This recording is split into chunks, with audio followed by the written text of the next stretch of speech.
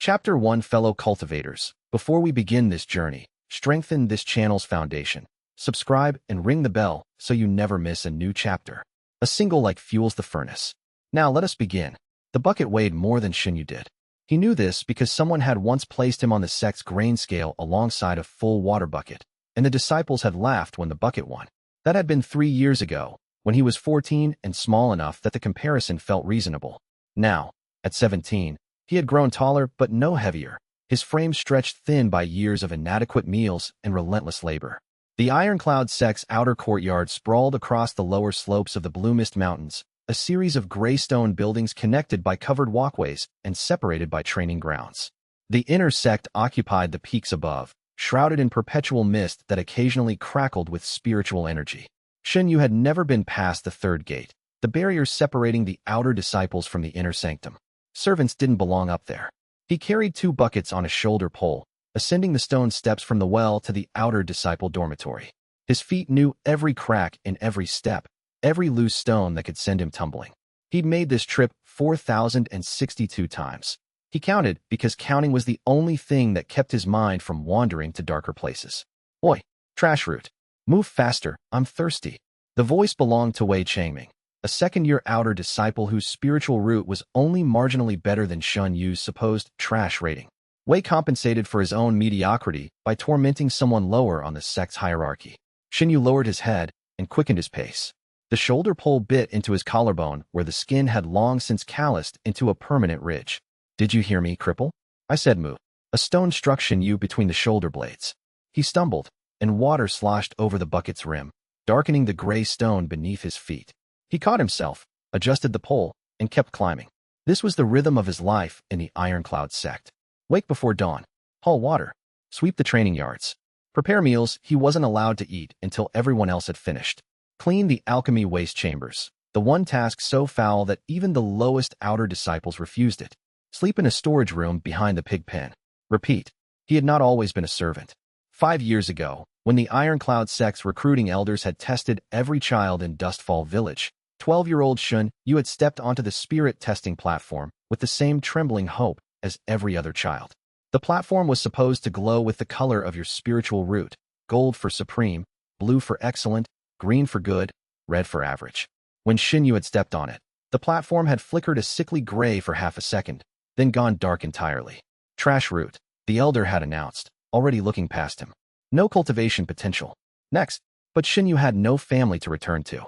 His parents had died in a beast tide when he was 8, and his village had already allocated his family's home to someone else. The sect had taken him in as a servant, not out of kindness, but because servants were cheaper than hiring labor from the town below. Today was the Festival of Iron Resolve, the Iron Cloud sect's annual celebration of its founding. The outer courtyard buzzed with activity as disciples prepared for the evening's demonstrations and competitions. Colored banners hung from every rooftop, and the scent of roasting spiritual beast meat drifted from the kitchens. Shen Yu delivered the water to the dormitory and turned to leave when a foot caught his ankle. He went down hard, the shoulder pole clattering across the stone floor, and one of the empty buckets rolled away with a hollow ringing sound. Look where you're going, trash root. He looked up into the face of Chun Bao, one of Zhou Haochen's followers. Chun was a stocky youth with a foundation establishment cultivation base and a permanent sneer. Behind him stood 2 more of Zhou's inner circle, Peng Lai and Sun Daxing. Senior brother Zhou wants the courtyard cleared for his demonstration tonight, Chen said, crouching down to Shen Yu's level. That means every speck of dust, every leaf, every stain. If he finds a single imperfection, we'll use you as a training dummy again. Understood, Shen Yu nodded. His right arm still ached from the last time he'd been a training dummy. 3 cracked ribs and a dislocated shoulder, healed slowly without access to medicinal pills. Say it. Understood, senior brother Chun. Louder. Understood, senior brother Chun. Chun slapped him across the face, not hard enough to leave a mark that might invite questions from the elders, but hard enough to make Shen Yu's ears ring. I can barely hear you. Are you even alive in there? Or is the trash root connected to a trash brain? The other 2 laughed. Shen Yu gathered his pole and buckets and left without another word. His face burned, but he'd learned years ago that showing pain only encouraged them. The trick was to become invisible, to make yourself so unremarkable that they eventually grew bored and found other entertainment. He spent the afternoon sweeping the main courtyard until the stone gleamed. The Festival of Iron Resolve would culminate in the demonstration of worthiness, where outer disciples showcased their progress to the sect's elders. The best performers earned resources, cultivation pills, technique manuals, access to the spiritual vein chamber. The worst earned nothing, which was still more than Shen Yu ever received. As the sun began to set and the lanterns were lit, outer disciples gathered around the courtyard in concentric circles. The inner disciples watched from elevated pavilions, sipping spiritual tea and commenting on the performances with the casual cruelty of the privileged.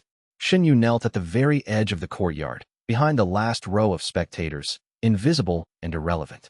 Zhou Haochen would perform last. He always did. The golden child of the Iron Cloud sect, son of Elder Zhou Tianming, who had achieved foundation establishment at age 15 and was now, at 18, at mid-foundation establishment. He cultivated the Iron Resolve art, the sect's signature technique, with a proficiency that made the other disciples weep with envy. The demonstrations proceeded. Disciples broke stone slabs, performed sword forms, displayed their control of spiritual energy. The crowd cheered for their favorites and mocked the weak. A thin girl fumbled her technique and was pelted with fruit cores. A heavy-set boy tripped during his sword form and was called names that made Shen Yu wince. Then Zhou Haochen took the stage. He was everything Shen Yu was not: tall, broad-shouldered, immaculately dressed in the inner disciples' silver-trimmed robes. His spiritual energy radiated outward in controlled waves, and even the air seemed to defer to him, growing still as he walked to the center of the courtyard. For tonight's demonstration, Zhou announced, his voice carrying without effort, "I require a volunteer." His eyes swept the crowd and landed on Shen Yu with the precision of a hawk spotting a mouse. "You, the servant." Shen Yu's stomach dropped. He shook his head, trying to shrink further behind the spectators. "Don't be shy, trash root. Come forward. It's a festival. Everyone participates." Hands pushed Shen Yu from behind, and he stumbled into the open center of the courtyard. Hundreds of eyes fixed on him. The weight of their attention was almost physical: amusement, contempt, indifference, and in Zhou Haochen's case, something sharper: malice. "The Iron Resolve art is fundamentally about dominance," Zhou said, addressing the elders now. "The practitioner imposes his will on the world around him. To demonstrate, I will project my spiritual pressure onto this servant.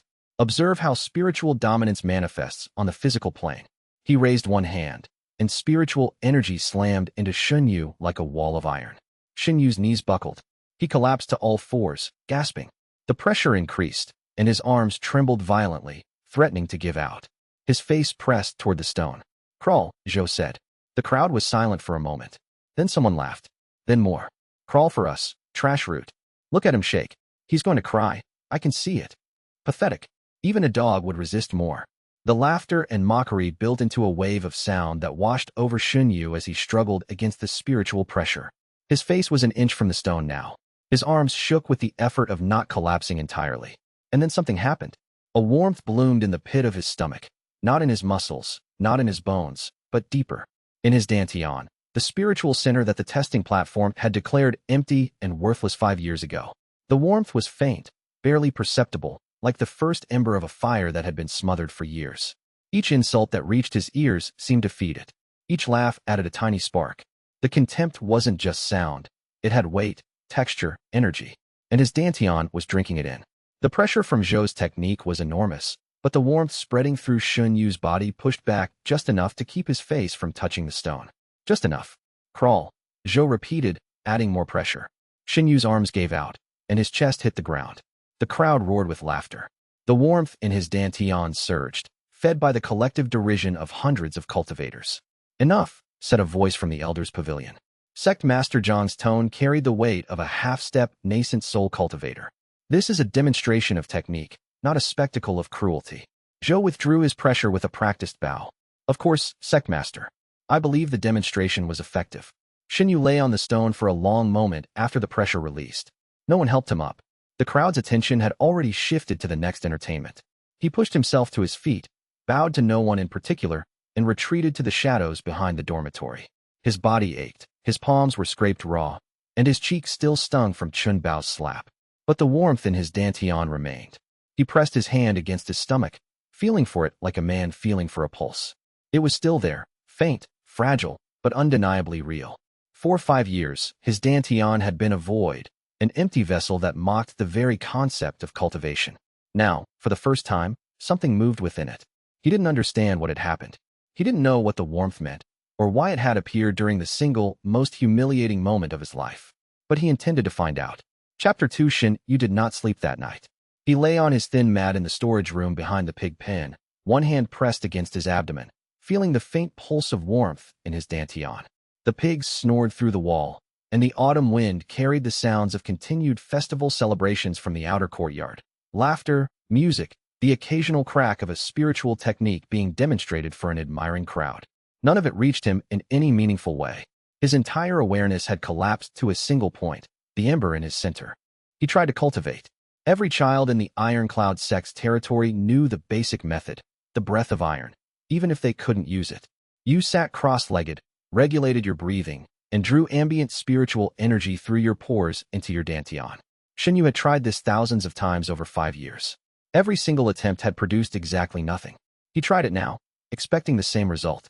The ambient spiritual energy of the Blue Mist Mountains was thin at this altitude. The inner sect hoarded the richest veins, but it existed. Shen Yu breathed in, cycling the air through the pathways described in the basic technique. Nothing happened.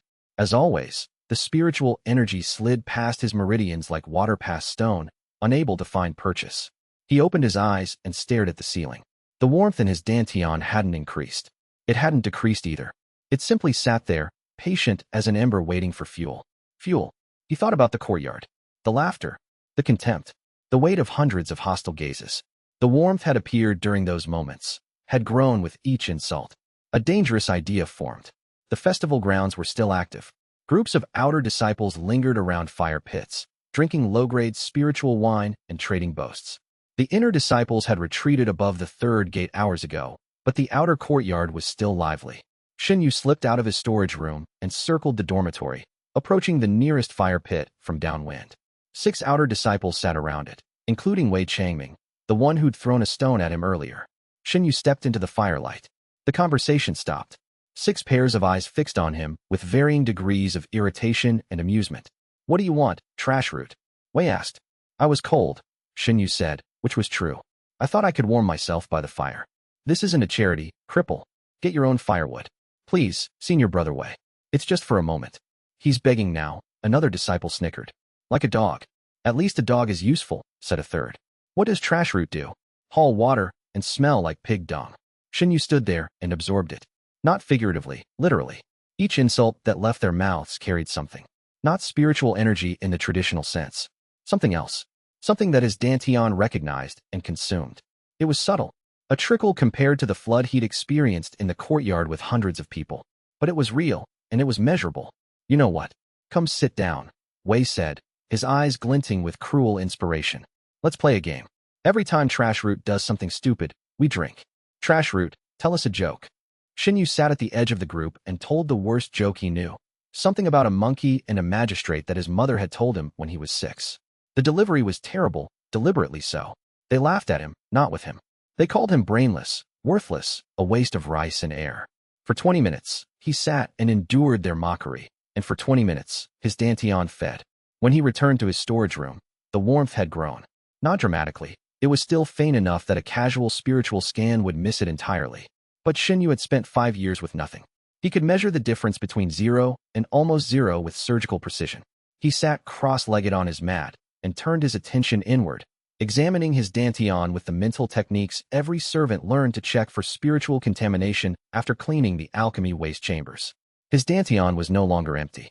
A tiny mote of energy, gray-silver, unlike any spiritual energy color he'd seen described in the sect's basic texts, hovered in the center of his spiritual sea. It pulsed slowly, like a heartbeat. "What are you?" he whispered. The mote pulsed again, and Shen Yu felt, with absolute certainty, that it was hungry. Over the next 3 days, he experimented. He engineered small confrontations, bumping into disciples in the hallway, being deliberately slow with water deliveries, showing up where he wasn't wanted. Each encounter that generated hostility fed his dantian. Each encounter that generated indifference did not. He made several key observations. First, only genuine negative emotion directed specifically at him produced the energy. Background hostility, like 2 disciples arguing with each other nearby, generated nothing. The hatred had to be aimed at him. Second, the intensity mattered. A casual insult produced a whisper of energy.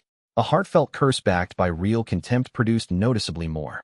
And physical violence backed by hostile intent, like Chen Bao's slap, produced the most of all. Third, the energy was cumulative. It didn't dissipate between encounters. Whatever his dantian absorbed, it kept. By the third day, the mode in his dantian had grown from a speck to a pearl-sized sphere of gray-silver energy. He probed it cautiously with his spiritual sense and was startled to feel it respond. It compressed, then expanded, then settled into a new configuration. A configuration he recognized from the sect's basic cultivation texts. Qi condensation. Stage 1. He had become a cultivator. The realization hit him like a physical blow. He sat in his storage room, trembling, his hands pressed against his face. For 5 years, he had been declared worthless. For 5 years, every elder and disciple and fellow servant had treated him as a thing without potential, without future, without value. And now, in 3 days of absorbing insults, he had achieved what many outer disciples took months to reach. He had to be careful. If anyone discovered this, the questions would be dangerous. How did a trashroot servant begin cultivating? The sect's elders were not stupid. They would investigate. An investigation meant attention, and attention could mean anything from forced experimentation to outright execution if they decided his method was demonic. Shen Yu spent the 4th day testing his new cultivation in secret. Behind the pig pen, in the hour before dawn when even the most dedicated disciples slept, he practiced the breath of iron technique. This time, his meridians accepted the spiritual energy, sluggishly, reluctantly, but they accepted it. His trash root was still trash. Standard cultivation methods would advance him at perhaps 1/10 the speed of a normal cultivator. But his dantian's strange hunger had no such limitation. On the 5th day, he provoked Wei Chaming again. This time, he was less subtle. He accidentally spilled a bucket of dirty water on Wei's freshly laundered robes. The resulting explosion of fury, including a beating that left Shen Yu with a split lip and a bruised eye, produced a surge of energy that pushed him to Qi condensation stage 2. He lay on the ground after Wei stomped away, tasting blood and smiling where no one could see. Interesting, he muttered to himself, probing his dantian. The gray-silver sphere was larger now, denser, spinning slowly like a tiny planet. You like that, don't you? The sphere pulsed eagerly. Shen Yu wiped the blood from his lip and began planning his next humiliation. But even as he strategized, a colder part of his mind issued a warning. This was sustainable only as long as no one noticed. The moment his cultivation became visible, the moment he moved too fast or displayed abilities a servant shouldn't have, everything would change. He needed to learn control. He needed to understand what he was. And he needed to find someone who could help him do both without getting him killed. The ember in his dantian pulsed again, patient and hungry, waiting for the world to feed it. Chapter 3. Zhou Haochen came to the servant quarters on the 7th day after the festival. Shen Yu heard the boots first, the precise, unhurried cadence of someone who had never once needed to rush. The iron-shod soles rang against the stone path that led behind the dormitory, a path no inner disciple had any business walking. He was scrubbing the alchemy waste buckets, his hands raw from the caustic residue, when a shadow fell across him. He looked up and found Zhou Haochen framed in the doorway, backlit by morning sun, his silver-trimmed robes so clean they seemed to reject dust on principle. Behind him stood Chen Bao, Peng Lai, and Sun Daxing, arranged in a formation that was equal parts entourage and containment perimeter. This is where you sleep? Zhou surveyed the storage room with the expression of a man examining a particularly unpleasant insect. His gaze traveled from the thin sleeping mat to the cracked water jar to the straw-plugged gaps in the walls. Worse than I imagined. And I imagined something terrible. Senior brother Zhou. Shen Yu bowed, keeping his spiritual energy suppressed behind the best mental walls he could construct. He was at Qi condensation stage 4 now, 3 stages higher than when he'd started 7 days ago, and the effort of concealment was like trying to hold water in cupped hands. How can this servant help you? Help me. Zhou smiled. It didn't reach his eyes. You can't help me, trash root. You can't help anyone. I came because I've been thinking about the festival. Shen Yu said nothing. He could feel the hostility radiating from Zhou like heat from a forge, thick, concentrated, and backed by genuine spiritual energy. His dantian stirred eagerly. You embarrassed me, Zhou said. His voice was quiet, conversational, and utterly lethal. I performed a flawless demonstration of the iron resolve art, and the only thing anyone talked about afterward was how the sect master called me cruel. Because of you. Because the pathetic sight of you crawling on the ground made me look like a bully. I apologize, senior brother. I'm not finished. Zhou took a step closer.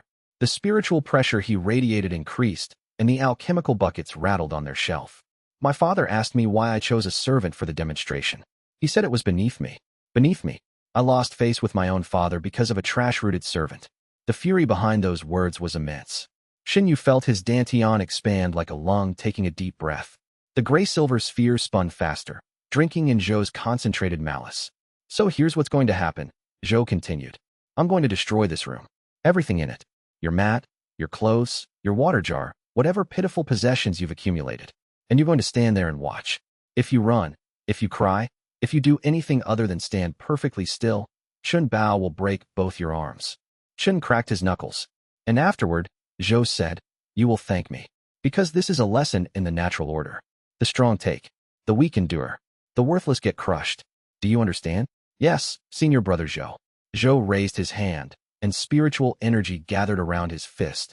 Dense, iron aspect chi that hummed with destructive intent. He drove it into the wall beside Shen Yu's mat. The stone exploded inward, showering the room with fragments. The sleeping mat was shredded by the shrapnel. The water jar shattered. The small wooden box where Shen Yu kept his mother's jade hairpin, the only possession of any value he owned, cracked down the middle. Shen Yu watched the hairpin fall from the broken box and land in the dust. A jagged line now split the pale green jade from end to end. Something inside him cracked too, but not in the way Zhou intended. Zhou struck the room 3 more times. Each blow was precise and devastating, backed by mid-foundation establishment cultivation and years of refined technique. By the end, the storage room looked like a beast had rampaged through it. Dust hung in the air. The pig on the other side of the wall squealed in terror. Throughout it all, Shen Yu stood perfectly still and absorbed. Not just the hatred from Zhou, that was powerful enough to make his meridians ache with incoming energy, but from Chun Bao, Peng Lai, and Sun Daxing too. Each of them radiated their own flavor of malice. Chen's was sadistic pleasure, Peng's was a dull desire to conform with the strongest, and Sun's was relief that someone else was the target. Shen Yu's dantian devoured it all. He felt the breakthrough coming halfway through the destruction. The gray-silver sphere compressed, then expanded, then compressed again in a rhythm he was learning to recognize. By the time Zhou delivered his final strike, shattering the shelf above the door and sending broken pottery raining down, Shen Yu was at Qi condensation stage 4. The surge of energy was so intense he had to physically clench his jaw to keep from gasping. Now, Zhou said, brushing stone dust from his sleeves. Thank me. Thank you, senior brother Zhou. The words came easily. They were sincere, in a way Zhou would never understand. Thank you for the lesson. Zhou studied him for a long moment, something between disappointment and suspicion flickering in his expression. He'd wanted tears. He'd wanted groveling. Shen Yu's calm was not the response he'd scripted. Clean this up, Zhou said finally. He turned and left, his entourage following like dutiful shadows. Shen Yu waited until their footsteps faded entirely before he allowed himself to sink to his knees. Not from despair, from the overwhelming sensation of his dantian processing the most concentrated influx of hostile energy it had ever received. For sources, sustained over several minutes, with genuine emotional intensity behind every drop. He'd jumped from stage 2 to stage 4 in a single encounter. He picked up his mother's cracked jade hairpin from the dust and held it gently. The fracture ran through the carved plum blossom that his father had commissioned for their wedding day. It couldn't be repaired, not by a Qi condensation cultivator, anyway. I'll fix you, he whispered to the hairpin. When I'm stronger. And I'll be stronger very soon. The next morning, while repairing his room with scavenged materials, Shen Yu discovered another property of his strange cultivation. The gray-silver energy in his dantian wasn't just spiritual energy. It carried traces of the specific hostile intent that had generated it. When he circulated it through his meridians during practice, he could feel the echoes of Zhou's contempt, Chen's cruelty, Wei's pettiness. These echoes weren't just emotional residue. They contained information. The spiritual pressure Zhou had used during the demonstration and again during the destruction, Shen Yu could feel its structure in the absorbed energy. Not perfectly, not completely, but enough to understand the basic principles of the Iron Resolve Arts pressure technique. He was learning his enemies' techniques by absorbing their hatred. The realization sent a chill down his spine that had nothing to do with the autumn wind whistling through his newly patched walls. This was more than simple cultivation advancement. If he could learn techniques from hostile intent, then every enemy was simultaneously a teacher. But the implications terrified him even more than they excited him. If the sect's elders discovered this ability, they wouldn't just kill him. They would study him first, dissect the mechanism, try to replicate it, and then kill him. Shen Yu spent the rest of that day practicing the fragment of the iron resolve art he'd absorbed. Behind the pig pen, in the pre-dawn darkness, he projected spiritual pressure outward in a crude imitation of Zhou's technique. It was weak, a candle compared to Zhou's bonfire, but it worked. He also began to suspect that his progress was accelerating. Each new stage seemed to require more energy than the last, but his Dantian's capacity for absorption was growing proportionally. At stage 4, he could absorb ambient hostility that he hadn't even been able to detect at stage 1. The casual sneers of passing disciples, the irritated thoughts of servants he'd annoyed, all of it trickled in at the edges of his awareness, adding tiny drops to a growing ocean. By the end of the week, as Zhou's entourage spread stories about the destruction of the servants' quarters and the entire sect laughed at the latest humiliation of trash root, Shen Yu broke through to Qi condensation stage 4 and felt the first stirring of genuine confidence he'd experienced in 5 years. The irony was not lost on him. The more they hated him, the stronger he became. The more they tried to crush him, the higher he climbed. He just couldn't let them know. Not yet. Chapter 4. Old Man Su smelled like cheap rice wine and rotting leaves. Shen Yu found him on the path below the sect's outer wall, where the mountain trail switchbacked through a grove of iron birch trees before descending into Dustfall Town. The old man sat on a flat rock beside the path, one leg tucked beneath him and the other extended at an angle that suggested a knee that no longer functioned correctly. His robes were patched more patches than original cloth. His beard was stained yellow at the edges.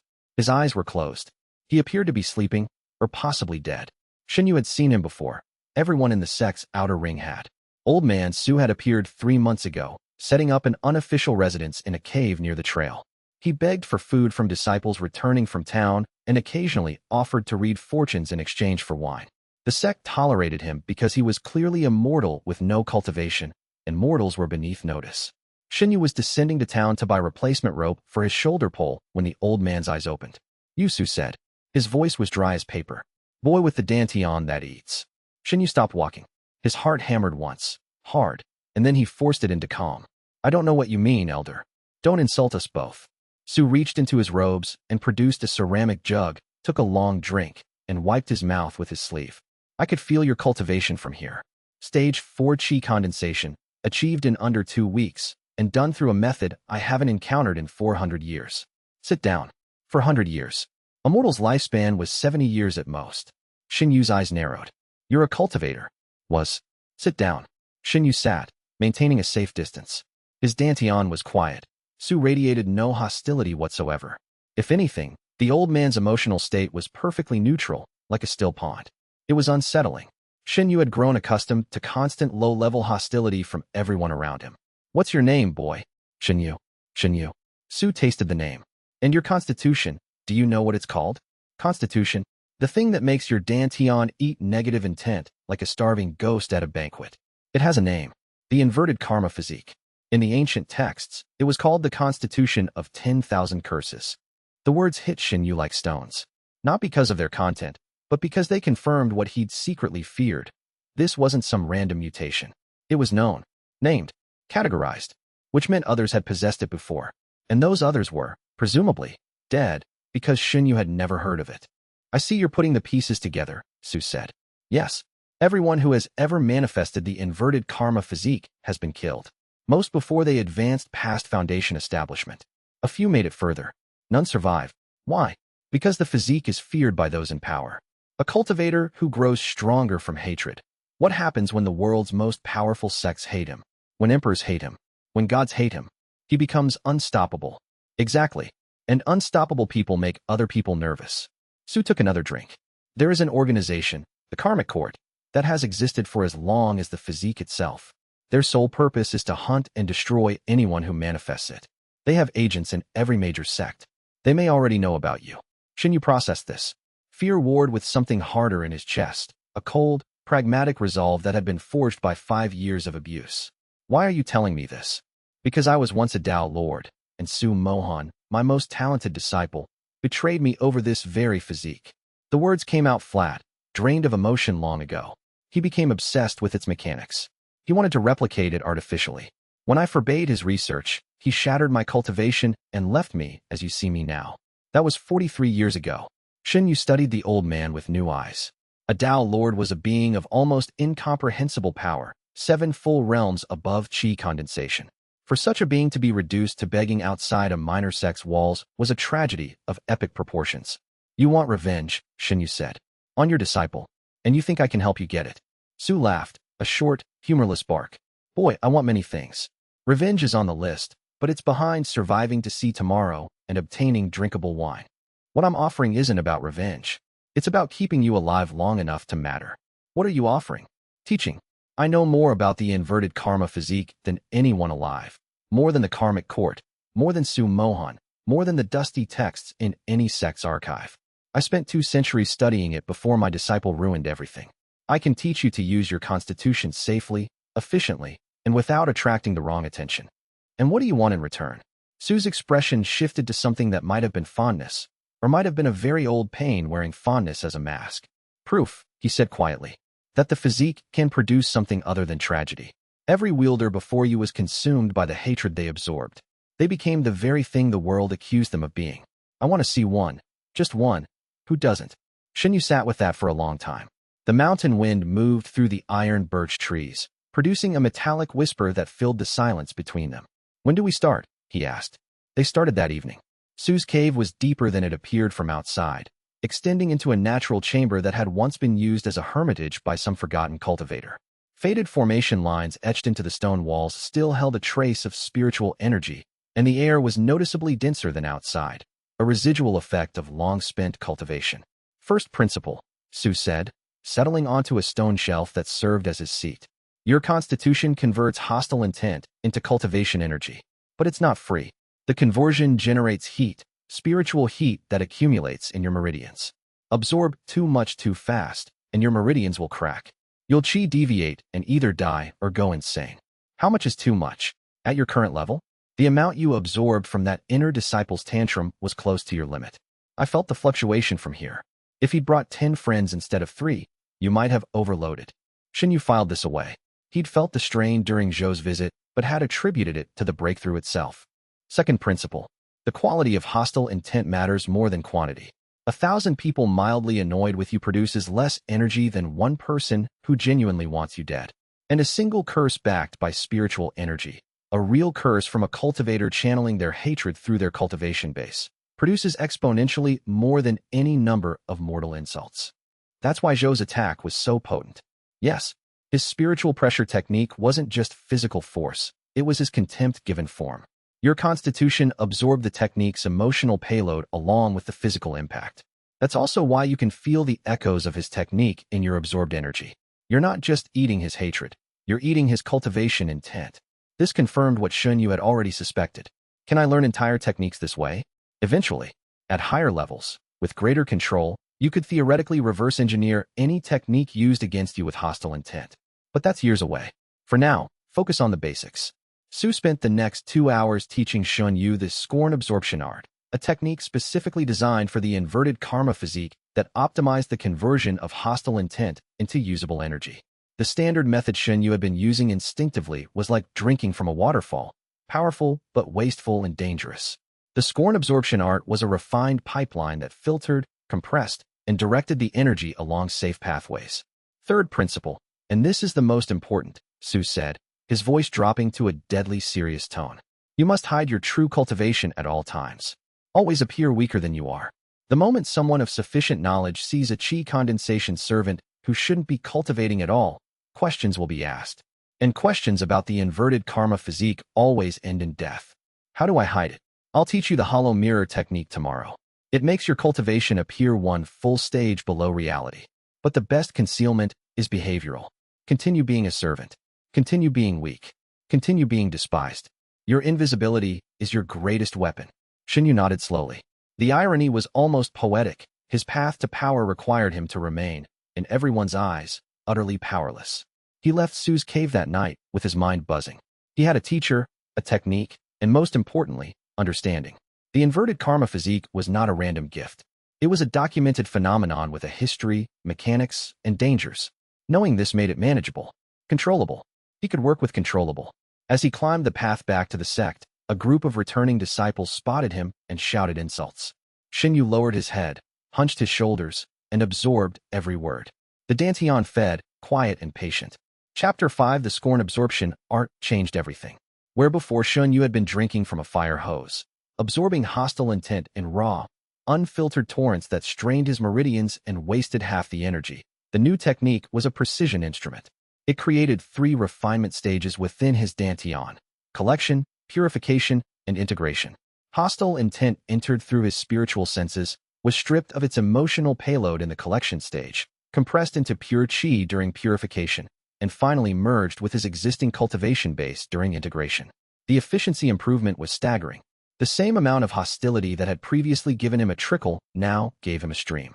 His advancement didn't just continue, it accelerated. Over the next 10 days, training nightly with Old Man Su and enduring the sect's daily abuse with renewed purpose, Shen Yu pushed through qi condensation stages 5 and into stage 6. But it was the hollow mirror technique that truly liberated him. The technique was elegant in its simplicity. It created a false spiritual signature that overlaid his real one, displaying whatever cultivation level he chose, as long as the displayed level was lower than his actual one. The deception would fool anyone up to 2 full realms above him, which meant that even Foundation establishment cultivators would see only what he wanted them to see. He set it to display absolutely nothing. As far as anyone's spiritual sense could tell, Shen Yu remained a cultivation-less servant with a trash spiritual root. Good, Su said, examining Shen Yu's concealment during their 4th night of training. Even I can barely detect the overlay, and I know what to look for. You have a natural talent for deception. 5 years of survival training, Shen Yu replied dryly. Su grunted. There's one more thing I need to teach you tonight. The Karmic Court, the organization I mentioned, they have a specific detection method. They can sense the inverted karma physique's unique energy signature when it's actively absorbing. Every time you take in hostile intent, there's a brief flare in the spiritual spectrum that trained sensors can detect. How do I prevent that? You can't prevent it entirely, but you can muffle it. The absorption process has a passive mode and an active mode. Passive absorption, what you do unconsciously, creates minimal flare. Active absorption, when you deliberately draw in energy, creates a much larger signature. In public, keep it passive. Only go active during training or when you're absolutely certain no one is watching. This explained a concern that had been nagging at Shen Yu. If the Karmic Court has agents in every major sect, could there be one in the Iron Cloud sect? Possible but unlikely. The Iron Cloud sect is too minor to warrant a permanent agent. But the Karmic Court maintains a network of informants, elders, traveling merchants, anyone who might notice anomalous cultivation patterns. You're safe for now, but once you advance past Foundation establishment, the flare becomes harder to contain regardless of mode. That's why most physique wielders are killed in the Foundation establishment realm. They become visible. Shen Yu absorbed this information with the same cold pragmatism he applied to everything. The picture was clear. He had a window of relative safety during qi condensation. Once he advanced further, the clock would start ticking. I need to be strong enough to run before they find me, he said. Or strong enough to fight, Su replied. But running is the wiser option for the next several years. 2 days later, the sect announced the annual Outer Disciple Assessment. The assessment was the single most important event in the Outer Sect's calendar. It determined resource allocation, dormitory assignments, training access, and, most importantly, the selection of candidates for intersect promotion. Every Outer Disciple participated. Every servant watched from the margins, reminded of their place. Shen Yu had watched 4 assessments from those margins. Each time, he'd felt the familiar ache of exclusion, the knowledge that the path of cultivation was closed to him. This year, for the first time, that ache was replaced by calculation. The assessment was a tournament. Outer Disciples fought in bracketed matches, demonstrating their cultivation and combatability. The top 8 received resources. The top 4 earned intersect consideration. The winner received a Foundation establishment pill, worth more than everything Shen Yu had ever owned combined. He didn't need the pill. His advancement method was self-sustaining. But the tournament itself was an arena filled with hundreds of hostile spectators, all of whom would direct intense negative emotion toward any underdog, any upset, any deviation from the expected hierarchy. It was, in other words, the richest feeding ground imaginable. There was just one problem. Registration is closed to servants. Elder Zhao declared when Shen Yu presented himself at the registration table on the morning of sign-ups. Elder Zhao was a heavy-set man with a core formation cultivation base and a permanent expression of bureaucratic disdain. He managed the outer sect's administrative functions with the enthusiasm of someone who had long since abandoned any hope of further advancement. Elder Zhao, the sect rules state that all members may participate in the assessment. Servants are not members. They are property of the sect. The Iron Cloud Charter, Section 14, Subsection 3, states that any individual residing within the sect's boundaries who bears the sect's identification seal is considered a member for purposes of mandatory events. The assessment is mandatory. Elder Zhao stared at him. Several outer disciples in the registration line stared too, their expressions ranging from disbelief to amusement. A servant who reads the charter, Elder Zhao said flatly. What next, pigs that fly? The line of disciples laughed. The sound washed over Shen Yu, and his dantian hummed with satisfaction as it passively absorbed the collective mockery. The charter is posted on the dormitory wall, Shen Yu said. I read it every morning while scrubbing the floor beneath it. Cute. But charter or no charter, you have no cultivation. You'll be injured or killed in the first round, and then I'll have to fill out paperwork explaining why I allowed a non-cultivator to fight. Request denied. Shen Yu had anticipated this. He'd spent 2 nights studying the charter specifically for this moment. Section 22, Subsection 1, he said. The Blood Challenge Clause. Any sect member who is denied participation in a mandatory event may challenge the lowest-ranked participating member to a combat trial. If the challenger wins, they take the participant slot. The clause exists to prevent administrative abuse of power. He'd added that last sentence purely to watch Elder Zhao's face turn red. You want to challenge someone? Elder Zhao said, his voice dangerously quiet. Yes, Elder. You. A servant with no cultivation. The clause doesn't require cultivation. It requires willingness. The crowd was growing. Word was spreading through the outer courtyard like wildfire. The servant boy was trying to enter the assessment. Disciples gathered in clusters, pointing and laughing. The ambient hostility was rising like a tide. Shen Yu's dantian sang. Elder Zhao's face cycled through several colors before settling on a mottled purple. Fine, he spat. You want to fight? Fight. The lowest-ranked participant is Wan Erjiu, Qi Condensation Stage 2. When he breaks your teeth, don't come crying to me. Wan Erjiu was a nervous, pimple-faced boy of 16 who looked nearly as horrified at the prospect of fighting a servant as Shen Yu looked calm about fighting a cultivator. They were directed to the nearest practice ring, and a crowd of approximately 200 disciples and several curious elders gathered to watch. This will be quick, someone in the crowd said. 10 seconds. I'll bet 5 spirit stones. I'll bet 3 that the servant cries. The mockery was a feast. Shen Yu stood in the ring, hands at his sides, and let his passive absorption drink deeply while the crowd's derision built to a crescendo. Wan Erjiu assumed a basic combat stance, his chi flickering around his fists. I'm sorry about this, he whispered. Don't be, Shen Yu whispered back. Then he lunged. He'd been training with Su for 2 weeks. He'd absorbed fragments of Zhou Haochun's iron resolve art. He'd practiced basic body techniques every night until his muscles memorized them. And he was at Qi Condensation Stage 6, 4 stages above his opponent, while displaying no cultivation at all. But he couldn't reveal that. Winning was necessary. Winning convincingly was not. He made the fight look desperate. He dodged Wan Erjiu's strikes by millimeters instead of meters, stumbled and recovered instead of flowing smoothly, and absorbed 2 hits he could have easily avoided. Each hit from Wan Erjiu's chi-enhanced fists hurt, but the hostile intent behind the crowd's jeering more than compensated. After 3 minutes of manufactured chaos, Shen Yu found his opening. He slipped inside Wan Erjiu's guard and delivered a palm strike to the solar plexus. No chi behind it, just precise placement and body mechanics that Su had drilled into him. Wan Erjiu doubled over, gasping. Shen Yu followed with a sweep that took the boy's legs, and Wan Erjiu hit the ground hard. Yield, Wan Erjiu wheezed. The crowd was silent for 3 heartbeats. Then the uproar began. Impossible. He must have cheated. Scan him. A servant beat a cultivator? Check for demonic arts. Elder Zhao performed a cursory spiritual scan that Shen Yu's hollow mirror technique easily defeated. The scan showed nothing. No cultivation, no chi, no spiritual energy whatsoever. Clean. Elder Zhao admitted reluctantly. The servant won through physical technique alone. The blood challenge clause is satisfied. Shen Yu takes Wan Erjiu's slot in the assessment. The crowd's reaction was a wall of sound. Anger, disbelief, outrage, and beneath it all, a seething resentment that a servant had dared to rise above his station. It was the richest ambient hostility Shen Yu had ever experienced, and by the time he'd walked out of the practice ring, he could feel his dantian pushing against the boundary of Qi Condensation Stage 6, reaching for Stage 7. He kept his head down, his shoulders hunched, and his expression carefully terrified. Inside, he was smiling. Chapter 6. The assessment was 3 days away, and the Iron Cloud sect had discovered the utility of a common enemy. Shen Yu's successful blood challenge spread through the sect like a virus. By evening, Every outer disciple knew the story. By the next morning, it had reached the inner sect. By noon, Elder Zhou Tianming, Zhou Haochen's father and one of the sect's 3 core formation elders, had personally summoned Elder Zhao to demand an explanation. The explanation satisfied no one. A servant with a verified trash root had defeated a qi condensation cultivator through physical technique alone, which was technically possible, but so improbable that it bordered on miraculous. The sect's response was predictable: suspicion, outrage, and an overwhelming desire to see Shen Yu humiliated in the actual assessment.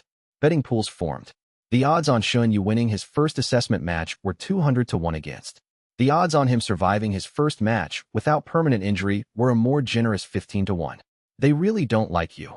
Fong, one of the outer sect's cooks, observed as Shen Yu collected his morning ration of cold rice and pickled radish. Fong was the closest thing Shen Yu had to a friend among the servants, a gruff, barrel-chested man who occasionally slipped extra food onto Shen Yu's plate when no one was looking. That's not new. This is different. Before, they ignored you. Now they're paying attention. That's worse. Shen Yu knew this.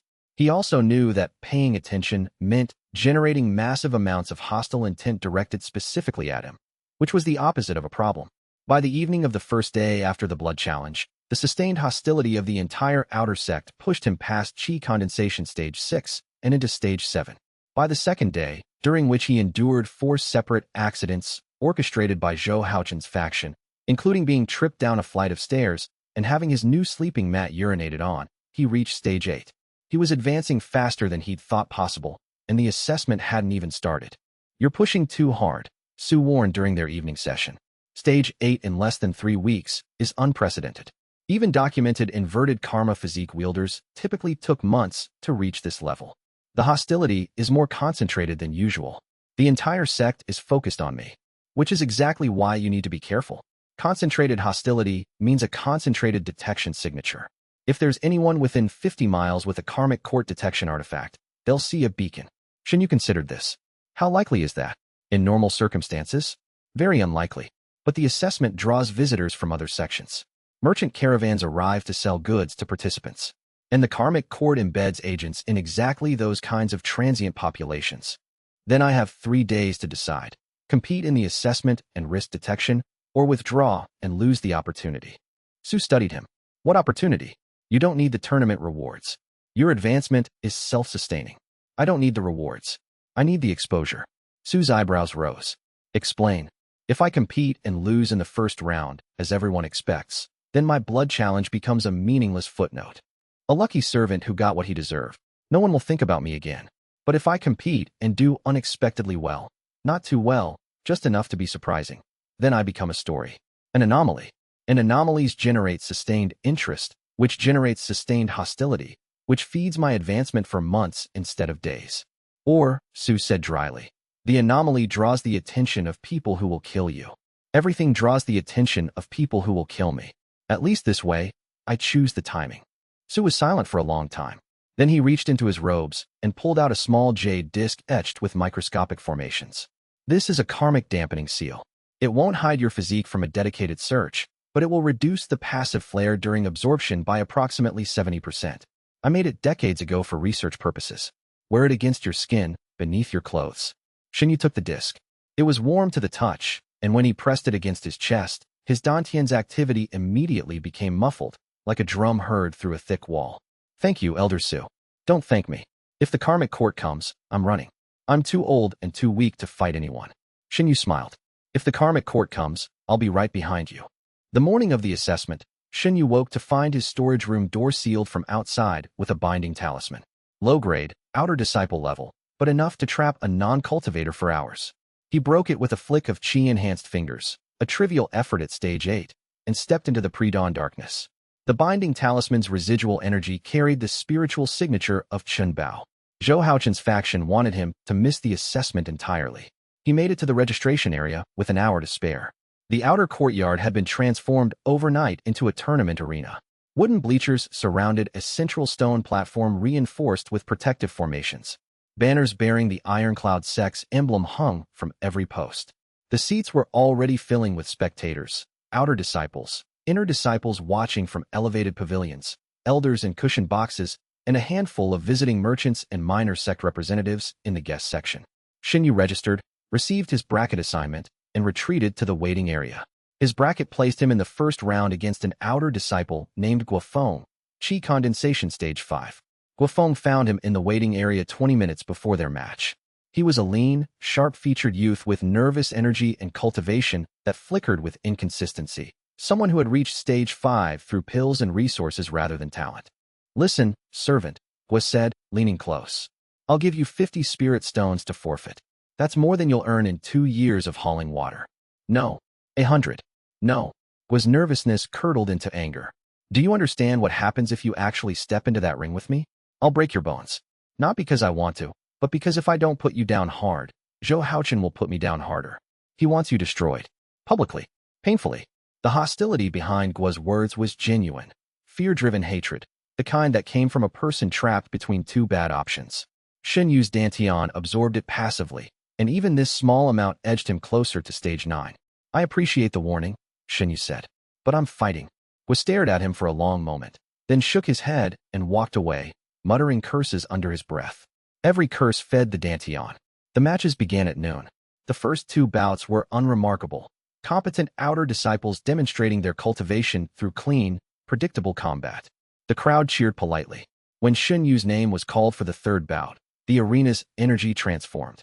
The polite cheering became a roar of anticipation. Hundreds of cultivators leaned forward, eager to witness the spectacle of a servant being crushed. The hostility was so dense that Shen Yu could almost see it, a dark shimmer in the air, like heat haze made of contempt. His dantian drank like a man dying of thirst. He stepped onto the stone platform, and the crowd's volume doubled. Insults rained down from every direction, some creative, most crude, all genuine. "Break his legs, Guo. Servants should know their place. Trash root, trash root, trash root." The chant spread through the bleachers. 300 voices, unified in contempt, directing the full weight of their hostility at a single target. Shen Yu felt the boundary of Qi Condensation Stage 9 tremble. Not yet, he told himself. Not here. A breakthrough in the middle of a fight would be impossible to hide. He clamped down on his absorption, throttling the intake to passive minimums, and focused on the fight. Guofeng attacked immediately, launching a barrage of Qi-enhanced strikes that were technically competent but emotionally frantic. The boy was fighting not to win but to avoid Zhou Haochen's retribution, and his fear made his movements rigid and predictable. Shen Yu dodged, weaved, and deflected. He made it look barely possible, staggering from near misses, gasping after close calls, presenting the image of a non-cultivator who was surviving on pure luck and desperate instinct. The crowd loved it. Their hatred intensified with every second he refused to fall. He was denying them the spectacle they'd paid for, and the frustration generated a quality of hostility that was almost intoxicating. 2 minutes in, Shen Yu let Guo land a glancing blow to his ribs. The impact hurt. Guo's Qi-enhanced fist carried real force, but the pain was nothing compared to the energy he'd absorbed from Zhou Haochen. He used the hit to sell a dramatic stumble, buying space and time. "Stay down," someone screamed from the crowd. "Finish him, Guo." But Guo was tiring. His Stage 5 cultivation wasn't enough to sustain a prolonged exchange, and his emotional state was draining his chi faster than technique demanded. Shen Yu saw the openings multiply. He ended it in the 3rd minute. A body technique combination that Su had drilled into him, low dodge under a haymaker, pivot into Guo's blind spot, palm strike to the base of the skull. Precise, non-lethal, decisive. Guofeng hit the platform face first and didn't get up. The arena went silent. Then the roar came, not of celebration, but of outrage. The servant had won again. Impossible. Unacceptable. Something was wrong. Something was being hidden. Something was deeply, fundamentally unfair about a trash-rooted servant defeating cultivators. The wave of concentrated hostility that followed was the most intense Shen Yu had ever experienced outside of Zhou Haochen's personal attacks. 300 people, their expectations shattered, their prejudices challenged, their worldview threatened by a boy who should have been cleaning their chamber pots. His dantian hit the boundary of Stage 9 and pushed through. Qi Condensation Stage 9, the absolute peak. Shen Yu absorbed the breakthrough's energy surge through gritted teeth, the hollow mirror technique straining to contain the spike in his spiritual signature. The karmic dampening seal against his chest grew hot. For one terrifying second, his concealment flickered, but the crowd was too consumed by their own outrage to notice. Elder Zhao performed another scan, found nothing, and declared the match valid with visible reluctance. Shen Yu stepped off the platform with his head bowed and his shoulders hunched. Inside, His cultivation blazed at the highest possible level of chi condensation. One more push, and he would reach foundation establishment. He intended to get that push in the most dramatic way possible. Chapter 7. The bracket restructured after the first round, and Shen Yu found himself facing 3 opponents in the second round. A triple elimination format designed, he suspected, specifically to ensure he was knocked out before he could embarrass anyone else. Elder Zhao explained the format with poorly concealed satisfaction. Due to bracket irregularities, the following participants will engage in a sequential combat trial. Shen Yu will face Ouyang, Liang Dishing, and He Feihong in consecutive matches. Standard rest period between bouts, 30 seconds. The crowd approved. 3 cultivators against 1 servant, back-to-back, with minimal recovery time. Justice, in their view, was being restored. Shen Yu's 3 opponents were all Qi condensation stage 6 or 7, middling outer disciples who had been chosen, he was certain, by Zhou Haochen's faction. They weren't strong enough to be valuable to the sect, but were strong enough to guarantee a brutal beating. He met them in the staging area. Ouyang was a heavy-limbed boy with a blunt jaw and no visible intelligence in his eyes. Liang Dishing was thin, quick, and fought with a whip technique. He Feihong was the most dangerous, a girl with cold eyes who fought with the Iron Resolve Art's basic forms, her movements precise and practiced. "You're going to surrender, right?" Ouyang asked, not threatening but genuinely confused. "Why would you keep going?" "Because I want to see what happens next," Shen Yu said. First match. Ouyang lumbered forward with a direct assault, fists wreathed in iron aspect chi, each strike capable of shattering wood. The boy fought like a battering ram, linear, powerful, and utterly predictable. Shen Yu circled, dodged, let the crowd's renewed mockery feed his reserves, and waited for the opening. It came when Ouyang overcommit to a downward smash. Shen Yu sidestepped, drove his knee into the boy's solar plexus, and followed with an elbow to the temple. Ouyang collapsed. 30 seconds of rest. The crowd's hostility ratcheted higher. Second match. Liang Dishing was faster and smarter. His whip technique created a perimeter of stinging strikes that forced Shen Yu to retreat constantly. 2 lashes caught Shen Yu across the arm and chest, leaving welts that burned with chi residue. The pain was genuine, and the crowd's delight at seeing him hurt produced a particularly rich flavor of hostile energy. Shen Yu let the fight last longer than necessary, drawing out the crowd's engagement and maximizing absorption. At the 4-minute mark, when Liang Dishing began to tire, Shen Yu closed the distance with a burst of speed that was technically possible for an unenhanced body but stretched credibility. He caught the whip in his bare hand. The chi stung his palm like a brand, yanked Liang off balance, and drove a palm strike into the boy's sternum. Liang flew backward 3 meters and landed in a heap. 30 seconds of rest. The crowd was no longer hostile in the simple, contemptuous way it had been before. Now there was fear in the mix, fear that the natural order was being subverted, that a servant could somehow defy the hierarchy of cultivation. Fear, Shen Yu discovered, was even more potent than contempt. Third match. He Feihong regarded him with those cold eyes and said nothing. She moved to the center of the platform, assumed the opening stance of the Iron Resolve Art, and waited. She was good, better than Ouyang and Liang Dishing combined. Her movements were economical and precise, each strike carrying exactly the amount of force required and no more. She didn't waste energy, didn't overcommit, didn't let emotion govern her technique. She was also studying him. "You're not untrained," she said after a minute of probing exchanges. "Your footwork follows the flowing shadow pattern. Your strikes target meridian junctions. You fight like someone who's had formal instruction." Shen Yu said nothing. Her observation was dangerous. She was the first opponent to analyze rather than simply attack. "Who taught you?" She pressed, pressing forward with a rapid combination that forced him backward. "No one." "Liar."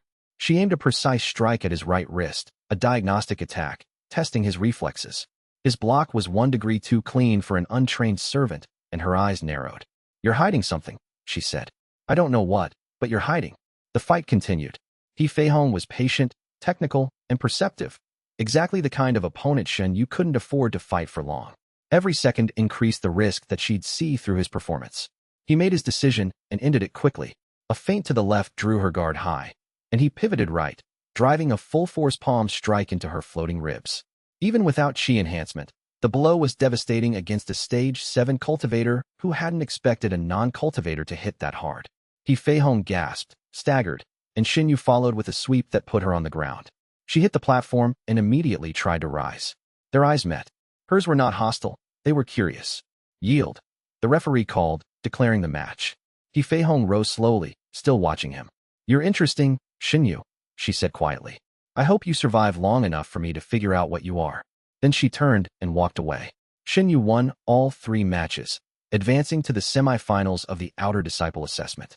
The crowd's reaction was no longer just hostility. It was a complex storm of emotions: rage, fear, awe, suspicion, hatred, and grudging respect. The mixture was rich and varied, and his Dantian processed it all with the efficiency of the scorn absorption art. He could feel the boundary of Foundation establishment now, not as a distant goal, but as a wall he was pressing against, his accumulated energy straining toward the next realm. The breakthrough would be explosive, impossible to conceal, and would change everything. The timing had to be perfect. Zhou Haochen, watching from the Inner Disciples Pavilion, had not spoken a word during Shen Yu's 3 matches. His face was carved from stone, but the spiritual energy around him crackled with suppressed fury, and his killing intent was so concentrated that Shen Yu could taste it from across the arena. That killing intent, rich and pure and backed by a mid-foundation establishment cultivation base, was the most potent hostile energy Shen Yu had ever passively absorbed. It pushed him to the very edge of Foundation establishment. One more fight, one more wave of hatred, and the wall would break. Chapter 8. The semifinals were scheduled for the following morning, and Shen Yu spent the night in Su's cave, preparing. "You're going to break through during the tournament," Su said. It wasn't a question. "During the finals, if possible. When the crowd is at maximum hostility. And you're not concerned about the consequences?" "I'm concerned about everything. But a Foundation establishment breakthrough during the assessment earns automatic intersect candidacy, access to the spiritual vein chamber, and resources that would take years to accumulate otherwise. It also establishes a narrative, the servant who defied his trash route, that explains my cultivation without requiring anyone to discover the true method." Su stroked his stained beard. "And the hollow mirror technique? It won't survive a Foundation establishment breakthrough. The energy surge will shatter the overlay." "I know. I'll need a new concealment strategy afterward. I can modify the technique to accommodate Foundation establishment, but it will take time. You'll be exposed for several hours after the breakthrough. Then I'll make sure the breakthrough happens in the most public way possible. If the entire sect witnesses me achieving Foundation establishment in real time, no one will question how I got there. They'll assume the assessment itself triggered a latent talent. Even a trash root can bloom under pressure. That's the story I want them to tell." Su regarded him with an expression that blended admiration and wariness. "You've thought about this. I've had 5 years to think about nothing else." The semi-final match Shen Yu against Lu Wenkai, a stage 8 qi condensation disciple who practiced the silver needle art, a technique that concentrated qi into hair-thin needles projected from the fingertips. It was a lethal technique in theory, though Lu's mastery was still developing. The match was dangerous. Silver needle art attacks were difficult to dodge because the needles were nearly invisible, and a single hit to a meridian junction could paralyze or kill. Shen Yu couldn't afford to play the struggling underdog for long. He entered the ring to a wall of hostility. The crowd had spent the night debating his victories, and opinion had crystallized into 2 camps: those who believed he was cheating and those who believed he was some kind of freak mutation. Neither camp wished him well. Lu Wenkai took an aggressive stance and opened with a spread of 6 silver needles, 3 aimed at Shen Yu's legs, 3 at his torso. They moved faster than the eye could follow.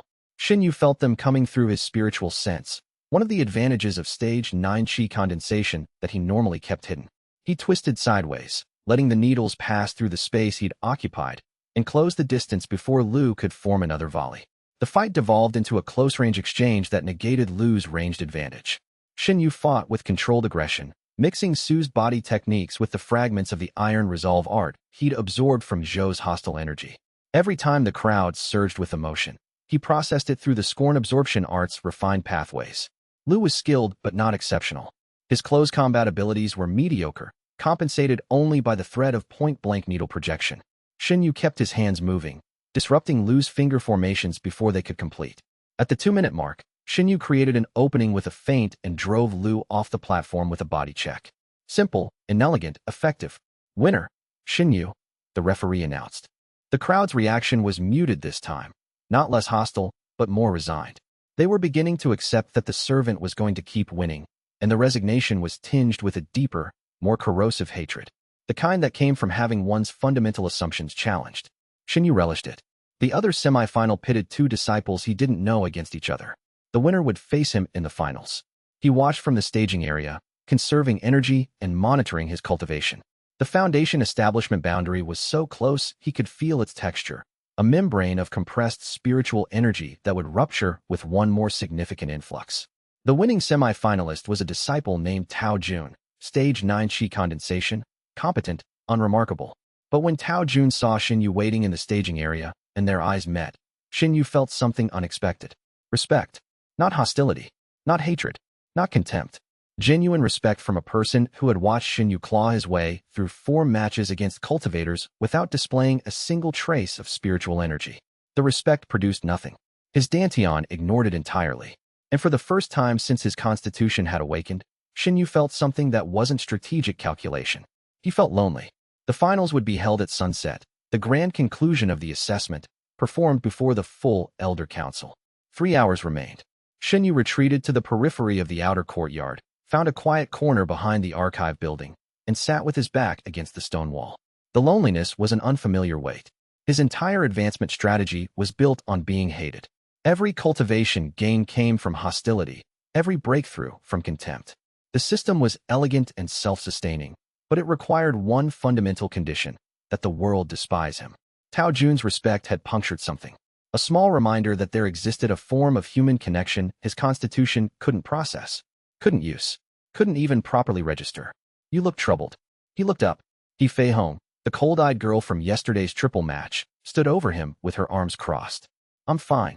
You're not. You're sitting behind the archive building with the expression of someone who's just realized the price of what they're buying. She sat down uninvited, maintaining the same analytical distance she displayed during their fight. I've been watching you. Not just in the ring. Before that. For months. Shen Yu's guard went up instantly. Why? Because you're the most interesting thing in this sect. A trashroot servant who moves like a trained fighter, who endures abuse with a calm that's too perfect to be genuine, and who suddenly decided to enter the assessment on the same day that everyone's hatred of him reached a peak. That's called coincidence. That's called strategy. I don't know what you're doing, Shen Yu, but you're doing something. And whatever it is, it's going to make the finals very interesting. She stood, brushed off her robes, and looked down at him. For what it's worth, I hope you win. She walked away. Shen Yu stared after her. Her parting words had carried no hostility and no particularly strong positive emotion, just cool, intellectual interest. His Dantian had registered nothing from the entire conversation. He filed He Fei Hong away as a variable that required monitoring and turned his attention to the final match. 3 hours. 1 fight. 1 breakthrough. The sunset turned the blue mist mountains into a painting of copper and violet. The arena was full, every seat occupied, disciples standing in the aisles, elders present in formal robes. Even sect master Jiang had descended from the inner sect to observe. Shen Yu stepped onto the platform and felt the full weight of the Iron Cloud sect's attention crash against him like a wave. Chapter 9. The wave did not stop. It built. It swelled. It became a living thing composed of hundreds of hostile minds, each contributing their own particular flavor of negative emotion to a collective torrent that battered Shen Yu's spiritual senses like a monsoon. He had underestimated the crowd. During previous matches, the hostility had been intense but manageable, focused, contained, and processed efficiently by the scorn absorption art. But the finals had drawn the entire sect. Inner disciples who normally couldn't be bothered to watch outer sect events leaned over their pavilion railings, radiating contempt that was backed by foundation establishment and even core formation cultivation bases. The elders, beings of immense spiritual power whose very emotions carried tangible weight, directed their attention at the anomaly in their arena. And then there were the rumors. Zhou Haochen's faction had spent the day spreading a new story. Shen Yu was a demonic cultivator, a servant who had somehow obtained a forbidden art, who was using dark techniques to defeat honest disciples. The story was unsubstantiated, but it didn't need to be true. It only needed to be believed. And belief, Shen Yu was learning, was the most potent fuel for hatred. The crowd didn't just dislike him. They feared him. They feared what he represented, a violation of the natural order, a trash-rooted servant who dared to challenge the hierarchy that gave their own achievements meaning. Fear-hatred was qualitatively different from contempt-hatred. It was denser, more acidic, and carried a charge that made his meridians burn even through the scorn absorption art's filtration. His Dantian expanded to process the influx, the gray-silver sphere spinning so fast it generated a visible tremor in his hands. Too much. This was too much. The karmic dampening seal against his chest was running hot, working overtime to suppress the flare of his physique. Su's warning echoed in his mind. Absorb too much too fast, and your meridians will crack. He needed to control the intake. Throttle it. Let the excess wash past him rather than trying to absorb everything. But the energy was so rich, so potent, so close to what he needed for foundation establishment. Tao Jun bowed formally from across the platform. His expression was serious, but not hostile. He was here to fight, not to participate in a mob. Shen Yu returned the bow with genuine respect. In a crowd of hundreds who wished him harm, Tao Jun was a neutral island. Begin, the referee called. Tao Jun attacked with clean, efficient technique. The wind-splitting palm, a common but well-executed martial art. His cultivation was equal to Shen Yu's displayed level. Nothing, but Tao was fighting based on what he'd observed, a servant with exceptional physical skill. He calibrated his approach accordingly, treating Shen Yu as a serious opponent rather than a joke. The crowd's frustration at the lack of immediate violence intensified the hostility. They wanted blood. They wanted the natural order restored. Every second Shen Yu survived was a personal insult to everyone watching. His dantian was approaching critical capacity. Shen Yu fought on two fronts, against Tao Jun physically and against the tidal wave of hostile energy spiritually. The scorn absorption art cycled at maximum speed, converting incoming hatred into processed chi, but the intake was outpacing the conversion. The excess energy began to accumulate in his meridians, unprocessed. His arms tingled. His vision blurred at the edges. The first warning signs of chi deviation. He had two choices: stop absorbing and fight Tao Jun at a disadvantage, or keep absorbing and risk his meridians cracking before the breakthrough. A third option presented itself. Instead of throttling the absorption, he directed the excess energy toward the foundation establishment boundary. Raw, unprocessed, chaotic, it slammed against the membrane like a battering ram. The membrane held, but cracks appeared. Spiderweb fractures in the barrier between chi condensation and foundation establishment. One more push, one concentrated burst of hostile energy, and the membrane would shatter. Shen Yu needed the crowd to hate him more. He let Tao Jun land a clean hit to his jaw. His head snapped sideways, and blood sprayed from his lip. The crowd cheered. He staggered, and they cheered louder. Then he straightened, spat blood onto the platform, and smiled. Not a humble smile. Not a pained smile. A smile of pure, unadulterated enjoyment. A smile that said, "I am having the time of my life, and you cannot stop me." The crowd lost its collective mind. The hostility quadrupled. 300 cultivators, many with spiritual energy backing their emotions, directed a wall of pure hatred at the smiling servant who refused to break. The karmic dampening seal cracked under the strain. Shen Yu's dantian screamed with energy. The foundation establishment membrane buckled, cracked, and shattered. The breakthrough hit him like a lightning bolt. His entire body convulsed as the gray-silver sphere in his dantian exploded outward, expanded, and reformed into the characteristic liquid pool of foundation establishment. His meridians widened. His spiritual sea deepened. The hollow mirror technique, already strained beyond limits, disintegrated. For one blazing second, his true cultivation was visible to everyone in the arena. Foundation establishment. Early stage. Achieved in less than 3 weeks from nothing. The arena went completely silent. Shen Yu stood in the center of the platform, his body emanating waves of spiritual energy, and the silence was so absolute, he could hear his own heartbeat. Tao Jun had stumbled backward, eyes wide, fists lowered. The referee was frozen mid-gesture. 300 spectators, a dozen elders, and the sect master himself stared at the impossible. A servant. A trashroot servant. Foundation establishment. Then the whispers started. Demon. He's a demon cultivator. It's not possible. Trashroots can't reach foundation establishment. I told you, forbidden arts. He's using forbidden arts. The whispers became a roar. The roar became a mob mentality. And the mob mentality produced a wave of hostile energy so intense that Shen Yu's newly formed foundation establishment pool expanded by 10% in the first 3 seconds. He forced himself to look shocked, which, in fairness, he partially was. The breakthrough's timing had been intentional, but the intensity had exceeded his calculations. His entire body hummed with power he'd never felt before. What is happening? Sect Master John's voice cut through the chaos with the precision of a blade.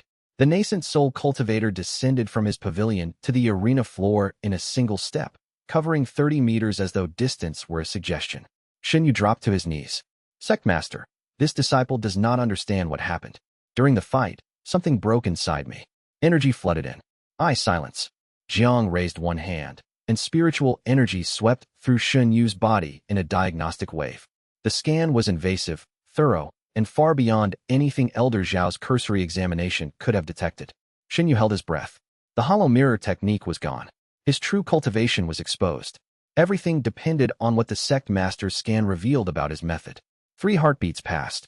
5. 10. Foundation establishment, Jiang said, his voice carrying to every corner of the arena. Early stage. Achieved through a latent spiritual root mutation, a rare but documented phenomenon in which a trash-rated root undergoes spontaneous refinement under extreme stress. The crowd murmured. A latent mutation. Rare, but not demonic. Not forbidden. The assessment's combat trials qualify as sufficient stress to trigger such a mutation, Jiang continued. This is unusual, but not unprecedented. The last documented case occurred in the Emerald Sky sect 73 years ago. Shen Yu almost collapsed with relief. The sect master was providing a cover story, whether out of genuine belief or political calculation. Shen Yu didn't know and didn't care. The match is declared null due to extraordinary circumstances, Jiang ruled. Shen Yu is elevated from servant status to outer disciple, effective immediately. The question of his assessment ranking will be determined separately.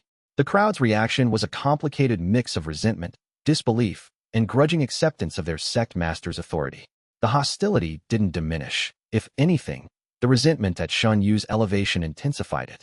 Zhou Haochen, standing at the edge of the inner disciples' pavilion, radiated killing intent, so pure and concentrated that Shen Yu's dantian actually lurched toward it like a compass needle toward magnetic north. Shen Yu bowed to the sect master, bowed to Tao Jun, and walked off the platform on legs that trembled, not from weakness, but from the effort of processing the most significant energy influx of his life, while maintaining the appearance of a bewildered servant who had just experienced a miracle. He had foundation establishment.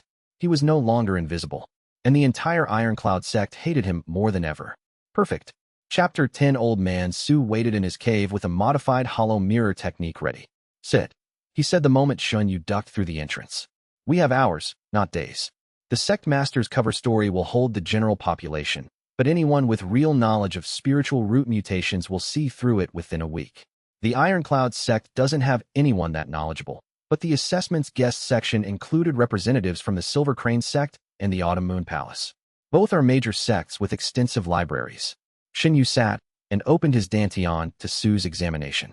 The old man's spiritual sense was weak, a shadow of his former Tao Lord perception, but it was precise. Your foundation establishment is clean, Su said after a moment. Surprisingly clean. The gray-silver energy has stabilized into a proper liquid pool with only minor impurities. Your inverted karma physique converts hostile intent more efficiently than I expected. I almost lost control during the breakthrough. The crowd's energy was, I know. I felt it from here. You generated a detection flare that broke through my dampening seal. If there was a karmic court sensor within 100 miles, they know. Cold settled in Shen Yu's stomach. How long do we have? Unknown. Possibly months. Possibly days. It depends on whether there was a sensor, and if so, how seriously they take a single flare. The karmic court investigates dozens of false positives every year. But a foundation establishment breakthrough fueled by hostile intent absorption is not a false positive. Su placed his hands on Shen Yu's shoulders, and spiritual energy, the faintest trickle, all the old man's damaged cultivation could produce, flowed into the contact points. Shen Yu felt the modified hollow mirror technique take shape, layering over his foundation establishment presence and compressing it to display Qi condensation stage 9. This version can hide one full realm, Su explained. But it has limits. Sustained combat will weaken it. Proximity to anyone above core formation will create interference. And any direct spiritual scan by a nascent soul cultivator will see through it. The sect master already scanned me, and he found what he expected to find, a latent root mutation. The hollow mirror technique doesn't hide your cultivation method, it only masks the level. The sect master was looking at the level, not the method. But if someone looks specifically for the inverted karma physique signature, they'll find it. They'll find it. Shen Yu processed this while Su stabilized the new concealment layer. The situation was more precarious than it appeared. On the surface, he'd achieved a remarkable victory. Foundation establishment, outer disciple status, and a narrative that explained his cultivation without revealing the truth. But beneath the surface, the timer was ticking. There's something else I discovered during the breakthrough, Shen Yu said. Something about how the energy works. Go on. I can feel the sincerity behind hostility. Not just the intensity, the genuineness. A person who truly hates me generates more energy than a person who's performing hatred for social reasons. And the reverse is also true. When Tao Jun faced me with respect instead of hatred, I felt nothing from him. His goodwill was invisible to my constitution. Su leaned back, a complex expression crossing his weathered features. That's more than a cultivation observation. That's a spiritual perception ability. The inverted karma physique has documented stages of development. At the first stage, absorption, you convert hostile intent into energy.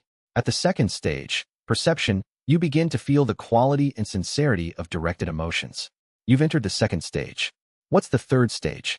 Reflection, the ability to return a portion of absorbed energy to its source. It's the physique's only offensive application, but that won't develop until core formation at the earliest. Shen Yu absorbed this information. The perception ability was more valuable than it seemed. If he could gauge the sincerity of people's emotions, he could distinguish genuine threats from posturing, real allies from false ones, and, most importantly, determine who was performing hostility for show versus who actually wanted him dead. There's one more thing, Su said, his voice dropping to a grave register. The entity I mentioned, Mohan, my former disciple. He'll be searching for bearers of the inverted karma physique. He needs them for his research. If the detection flare reached him, how powerful is he now? When I last had reliable information, 3 years ago, he was at spirit severing. By now, with his research into artificial curse energy harvesting, he could be higher. He calls himself the Hollow Sage and operates in the Crimson Abyss region, far from here. But distance means nothing to someone at that level. Shen Yu filed this away as a long-term threat. More immediately, he needed to navigate the changed landscape within the Iron Cloud sect. One more question, he said as Su finished stabilizing the concealment. The cover story, the latent root mutation. The sect master promoted it publicly. Why? He has no reason to protect me. Su's smile was thin and humorless. Sect Master Jiang is a politician. A servant achieving foundation establishment through demonic arts is a scandal. A servant achieving foundation establishment through a rare mutation is a miracle, and miracles bring prestige to the sect where they occur. He's not protecting you. He's protecting his sect's reputation. Shen Yu nodded. Political utility was a currency he understood. As long as the sect master's interests aligned with his own, he had a degree of protection. The moment they diverged, that protection would evaporate. He returned to the sect compound at midnight and found his storage room had been upgraded. A proper bed, a writing desk, a meditation mat, and a set of outer disciple robes. All standard issue for the sect's newest member. His servants' quarters had been literally and figuratively left behind. But the pig pen wall hadn't been moved. The smell was the same, and someone had carved demon into his new door. Shen Yu traced the carved letters with his fingertip, feeling the angry strokes of the knife, and smiled. Same hatred, better accommodations. Over the following week, Shen Yu adapted to his new status with calculated precision. As an outer disciple, he had access to the sect's training grounds, basic technique manuals, and, critically, the social dynamics of the disciple hierarchy. He learned quickly that promotion from servant to disciple did not equal acceptance. If anything, it intensified the hostility. The other outer disciples resented him for cheating his way in. The inner disciples viewed him as an uppity commoner.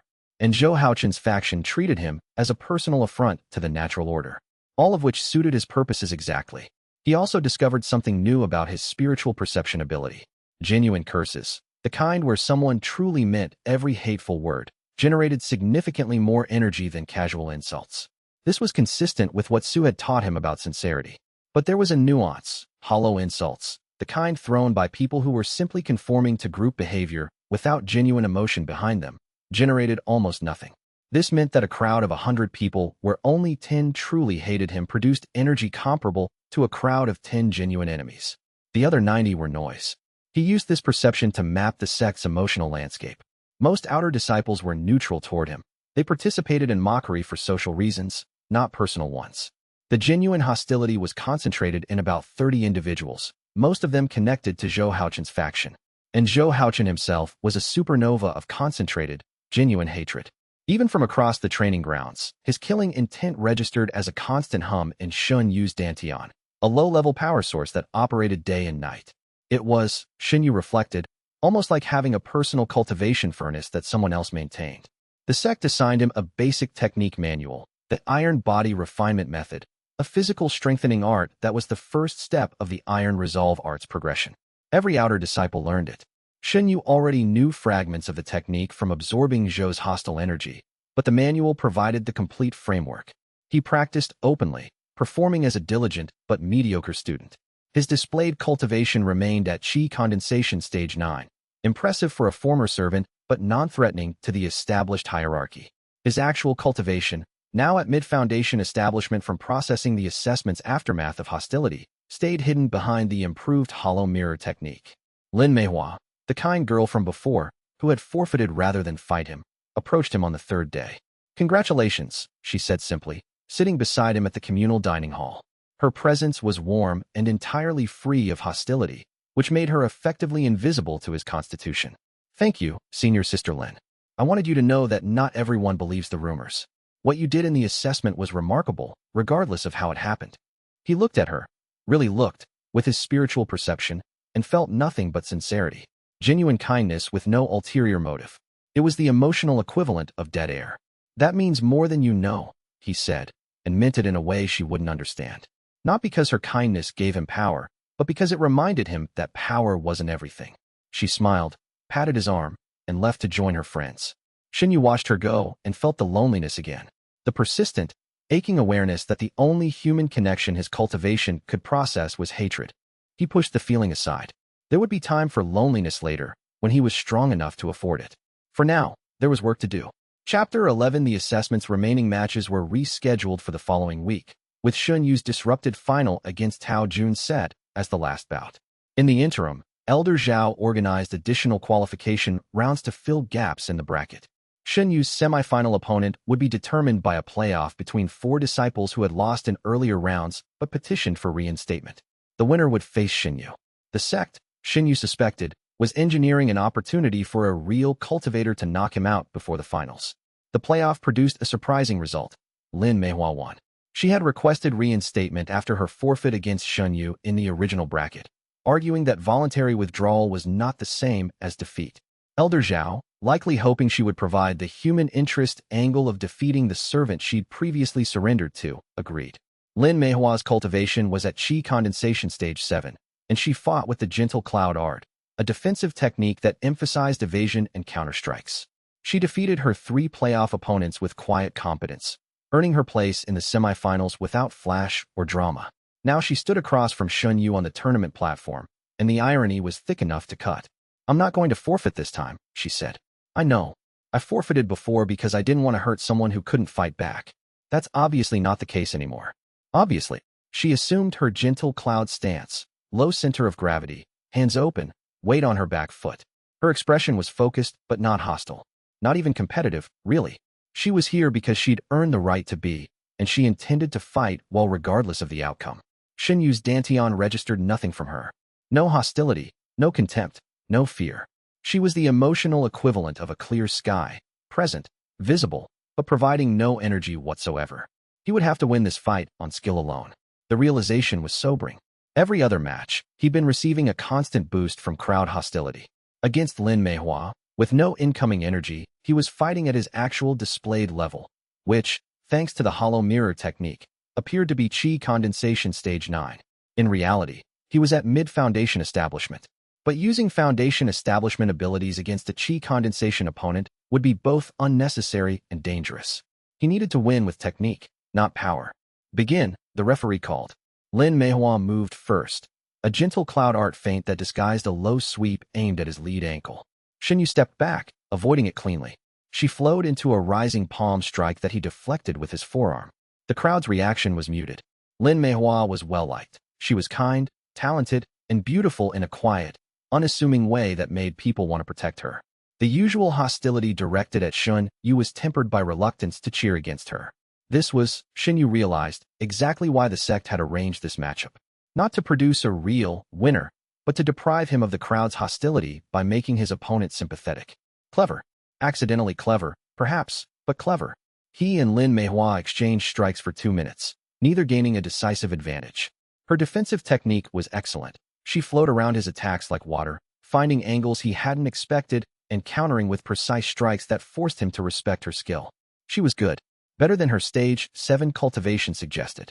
In terms of pure technique, she was comparable to anyone he'd faced in the tournament. "You're holding back," she said during a brief disengagement. "So are you." A ghost of a smile. "Fair point." She increased her speed. The gentle cloud art's defensive phase shifted to its offensive variant, storm breaking through clouds, and her strikes came faster, harder, with a fluidity that made each one unpredictable. Shen Yu absorbed 2 hits to his ribs and 1 to his shoulder before adjusting. Without the constant influx of hostile energy, he felt oddly clear-headed. His mind was sharper, his perception uncluttered by the usual background noise of absorbed hatred. He could see Lin Meihua's technique with crystalline clarity, every pattern, every habit, every microscopic tell that preceded each attack. Is this what fighting feels like without the physique? He wondered. Just skill against skill? He found the opening at the 3-minute mark. Lin Meihua overextended on a palm strike. A minor error, barely visible, and Shen Yu slipped inside her guard. His palm pressed against her sternum with exactly enough force to make the point without causing injury. Yield? He asked, holding the position. She looked at his hand on her chest, then at his face. Something shifted in her expression, not hostility, but recognition. You could have ended this at any time, she said quietly. You've been matching my level exactly, haven't you? Fighting at my speed instead of yours. Shen Yu said nothing. I yield, she announced to the referee. The crowd responded with a subdued murmur. The match had been clean, technical, and devoid of the drama they craved. Shen Yu bowed to Lin Meihua with genuine respect. You're a better fighter than anyone in this tournament, she said as they left the platform. I don't know what you are, Shen Yu, but whatever it is, I don't think it's what they're saying. She walked away to join her friends, and Shen Yu watched her go with a confusing mixture of gratitude and loss. Lin Meihua was the second person in the tournament, after Tao Jun, who had treated him with decency. And, like Tao Jun, her decency had produced no energy. His physique couldn't process goodwill. It couldn't grow from kindness. The only people who fueled his advancement were the ones who wanted to destroy him. In a world powered by hatred, kindness was the one thing he couldn't use. And it was the one thing he wanted most. Chapter 12. The finals were 2 days away. Shen Yu spent the first day training with Su and the second day avoiding Zhou Haochen's increasingly brazen assassination attempts. The first attempt came at dawn. 3 outer disciples cornered him in the bathhouse with concealed blades.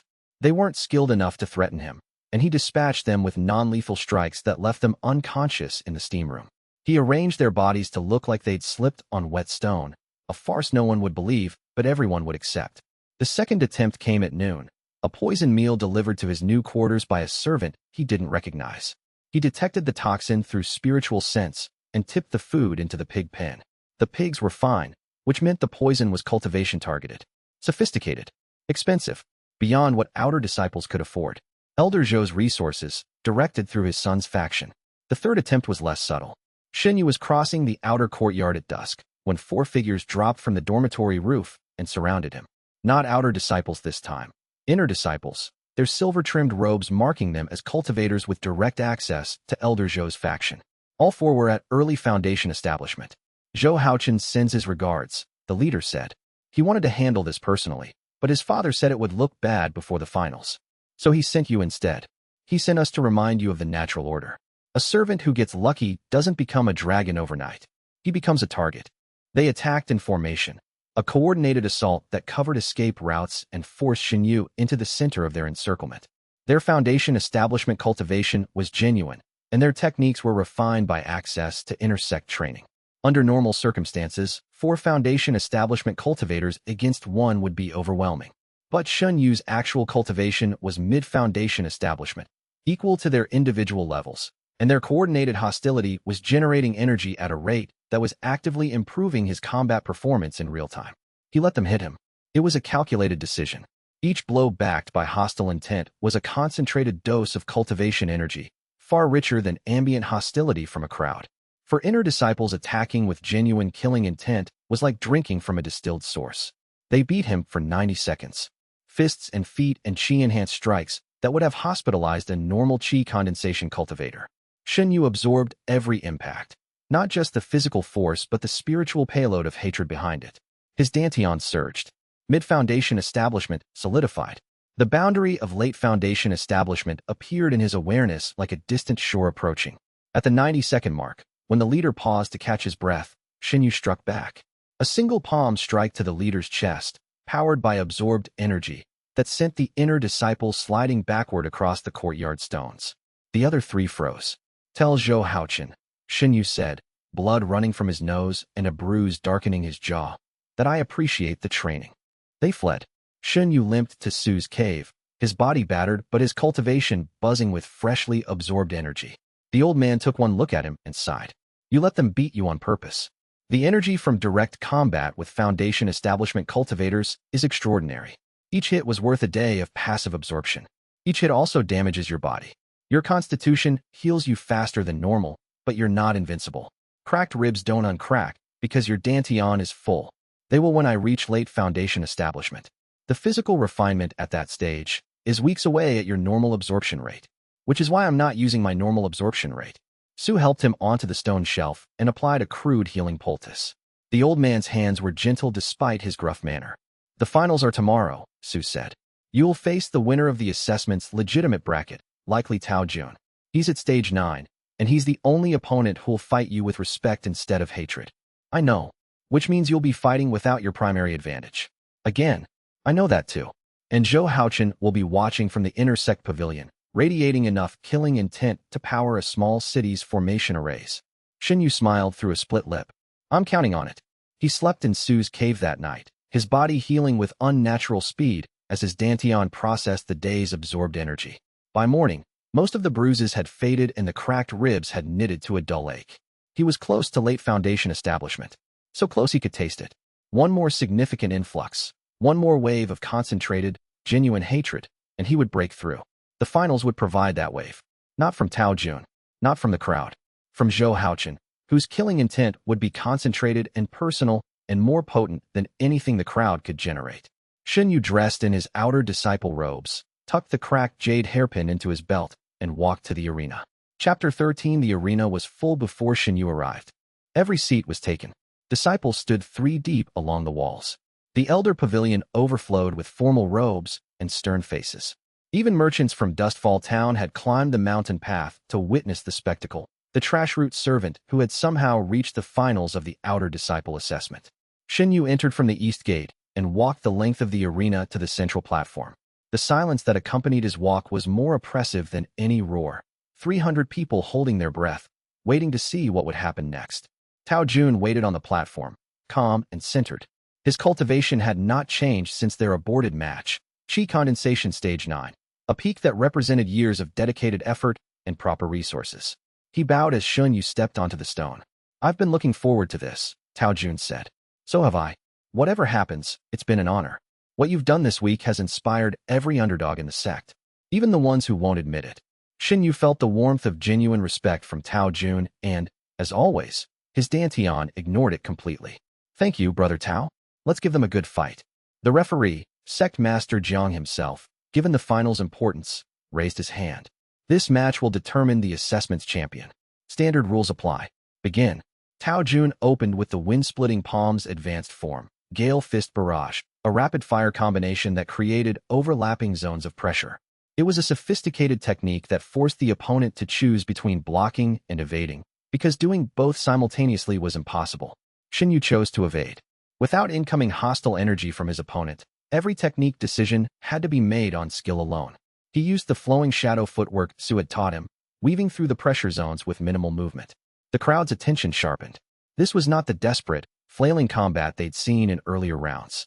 This was 2 skilled fighters engaging with precision and intelligence. The hostility in the ambient energy shifted, less contempt, more grudging fascination. Shen Yu circled left, probing Tao Jun's defense with light strikes. Tao Jun countered cleanly, his wind-splitting palm technique creating defensive pressure waves that pushed Shen Yu back. They exchanged combinations for a minute, neither gaining advantage. Then Zhou Haochen stood up in the inner disciple pavilion. The movement was visible from the platform. Zhou rose from his seat, placed both hands on the pavilion railing, and directed his full, unshielded killing intent at Shen Yu. It hit like a physical blow. Not the broad, diffused hostility of a crowd, but the concentrated, laser-focused hatred of a single individual who had spent weeks nursing a personal grudge into something nuclear. Zhou Haochen's mid-foundation establishment cultivation backed his killing intent with real spiritual force, and the resulting energy was the densest, most potent hostile emission Shen Yu had ever experienced from a single source. His dantian detonated with incoming energy. The foundation establishment boundary, already strained from the previous day's beatings, buckled. Cracks spiderwebbed through the barrier between mid and late foundation establishment.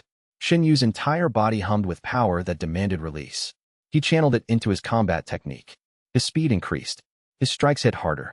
Tao Jun's eyes widened as the previously even exchange tilted dramatically in Shen Yu's favor. What? Tao Jun began, deflecting a palm strike that should have been beyond a chi condensation cultivator's power. Shen Yu pressed forward. The energy from Zhou's killing intent was continuous, a river of concentrated hatred flowing from the pavilion to the platform. Every second added to the pressure against the late Foundation establishment barrier. The crowd sensed the shift. The ambient energy changed again, alarm now, and confusion, and a rising wave of fear-hatred as they watched the servant fight with power that defied his supposed cultivation level. The barrier cracked further. Shen Yu delivered a combination, palm strike, elbow, knee, that drove Tao Jun backward 3 steps. Tao Jun's defense held, barely, but the gap in their combat ability was now visible to everyone watching. "You're holding back," Tao Jun gasped, deflecting another strike. "You've been holding back this entire time." "I'm sorry," Shen Yu said, and meant it. Tao Jun deserved a fair fight. This wasn't one. He ended it cleanly. A feint drew Tao Jun's guard left, and Shen Yu's palm struck the center of Tao Jun's chest with precisely calibrated force, enough to knock the wind out without causing injury. Tao Jun flew backward, landed on his back, slid to the platform's edge, and lay still for a moment before raising one hand. "I yield." And then Zhou Haochen's killing intent spiked. It was deliberate, a final, concentrated surge of hatred that Zhou projected with every ounce of his cultivation. Not just passive killing intent anymore, but an active spiritual attack. The Iron Resolve Arts pressure technique aimed across 30 meters of open arena directly at Shen Yu. The same technique Zhou had used during the Festival of Iron Resolve, when he'd made Shen Yu crawl. The irony was poetic. The same attack that had awakened Shen Yu's physique now became the hammer that broke through to his next realm. The late Foundation establishment barrier shattered. The breakthrough was less dramatic than the first one. No visible shockwave, no sudden spiritual eruption. But the energy redistribution within his dantian was profound. His liquid chi pool deepened, darkened, and began to crystallize at its core. His meridians expanded. His spiritual perception sharpened until he could count the individual threads of killing intent flowing from Zhou's position. The hollow mirror technique, strained to its limit, still held, barely. To the audience, Shen Yu appeared as a slightly stronger version of what they'd already seen. The internal transformation was invisible. Sect Master Jiang raised his hand. "Winner, Shen Yu, champion of the Outer Disciple Assessment." The arena erupted, not in celebration, in chaos. Disciples shouted over each other, arguing about legitimacy, about demonic arts, about the fundamental unfairness of a trash route winning the assessment. Elders conferred in tight clusters. Merchants in the guest section whispered to each other with the calculating intensity of people who had just witnessed something valuable. And Zhou Haochen, in the inner disciple pavilion, stared at Shen Yu with an expression that had evolved beyond hatred into something worse. Recognition. Zhou had seen the timing, had felt his own killing intent surge, and watched Shen Yu's power increase in direct correlation. He didn't understand the mechanism, but he'd seen the effect. Their eyes met across the arena, and Shen Yu felt a chill that had nothing to do with the evening air. Zhou Haochen knew something was wrong. And Zhou Haochen had his father's resources, his father's connections, and his father's absolute willingness to destroy anything that threatened their position.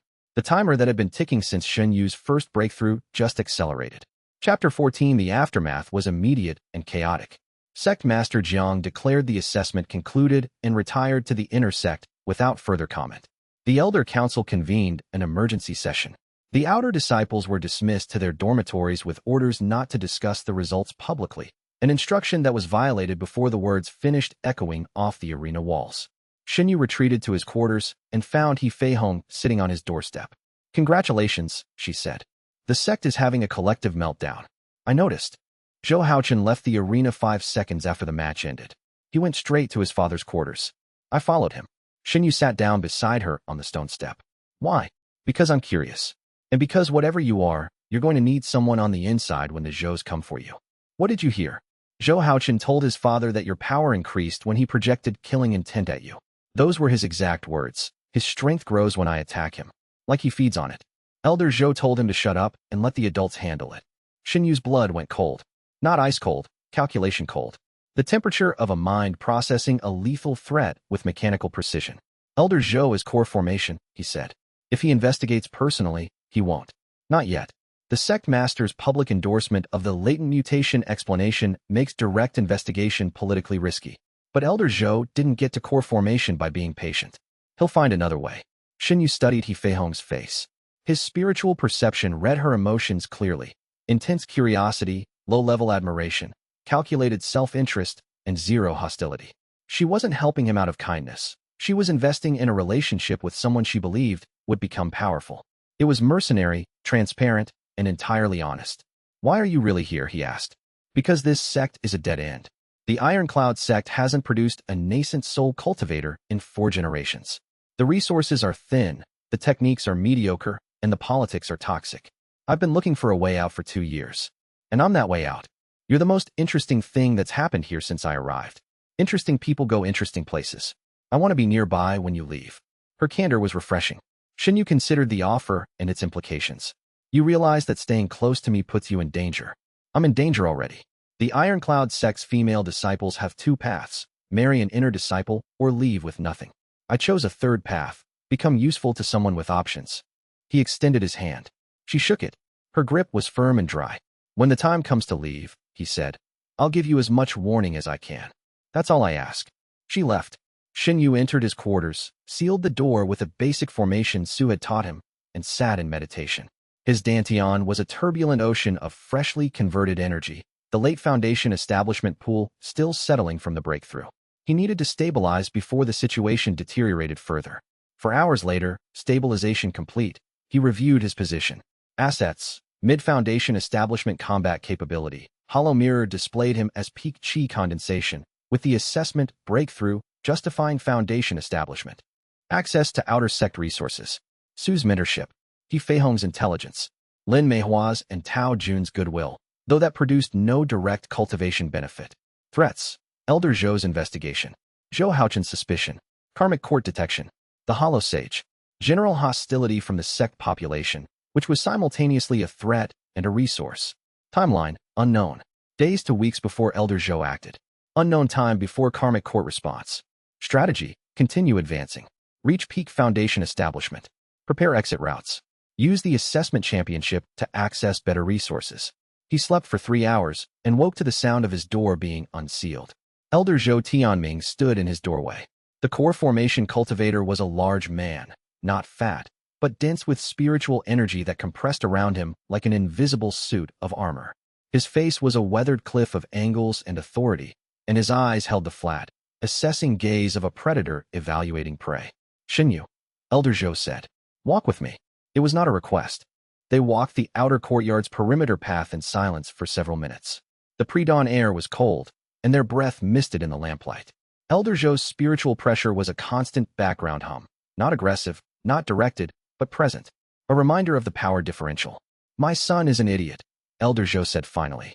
"He wastes his talent on petty cruelties and political games when he should be cultivating. But he is observant when properly motivated, and what he observed during the finals has given me cause for concern." "Elder Zhou, this disciple doesn't." Silence. "I am not Elder Zhou, who can be distracted by charter citations. I am not the sect master, who values narrative convenience over truth. And I am not my son, who lets emotion cloud analysis." He stopped walking and faced Shen Yu. His spiritual sense swept outward, a focused scan, more invasive and precise than anything the sect master had performed in the arena. Shen Yu felt it probing his meridians, his dantian, his spiritual root. The hollow mirror technique bent under the pressure. Not breaking, Su's modification was robust, but straining visibly at the edges. If Elder Zhou pushed harder, or if he was specifically looking for the inverted karma physique signature, the concealment would fail. But he wasn't looking for the physique. He was looking for demonic cultivation, for the telltale corruption that dark arts left in meridians and spiritual roots. And he found nothing, because the inverted karma physique wasn't demonic. It was something else entirely. Clean, Elder Zhou admitted, and the word cost him visible effort. No demonic contamination. No forbidden technique residue. "Whatever you are, you're not a demon cultivator." "Thank you, Elder," I said. "Whatever you are." I didn't say I know what that is. The sect master's latent mutation theory is convenient but insufficient. Latent mutations produce gradual awakenings, not tournament-timed breakthroughs. Something else is happening with you, and I will find out what. He leaned close. His breath smelled of medicinal herbs and iron. "If what I find endangers my sect, my son, or my position, I will destroy you. Not punish. Not exile. Destroy. Am I understood? Understood, Elder Zhou. Elder Zhou straightened, turned, and walked away without another word. His spiritual pressure lingered like a bruise in the air long after he disappeared around the courtyard's corner. Shen Yu stood in the cold pre-dawn darkness and felt, for the first time in weeks, genuine fear. Not the productive, energy-generating kind that came from hostile intent. Real fear. The kind his constitution couldn't process, couldn't convert, couldn't use. The kind that simply existed as a reminder that he was mortal and fragile and very, very alone.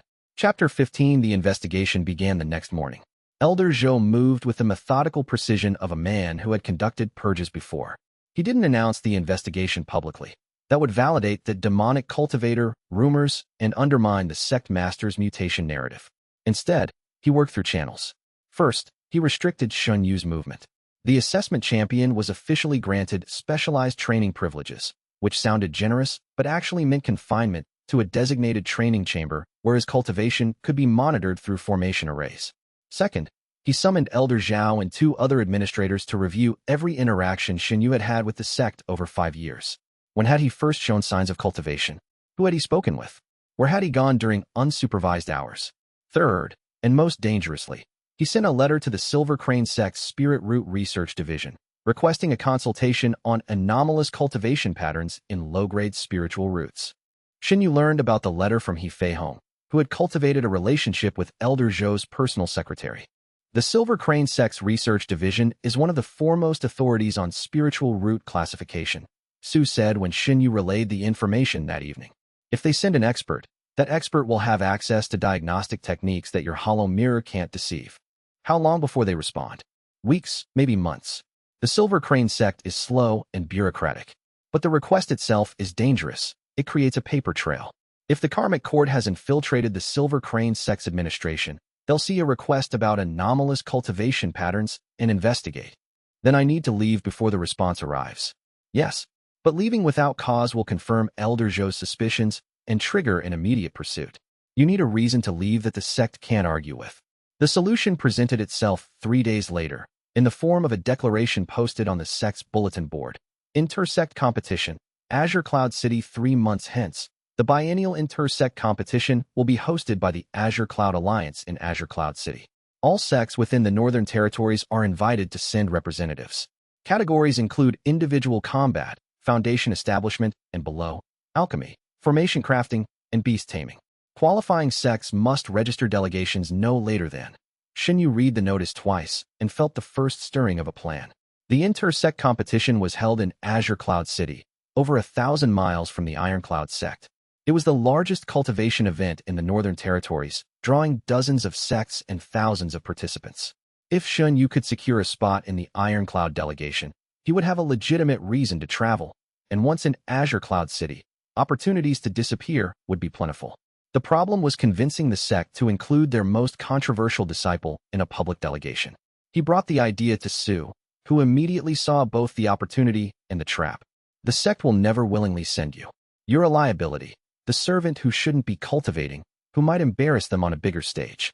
But the assessment championship traditionally guarantees a spot in the Intersect delegation. Traditionally, not legally. Check the charter. Shen Yu checked the charter. Section 31, subsection 4. The assessment champion shall be offered first consideration for Intersect delegation placement, subject to Elder Council approval. Subject to Elder Council approval. The council could deny him, but there was another path. Section 31, subsection 7. Any disciple who achieves foundation establishment during the assessment period shall be automatically qualified for Intersect competition in the foundation establishment combat category, regardless of council approval. Shen Yu's breakthrough during the finals had been witnessed by the entire sect, documented by the referee, and publicly acknowledged by the sect master. He was automatically qualified. He filed the paperwork with Elder Zhao the next morning. The bureaucrat's face turned an impressive shade of purple, but the charter was unambiguous. Shen Yu's name was added to the delegation list. Elder Zhou, informed of the development, summoned Shen Yu to his quarters. "You're forcing my hand," the elder said. "I can deny delegation placement on security grounds." The charter doesn't include a security exemption for automatic qualifications, Elder Zhou. The charter is a document. I am a core formation cultivator. Which do you think carries more weight? Shen Yu met the elder's eyes. His spiritual perception read layers of emotion, frustration, anger, grudging respect, and beneath it all, a pragmatic calculation. The political cost of publicly overriding the charter to block the sect's assessment champion versus the risk of letting Shen Yu leave the sect's control. Elder Zhou, Shen Yu said carefully, I understand your concerns. I submit myself to any monitoring you wish to implement during the journey. Formation trackers, spiritual bonds, observation by designated watchers, whatever will satisfy your need for security while respecting the charter's provisions. A long pause. You'll be monitored constantly. If you attempt to flee, the tracking formation will alert me instantly, and I will send pursuit. Core formation pursuit. Do you understand? Yes, Elder. And the Silver Crane consultation will proceed in your absence. If the results are unfavorable, you will be recalled. Immediately. Understood. Elder Zhou stared at him for another 5 seconds, then waved him away. Shen Yu left the Elder's quarters and allowed himself exactly 3 seconds of relief before his mind shifted to the next problem, the tracking formation. Any formation Elder Zhou placed on him would need to be disabled before he could disappear in Azure Cloud City. Su could analyze it, but breaking a core formation Elder's work would require significant skill. He had 3 months to prepare. 3 months of advancement, training, and planning. And 3 months of absorbing the Ironcloud sect's inexhaustible hostility. He intended to use every second. Chapter 16. The next 2 months were the most productive of Shen Yu's life. Confined to the designated training chamber during daylight hours, he was paradoxically freed from the sect's social dynamics. The chamber was isolated, formation monitored, and, crucially, visited daily by Elder Zhou's faction for inspections that were thinly veiled intimidation sessions. These sessions were invaluable. Inner disciples arrived in rotating groups of 3 to 5, projecting hostility with the enthusiasm of cultivators who believed they were tormenting a helpless victim. Each session lasted an hour. Each hour produced energy equivalent to a day of passive crowd absorption. And because the sessions were sanctioned by Elder Zhou, Shen Yu didn't need to provoke them. The hostility came free of charge. By the end of the first month, he reached peak foundation establishment. By the end of the second month, he was straining against the boundary of core formation. The progression was staggering and dangerous. Core formation was a qualitative leap, not just a quantitative one. The liquid chi pool in his dantian would compress into a solid core, permanently increasing his power and unlocking entirely new categories of technique. But the breakthrough process was violent, unpredictable, and impossible to conceal in a formation-monitored chamber. Su advised restraint. You cannot break through to core formation within the sect. The energy signature would be detected instantly, and a 17-year-old core formation cultivator would attract attention from far beyond the Ironcloud sect.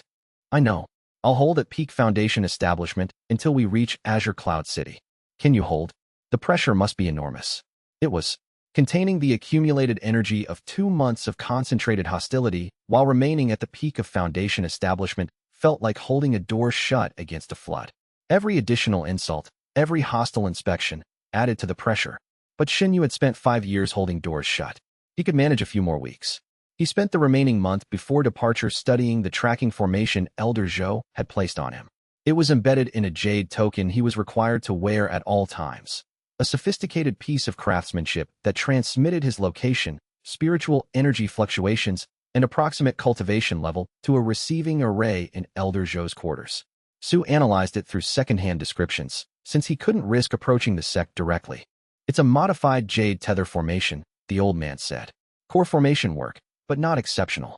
The transmission range is approximately 500 miles. Beyond that range, the signal degrades. Azure Cloud City is over 1,000 miles away. The formation won't function there. Elder Zhou will account for that. He'll place relay arrays along the travel route, which means you need to disable it before reaching the city during the journey. There will be a window, the relay handoff between the last relay point and the city's own formation infrastructure. During that handoff, the formation will be momentarily unsynchronized. How long? Seconds. Maybe less. Can you prepare a disruption talisman? I can prepare something, but it will need to be undetectable. If the formation registers external interference, it will trigger an alert. They spent the next 2 weeks developing a paper-thin talisman that would mask the tracker's disruption as a natural relay failure. It was delicate work, requiring precision that Su's damaged cultivation could barely provide. The result was a single-use tool, one chance, one moment, one shot. The departure date arrived. The Ironcloud delegation consisted of 12 disciples, 2 elders, neither of whom was Elder Zhou, who remained at the sect, and Shen Yu, who was placed at the back of the travel formation and given no specific role. He carried everything he owned: outer disciple robes, the cracked jade hairpin, Su's disruption talisman hidden in a fold of his belt, and the karmic dampening seal against his chest. Su watched from his cave as the delegation departed down the mountain path. "Old man," Shen Yu had said during their final meeting, "come with me. I'd slow you down. My cultivation is ruined, my body is failing, and I haven't walked more than a mile in 3 years. Then meet me there. Azure Cloud City, the inter-sect competition. I'll find a way to send word." Su had pressed a jade slip into Shen Yu's hand, cold, smooth, and humming with faint spiritual energy. "This contains my accumulated knowledge of the inverted karma physique, everything I learned in 2 centuries of study. If you need guidance, and I'm not there, break the slip and my recorded consciousness will speak." They had not embraced. Neither was the type. But the look they exchanged carried weight that words would have diminished. Now, walking down the Blue Mist Mountains for the first time in 5 years, Shen Yu felt the sect's spiritual signature fade behind him and the wider world open ahead. The tracking formation pulsed against his chest, a constant reminder of the leash Elder Zhou held. But leashes could be cut, and the hand that held this one was 1,000 miles away. Chapter 17. 3 weeks into the journey, Elder Zhou's patience expired. The delegation had crossed the Iron River and entered the Silver Mist Plateau, a vast, sparsely populated region of rolling grasslands and occasional cultivation ruins. They traveled by spirit carriage, a formation-powered vehicle that covered ground faster than mortal horses but slower than flying, which the delegation's foundation establishment majority couldn't manage.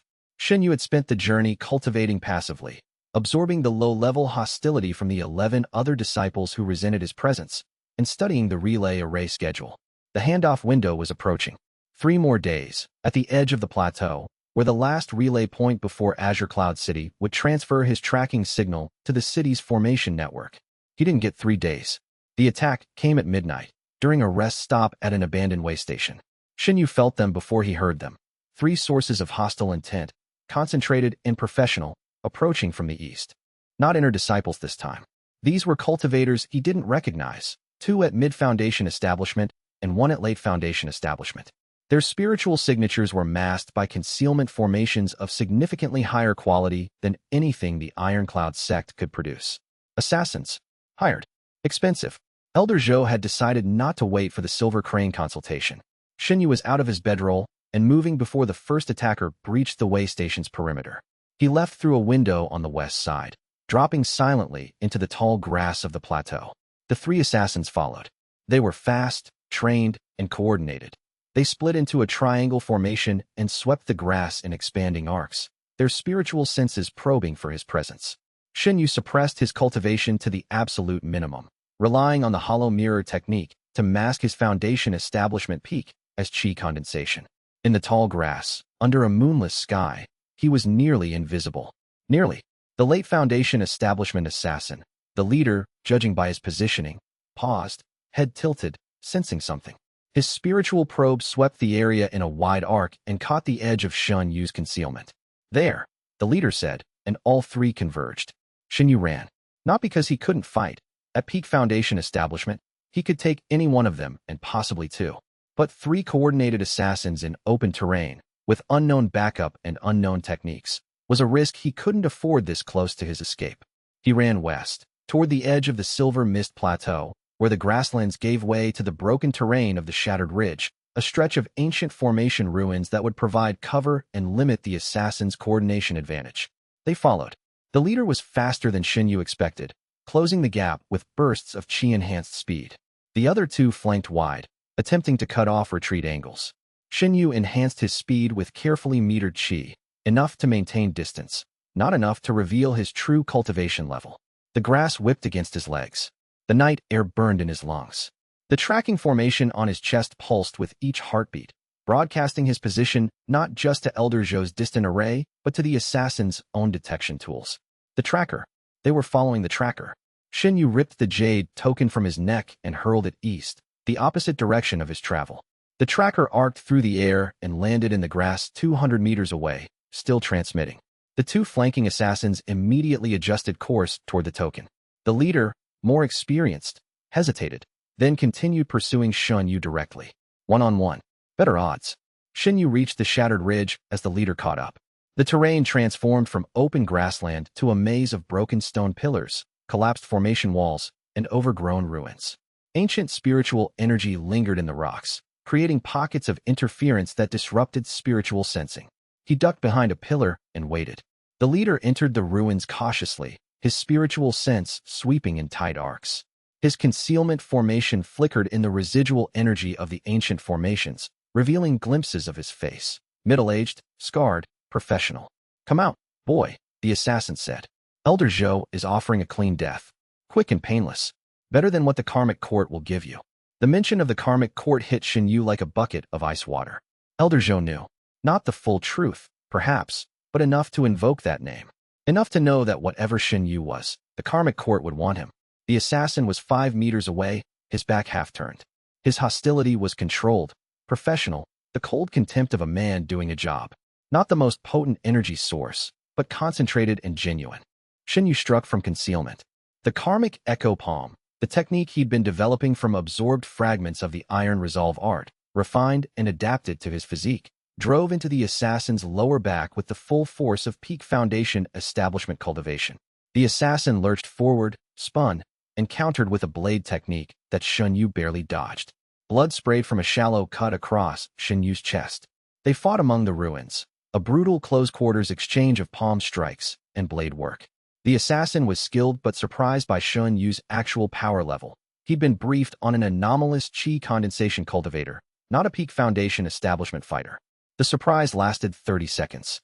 Then the assassin adjusted, his attacks becoming more cautious and technical. He fought defensively, buying time for his companions to track back from the discarded jade token. Shen Yu couldn't afford a prolonged fight. He reached into his dantian and touched the pressure he'd been containing for weeks, the accumulated energy straining against the core formation boundary. He didn't break through. He did something more dangerous. He released a fraction of the contained energy outward through his palm. Raw, unprocessed hostile energy, the stored hatred of 2 months of inner sect intimidation sessions. The karmic echo palm blazed with gray-silver light, and the strike hit the assassin square in the chest with a force that transcended foundation establishment. The assassin flew backward, crashed through a stone pillar, and didn't get up. Shen Yu stood over the unconscious body, breathing hard, his hands still glowing faintly with residual energy. The technique had been imprecise, a brute force application of stored hostility rather than a refined martial art. But it had worked. The other 2 assassins were approaching. He could feel their hostile intent through the ruins' interference, getting closer by the second. He ran, not toward Azure Cloud City. The path was too exposed, and the tracking formation's token was in the assassin's possession. Instead, he ran south, toward the Black Mist Valley that Sue had marked on the Jade Slips map. The inheritance ground. The backup plan they discussed weeks ago, in case the journey went wrong. As he ran, his chest aching from the cut and his palm throbbing from the discharged energy, Shen Yu felt an odd clarity settle over him. The Ironcloud sect was behind him, not figuratively, but literally and permanently. The tracking formation was discarded. The delegation would report him as missing or dead. Elder Zhou's investigation would conclude with whatever narrative suited his purposes. Shen Yu was alone, hunted, and free. The freedom tasted like blood and night air, and it was the sweetest thing he'd ever known. Chapter 18 The Shattered Ridge ended where the Black Mist Valley began. The transition was abrupt. One moment, broken stone pillars and ancient ruins. The next, a plunging canyon choked with black mist so dense it appeared solid. The mist carried a faint spiritual charge that tingled against Shen Yu's skin, and the temperature dropped 15 degrees at the valley's lip. He'd been running for 4 hours. The 2 remaining assassins had pursued for 2 before losing his trail in the Shattered Ridge's formation interference. He'd gained distance, but not safety. They would report his direction of flight to Elder Zhou, and the Elder would send more. The Black Mist Valley was a natural sanctuary. According to Sue's Jade Slip, the mist was a residual effect of an ancient defensive formation that had operated for thousands of years before its core degraded. The mist disrupted spiritual sensing, scrambled tracking formations, and made flight impossible. Anyone entering the valley was effectively invisible to the outside world. It was also, according to Sue, home to an inheritance ground tied to the inverted karma physique's history. Shen Yu descended into the valley, the black mist closing over him like a curtain. Visibility dropped to arm's length. Sound dampened. The sensation was like being swallowed by something vast and indifferent.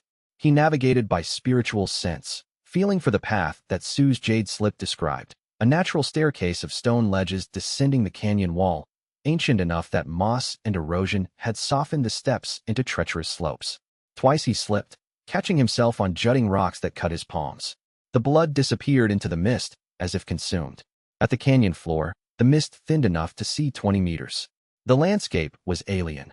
Pale stone formations twisted into organic shapes by millennia of spiritual erosion, luminescent moss that cast a faint blue-green glow, and silence so complete that Shen Yu's own breathing sounded thunderous. He followed the jade slip's directions through a maze of stone formations until he reached a cliff face marked with a single carved symbol, an eye with a tear falling upward. The symbol of the inverted karma physique, Su had explained. Created by the physique's original architect as a marker for inheritance grounds scattered across the continent. The cliff face had no visible entrance. Shen Yu pressed his palm against the carved symbol and channeled his gray-silver chi into it. The stone shifted. A section of cliff separated and swung inward, revealing a passage that descended at a gentle angle into darkness. Luminescent moss lined the walls, providing just enough light to navigate by. The passage opened into a chamber. It was circular, perhaps 30 meters across, with a domed ceiling covered in intricate carvings. In the center stood an altar of black stone, and on the altar sat a single object, a palm-sized crystal sphere that pulsed with gray-silver light identical to Shen Yu's own chi. The walls told a story. Shen Yu circled the chamber, reading the carvings with growing fascination. They depicted a figure, gender ambiguous, robed in ancient style, who stood at the center of a crowd. The crowd was screaming, their faces contorted with rage. Lines of energy flowed from the crowd to the figure, condensing around the figure's body like armor. In the next panel, the figure had grown larger. The crowd had grown with it. Thousands now, then millions, their hatred feeding the figure's expansion until it towered over mountains. In the third panel, the figure stood alone. The crowd was gone. The figure was immense and radiant, its form composed entirely of transformed energy, gray-silver light that no longer carried the taint of its origin. The final panel showed the figure dissolving into the sky, ascending beyond the mortal realm on a pillar of transformed karma. Beneath the image, a single line of ancient script, the Tao of inverted karma, to take what is given in hatred and return it as transcendence. Shen Yu stood before the inscription for a long time. The words resonated with something deep in his constitution, not his dantian, not his meridians, but the fundamental structure of his being. The inverted karma physique wasn't a weapon. It wasn't a survival mechanism. It was a path to transcendence built on the most abundant energy source in existence, mortal hatred. He approached the altar and placed his hands on the crystal sphere. The moment his skin made contact, energy flooded into him. Not hostile energy, but the residual cultivation of whoever had left this inheritance. Pure, refined, and carrying the unmistakable signature of the inverted karma physique. His dantian expanded. The peak foundation establishment pressure that he'd been containing for weeks found a release valve, not upward into core formation, but outward, expanding his spiritual sea and strengthening his foundation. The crystal's energy stabilized his meridians, refined his chi pool, and deposited a seed of knowledge deep in his consciousness. The knowledge unfolded slowly over the next several hours as he sat in meditation at the base of the altar. Techniques, insights, a fragmentary understanding of the physique's higher applications, and one critical piece of practical knowledge, the curse reflection ability that Su had mentioned, the physique's third stage development, which allowed the wielder to return a fraction of absorbed energy to its source. At foundation establishment, the reflection was weak, a momentary stun, nothing more. But the technique was there, implanted in his consciousness like a seed waiting for sufficient cultivation to bloom. When Shen Yu opened his eyes, the crystal sphere had dimmed to a faint glow, most of its stored energy depleted. He stood and tested his body. Peak foundation establishment stabilized, expanded spiritual sea, refined meridians, and a new technique that might save his life. He also felt, with absolute certainty, that Elder Zhou's assassins would not find him here. The Black Mist Valley's interference would shield him for days, maybe weeks, long enough to plan his next move. The jade slip in his pocket hummed, Su's recorded consciousness, activated by proximity to the inheritance ground. If you're hearing this, Su's voice said from the slip, then things went wrong on the journey and you've reached the Black Mist Valley. Good. The inheritance ground will stabilize your cultivation and give you the basics of curse reflection. You'll need it. A pause. Then, the map to Azure Cloud City is encoded in the second layer of this slip. It's a longer route, through the Dustfall territories and the Serpent's Spine mountain pass, but it avoids all major sect territories and most karmic court surveillance points. Travel alone. Trust no one until you reach the city. Another pause. Longer. I'm proud of you, boy. Don't get killed. The message ended. Shen Yu held the jade slip against his forehead, extracted the map, and began planning his route. Azure Cloud City. 3 months away. 1,000 miles of hostile territory between here and there. He shouldered his meager pack, ascended the Black Mist Valley stone staircase, and stepped into the dawn light. The mist released him like a held breath, and the world opened in every direction, vast, dangerous, and entirely his to navigate. He set his jaw, felt his dantian pulse with transformed hatred, and began walking south. Chapter 19. The Black Mist Valley Inheritance Grounds crystal had given Shen Yu more than stabilized cultivation and the curse reflection seed. It had given him something he hadn't expected: history. As he traveled south through the Dustfall territories, a patchwork of small towns, independent cultivator compounds, and untamed wilderness, the knowledge implanted by the crystal continued to unfold, not as sudden revelations, but as gradual understanding that surfaced during meditation, layering itself into his existing comprehension like sediment building a riverbed. The inverted karma physique had been created, not evolved. The carvings in the inheritance chamber told the beginning of the story, but the crystal's knowledge filled in the details. In the primordial era, before the current cultivation civilization, before the established hierarchy of sects and empires, a being had existed who understood karma as a fundamental force, like gravity or spiritual energy. This being recognized that negative karma, hatred, resentment, envy, was far more abundant in the mortal world than its positive counterpart. Love and gratitude were rare, suffering and anger were everywhere. The being created the inverted karma physique as a proof of concept, that even the darkest energy could be transformed into something transcendent. That ascension didn't require virtue, it required transformation. The crystal's knowledge was fragmented, and Shen Yu couldn't determine what had happened to the creator. The historical record simply stopped, replaced by scattered accounts of subsequent physique wielders throughout the ages. Each one hunted, each one feared, each one eventually destroyed before achieving the transformation the creator had envisioned. He was the latest in a long line of failures. A sobering thought. 2 weeks into his journey, traveling through forested highlands that smelled of pine resin and approaching winter, Shen Yu encountered the first test of his curse reflection ability. A band of rogue cultivators, 5 men and 1 woman, all at Qi condensation or early foundation establishment, ambushed him on a narrow mountain trail. They were bandits, not assassins. Their hostile intent was motivated by greed rather than personal hatred, but it was genuine enough for his dantian to register. "Empty your storage bag," the leader demanded, a scarred man with a missing ear and foundation establishment cultivation. Slowly. Shen Yu didn't have a storage bag. He didn't have anything worth stealing. But the bandits' hostility, concentrated and directed, was triggering the curse reflection seed that the inheritance ground had planted. The seed unfurled. It happened instinctively, a pulse of gray-silver energy that traveled from his dantian through his meridians and outward, riding the pathway of the bandit's hostile intent back to its source. The pulse was weak, carrying only a fraction of the absorbed energy, but it hit the bandit leader like a slap to the mind. The man staggered, his eyes unfocusing for 2 seconds. In that window, Shen Yu moved. He disabled 3 of the 5 men before they processed what had happened. Body technique, precise strikes, maximum efficiency. The remaining 2, including the woman, who was actually the most skilled of the group, fought back with desperate energy. Shen Yu absorbed their panic-fueled hostility, processed it through the scorn absorption art, and ended the fight in under a minute. The woman landed a blade strike across his forearm that bled freely, but the wound was shallow.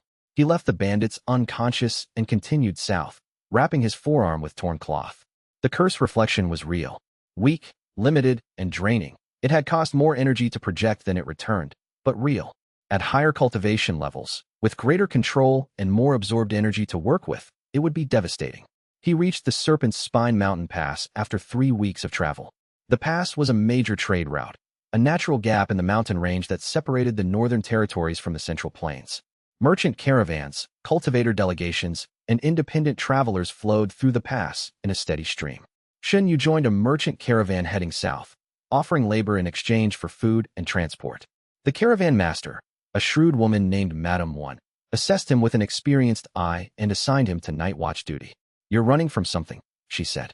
It wasn't a question. "I'm running towards something." Azure Cloud City. Same thing usually. The caravan traveled for 2 weeks through the Serpent's Spine. The pass was narrow, flanked by sheer cliffs, and dotted with way stations that served as rest stops and trading posts. The ambient spiritual energy was thin, suppressed by the mountain's natural formation-like properties. Shen Yu used the travel time to consolidate his cultivation and refine his understanding of the curse reflection technique. The caravan's other guards provided passive hostility. They resented the newcomer, distrusted his youth, and competed for Madame Wen's favor, which gave him a steady, low-grade energy source. He reached mid-foundation establishment energy reserves, which was curious. His cultivation level hadn't advanced. He was holding at peak foundation establishment to avoid premature breakthrough, but the quantity and quality of his stored energy had increased significantly. It was as though the inheritance grounds crystal had expanded his Dantian's capacity beyond what his nominal cultivation level should allow. Su's recorded consciousness, activated by a question during meditation, provided the explanation. The inverted karma physique's energy reserves operate independently of standard cultivation level markers. Your Dantian can store energy equivalent to 2 or 3 levels above your nominal rank. This is both an advantage and a risk. If you release it all at once, you'll briefly fight at that higher level, but the strain on your meridians will be severe. A trump card, then. A temporary power surge for emergencies, at the cost of potential meridian damage. He filed it away and continued south. The caravan reached Azure Cloud City on the 83rd day after Shen Yu had fled the Iron Cloud delegation. The city was enormous. Built on a plateau overlooking the central plains, Azure Cloud City sprawled across miles of elevation-varied terrain. Towers of blue-veined stone reached skyward, connected by covered bridges and formation-powered lifts.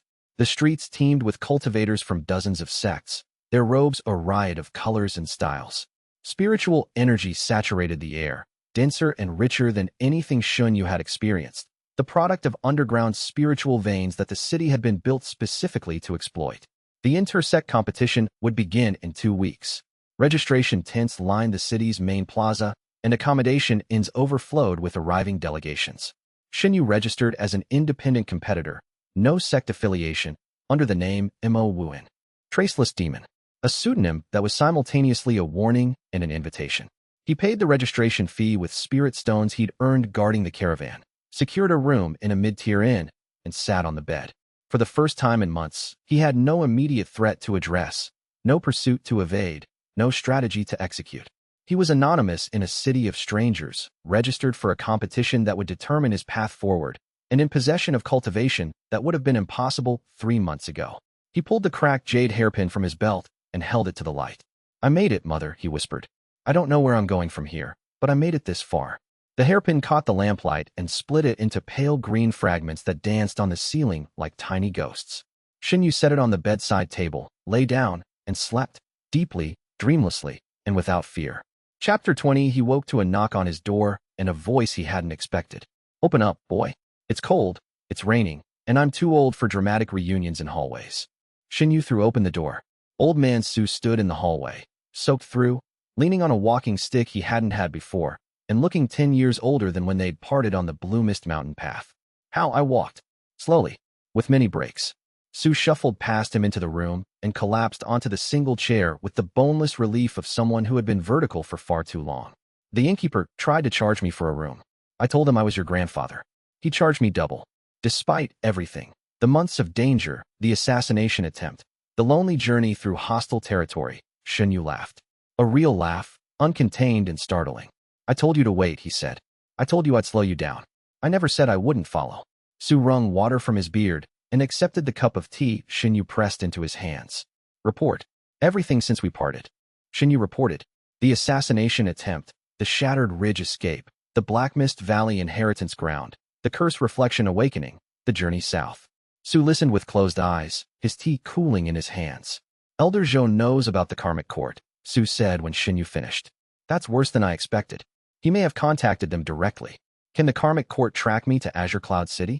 Not through the Black Mist Valley. That route breaks all tracking chains. But the inter-sect competition will have thousands of cultivators, including representatives from major sections. The Karmic Court embeds agents in large gatherings as a matter of course. Then I need to be careful. You need to be brilliant. The competition is both your greatest opportunity and your greatest risk. Winning brings resources, reputation, and the attention of powerful patrons who could protect you. Losing means you've exposed yourself for nothing. I don't intend to lose. Su opened his eyes. The look he gave Shen Yu was complex, pride, worry, and a weariness that went deeper than physical exhaustion. The Iron Cloud sects delegation is already here, Su said. They arrived a week ago. Zhou Haochen is competing in the Foundation Establishment Combat category. Shen Yu processed this. Of course Zhou was here. Of course the universe would arrange this particular symmetry. Does he know I'm here? Not yet. You registered under a false name, and you look different. Thinner, harder, older than the servant he remembers. But the moment you step into a competition ring, anyone who knew you at Ironcloud will recognize your movement patterns. Good. Good. Zhou Haochen's hatred is the most concentrated, most potent hostile energy I've ever absorbed from a single source.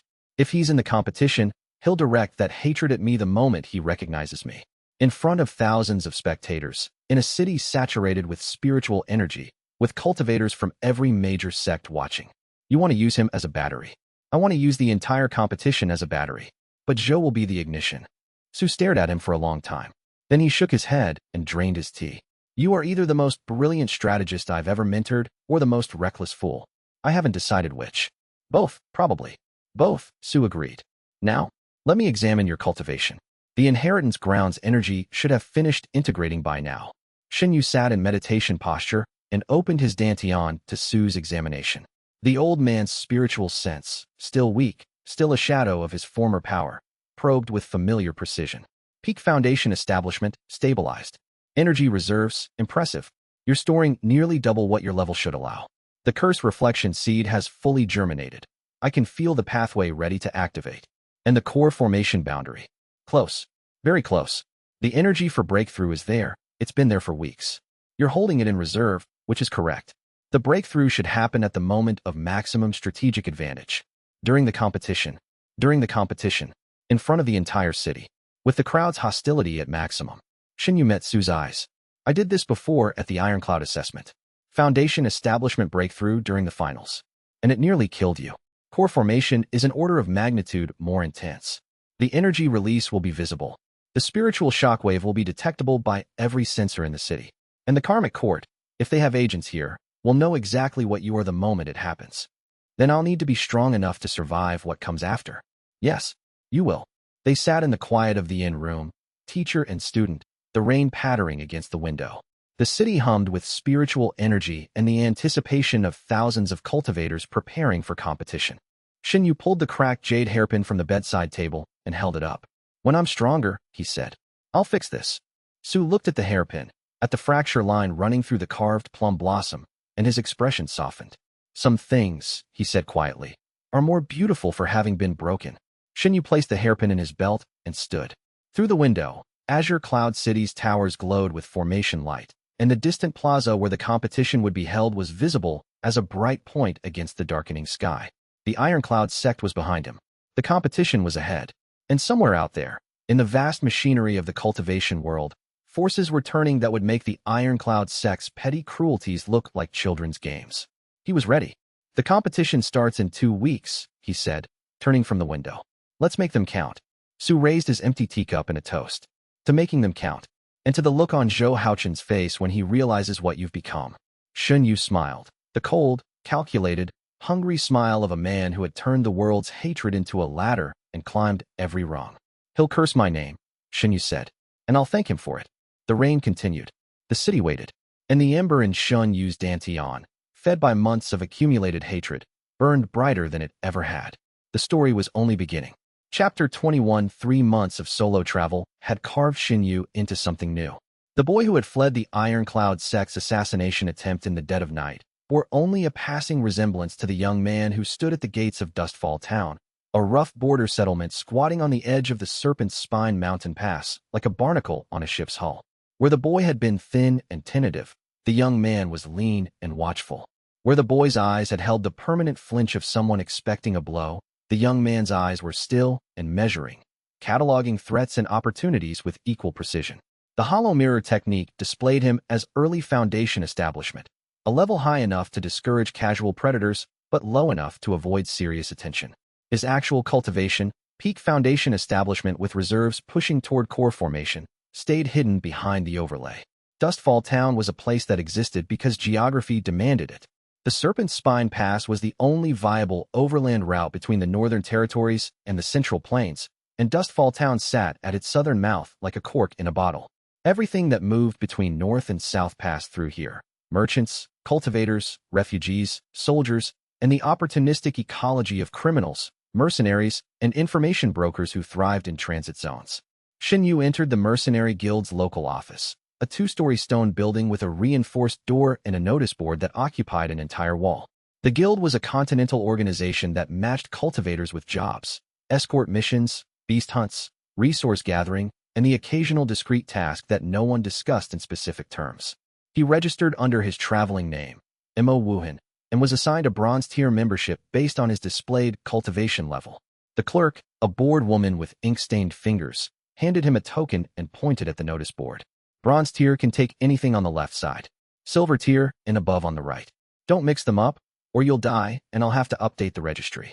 The left side of the board was crowded with low-priority missions: herb gathering, minor beast elimination, wall repair duty for the town's perimeter. None paid well, and none would advance his position. On the right side, one notice caught his eye. Urgent. Escort mission through Serpent's Spine Client. Madam when trading company route. Dustfall Town Azure Cloud City via the Spine interior route threat level. High. Bandits, rogue cultivators, possible spiritual beast activity. Minimum requirement. Foundation establishment, mid-stage or above payment. 500 spirit stones plus performance bonuses. Note: previous escort teams have suffered casualties. Only experienced combatants need apply. 500 spirit stones was more than Shen Yu had ever possessed. The route matched his intended destination, and the high threat level guaranteed hostile encounters. Encounters that would feed his cultivation. That mission requires silver tier, the clerk said without looking up. The notice says Foundation Establishment Mid-Stage Minimum. I'm Foundation Establishment. Early Foundation Establishment. The note says Mid-Stage. I'd like to apply for an exception. The clerk finally looked up. Her expression suggested he had just asked to borrow the sun. Exceptions require a voucher from an existing silver tier member. Do you know any silver tier members? Not yet. Then come back when you do. Shen Yu left the guild office and surveyed Dustfall Town's main street. The establishments were what you'd expect in a border town: inns, weapons shops, pill merchants, and taverns that served as informal meeting grounds for mercenaries between jobs. He needed a silver tier member willing to vouch for an unknown early Foundation Establishment cultivator. He found one in the third tavern he checked. The man was impossible to miss. He sat alone at a corner table, occupying twice the space his chair was designed for, eating from 3 plates simultaneously with the focused intensity of someone who treated food as a sacred obligation. His body was a monument to physical cultivation, muscles layered on muscles, tendons thick as ropes, skin that had the dense, slightly metallic sheen of someone who had refined their flesh with qi until it became something more than human. A body cultivator. And, based on the silver mercenary token hanging from his belt, exactly what Shen Yu needed. That seat's taken, the man said without looking up. His voice was deep enough to vibrate the table. By whom? By someone who doesn't exist yet but might show up. I'm an optimist. Shen Yu sat down anyway. My name is Mohan. I need a voucher for the Serpent's Spine escort mission, and you're the only silver tier member I've found who isn't currently drunk, unconscious, or both. The man finally looked up. His face was broad, sun-darkened, and organized around a jaw that could have been used as an anvil. His eyes were small and bright, and surprisingly intelligent. Feng Rue, he said. Body cultivator, mid-foundation establishment, formerly of the Iron Arm Arena Circuit, currently between opportunities and very focused on this roast spiritual boar. Why would I vouch for someone I've never met? Because you're the only other person willing to take the escort mission, and going alone is suicide. Feng Rue paused mid-chew. How do you know I signed up for the mission? Because you're eating 3 plates of spiritual beast meat the night before departure. Body cultivators load up on high-energy food before extended combat missions. You're preparing. The big man chewed slowly, his expression thoughtful. You're observant. I hate observant people. They notice things I'd rather they didn't. I'll keep my observations to myself if you keep your voucher to the guild. Feng Rue set down his chopsticks and leaned back. The chair groaned. Here's my problem, Mohan, or whatever your real name is. I've been a mercenary for 6 years. In that time, I've had 12 partners. 8 of them ran when things got dangerous. 3 of them tried to rob me. 1 tried to kill me in my sleep. I've developed what you might call trust issues. Understandable. So convince me. Why should I trust you? Shen Yu considered his options. Feng Rue was radiating a complex emotional signature: wariness, curiosity, loneliness. The specific loneliness of someone who'd been betrayed too many times. And beneath it all, a genuine desire for human connection that his gruff exterior was designed to protect. None of it was hostile, which meant Shen Yu's constitution couldn't process any of it. I can't convince you to trust me, Shen Yu said. Trust is earned through shared experience, not arguments. What I can tell you is this. I need to get to Azure Cloud City. You need a partner for a dangerous mission. We can spend the next 3 weeks being useful to each other, and at the end, you can decide if the trust was warranted. Feng Rui stared at him for 5 seconds. Then he picked up his chopsticks, pulled a piece of roast boar from the nearest plate, and held it out.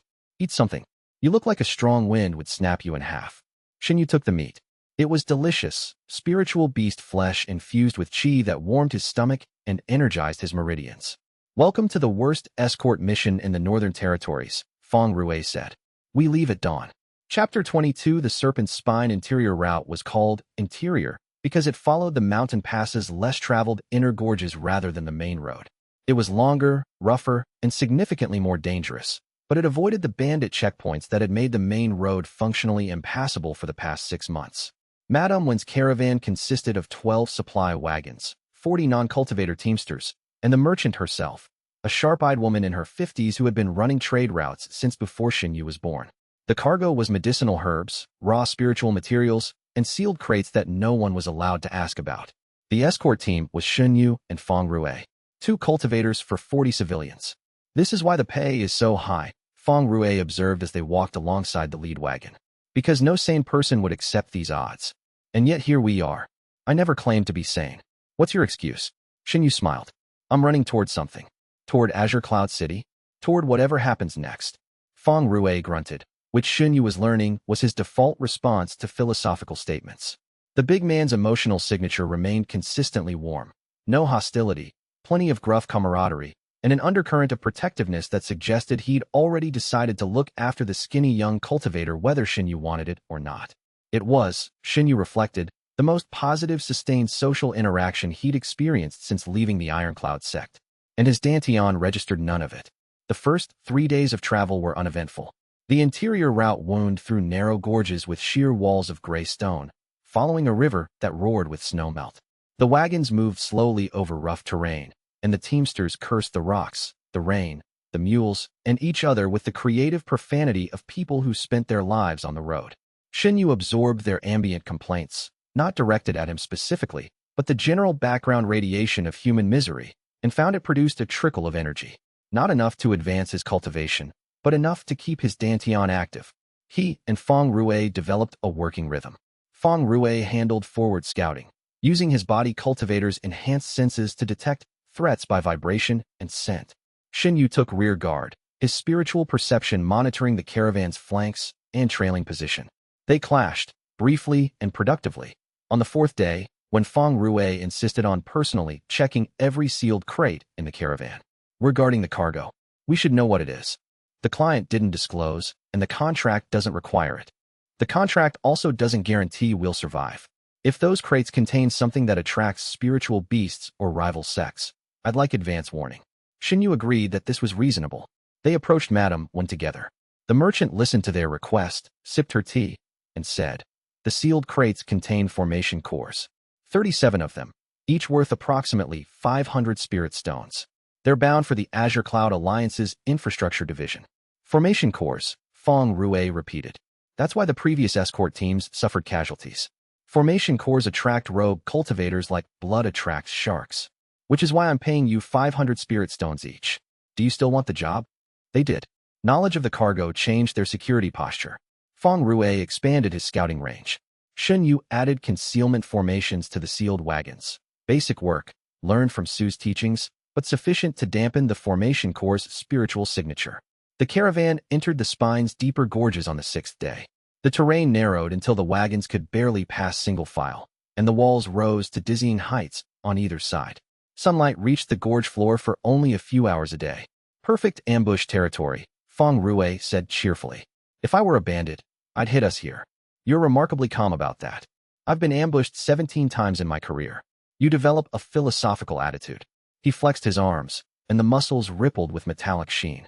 Besides, my body cultivation is specifically designed for close-quarters combat. Tight spaces are my advantage. They weren't ambushed in the narrow gorge. They were ambushed at the gorge's exit, where the terrain opened into a wider valley and the attackers had room to surround them. Chapter 23: The Venomheart Sect attacked at dusk. Shen Yu felt them before he saw them. A cluster of hostile intentions approaching from 3 directions simultaneously.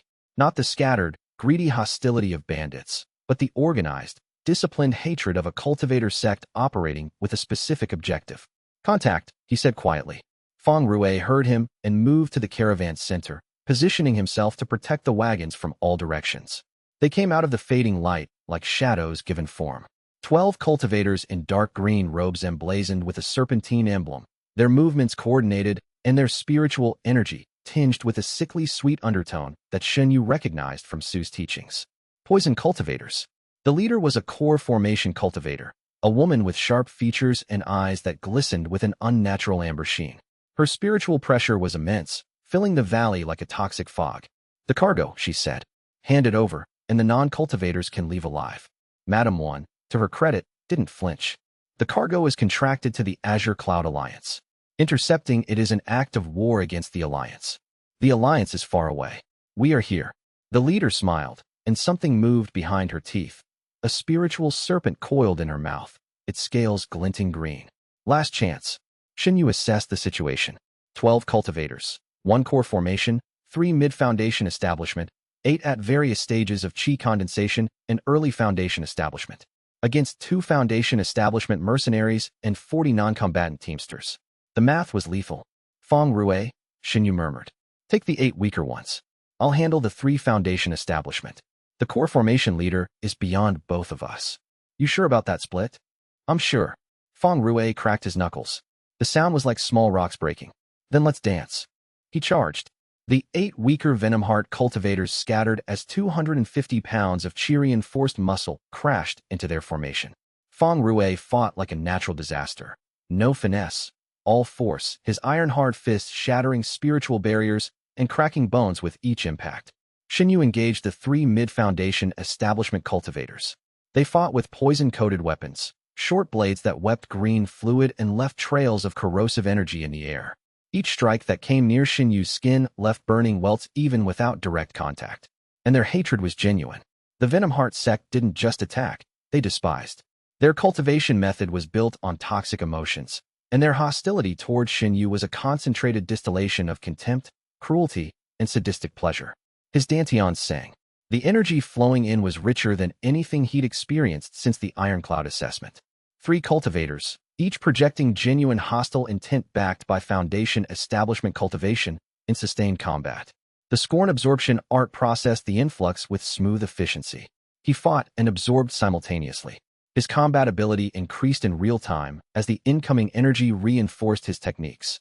The 3 Venomheart cultivators, initially confident in their numerical advantage, began to falter as Shen Yu's responses grew faster and more powerful with each exchange. But the core formation leader was not idle. She raised her hands, and a formation activated beneath the valley floor. A prelayed poison formation that released clouds of green miasma from vents in the earth.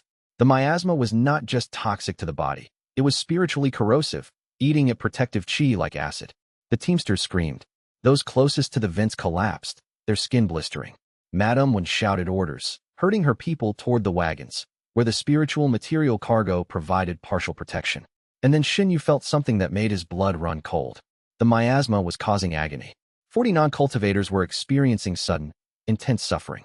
And their suffering, their anguish, fear, and desperate hatred of the people causing their pain, was generating resentment. His dantian reached for it instinctively. The suffering of innocent people transformed into cultivation energy. He recoiled. Physically, spiritually, morally, every part of him rejected the intake. But his constitution didn't have a conscience.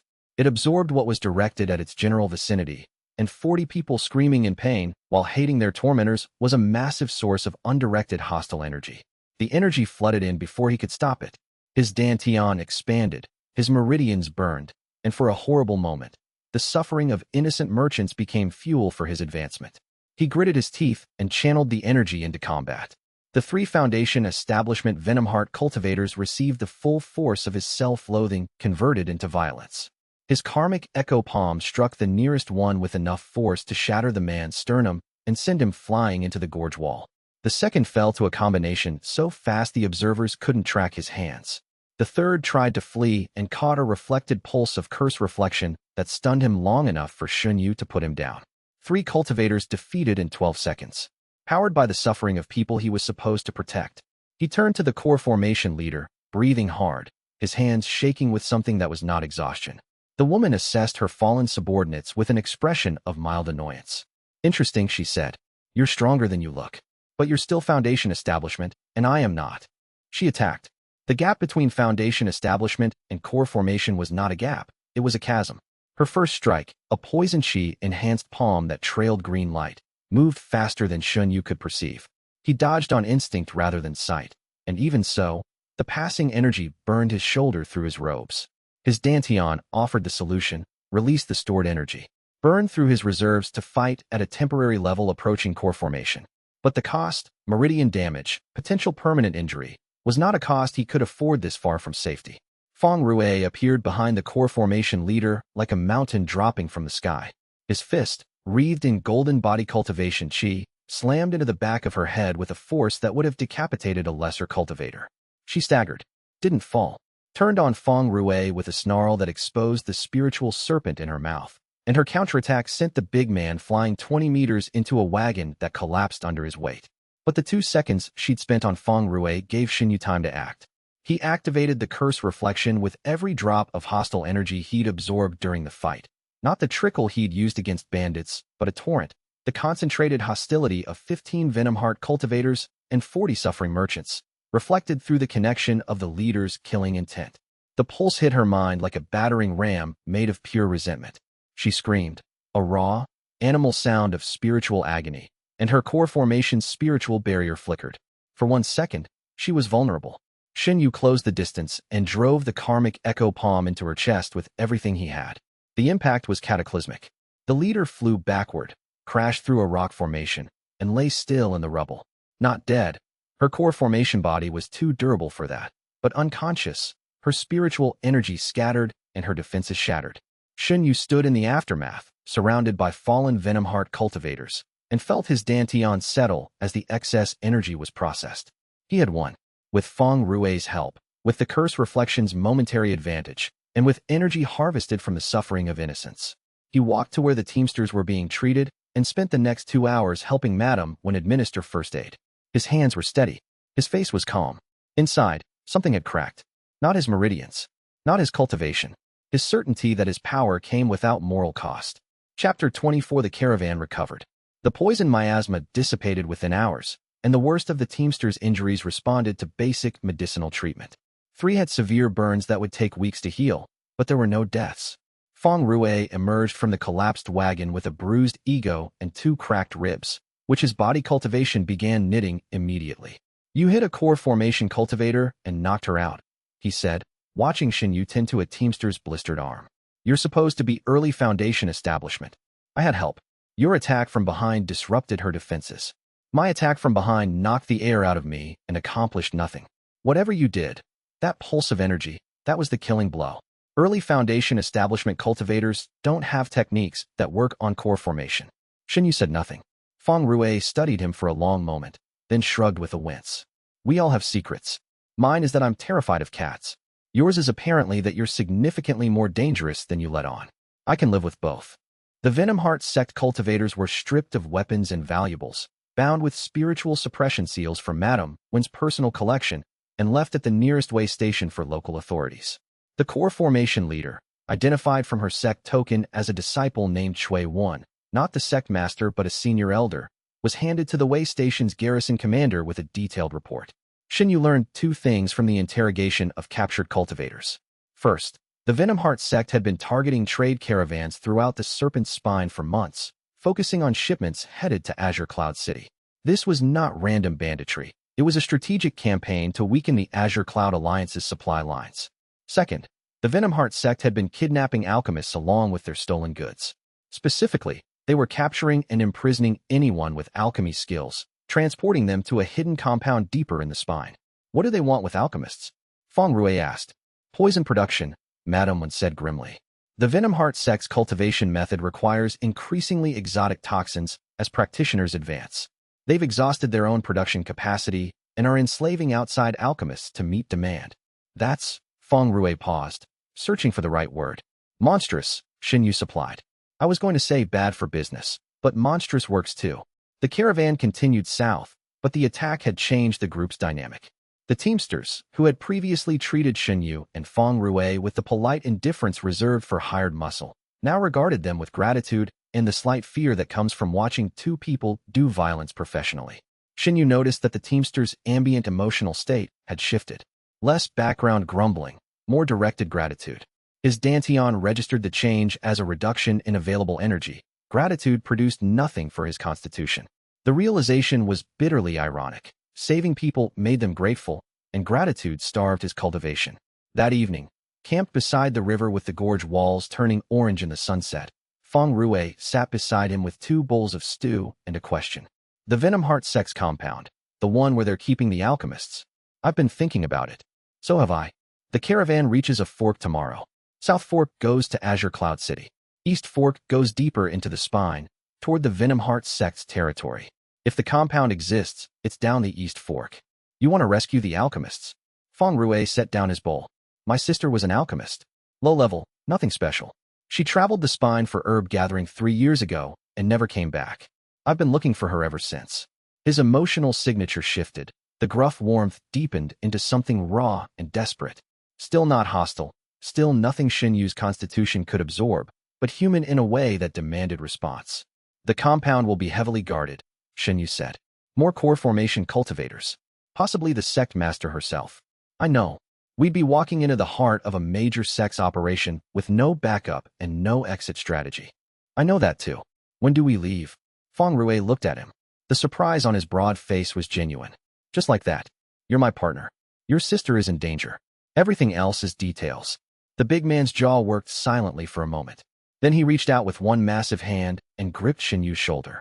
Sworn brothers, he said. Right here, right now? You and me. Is there a ceremony? We swear an oath. Cut our palms. Mix blood. Standard stuff. That sounds unsanitary. It's traditional. They swore the oath by the river, under a sky that was turning from orange to deep violet. The blood mixing was indeed unsanitary, and Shen Yu's Dantian registered the faint hostile sting of Feng Rui's body cultivation chi as foreign energy invaded his bloodstream. But the oath itself, the promise of loyalty, shared purpose, and mutual protection, was the first genuine bond Shen Yu had formed with someone his own age. It produced no cultivation energy. It strengthened no technique. It was the most valuable thing he possessed. Chapter 25. They split from the caravan at the fork, with Madame Wen's grudging blessing and a parting gift of medicinal pills and a detailed map of the spine's eastern regions. Bring back my formation core's worth of story, Madame Wen said. I'll use it to negotiate hazard pay from the Alliance. The East Fork led into increasingly wild terrain. Gorges that had never been widened for wagons, forests of spiritual trees whose roots had cracked through ancient stone, and streams that ran with mineral-rich water carrying traces of spiritual contamination. The Venomheart sect's influence was visible in subtle signs. Defaced trail markers, abandoned campsites with the remains of green-tinged fires, and the occasional corpse, bleached white by poison, stripped of valuables, left as a warning. Feng Rui, tracked by vibration and scent, his body cultivator's senses reading the earth like a book. Multiple people passed this way recently. Heavy footsteps, guards, not prisoners. And, he paused, pressing his palm flat against the ground. Underneath, vibrations, machinery or formations, operating continuously. The compound, close, maybe 2 miles ahead, underground. They approached cautiously, using the forest's spiritual trees as cover. The compound's entrance was concealed beneath a waterfall, a wide cave mouth hidden behind a curtain of falling water. 2 guards stood at the entrance, both at early Foundation establishment, armed with poison-coated halberds. Shen Yu and Feng Rui observed from a ridge above the waterfall. I count 12 guards on the exterior, Shen Yu said, his spiritual perception mapping the hostile signatures around the cave entrance and the paths leading to it. Inside, harder to tell. The waterfall's spiritual interference obscures the reading. But there are at least 20 cultivators in there, and several sources of concentrated spiritual energy that could be core formation. So we're outnumbered at least 10 to 1, with probable core formation opposition in enclosed underground spaces. Yes. Grand. Feng Rui scratched his jaw. I'll create a distraction. Something loud, violent, and deeply satisfying. Draw the exterior guards and as many interior forces as possible to the entrance. You go in through an alternate route. There must be ventilation shafts or drainage channels for an underground operation this size. If you draw too many, you'll be overwhelmed. I'm a body cultivator in a narrow gorge. They have to come at me two at a time. I can hold that bottleneck for hours. Shen Yu wanted to argue, but couldn't fault the logic. Feng Rui's body cultivation was specifically designed for defensive stands in tight spaces. And Shen Yu's abilities, spiritual perception, concealment, the ability to absorb hostile energy from enemies he fought, were better suited to infiltration than frontal assault. They waited for nightfall. When darkness swallowed the gorge, Feng Rui descended to the waterfall's base with the subtlety of an avalanche. He announced his presence by punching the nearest guard so hard the man flew through the waterfall curtain and hit the cave's interior wall with a sound that echoed through the gorge like a drum. The compound's response was immediate. Alarms rang, spiritual formations that screamed in frequencies designed to coordinate defense. Guards poured from the cave entrance, weapons drawn, poison chi flaring around them in sickly green halos. Feng Rui met them with joy. His body cultivation blazed golden in the darkness, each punch and kick generating shockwaves that bounced off the gorge walls. He was laughing. Shen Yu circled above the waterfall and found what he was looking for, a drainage channel, 2 feet in diameter, that expelled waste water from the compound's interior. He squeezed through the channel on his stomach, his robes soaking in alchemical runoff that stung his skin. The channel opened into a processing room, a large cavern filled with tables, cauldrons, and shelves of ingredients. The smell was overwhelming, a toxic cocktail of spiritual herbs, refined poisons, and the acrid undertone of forced labor. And there, chained to workstations along the cavern's far wall, were the alchemists. 23 people in various states of exhaustion, their wrists shackled with spiritual suppression manacles, surrounded by half-finished poison formulations and the tools of their craft. Most were middle-aged or older, experienced alchemists kidnapped from their lives and forced to produce toxins for the Venom Heart sect. Among them, at the farthest workstation, was a young woman who stood out for 2 reasons.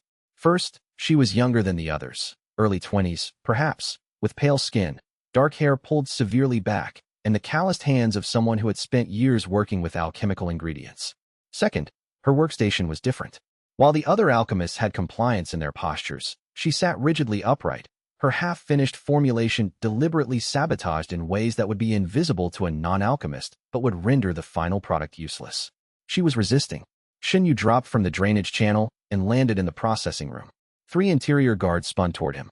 Their hostility was immediate and intense, the panicked hatred of people whose hidden operation had just been breached. His Dantian drank deeply. He disabled the guards in seconds, the absorbed hostile energy accelerating his already formidable combat abilities. Then he moved to the closest alchemist and began working on the suppression manacles. "Who are you?" the old man in the nearest shackles whispered. "Someone who's getting you out. Can you walk?" "Some of us. Others have been drained too severely." Shen Yu moved down the line, breaking manacles with precise applications of chi. The spiritual suppression technology was Venom Heart sect standard, effective against the alchemist's low cultivation but trivial for someone at peak foundation establishment. He reached the young woman's station last. She watched him approach with eyes that held no fear, no hope, and no detectable emotion whatsoever. Her spiritual signature was controlled to an extraordinary degree, a flat, neutral plane that gave his constitution absolutely nothing to work with. "Luo Qingyan," she said when he reached for her manacles. "Azure Lotus Pavilion. And before you ask, yes, I can walk. I can also fight. These manacles are the only thing stopping me." He broke the manacles. She stood, rubbed her wrists, and immediately moved to the workstation, gathering specific vials with the practiced efficiency of someone who knew exactly what she needed. "What are you doing?" Shen Yu asked. "Making something useful." She mixed 3 vials in rapid succession, producing a thin blue liquid that she poured into a ceramic flask. "Neutralizing agent. If your friend outside is fighting poison cultivators, he'll need this within the hour." Shen Yu stared at her. She'd been imprisoned, enslaved, and tortured for weeks, and her first act of freedom was to create medicine for a stranger. Something about her presence nagged at him. It wasn't hostility, there was none. It wasn't gratitude, she was too controlled for visible emotion. It was the absence itself. Luo Qingyan's emotional output was so flat, so perfectly neutral, that it created a kind of void around her. His Dantian, accustomed to constant stimulation from ambient hostility, registered her presence as uncomfortable silence. like trying to hear in a soundproofed room. The absence was louder than any noise. We need to move, he said. Can you help the others? I've been keeping them alive for 3 weeks. I can keep them moving for 3 hours. They organized the freed alchemists into a column and moved toward the compound's secondary exit, a service tunnel that Shen Yu had mapped through spiritual perception during his entry. The tunnel was guarded by 4 cultivators who were quickly overwhelmed by the combination of Shen Yu's combat ability and Luo Qingyin's newly freed alchemical arsenal. The escape was loud, messy, and successful. Chapter 26. They emerged from the compound's secondary exit into a forested ravine half a mile from the waterfall entrance. The sounds of Feng Rui's ongoing battle echoed through the gorge. The big man was still fighting, still laughing, and based on the periodic crashes, still winning. Shen Yu led the freed alchemists uphill to a defensible position while Luo Qingyan moved through the group, administering treatment from supplies she'd liberated from the compound. Her movements were precise, her instructions clear, and her bedside manner non-existent. Drink this. Don't ask what's in it. Sit down. Stay quiet. The alchemists obeyed. They were accustomed to following instructions under duress. 20 minutes later, Feng Rui appeared at the ravine's edge, battered but upright. His body cultivation's metallic sheen was dimmer than usual, and green-tinged bruises covered his arms and torso, the visible effects of sustained exposure to poison techniques. Luo Qingyan took one look at him and thrust the ceramic flask of neutralizing agent into his hands. Drink all of it. Now. Feng Rui drank. His expression shifted from pain to surprise to relieved as the antidote neutralized the accumulating toxins in his system. That's remarkably effective. What is it? Medicine. You're welcome. She turned back to the other patients without another word. Feng Rui looked at Shen Yu. Friendly, isn't she? She's been enslaved for weeks and is immediately treating strangers. I'd say she's remarkably friendly. Fair point. Feng Rui scanned the freed alchemists. My sister, Feng Li. Is she? I didn't see a Feng Li among the prisoners. The hope in Feng Rui's expression dimmed, but didn't extinguish. She might be at another facility. The Venom Heart sect operates multiple compounds. We'll find her. We'll find her, Feng Rui agreed, his voice carrying the steel of absolute conviction. The group rested until dawn, then began the long trek back to the Western Fork and the route to Azure Cloud City. The freed alchemists were weak but determined, and Luo Qingyan's ongoing medical support kept them moving at a sustainable pace. Shen Yu and Luo Qingyan fell into step together on the second day of travel, a natural consequence of their positions at the column's head and her need to monitor the group's condition. The discomfort he felt in her presence didn't diminish with proximity. If anything, it intensified. Her emotional neutrality was a void that his constitution couldn't ignore, where other people radiated a constant background hum of emotion.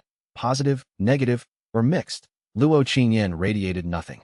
It was as though her emotional output was perfectly balanced, every positive impulse precisely cancelled by its negative counterpart. You keep flinching, she said on the second evening, as they sat by the campfire while Feng Rui snored. Excuse me. Every time I get close to you, you flinch. Slightly. You control it well, but it's there. Microtension in your jaw, a slight shift of weight away from me. I'm not. Don't insult my observation skills.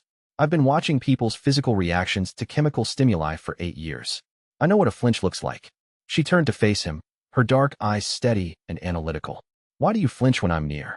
Shen Yu considered lying, considered deflecting, considered a dozen evasions that would be transparent to someone as perceptive as Luo Qingyan. It's not you specifically, he said. It's a sensitivity I have to people's emotional states. Most people emit a background level of emotion that I can sense. You don't. The absence is disorienting. You can sense emotions? Approximately. It's part of my cultivation method. Luo Qingyan's eyes narrowed. Not with hostility, with fascination. The same analytical intensity she applied to alchemical formulations was now directed at him. What do most people's emotions feel like? A hum. Sometimes louder, sometimes quieter. Positive emotions are, I don't have a good comparison. They're like background noise I can hear, but can't process. Negative emotions are clearer, more tangible. Negative emotions are clearer, she repeated. You mean negative emotions directed at you? He said nothing. Her perception was surgical. That's interesting, she said. Very interesting. In alchemy, we have a concept called selective resonance, a substance that reacts only to specific inputs while ignoring others. Your cultivation seems to resonate selectively with negative emotional energy. That's a very clinical way to describe it. I'm a very clinical person. She paused. This explains why the Venom Heart compound was so potent for you. The prisoner's suffering generated negative emotional energy, and you absorbed it. I saw your power level fluctuate during the rescue. You were stronger coming out than going in. The observation was uncomfortably accurate. Shen Yu felt the blood drain from his face. It wasn't intentional, he said. I didn't choose to absorb their suffering. I'm not accusing you. I'm analyzing. There's a difference.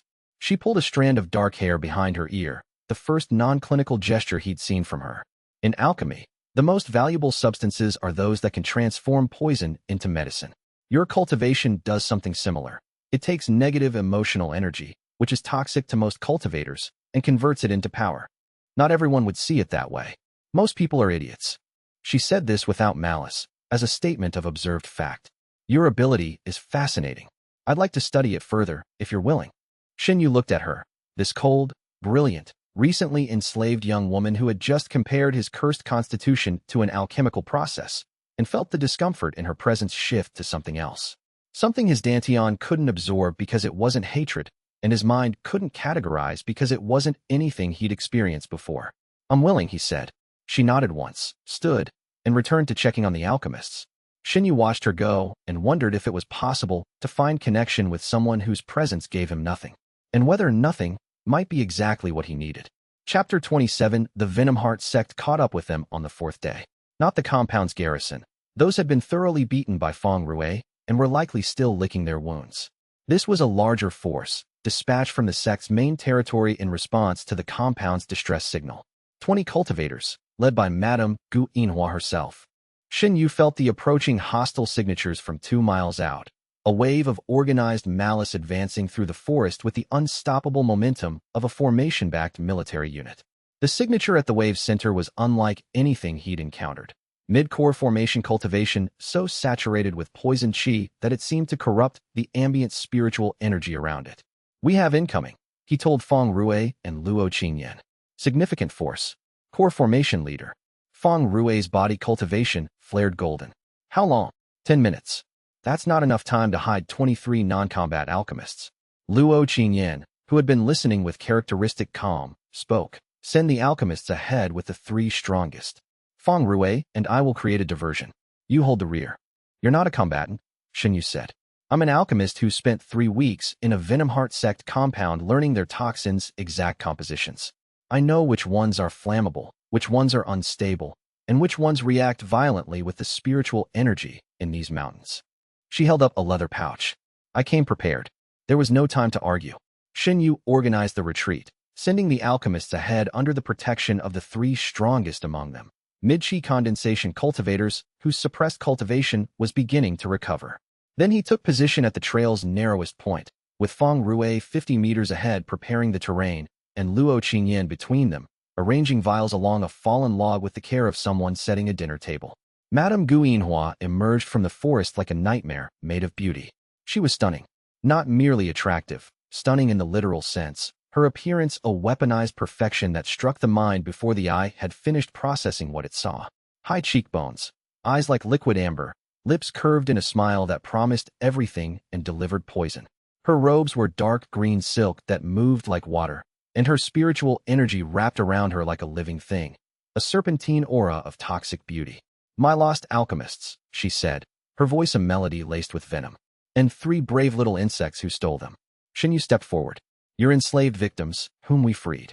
If you want them back, you'll have to come through me. Through you? She laughed, a sound like wind chimes in a poisoned garden. Child, I could kill you without moving. My charm technique alone would. She paused. Her amber eyes focused on Shen Yu with sudden, predatory intensity. Oh, she said softly. Oh, you're interesting. Shen Yu felt her spiritual sense sweep over him. Invasive, probing, far more sophisticated than anything Elder Zhou had managed. It didn't just read his cultivation level. It analyzed the composition of his qi, the configuration of his meridians, the fundamental nature of his dantian. The hollow mirror technique shimmered under the assault, but held. You're hiding your cultivation, she said. Not a question. The overlay is excellent, better than anything I'd expect from a nobody in the mountains. But there are seams, and I can see them. She couldn't see the inverted karma physique specifically. The hollow mirror masked the method, not just the level. But she knew he was concealing something. I can see that your qi is unusual. It has a quality I've encountered before, but only in ancient texts. Gray-silver coloration. Residual emotional signatures embedded in the energy itself. That's not standard cultivation. Her smile widened. I'd very much like to examine you more closely. She attacked. The speed of a mid-core formation cultivator was almost beyond comprehension. Shen Yu perceived the attack through his spiritual senses rather than his eyes. A wave of poison chi shaped into a serpentine strike that lunged for his chest. He dodged, but the passing energy seared his shoulder, numbing the muscle underneath. Her hostility was extraordinary. Not the crude hatred of Zhou Haochen or the professional contempt of assassins. This was refined malice, cultivated like a poison garden, each emotion deliberately chosen and amplified through decades of practice. Her contempt was complex. Layers of predatory interest, intellectual curiosity, sadistic anticipation, and the cold superiority of someone who genuinely believed she was a higher form of life. Shen Yu's dantian processed it all. The incoming energy was richer and more varied than anything he'd experienced, and the scorn absorption art worked overtime to filter, compress, and integrate the torrent. But the power gap was too great. Mid-core formation versus displayed early foundation establishment. Even with his actual peak foundation establishment and stored reserves, the difference was catastrophic. Her second strike caught his blocking arm and shattered his guard. Her third sent him flying backward into a tree trunk hard enough to crack bark. Then Luo Qingyan activated her preparations. The vials on the fallen log erupted simultaneously, not an explosion but a chain reaction. Each vial's contents reacted with the next, producing a cascading wave of alchemical effects, blinding flash, corrosive smoke, and a precisely calculated disruption of poison-type spiritual energy. The venom heart cultivators behind Madame Gu screamed as their own poison chi destabilized. Madame Gu's charm technique flickered. Her serpentine aura contracted defensively. For 1 second, she was off balance. Now, Luo Qingyan shouted. Feng Rui's trap activated. The terrain he'd prepared, loosened boulders above the trail, supported by body cultivation enhanced props, came crashing down. A landslide of rock and spiritual tree timber that buried the trail behind Madame Gu, separating her from her forces. 1 core formation cultivator, alone, versus 2 foundation establishment fighters and an alchemist with a grudge. Still terrible odds, but better. Shen Yu attacked while Madame Gu was distracted by the landslide. His karmic echo palm drove into her right side with accumulated hostile energy, but her core formation defenses absorbed most of the impact. She swatted him aside with a backhand that cracked 2 of his ribs. Feng Rui engaged from the left, his golden body cultivation blazing. Madame Gu deflected his attacks with fluid grace, her charm technique attempting to penetrate his mental defenses. Feng Rui, to his credit, was resistant. Body cultivators anchored their consciousness in their physical form, making them difficult to charm. Luo Qingyan provided ranged support, hurling alchemical projectiles that forced Madame Gu to divide her attention. Each projectile was specifically designed to counter venom heart poison techniques, neutralizing agents that weakened Madame Gu's toxic aura on contact. But Madame Gu was mid-core formation. Even weakened, even distracted, even outnumbered, she was a force of nature. Her counterattack was a technique Shen Yu had never seen, Venomous Beauty's Embrace, a full-body release of charm and poison chi that affected everyone within 30 meters. Shen Yu felt the charm technique hit his mind like warm honey, trying to convince him that Madame Gu was not an enemy, that she was beautiful and trustworthy and deserved his surrender. His constitution rejected it instantly. The charm carried hostile intent, and his dantian processed it as fuel rather than influence. But Feng Rui staggered, and Luo Qingyan, despite her mental discipline, wavered. Madame Gu pressed the advantage. She drove Feng Rui into the ground with a heel strike that cratered the earth, then turned on Luo Qingyan with a casual backhand that the alchemist barely dodged. Shen Yu threw himself between Madame Gu and Luo Qingyan, his curse reflection activating at full power. The reflected pulse hit Madame Gu's mind with the combined hostile energy of the entire fight. Hers, her subordinates, the residual hostility from the compound rescue. Madame Gu stumbled.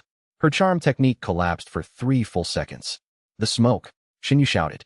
Luo Qingyan understood immediately. She cracked a final vial, one she'd been holding in reserve, and a wall of dense, opaque smoke engulfed the trail. Not just visual concealment.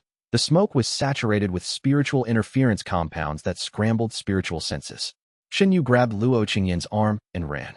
Feng Rui was already moving, having recovered from the charm enough to follow the sound of their footsteps. They ran for 20 minutes through the forest, the smoke screen buying them the head start they needed.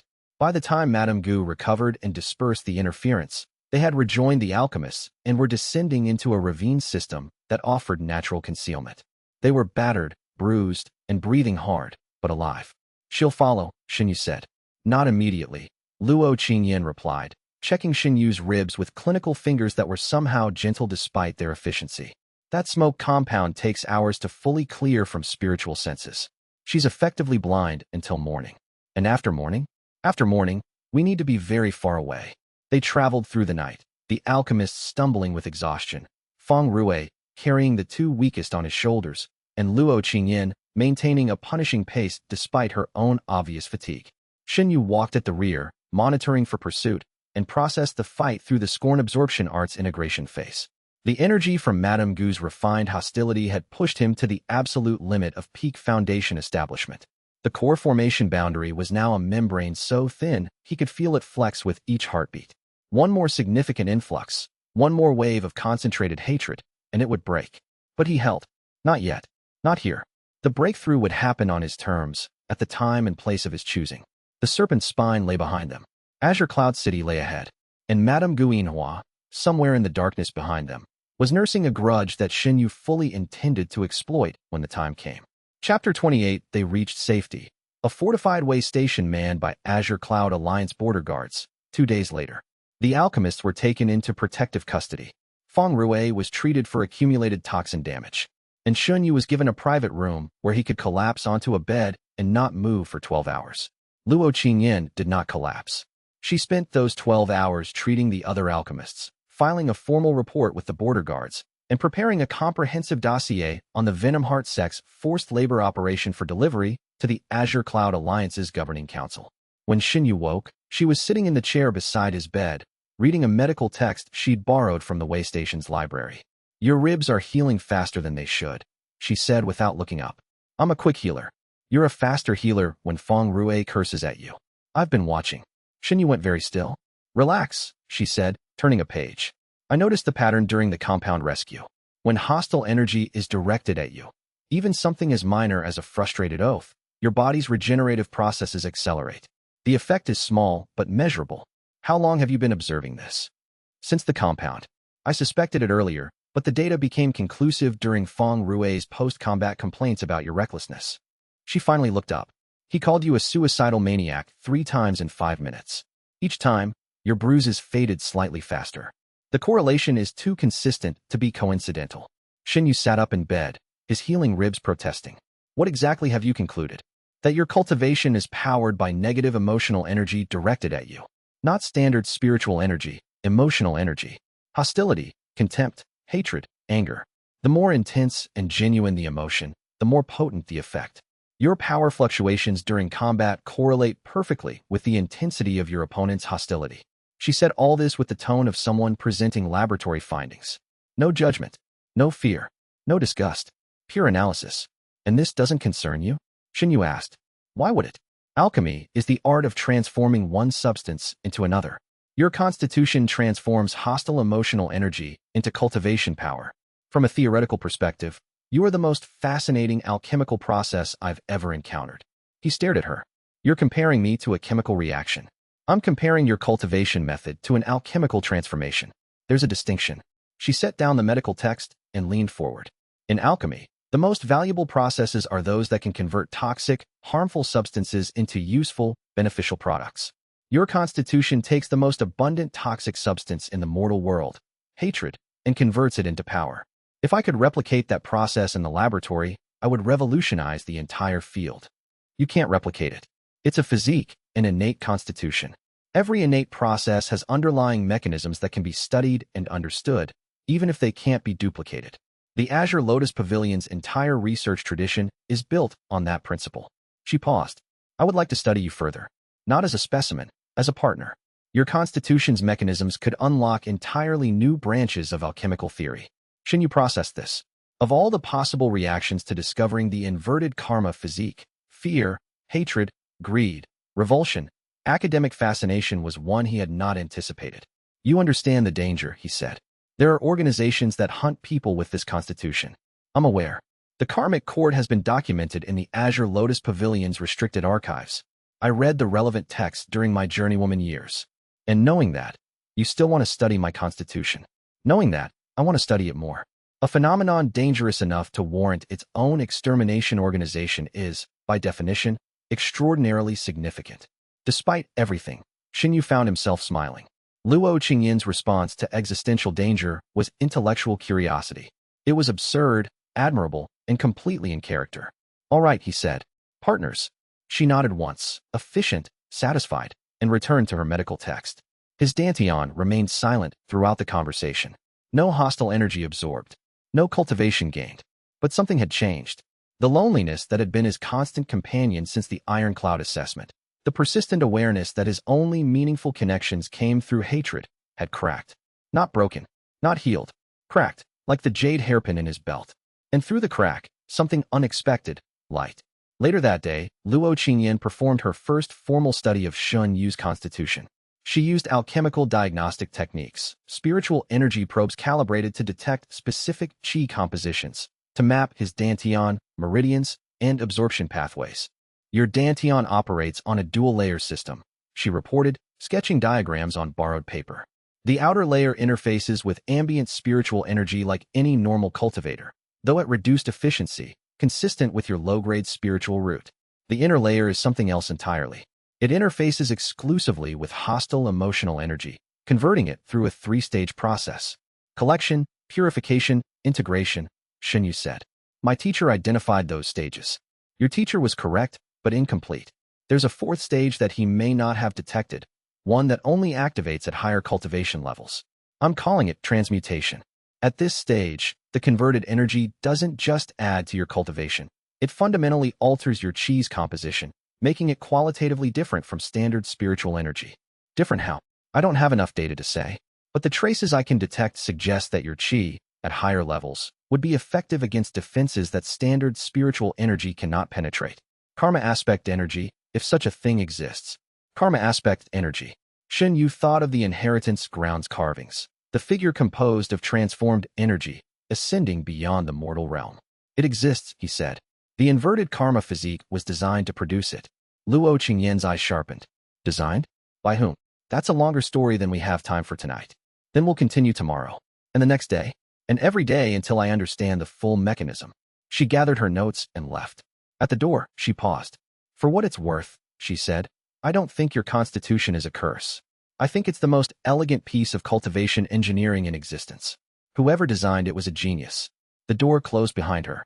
Shen Yu sat alone in the quiet room and felt the crack in his loneliness widen by a fraction. Chapter 29. The journey from the Wei Station to Azure Cloud City took another week. The group, Shen Yu, Feng Ruwei, Luo Qingyin, and the three alchemists who had chosen to continue with them rather than wait for official alliance transport, traveled the main road without incident. The Venomheart sect's forces had not pursued past the Wei Station's jurisdiction, but Shen Yu knew Madame Guillenhua was not the kind of enemy who gave up. She was the kind who waited. During the week of travel, Shen Yu learned more about Luo Qingyin. She was 22, 5 years his senior, born into a minor cultivation family affiliated with the Azure Lotus Pavilion, one of the Central Plains' prestigious alchemy sections. Her talent had been identified early, not just skill with pills and elixirs, but an intuitive understanding of alchemical theory that bordered on prodigious.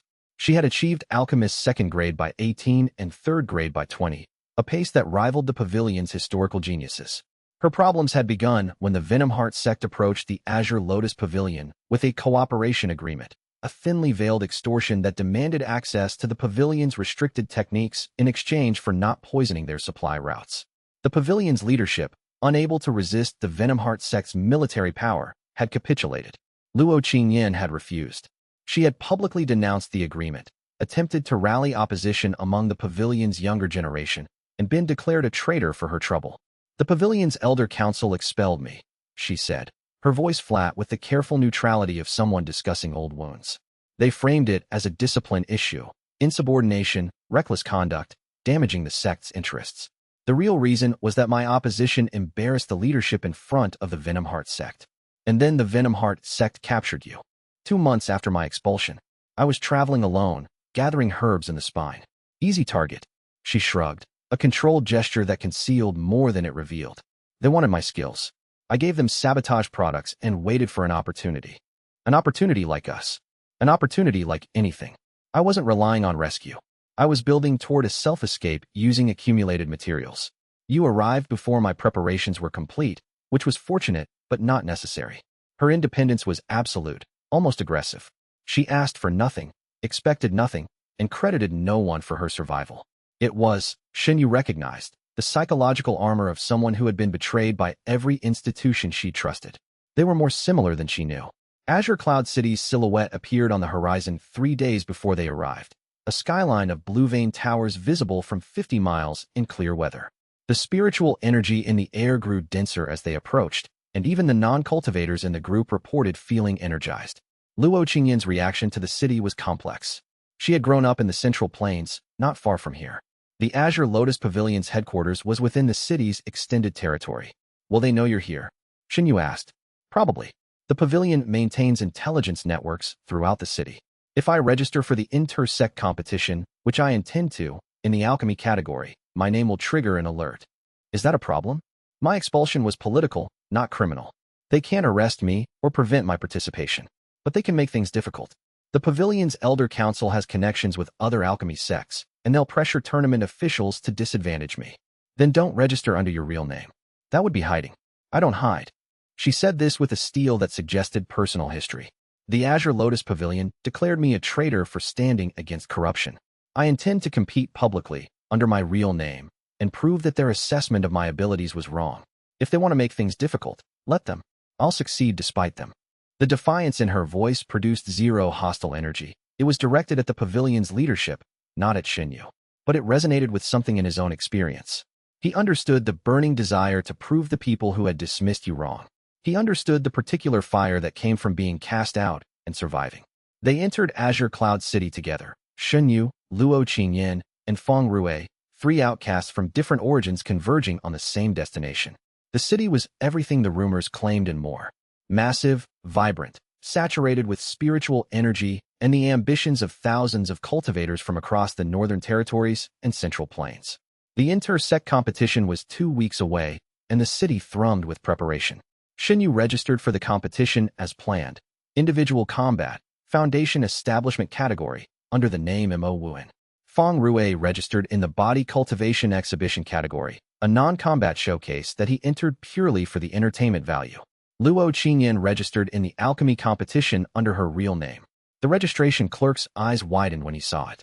Luo Qingyan of the Azure Lotus Pavilion? He asked. Formerly of the Azure Lotus Pavilion, she corrected. Within the hour, word had spread. The expelled prodigy had returned. Chapter 30 Azure Cloud City's competition district occupied the eastern quarter of the city, a massive complex of arenas, exhibition halls, and accommodation buildings connected by covered walkways and surrounded by markets that sold everything from spiritual pills to Lucky Charms. The district came alive during competition season, its population quadrupling as delegations arrived from dozens of sects. Shen Yu secured rooms for the 3 of them in a mid-tier inn called the Rising Phoenix, close enough to the competition venues for convenience, far enough from the luxury district to avoid the attention of major sect delegations. The Ironcloud sect's delegation was staying at the Silver Star Inn, 3 streets away. Shen Yu confirmed this with a casual inquiry at the registration office and spent an hour mapping the delegation's movements from a rooftop across the street. Zhou Haochen was there, taller than Shen Yu remembered, broader across the shoulders, and radiating the confident spiritual pressure of a cultivator who had been given every advantage since birth. His cultivation had advanced, peak foundation establishment now, the same nominal level as Shen Yu's concealment displayed. But where Shen Yu's peak foundation establishment was genuine and backed by reserves that exceeded his nominal level by a full realm, Zhou's was legitimate but hollow. He'd reached it through pills, resources, and techniques handed to him by his father's position. His actual combat ability was probably weaker than his level suggested. Still dangerous. Still backed by hatred so concentrated that Shen Yu could feel it from across the street. He doesn't know you're here, Su said that evening in Shen Yu's room. The old man had been resting since his arrival, his frail body slowly recovering from the weeks of travel. But the qualifying rounds will be public. The moment you step into a ring, anyone from Ironcloud will recognize your movement patterns. I know. That's the plan.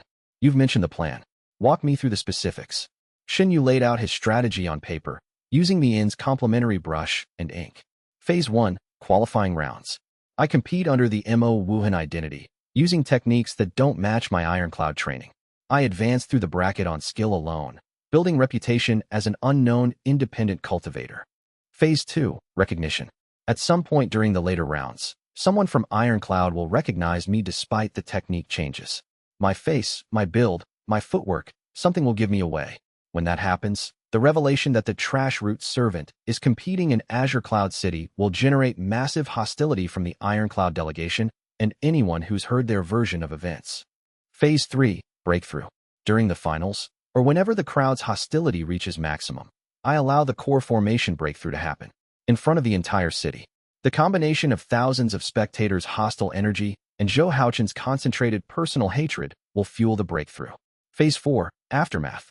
A core formation breakthrough in public establishes me as a legitimate prodigy, not a fraud. Whatever narrative Ironcloud has built about me as a demonic cultivator is undermined by a live breakthrough witnessed by thousands.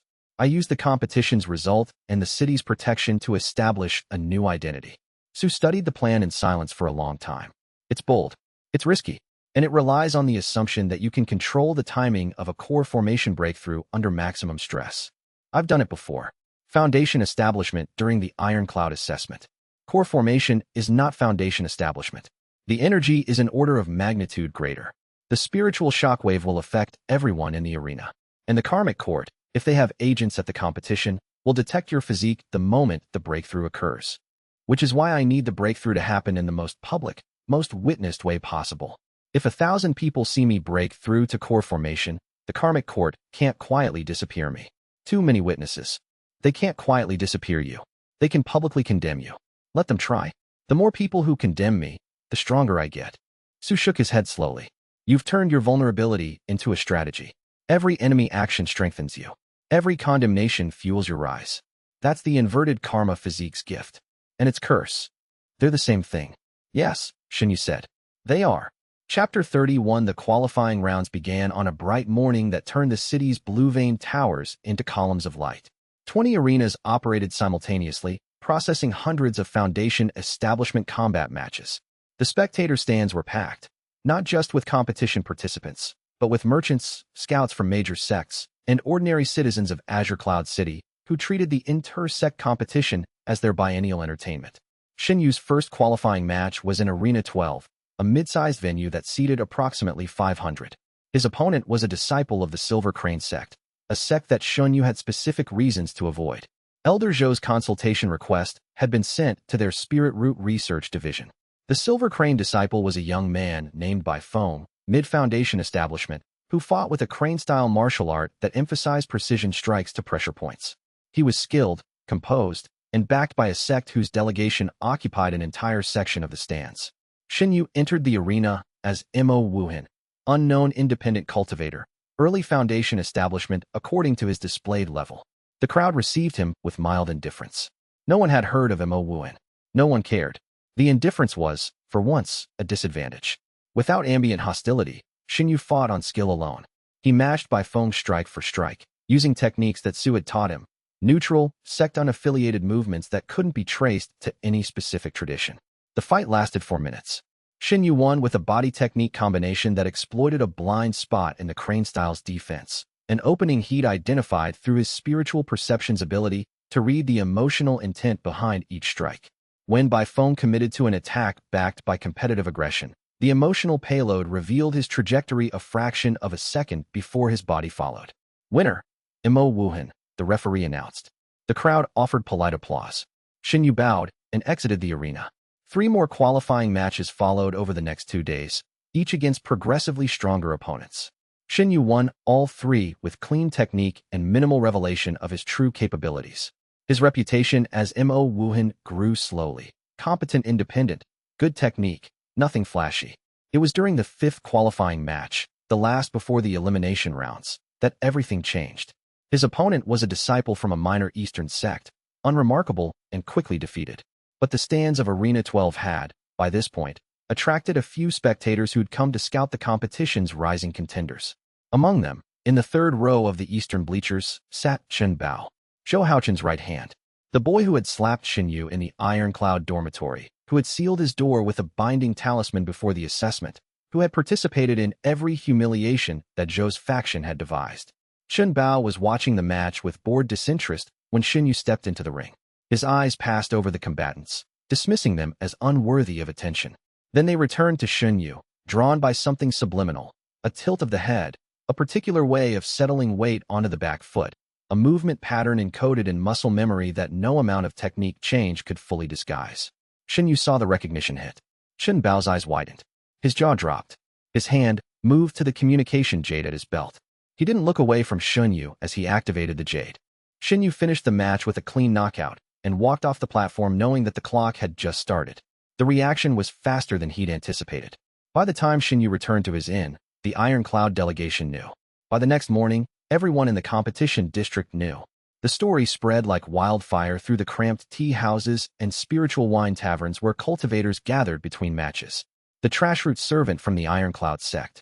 The one who achieved foundation establishment through a latent mutation. The one who was declared a renegade after fleeing an investigation. Here, in Azure Cloud City, competing under a false name. The narrative that preceded him was Elder Zhou's version. A potentially demonic cultivator who had fled justice, who had defeated honest disciples through forbidden arts, who had no right to compete and no place among legitimate cultivators. The hostility was immediate, pervasive, and delicious. Within hours, Shen Yu could feel the weight of several thousand cultivators' contempt pressing against his dantian. Not all of them hated him personally. Most had no opinion beyond the reflexive distrust of an accused demon cultivator. But the seed of hostility, planted by the Iron Cloud delegation's version of events, grew rapidly in the fertile soil of competition season tensions. His dantian expanded. The core formation boundary, already paper-thin, began to flex under the incoming pressure. They know who I am, Shen Yu told his companions at the inn that evening. Feng Rui shrugged. Good. I was tired of calling you Mo Wuan. Luo Qingyan was more analytical. The hostility increase is measurable. Your spiritual energy has been fluctuating since this morning, higher than yesterday by approximately 15%. If this rate of increase continues through the elimination rounds, you'll reach the breakthrough threshold within 4 days. The elimination round semifinals are in 4 days, Shen Yu confirmed. Convenient timing. Not convenient. Planned. Luo Qingyan's expression shifted, a fractional softening that might have been admiration, might have been concern. You plan to be exposed. I plan to compete long enough to build a reputation as Mo Wuhan, then be exposed as Shen Yu. The reputation establishes that I'm genuinely skilled, not just a fraud. The exposure generates the hostility I need. Both serve the breakthrough. And if the karmic court has agents here, then they'll know about me whether I break through or not. Better to break through on my own terms than be discovered on theirs. She held his gaze for a long moment. You're either very brave or very reckless. I've been told it's both. It's both, Su confirmed from his corner of the room, not looking up from the tea he was nursing. Chapter 32. The elimination rounds began 3 days after Shen Yu's identity was exposed, and the atmosphere in Arena 12 had transformed from polite sporting interest to barely contained mob energy. The stands were full, not 500 spectators, but over 1,000, with people standing in the aisles and perching on railings. The demonic cultivator from Iron Cloud had become the competition's most compelling storyline, and everyone wanted to see what would happen next.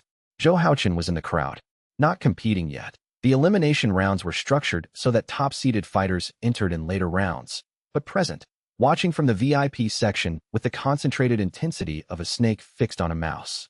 Shen Yu's first elimination match was against a mid-foundation establishment disciple of the Righteous Sword sect. The crowd's reaction when Shen Yu entered the ring was a wall of sound, jeers, insults, and the occasional thrown object that security formations deflected. His dantian processed the hostility with mechanical efficiency. The scorn absorption art worked at full capacity, and the energy pushed against the core formation boundary with increasing force. He won the match in under a minute. The crowd's frustration at the anticlimactic result generated a secondary wave of hostility that was almost as potent as the first.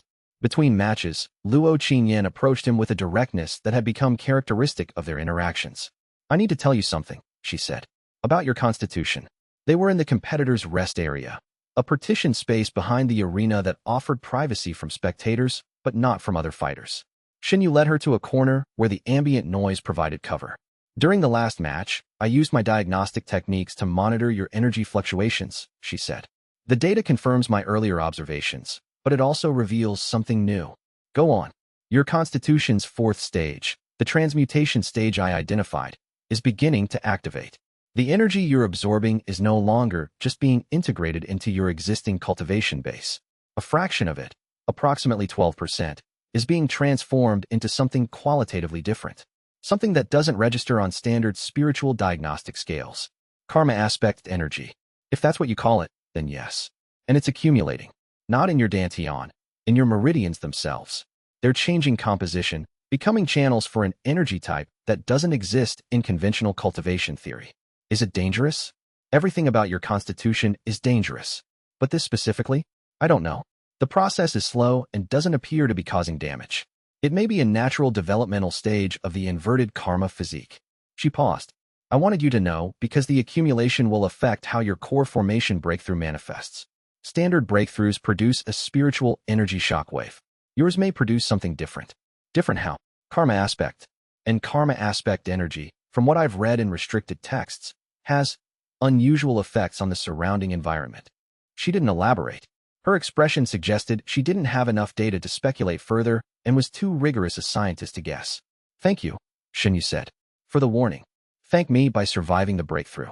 I have too many research questions unanswered to lose my subject now.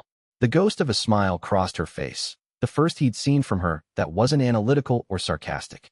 It was warm, brief, and gone before he could respond. His dantian registered nothing, but his chest ached in a way that had nothing to do with cracked ribs. Chapter 33 Madame Guinhua arrived at the competition on the fourth day of the elimination rounds. Shen Yu felt her before he saw her, the distinctive signature of poison-saturated spiritual energy that he'd learned to recognize during their battle in the serpent's spine. She was in the crowd, observing, her presence masked by a concealment formation far superior to anything the Iron Cloud sect could produce. But concealment couldn't hide hostile intent from the inverted karma physique, and Madame Gu's intent toward Shen Yu was so concentrated that it burned through her concealment like a fire through paper. He reported the sighting to Sue that evening. She's here for you, Sue said without hesitation. She sensed the inverted karma physique during your fight. She's come to claim it. How? The Venomheart sect has a history of harvesting unique constitutions. Their founder developed a technique called soul extraction that can tear a physique from its bearer and transplant it into a prepared vessel. The thought was nauseating. Can it actually work? It's been done, rarely, imperfectly, and always resulting in the original bearer's death. But Madame Gu is ambitious and patient. She'll want to study you before she acts. Madame Gu's first move was not an attack. It was propaganda. Over the next 2 days, the rumors about Shen Yu multiplied exponentially. No longer just the Iron Cloud sect's version, now embellished with details about the serpent spine incident, the compound rescue, and most dangerously, speculation about the nature of his power. Someone was whispering in ears across the entire city. The whispers had a specific quality. They hit emotional trigger points with surgical precision, transforming casual curiosity into active hostility. Whisper of 10,000 tongues, Sue identified. A Venomheart sect technique that amplifies negative emotions in a target population. She's using the city's own gossip networks as a delivery mechanism. The effect was dramatic. Where before the hostility had been concentrated in the competition district, now it spread throughout Azure Cloud City. Tea house patrons who had never attended a match developed strong opinions about the demon cultivator. Merchants who wouldn't recognize Shen Yu on the street felt a vague but genuine animosity toward his name. An entire city's hatred, artificially amplified and directed at a single target. Shen Yu's dantian went into overdrive. The scorn absorption art, refined and expanded through months of practice, processed the incoming torrent with near-mechanical efficiency. But the volume was unprecedented. Not hundreds, not thousands, but tens of thousands of people generating low-level hostility toward a name and a story. The core formation boundary didn't just flex. It cracked. She's accelerating your breakthrough, Luo Qinyan said, her diagnostic instruments registering energy fluctuations off their calibrated scales. Deliberately, she wants you to break through to core formation. Why? The soul extraction technique works better on a cultivator at the moment of breakthrough, when their spiritual defenses are in flux and their physique's energy is maximally exposed. She's fattening you before the harvest. The realization was chilling. Madame Gu wasn't just building hostility, she was engineering the conditions for a specific attack. If Shen Yu broke through to core formation in the arena, surrounded by thousands of hostile spectators, he would be at his most powerful and his most vulnerable. I can delay the breakthrough, Shen Yu said. Throttle the absorption, hold the energy in stasis. For how long? Until the whisper of 10,000 tongues fades. Days, maybe. The technique is self-sustaining once it reaches critical mass, Su said. It feeds on its own output. Each person's artificially amplified hostility reinforces the next person's. It won't fade on its own. Then I need a counter technique. The counter to the whisper of 10,000 tongues is exposure. If the population learns they're being manipulated, the technique's power collapses. Artificially generated hostility can't survive conscious recognition. Shen Yu looked at Luo Qingyan. Can you identify the technique's alchemical components? The whisper must have a physical delivery mechanism. Give me access to the city's water supply, 3 hours, and my portable laboratory. I'll have a composition analysis by midnight. They split up. Luo Qingyan analyzed the water supply and discovered trace amounts of a sophisticated aggression-amplifying compound, too dilute to be detectable by standard alchemical screening, but potent enough to enhance the whisper technique's emotional manipulation. The compound was in the public fountains, the tea house supplies, and the competition district's own water reservoir. Shen Yu brought the evidence to the competition's organizing committee the next morning. The revelation was explosive. The Azure Cloud Alliance's governing council convened an emergency session. Madame Gu's concealment was compromised when Alliance security forces swept the competition district with enhanced detection formations. She was identified, confronted, and, when she refused to submit to questioning, forced to reveal herself publicly. The population's reaction was immediate and dramatic. The artificially amplified hostility toward Shen Yu was replaced, almost overnight, by genuine fury toward the Venom Heart sect. People who had spent days hating a name they'd never met now redirected that hatred toward the woman who had manipulated them. But here was the critical detail. Their redirected hostility was aimed at Madame Gu, not at Shen Yu. It did not feed his dantian. The inverted karma physique only processed hostility directed at him. However, not all the hostility redirected. A significant fraction, perhaps 20%, remained aimed at Shen Yu. These were the people whose hatred had been genuine before the whisper's amplification. The ones who had believed the Ironclad sect's narrative out of their own prejudices rather than Madame Gu's manipulation. 20% of a city's hostility was still an enormous amount of energy. And the competition's semifinals were tomorrow. Chapter 34. The semifinals of the Foundation Establishment Combat category drew the largest crowd of the competition. 3,000 spectators packed into Grand Arena 1, with overflow viewing through projected formation images in 6 satellite venues. Shen Yu's opponent was Li Wei, a peak Foundation establishment prodigy from the Emerald Mountain sect, who had earned his place through 12 consecutive victories without a single technique repeated. He was fast, creative, and dangerous. He was also someone Shen Yu could not afford to underestimate, because the fight itself was only half the challenge. The other half was the wall of hostile energy pressing against his dantian from 3,000 spectators, reduced from the whisper's peak, but still far beyond anything a normal crowd would generate. Begin, the referee announced. Li Wei opened with an earth element technique that sent stone spikes erupting from the arena floor, a dramatic opening that forced Shen Yu into immediate evasive action. The crowd cheered for the spectacle, and within the cheering, a threat of hostility aimed at the demon cultivator fed Shen Yu's dantian. He fought defensively for the first 2 minutes, studying Li Wei's style while managing the energy influx. His scorn absorption art cycled at maximum efficiency, converting the crowd's hostility into fuel that he directed toward his combat performance rather than his cultivation. The result was a gradual escalation. As the fight continued, Shen Yu's responses grew faster, his strikes harder, his technique more refined. Li Wei noticed the trend and adjusted, increasing his own output to maintain parity. The match became a rising spiral of intensity that pushed both fighters beyond what their nominal cultivation levels should allow. At the 5-minute mark, Shen Yu felt the core formation boundary shudder.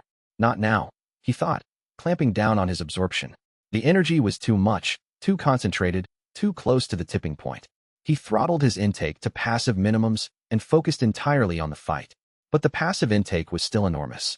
3,000 people, even at reduced hostility levels, generated a constant background radiation of negative emotion that his dantian processed whether he wanted it to or not. The boundary cracked. Not fully, a hairline fracture that leaked energy in both directions. His chi began to compress, the first stage of core formation.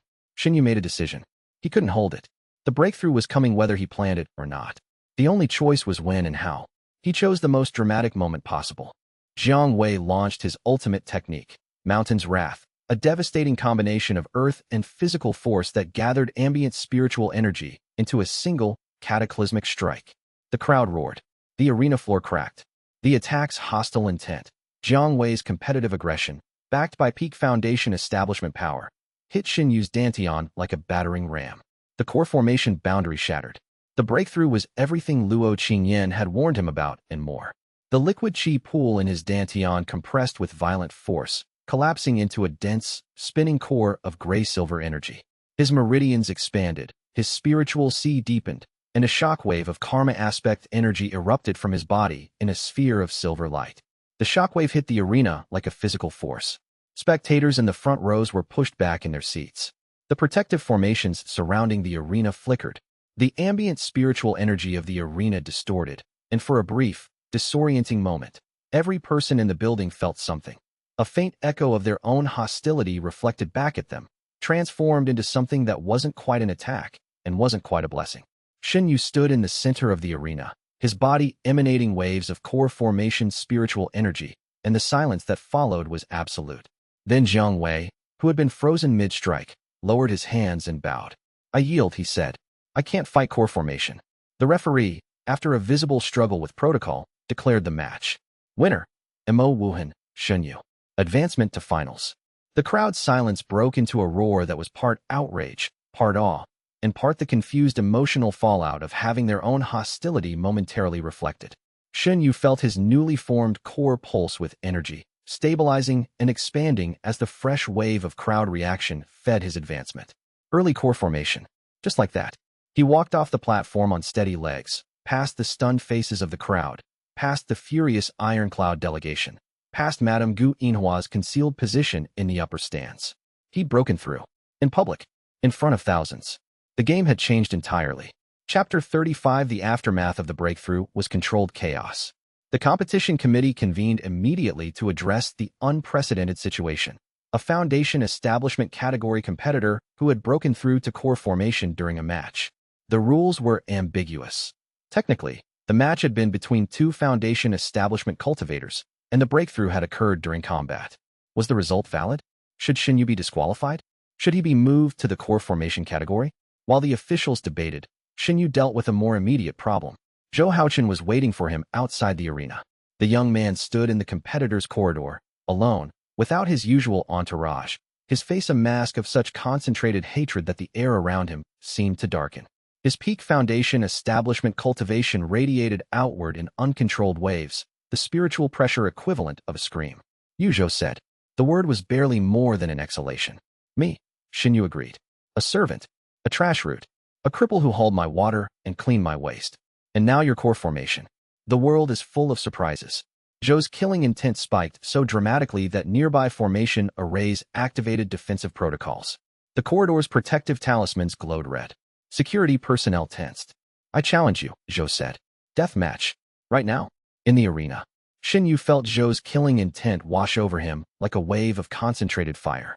His dantian absorbed it with the eager efficiency of a constituent meeting its ideal fuel source. Each second of Zhou's focused hatred deposited a concentrated dose of energy into his newly formed core. "No," Shen Yu said. Zhou flinched. "No. I refuse the challenge. A death match between a core formation and a foundation establishment cultivator would be murder, not combat. The competition rules prohibit cross-realm death matches. And frankly, Zhou Haochen, killing you would be a waste." The words were chosen with surgical precision. Each one landed like a physical blow, not because they were cruel, but because they denied Zhou the confrontation his hatred demanded. "A waste." Zhou's voice cracked. "I am the son of Elder Zhou Tianming. I am the pride of the Iron Cloud sect. I reached peak foundation establishment at 18. And you call fighting me a waste? I call it unnecessary. You've already given me everything I need." Zhou stared at him. Shen Yu watched the understanding begin to form behind those fury-clouded eyes, the dawning realization that every curse, every beating, every humiliation had been fuel. That Zhou Haochen's hatred had been the engine of Shen Yu's rise. The realization generated a new and unique flavor of hostility, the specific rage of someone who has just discovered they've been played. It was exquisite. Shen Yu's core absorbed it and hummed with satisfaction. "You're a monster," Zhou whispered. "I'm what you made me," Shen Yu replied. "Every insult, every beating, every moment of cruelty, I ate it all. Your hatred was my cultivation resource. Your contempt was my advancement fuel. You wanted to crush me, and instead, you built me." He leaned close. "So thank you, Zhou Haochen." From the bottom of my heart. I couldn't have done this without you. Zhou Haochun's face went white, then red, then a shade of purple that suggested his blood pressure had achieved breakthrough levels of its own. He lunged. Not a formal attack, a raw, uncontrolled surge of violence backed by pure emotional extremity. Foundation establishment fist heading for core formation face. Shen Yu caught the fist without moving his feet. His core formation strength enclosed Zhou's hand like a vice, stopping the strike dead. Zhou's arm trembled. His knuckles whitened. Don't, Shen Yu said quietly. Not here. Security personnel intervened, separating them with professional efficiency. Zhou was escorted back to the Iron Cloud delegation section, his killing intent trailing behind him like a toxic cloud. Shen Yu watched him go and felt something unexpected. Pity. Zhou Haochun was a product of his environment, a boy raised to believe that power was earned through privilege and maintained through cruelty. The discovery that cruelty could be turned against the cruel had shattered his worldview. But pity produced no energy. His Dantian ignored it completely. Luo Qingyan found him in the corridor a few minutes later. She had watched the exchange from a distance. That was cruel, she said. Honest. Those aren't mutually exclusive. She studied his face. You enjoyed it. Part of me did. The part that remembers crawling on the courtyard floor while he watched. And the other part? He thought about it. The other part wishes I didn't have to be this way. She took his hand. The gesture was sudden, uncharacteristic, and produced absolutely zero hostile energy. His Dantian registered nothing. But his heart, his actual, physical, stubbornly human heart, registered everything. You don't have to be any particular way, she said. Your constitution processes hatred. It doesn't define you, doesn't it? Does a furnace become the coal it burns? He looked at their joined hands and felt the crack in his loneliness widen another fraction. Chapter 36. Madame Gu's next move was a revelation, not an attack. On the morning after Shen Yu's core formation breakthrough, handbills appeared throughout the competition district, physical paper, distributed by paid messengers, and therefore immune to the information controls that govern the city's formation-based communication networks. The handbills read, to the cultivators of Azure Cloud City. The competitor known as Mo Wuhan, true name Shen Yu, possesses the inverted karma physique, the constitution of 10,000 curses, a documented aberration that converts hostile emotional energy into cultivation power. His advancement is not earned through talent or effort. It is stolen from the hatred of those around him. Every person who curses his name makes him stronger. Every expression of hatred fuels his ascension. This constitution has been hunted to extinction throughout recorded history because its wielders inevitably become monsters, beings of consumed hatred who lose their humanity and destroy everything around them. The Karmic Court, guardian of karmic balance, has standing orders to eliminate all bearers of this physique. Shen Yu is not a prodigy. He is a parasite, and every person in this city who has directed hatred toward him has been unknowingly feeding his power. Do with this information what you will. A concerned observer, the effect was nuclear. Within hours, the narrative around Shen Yu had transformed from controversial cultivator to active threat. The handbill's revelation was too specific, too detailed, and too consistent with observable evidence to dismiss.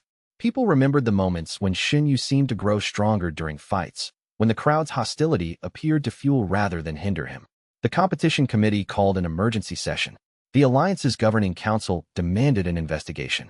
Representatives from 12 different sects submitted formal complaints, ranging from demands for disqualification to requests for Shen Yu's arrest. Shen Yu sat in his inn room and watched the world he'd carefully constructed begin to unravel. This was always a possibility, Su said. Madame Gu has better information networks than I expected. She either has a karmic court contact or access to restricted historical archives. Can I deny it? You can. But the evidence is too compelling. A spiritual root analysis by any competent examiner will detect the inverted karma physique's unique energy signature. Then I don't deny it. Su looked at him sharply. What? I don't deny it. I confirm it. But I control the narrative. Shen Yu activated Su's jade slip, the one containing 2 centuries of accumulated knowledge about the inverted karma physique. The slip's recorded consciousness responded to a specific query about historical precedent. There are records, Su's recorded voice said, of the inverted karma physique being classified as a legitimate ancient bloodline rather than a demonic mutation. The distinction is significant. Bloodline constitutions are protected under the Continental Cultivation Accords, while demonic mutations are not. The classification depends on whether the constitution can be demonstrated to be inherited rather than artificially acquired. Can I demonstrate inheritance? The inheritance ground in the Black Mist Valley contains physical evidence. The altar, the the carvings, the residual energy. These establish a historical lineage. Additionally, the fact that your physique awakens spontaneously rather than through deliberate technique practice supports the bloodline classification. Shen Yu brought this information to the competition committee's hearing, held that afternoon in a formal chamber attended by judges, sect representatives, and, via projected formation, the Alliance's governing council. I possess the inverted karma physique, he said, standing before the assembled powers. This is a hereditary bloodline constitution, documented in historical records dating back to the primordial era. It is not a demonic mutation, a forbidden technique, or a curse. It is part of my nature, as much as any spiritual root or physical trait. The chamber erupted. Sect representatives shouted over each other. The judges conferred in heated whispers. The Continental Cultivation Accords, Shen Yu continued, his voice cutting through the chaos, specifically protect cultivators with hereditary constitutions from discrimination in public competitions. Section 9, Article 4. No cultivator shall be barred from participation in sanctioned competitions on the basis of their innate constitution, spiritual root type, or hereditary physique, provided said constitution is not demonstrated to cause involuntary harm to others. It converts hatred into power, a sect representative shouted. That's involuntary harm. It converts hostile energy directed at me into cultivation fuel. The process does not harm the person generating the hostility. No one's cultivation is damaged. No one's spiritual energy is drained. No one's health is affected. The hostility already exists. I merely absorb it. The hostility exists because you provoke it. People's emotional responses are their own responsibility. I cannot control whether others choose to hate me. The debate continued for 2 hours. In the end, the committee ruled that Shen Yu's constitution qualified as a protected hereditary physique under the Continental Cultivation Accords. He was allowed to continue competing. But the ruling came with a cost. The entire city now knew what he was. The hostility didn't diminish. In some quarters, it intensified. But it was different now. People knew that their hatred fed him, and the knowledge created a paradox. The more they hated him, the more they resisted hating him, which reduced their hostility, which made them angry at their own reduced hostility, which increased it again. The emotional landscape around Shen Yu became a turbulent, recursive feedback loop. His dantian processed the chaos with the patient efficiency of a system designed for exactly this kind of complexity. And in the stands, Madame Guinhua watched with amber eyes and calculated her next move. Chapter 37. The semifinals put Shen Yu against a cultivator he had not anticipated. Ling Zhan, a disciple of the righteous sword sect, who fought with the Heaven's Judgment Blade, a technique that channeled the user's conviction of moral righteousness into spiritual sword energy. Ling Zhan was not motivated by jealousy, pettiness, or prejudice. He was motivated by genuine belief that Shen Yu was an aberration against the natural order of cultivation, that a power fueled by hatred was inherently corrupt, regardless of its wielder's character. His conviction was absolute. And conviction, Shen Yu discovered, generated a quality of hostile energy that was fundamentally different from anything he'd encountered. Contempt was a shallow well, intense but quickly depleted. Jealousy was a steady stream, consistent but manageable. Fear-hatred was a surge, powerful but unstable. Righteous fury was a mountain river, deep, relentless, and fed by an aquifer of moral certainty that never ran dry. The fight was the hardest Shen Yu had ever experienced. Ling Zhan's Heaven's Judgment Blade technique was specifically designed to combat what the righteous sword sect considered aberrant cultivation. Each strike carried not just physical force but a spiritual weight, a conviction-backed energy that penetrated defenses in ways that standard techniques could not. Shen Yu's core formation defenses, formidable against conventional attacks, faltered against strikes that were backed by genuine moral purpose. The conviction behind each blow wasn't just hostile. It was righteous, and righteous hostility resonated with Shen Yu's constitution in an unsettling way. The energy from Ling Zhan's attacks was the most difficult to process that Shen Yu had ever absorbed. Where standard hostility converted cleanly through the scorn absorption art's 3 stages, righteous fury carried a moral payload that the art couldn't strip cleanly. Residual conviction clung to the converted energy like burrs, creating pockets of spiritual dissonance in Shen Yu's meridians. The result was a fight that pushed Shen Yu beyond technique and into pure adaptation. He needed a new approach. The scorn absorption art couldn't handle righteous fury's unique composition. He needed something that could convert not just the energy, but the conviction behind it. In the heat of combat, with Ling Zhan's blade inches from his throat and 3,000 spectators' mixed emotions battering his dantian, Shen Yu developed a new technique. He called it martyr's reversal. The technique inverted the scorn absorption art's normal process. Instead of stripping the emotional payload during purification, it embraced the payload, absorbed it whole, conviction and all, and used the conviction itself as a structural component of the converted energy. The righteous fury became righteous defense, spiritual energy backed by moral weight that was repurposed from offense to protection. Ling Zhen's Heaven's Judgment Blade struck Shen Yu's newly formed Martyr's Reversal Shield, and the blade's energy met its own moral conviction being used against it. The technique didn't fail. It couldn't, because conviction was conviction regardless of direction, but it destabilized. Ling Zhen stumbled. His eyes widened. How? Shen Yu pressed the advantage. The Martyr's Reversal didn't just defend. The converted righteous energy could be channeled into his own strikes, giving them a moral weight that pierced conventional defenses just as Ling Zhen's had pierced his. The fight continued for another 4 minutes, the longest competitive match of the tournament, and ended when Shen Yu's Karmic Echo Palm, backed by Martyr's Reversal energy, overcame Ling Zhen's final defensive technique and struck the sword cultivator's chest with controlled force. Ling Zhen flew backward, hit the arena barrier, and slid to the ground. His sword clattered from his hand. For a long moment, the arena was silent. Then Ling Zhen rose to one knee, retrieved his sword, and bowed. A formal warrior's bow, the kind given to a worthy opponent. You are not what I expected, Ling Zhen said. I came to purge an aberration. I found a cultivator. I yield. The crowd's reaction was complex and difficult to process. Some continued hating him. The exposure of his constitution had crystallized certain prejudices beyond alteration. But others, watching Ling Zhen's bow, felt something else. Respect. Uncertainty. The uncomfortable realization that a person powered by hatred had just won a fight using the moral weight of his opponent's own convictions. Shen Yu's Dantian registered the hostility, reduced from earlier, but still significant. The respect and uncertainty registered as nothing. He bowed to Ling Zhen and walked off the platform. His body ached. The Martyr's Reversal technique had been improvised and was not yet refined. The moral conviction residue in his meridians created friction that he could feel with every step. But he was in the finals. And the finals were tomorrow. Feng Rui met him in the corridor with a towel and a cup of spiritual tea. You looked like you were fighting a mountain, and the mountain was winning. The mountain was winning. I just outlasted it. Poetic. Drink your tea. He drank his tea and let the warmth settle into his bruised body. Luo Qingyan appeared shortly after, her diagnostic instruments already active.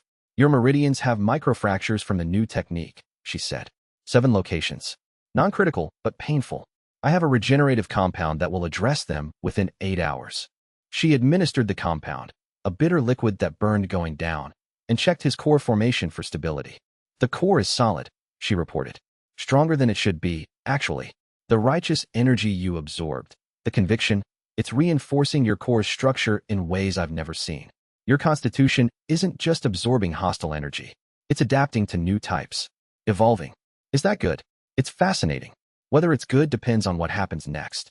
Chapter 38. What happened next was Feng Rui bursting into Shen Yu's room at midnight, his body cultivation blazing so hot that the doorframe scorched. The water, he gasped. She's done it again. Madame Gu. Not the same compound. Something different. I found it in the competition district's water supply, not an aggression amplifier this time. A psychotropic. It doesn't amplify existing emotions. It creates new ones. Shen Yu was on his feet immediately. Creates specific emotions. Targeted. The compound is designed to generate hatred toward a specific individual. You. It's like the whisper of 10,000 tongues, but chemical instead of spiritual. Anyone who drinks the contaminated water develops an unconscious, persistent hostility toward Shen Yu. Luo Qingyan, awakened by the commotion, analyzed the sample Feng Rui had collected. Her findings confirmed the worst. It's more sophisticated than the previous compound, she said, her voice tight with professional outrage. This one is almost undetectable. It bonds with the body's natural spiritual energy and piggybacks on emotional processing centers. The victim doesn't know their emotions are being manipulated. They believe their hatred is genuine. How widespread? The entire competition district's water supply. Given the distribution timeline, every person who's drunk tap water in the last 12 hours is affected. That's tens of thousands. Shen Yu felt it then, a rising tide of hostility from every direction, generated by people who genuinely believed they hated him, who had no idea their emotions were fabricated. His Dantian processed the influx automatically. The energy was identical to genuine hatred, The psychotropic made it indistinguishable at the constitutional level. His core strengthened. His reserves expanded. His advancement accelerated. And he was horrified. She's turning the entire city into a hatred farm, Feng Rui said. Pointed at you. She's doing more than that, Shen Yu replied. She's creating conditions for the soul extraction. If I break through again during the finals, pushed by an entire city's worth of hatred, the energy flux will be so extreme that my physique's defenses will be overwhelmed. She'll have a window. So we need to neutralize the compound before the finals. Luo Qingyan was already working, her portable laboratory set up on the in-rooms table. I can create a countermeasure. The compound's bonding mechanism has a specific weakness, an enzymatic vulnerability that a targeted antidote can exploit. But production at sufficient scale to treat the entire district's water supply would require resources I don't have. What resources? A fully equipped alchemy laboratory, approximately 300 spirit stones worth of rare reagents, and 12 hours of uninterrupted work. Shen Yu turned to Feng Rui. Can we get access to a laboratory? The competition district has public alchemy stations for the alchemy competition participants. They close at midnight, but I know a guy who knows a guy. Then get the laboratory access. I'll get the reagents. They split up. Shen Yu accessed Azure Cloud City's midnight market, a shadow economy that operated in the district's underground levels, selling everything from legitimate spiritual materials to questionable substances. 300 spirit stones bought the reagents Luo Qingyan needed, though it depleted his reserves completely. Luo Qingyan worked through the night. Her concentration was absolute, her hands moving between instruments with the precision of a master artist. Shen Yu watched from a corner of the borrowed laboratory, monitoring the city's rising hostility levels through his spiritual perception and throttling his absorption as much as possible. By dawn, she had produced sufficient countermeasure to treat the competition district's central water reservoir. Feng Rui delivered it personally, sweet-talking the Alliance's water management formation operators into adding the compound as a safety measure. The effect was gradual. Over the following hours, as contaminated water was flushed from the system and treated water circulated, the artificial hostility began to fade. People who had spent the night seething with inexplicable anger toward that demon cultivator found their emotions normalizing, replaced by the confused awareness that something had been wrong. When the truth emerged, Madame Gu Yinhua's second poisoning of the city's water supply, the reaction was not just outrage but fear. This was the second time the Venom Heart sect had contaminated their water, the second time their emotions had been manipulated. The Alliance's response was swift and decisive. Madame Gu was formally charged with mass psychotropic assault, a capital offense under Azure Cloud City's jurisdiction. Alliance security forces surrounded the inn where the Venom Heart sect's delegation was staying. Madame Gu Yinhua vanished. Not captured, not fled, vanished. Her concealment techniques were evidently more sophisticated than even Shen Yu had realized. But the damage was done. To her plan, at least. The conditions for the soul extraction during the finals had been neutralized. The city's hostility toward Shen Yu, while still present in those who genuinely disliked him, was no longer artificially amplified. The finals were that afternoon. And for the first time, Shen Yu would fight without the advantage of a city's worth of manufactured hatred behind him. Chapter 39 The finals of the Intersect Competitions Foundation Establishment category, reclassified as Foundation Establishment and below, after Shen Yu's breakthrough, were held in the Grand Arena's main stage. 5,000 spectators. Full Elder Council observation. Formation projected to every venue in the city. Shen Yu's opponent was Duan Ming, Madame Gu Yinhua's adopted son and champion of the Venom Heart sect. Duan Ming was young, 20, perhaps, with the unsettling beauty that characterized Venom Heart cultivation. His cultivation was peak core formation, higher than Shen Yu's early core formation by a significant margin. He fought with a dual technique, poison sword arts that combined blade work with toxin delivery, creating attacks that were lethal on multiple levels simultaneously. He also hated Shen Yu with a passion that was both personal and cultivated. Madame Gu had raised him specifically for moments like this, a weapon aimed at whoever threatened her interests. Shen Yu's disruption of the Venom Heart compound, his exposure of the water contamination scheme, and his public humiliation of the sect's operations had made him the primary target of Duan Ming's lifelong conditioning. "My mother will have your physique," Duan Ming said as they faced each other on the platform. "Whether you're alive or dead, when she takes it is up to you. Your mother poisoned an entire city. Twice. She's not exactly a paragon of reasonable negotiation." Duan Ming's killing intent spiked. His poison sword technique flared, and the blade in his hand wept green light. "When I'm done with you, they'll curse your name for 100 years." I certainly hope so, Shen Yu said. The fight began. Duan Ming was terrifyingly skilled. His poison sword style created a lethal perimeter around his body, a zone of overlapping blade arcs and toxic energy that punished anyone who entered. Within that zone, his strikes were fast enough to test Shen Yu's core formation reflexes. But Shen Yu had something Duan Ming didn't: the crowd. 5,000 spectators, many still carrying residual animosity from the water contamination, some directed at Shen Yu, some at the Venom Heart sect. The hostility aimed at Shen Yu was modest by comparison to the artificial peaks of previous days, but it was genuine, and genuine hatred was always richer than manufactured contempt. His Dantian processed the ambient energy while he fought. His core formation strengthened incrementally with each second, each insult, each whispered curse from the stands. The fight escalated. Duan Ming's poison techniques were more varied and dangerous than anything Shen Yu had faced in the serpent's spine. Not just physical toxins, but spiritual poisons that corroded chi barriers and disrupted technique formation. Each strike left trails of corruption that lingered in the air. Shen Yu used the martyr's reversal defensively, converting the conviction behind the crowd's hostile energy into protective barriers that resisted Duan Ming's poison. The green corruption met gray-silver conviction and was neutralized. 3 minutes. 5 minutes. 7 minutes. The fight was a chess match of technique and counter-technique, each fighter adapting to the other's strategy in real time. The crowd's engagement deepened, and with it, the emotional energy in the arena intensified. At the 10-minute mark, Madame Gu made her move. She had not fled the city. She had been hiding, waiting for this moment. From a concealed position in the arena's upper structure, she activated a formation she'd prepared in advance, the 10,000 Grudge Formation. The formation used the crowd's emotional energy as fuel, not just the hostility toward Shen Yu, all of it. 5,000 people's worth of accumulated emotion, anger, fear, excitement, anticipation, was harvested by the formation and directed at Shen Yu in a concentrated beam of raw negative energy. The impact was staggering. Shen Yu's Dantian, already processing a steady stream of genuine hostility, was suddenly flooded with a torrent that exceeded anything he'd ever experienced. 5,000 people's emotional output, concentrated and focused by a core formation elder's formation craftsmanship, hit his constitution like a tsunami. His core expanded. Mid-core formation reached and passed in seconds. The energy kept coming. Late core formation. The boundary flexed, stretched, cracked. Yes, Madame Gu's voice echoed through the arena from her concealed position. Take it all. Gorge yourself. And when your defenses are open, I'll harvest you. The soul extraction technique began. Shen Yu felt it.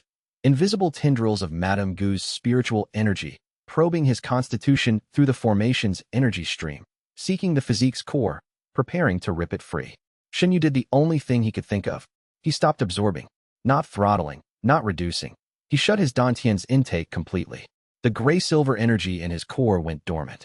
The Scorn Absorption Art's 3-stage process halted. His constitution, for the first time since its awakening, went silent.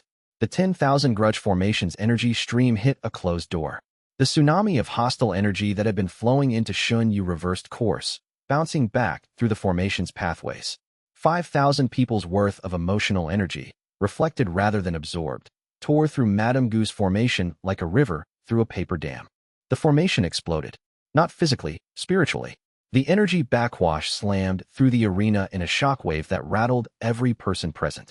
The concealment formation hiding Madame Gu shattered, revealing her position in the arena's upper structure. Alliance security forces converged immediately. Madame Gu, her formation destroyed and her concealment breached, fought with the desperation of someone who had just lost everything. Her poison techniques were formidable, but she was surrounded by dozens of security cultivators, several at core formation. While the chaos raged above, Shen Yu re-engaged his Dantian and faced Duan Ming on the arena floor. Duan Ming had felt the formation's collapse through his mother's spiritual link. His face was white, his sword hand trembling. For the first time in his life, the weapon was afraid. Shen Yu advanced. His core, pushed to peak core formation by the brief but intense exposure to the 10,000 Grudge Formation, burned with gray-silver energy that made his eyes glow. The karmic echo palm formed at his right hand, charged with the accumulated fury of an entire arena. Yield, he said. Duan Ming attacked. Desperation, not strategy. His sword arced toward Shen Yu's throat with everything he had. Shen Yu's palm met the blade. The karmic echo palm discharged on contact, and the sword shattered. The energy continued through the broken blade, hit Duan Ming's chest, and launched him 30 meters across the arena floor. He hit the far wall, slumped, and lay still. Winner, Shen Yu. The referee declared over the chaos. Champion of the Foundation establishment and below category. Above, Madame Guinhua was being restrained by security forces. She screamed, not in pain but in fury, and her amber eyes locked onto Shen Yu from across the arena. I will have your physique, boy. If not today, then tomorrow. If not me, then someone else. You are hunted. You will always be hunted. I know, Shen Yu said, too quietly for her to hear. And I'll use every bit of it. Chapter 40. The competition concluded with Shen Yu's championship and Madame Guinhua's arrest, though the arrest was temporary. Alliance security detained her for 48 hours before she escaped her cell through a technique that dissolved her body into toxic vapor and reconstituted it outside the prison walls. She fled Azure Cloud City carrying a fragment of Shen Yu's blood, extracted from a droplet left on the arena floor during the fight with Duanming. The blood carried traces of the inverted karma physique's unique energy signature. What she could do with it, Shen Yu didn't want to contemplate. But the immediate crisis was over, and the aftermath was transformative.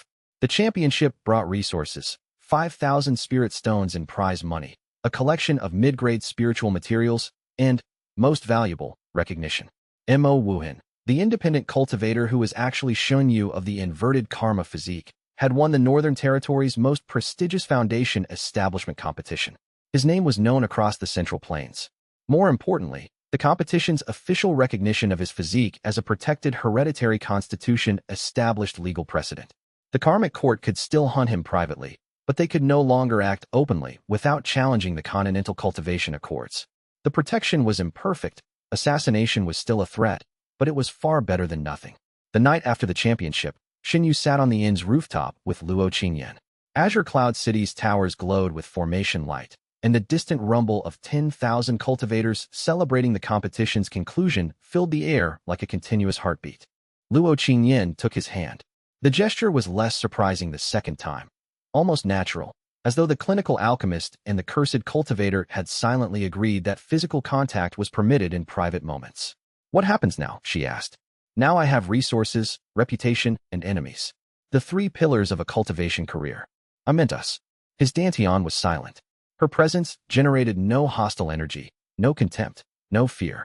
She was a void in his spiritual landscape, a space of absolute neutrality that his constitution couldn't read and couldn't use. And she was the most important person in his life. Now we go forward, he said. Together. You, me, Feng Rui, Elder Su. We build something. Not a sect, something smaller. A group of people who know what I am and choose to stand beside me anyway. The world will keep hating you. The world will keep fueling me. Is that enough? He looked at her, at the dark eyes that analyzed everything, the pale skin that never saw enough sun, the calloused hands that could brew poisons and cures with equal skill. She was not warm. She was not gentle. She was brilliant, ruthless, achingly honest, and she had chosen to be here. No, he said. It's not enough. The hatred keeps me alive, but it's not what I live for. She didn't ask what he lived for. Her eyes asked the question. His answered it. Below them, Feng Rui's laughter echoed from the common room, where he was arm-wrestling 3 Alliance soldiers simultaneously and winning. Old Man Su was asleep in his chair, snoring gently, his frail body wrapped in blankets that Luo Qingyan had arranged around him. This was what Shen Yu lived for. These people. This moment. The impossible reality of connection in a life powered by hatred. His Dantian registered nothing. His heart registered everything. The city hummed. The stars turned. And somewhere deep beneath the earth, something ancient stirred. Something that resonated with the inverted karma physique in ways Shen Yu had not yet begun to understand. A presence. Old, vast, and hungry. It was reaching for him, and he could feel it reaching back. Chapter 41. 6 months after the inter-sect competition, Azure Cloud City had become something Shen Yu never expected, home. The Rising Phoenix Inn had been replaced by a compound, a modest but functional property on the competition district's eastern edge, purchased with prize money and supplemented by Luo Qingyan's income from freelance alchemy commissions. The compound had a training yard, an alchemy laboratory, living quarters for 4, and a formation array that Shen Yu had personally designed to dampen spiritual energy signatures within its walls. The Karmic Vanguard. That was what people called them, though the name had started as a joke from Feng Rui. Every crew needs a name, the body cultivator had insisted, between bites of spiritual beast jerky. Something intimidating. Something that makes people think twice. Karmic Vanguard makes people think we're a charity organization, Shen Yu had replied. It makes people think we're connected to karma, which you are. It's branding. The name stuck, despite Shen Yu's protests. In 6 months, the Karmic Vanguard had built a quiet reputation as a faction that handled problems other factions wouldn't touch. Bandit operations too small for the Alliance to prioritize, rogue cultivator incidents in the city's lower districts, and the occasional investigation into cultivation-related crimes. Their clientele was modest but growing. Shen Yu's cultivation had stabilized at peak core formation. The massive influx from the competition had pushed him to the edge of nascent soul, but he'd chosen to hold the breakthrough in reserve rather than rush forward. Su's lessons about controlled advancement had left their mark. Luo Qingyan had completed her analysis of the inverted karma physique's 4th stage transmutation process and published a theoretical paper, under a pseudonym, that sent ripples through the alchemical community. The paper described a hypothetical energy transformation mechanism without explicitly naming the physique, but those with sufficient knowledge could read between the lines. Feng Rui had advanced to peak foundation establishment through relentless physical training and several bar fights that he described as spontaneous cultivation opportunities. Old man Su was dying. He hit it well. His daily routine was unchanged: morning tea, afternoon meditation, evening lectures on cultivation theory and ancient history. He still moved slowly, still drank too much cheap wine, still deflected personal questions with dry humor. But Luo Qingyan had noticed. Her diagnostic instruments detected a progressive deterioration in Su's remaining spiritual pathways. The damaged remnants of his once formidable Dao Lord cultivation were finally failing. The energy that sustained his unnaturally long life was running out. Months, Luo Qingyan told Shen Yu privately. Maybe a year if he stops exerting himself. Which he won't. Shen Yu sat with this knowledge the way he sat with all painful things, by building a wall around it and continuing to function. It was into this carefully constructed normalcy that urgent news arrived. Su appeared at the compound's gate one evening, moving faster than Shen Yu had seen in weeks, his face drawn into lines of worry that transcended his usual weariness. The hollow sage has resurfaced, he said. The room went quiet. Feng Rui set down his jerky. Luo Qingyan lowered her pestle. Even the compound's ambient formation hummed lower, as if sensing the change in atmosphere. Where? Shen Yu asked. The Crimson Abyss. Reports from the Alliance's intelligence network. 3 villages have disappeared in the past month. Completely. Not destroyed, emptied. Every person, every animal, every trace of habitation. Gone. That matches the Hollow Sage's operational pattern? Exactly. Su Mohan, my former disciple, perfected a technique for harvesting resentment from living subjects. He keeps them alive in formations that induce perpetual suffering, extracting their emotional energy like draining blood from a body. The victims don't die quickly. They suffer for months, sometimes years. The horror of the description settled over the room like a physical weight. How strong is he now? Feng Rui asked, his jovial manner absent for once. My best estimate, based on the scale of his operations, is peak spirit severing. Possibly higher. He's been consuming harvested resentment energy for decades, supplementing his natural cultivation with stolen emotional power. Spirit severing? Shen Yu repeated. 3 full realms above his own core formation. A gap that even his constitution's reserves couldn't bridge. The Alliance will send a response force, Luo Qingyan said. Su shook his head. The Crimson Abyss is outside the Alliance's jurisdiction. It's unclaimed territory, a no-man's land between the Central Plains and the Southern Wastes. The Alliance has no legal mandate to intervene, and politically, sending forces into unclaimed territory could be perceived as expansion. So hundreds of people are suffering, and no one will help because of politics. Welcome to the cultivation world. Shen Yu was quiet for a long time. His dantian pulsed steadily, the background radiation of Azure Cloud City's modest hostility, nothing dramatic but ever-present. This is personal for you, he said to Su. Su Mohan was my student. I taught him everything he knows. His crimes are, in part, my responsibility. And he's connected to my physique. He's obsessed with your physique. His entire research program is built on replicating the inverted karma physique through artificial means. If he learns you exist, if he hasn't already, he'll come for you. Better to face him on our terms than his. Shen Yu looked at his companions. Feng Rui's expression was set in the stone-jawed determination that preceded his most reckless decisions. Luo Qingyan was already mentally cataloging which compounds to bring. Su looked tired but resolute. We go to the Crimson Abyss, Shen Yu said. We find the Hollow Sage. And we end this. Chapter 42. Su spent 2 days briefing them on the Hollow Sage's history, capabilities, and likely defenses. Mohan had been the most talented disciple in Su Wenchang's tutelage, brilliant, ambitious, and possessed of a curiosity that knew no ethical boundaries. When Su had shared his research on the inverted karma physique, Mohan had become obsessed, not with understanding the physique's potential for transcendence, but with its practical applications. He saw it as a technology to be replicated, Su explained. The ability to convert hostile emotional energy into cultivation power. Imagine what a sect could do with that. Armies that grew stronger when opposed. Leaders who were immune to rebellion because rebellion only made them more powerful. He wanted to weaponize it. And when you refused to help, he shattered my cultivation, stole my research notes, and disappeared into the crimson abyss. That was 43 years ago. Since then, he's been perfecting his artificial version, the resentment harvest technique. It doesn't replicate the inverted karma physique's conversion process.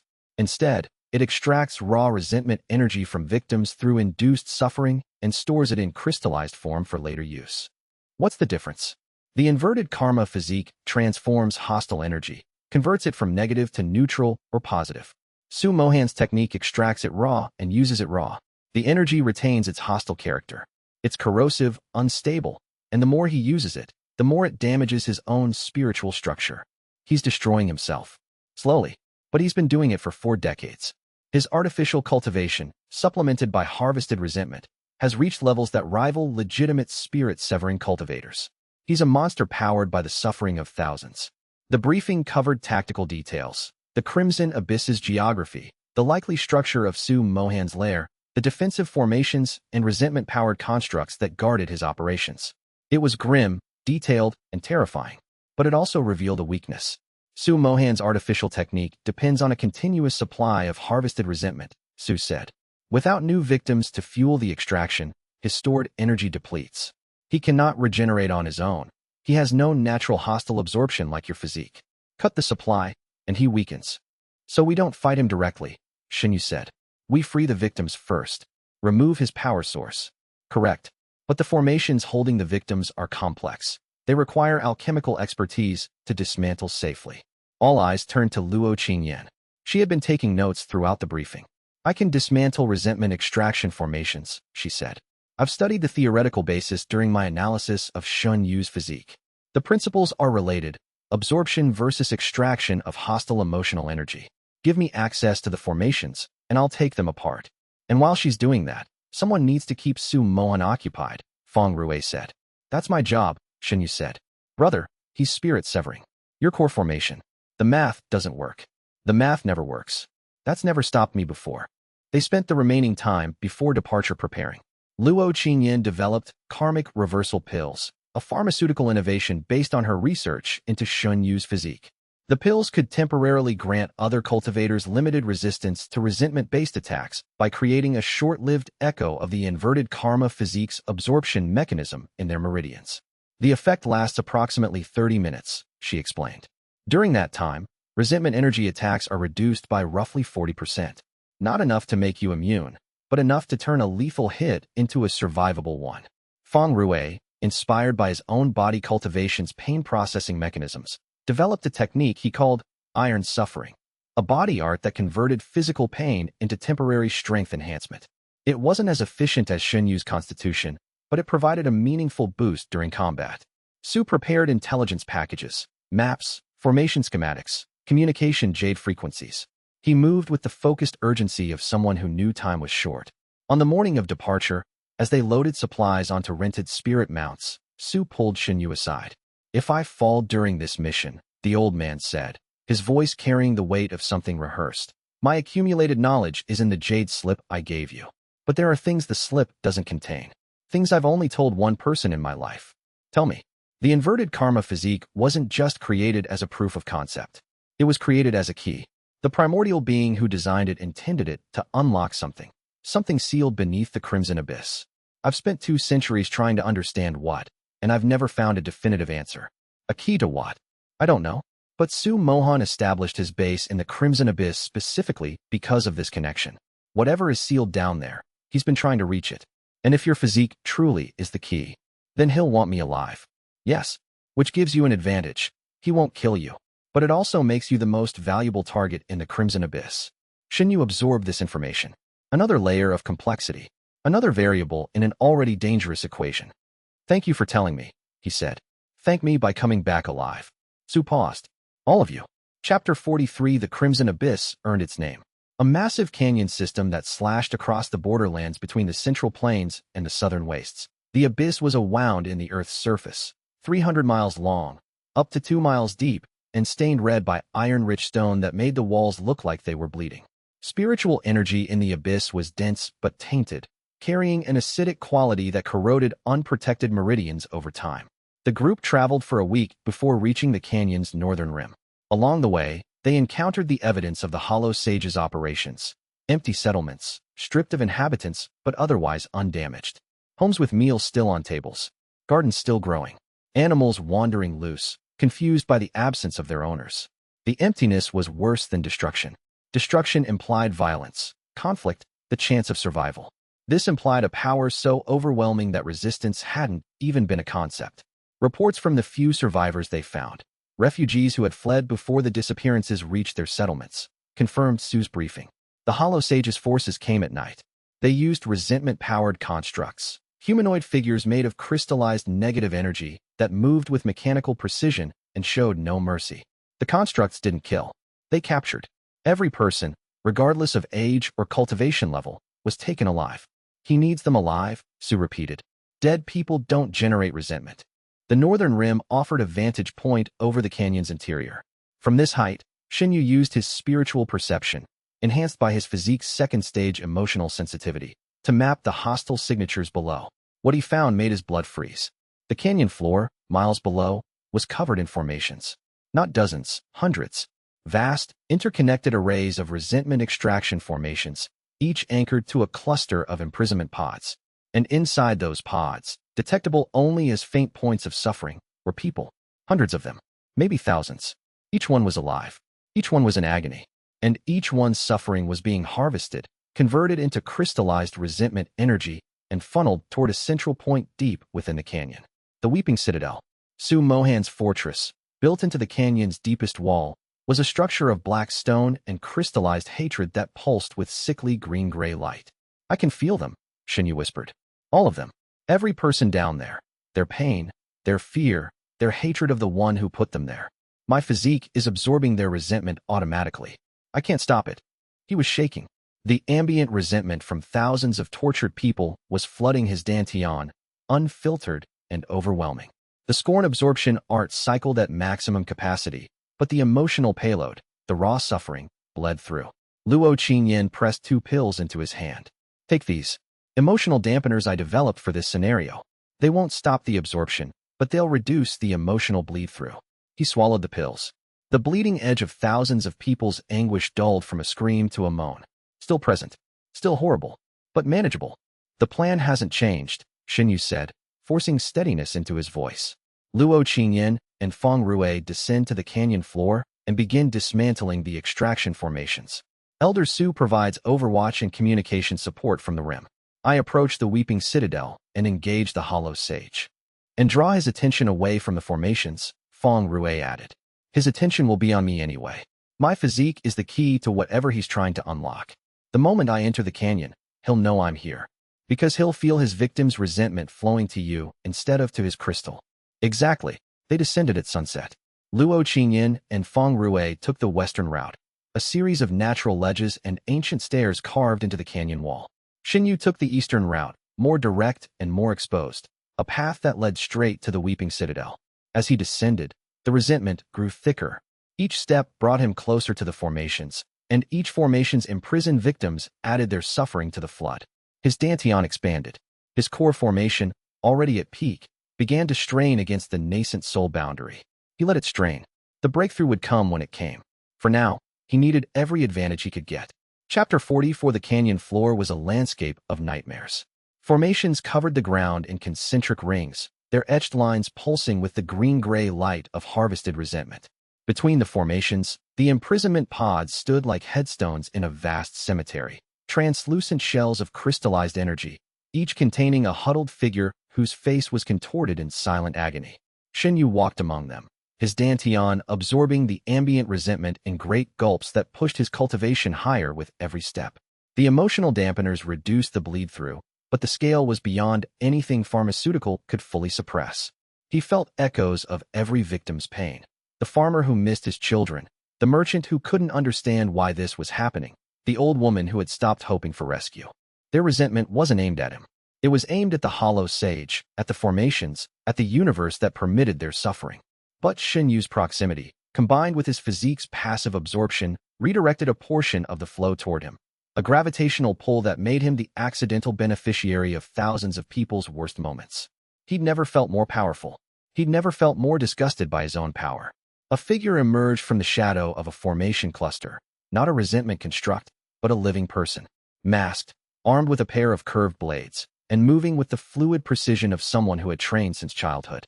"You shouldn't be here," the figure said. The voice was young, controlled, and deliberately gender-ambiguous behind the mask. "Neither should they." Shen Yu gestured at the imprisonment pods.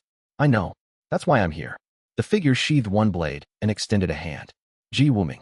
I'm looking for someone." "So are we." Ji Wuming's emotional signature was tightly controlled. Not the clinical neutrality of Luo Qingyan, but the disciplined suppression of someone trained in espionage. Beneath the control, Shen Yu detected layers, grief, determination, and a specific, targeted hatred aimed at the hollow sage. "Your mother," Shen Yu said, reading the emotional signature. "She's one of the prisoners." Ji Wuming went very still. "How did you know that?" "I can feel directed hostility. Yours is aimed at the man who took someone you love. The specific quality of that hostility, personal, intimate, desperate, says family. Mother, based on the protective overlay. That's a terrifying ability. I get that a lot." They regarded each other in the green-gray light of the formations. Ji Wuming was assessing him, measuring risk against potential benefit with the cold logic of someone accustomed to making tactical decisions under pressure. "You're the one with the inverted karma physique," Ji Wuming said. "The one from the competition." "Yes." "Then you're here for the hollow sage." "Yes." "So am I, but not for justice. For my mother." "Why not both?" A pause. Then Ji Wuming pulled down the mask, revealing a face that was unexpectedly delicate, fine-boned, sharp-featured, with eyes that held the ancient weariness of someone who had grown up too fast. The face was feminine, despite the masculine clothing and deliberate ambiguity. "An alliance, then," Ji Wuming said. "Until we find my mother and stop the hollow sage." "Agreed. My companions are already working on the formations, dismantling the extraction arrays from the west. The hollow sage will respond to the disruption. I need to be between him and them. I can guide you to the Weeping Citadel. I've spent weeks mapping its exterior defenses." "Weeks? My mother was taken 6 months ago. I've been planning this rescue ever since."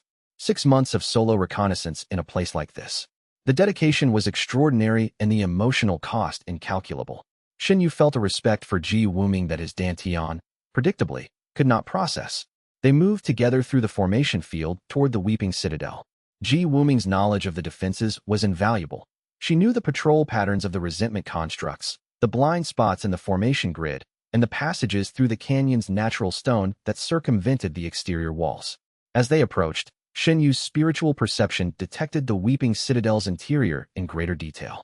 The fortress was less a building and more a formation, a massive, self-sustaining structure of crystallized resentment that drew its form and function from the suffering of its prisoners. The walls were alive with screaming energy. The corridors pulsed with harvested emotions. And at its center, a presence, the hollow sage himself, radiating a spiritual signature that was simultaneously familiar and alien. The signature carried echoes of Shen Yu's own physique, the same gray-silver quality, but corrupted, twisted, and artificially amplified to monstrous proportions. "He's waiting for you," Ji Wuming said. "I know. He wants you alive." "I know that too." "Then you have an advantage." "Several, actually." Shen Yu touched the karmic dampening seal on his chest, cracked from the competition, but still partially functional. "The biggest advantage is that he doesn't know my companions are freeing his prisoners. When the extraction formations go down, his power drops. That's our window." "How long until the formations are down?" Shen Yu checked the communication jade that connected him to Feng Rui. A brief pulse confirmed the message, starting. 2 hours. 2 hours, he told Ji Wuming. "I need to keep the hollow sage occupied for 2 hours. Against a spirit-severing cultivator. Against a spirit-severing cultivator who wants me alive. There's a difference between fighting someone who wants to kill you and fighting someone who wants to capture you. Capture is harder." Ji Wuming's expression suggested she was unconvinced but willing to proceed. They reached the Weeping Citadel's entrance. a gate of crystallized resentment that opened at Shen Yu's touch, recognizing his physique's signature like a lock meeting its key. After you, Ji Wuming said. Shen Yu stepped through the gate and into the Hollow Sage's domain. Chapter 45. The Weeping Citadel's interior was a maze of corridors that shifted and reconfigured based on the resentment energy flowing through its walls. The path that existed one moment might seal shut the next, replaced by a new passage that opened in a direction that defied architectural logic. But the corridors weren't empty. Resentment constructs patrolled in pairs, humanoid figures carved from crystallized negative energy, their features smooth and featureless, their movements mechanical and precise.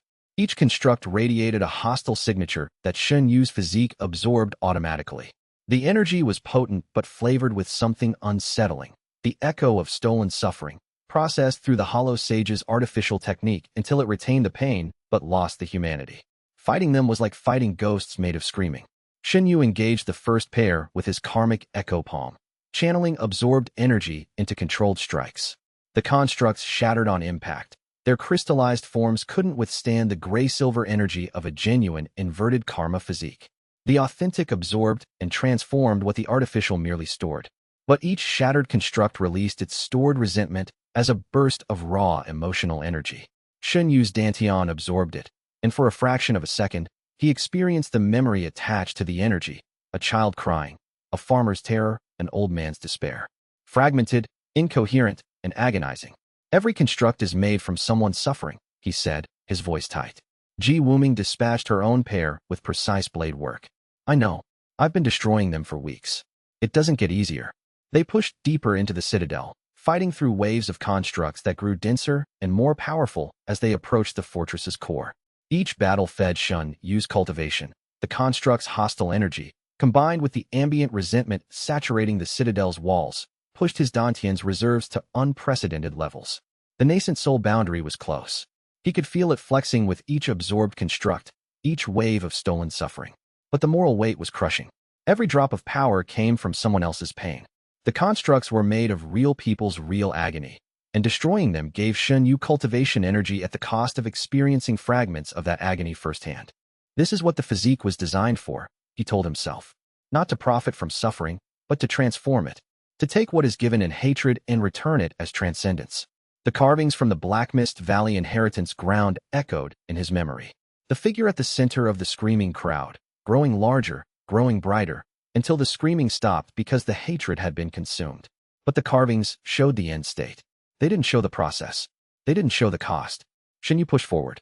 Chapter 46. The citadel's core was a vast chamber, easily 100 meters across, with a domed ceiling that dripped with condensed resentment energy like stalactites in a cave. The floor was a formation, a single, enormous extraction array that covered every surface, its lines pulsing with green-gray light. At the center of the chamber, on a throne of crystallized suffering, sat the Hollow Sage. Mohan was not what Shen Yu had expected. He'd imagined a monster, something twisted and inhuman, warped by decades of consuming others' pain. Instead, the Hollow Sage looked like a scholar. Thin, elegant, dressed in robes of deep gray, with refined features and calm, intelligent eyes.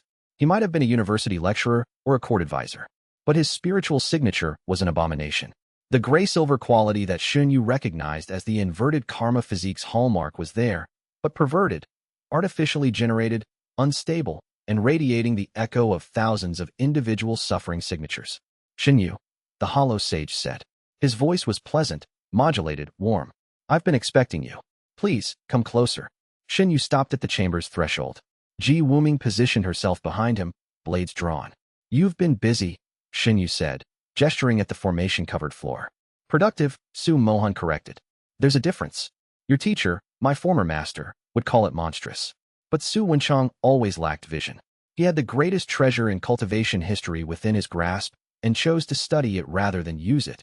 He chose not to weaponize it. He chose stagnation over progress. The inverted karma physique is the most efficient energy conversion mechanism in existence. If it could be replicated, scaled, the implications would reshape civilization. Imagine an army where every soldier grows stronger from the enemy's hatred. Imagine a kingdom where rebellion strengthens the ruler. Imagine, I don't need to imagine. I can see what your progress looks like. Shen Yu pointed at the formation. Thousands of people in perpetual agony. souls being drained until they're hollow shells. This isn't progress. It's a factory of suffering. Mohan's smile didn't waver. Every forge requires fuel. I regret the necessity, but the results speak for themselves. My artificial technique has reached 93% efficiency compared to a natural inverted karma physique. When I study yours, when I understand the final 7%, the technique will be perfected, and the people in your formations will be released. Eventually, once I no longer need them, you'll need them forever. Your technique doesn't transform the energy, it stores it raw. The more you use, the more you need. You're an addict, Mohan, not a visionary. Something flickered in the hollow sage's calm expression. The first crack. You're 17 years old and 6 months into your cultivation career. What could you possibly understand about? I understand that my teacher sacrificed his cultivation to stop you 43 years ago, and you haven't accomplished anything since except making people suffer. I understand that you're sitting in a throne made of crystallized screaming. I understand that you invited me here because you can't finish your research without someone who has what you can't replicate. A long pause. Come willingly, Mohan said, his pleasant voice carrying an edge that hadn't been there before. The study will be painless. I'll extract the physique's final secrets, complete my technique, and release both you and my subjects. No one else needs to suffer. Or I activate the Citadel's full defensive array, and every one of my subjects' agony increases tenfold. The resentment generated will power constructs that will overwhelm your companions. Yes, I know about the alchemist and the body cultivator working on my formations. I'll capture them, add them to the collection, and study your physique through vivisection rather than cooperation. His communication jade pulsed. Feng Rui's signal. 40 minutes until the first formation cluster was dismantled. Shen Yu needed to buy time. Let me understand the technique first, he said. If I'm going to submit to study, I want to know what I'm submitting to. Mohan's smile returned. A reasonable request. From a reasonable young man. He began explaining. And Shen Yu listened, absorbed, and counted the minutes. Chapter 47. The Hollow Sage was brilliant. Shen Yu hated to acknowledge it, but the man's understanding of spiritual energy conversion was extraordinary. His explanation of the artificial resentment harvest technique revealed a mind that operated at a level of theoretical sophistication that rivaled Luo Qingyan's. The technique worked on a principle Mohan called emotional fracturing. Standard spiritual energy was emotionally neutral. It carried no feelings, no intent. But when a person experienced intense emotion, a fraction of their spiritual energy became colored by that emotion, temporarily taking on its characteristics. Positive emotions produced colored energy that was unstable and quickly reabsorbed. Negative emotions, hatred, fear, resentment, suffering, produced colored energy that was stable and could persist independently of its source. This was the fundamental asymmetry of the emotional spectrum. Happiness was fleeting, suffering was durable. The resentment harvest technique exploited this asymmetry. By inducing sustained suffering in captive subjects, it generated a continuous stream of stable, negatively colored spiritual energy. This energy could be extracted, crystallized, and stored for later use. Your physique does the same thing, Mohan explained, but with a critical difference. Your dantian doesn't just store the colored energy, it transforms it. The negative coloring is stripped, leaving behind pure spiritual energy of extraordinary quality. Your physique is, essentially, a refinery. Mine is merely a storage facility, which is why your stored energy is corrosive and unstable. Precisely, the raw negative coloring degrades everything it touches, including my own meridians. I've lost approximately 30% of my natural spiritual capacity to corrosion over the past 4 decades. The artificial technique is consuming me even as it empowers me. He said this with the calm detachment of a scholar discussing a research obstacle, not a man describing his own slow destruction. The final 7% of efficiency, Mohan continued, resides in your physique's transformation mechanism. If I can understand how your dantian strips the negative coloring, I can incorporate that process into my technique. The refined energy would no longer corrode, and the technique would become sustainable. And if the transformation mechanism is inherent to the physique, something that can't be replicated, then I'll need the physique itself. His eyes held Shen Yu's. One way or another. 20 minutes had passed. Feng Rui's signal pulsed. First formation cluster dismantled. Shen Yu felt the change immediately. A fraction of the ambient resentment in the citadel weakened as the first group of prisoners' extraction formations went offline. The change was small, one cluster among hundreds, but it was there. Mohan felt it too. His eyes narrowed. Your companions are faster than I expected, he said. No matter. He raised one hand, and the formation beneath his throne blazed with light. I'll deal with them after we've concluded our discussion. Our discussion is over, Shen Yu said. I'm not submitting to study. I'm not surrendering my physique.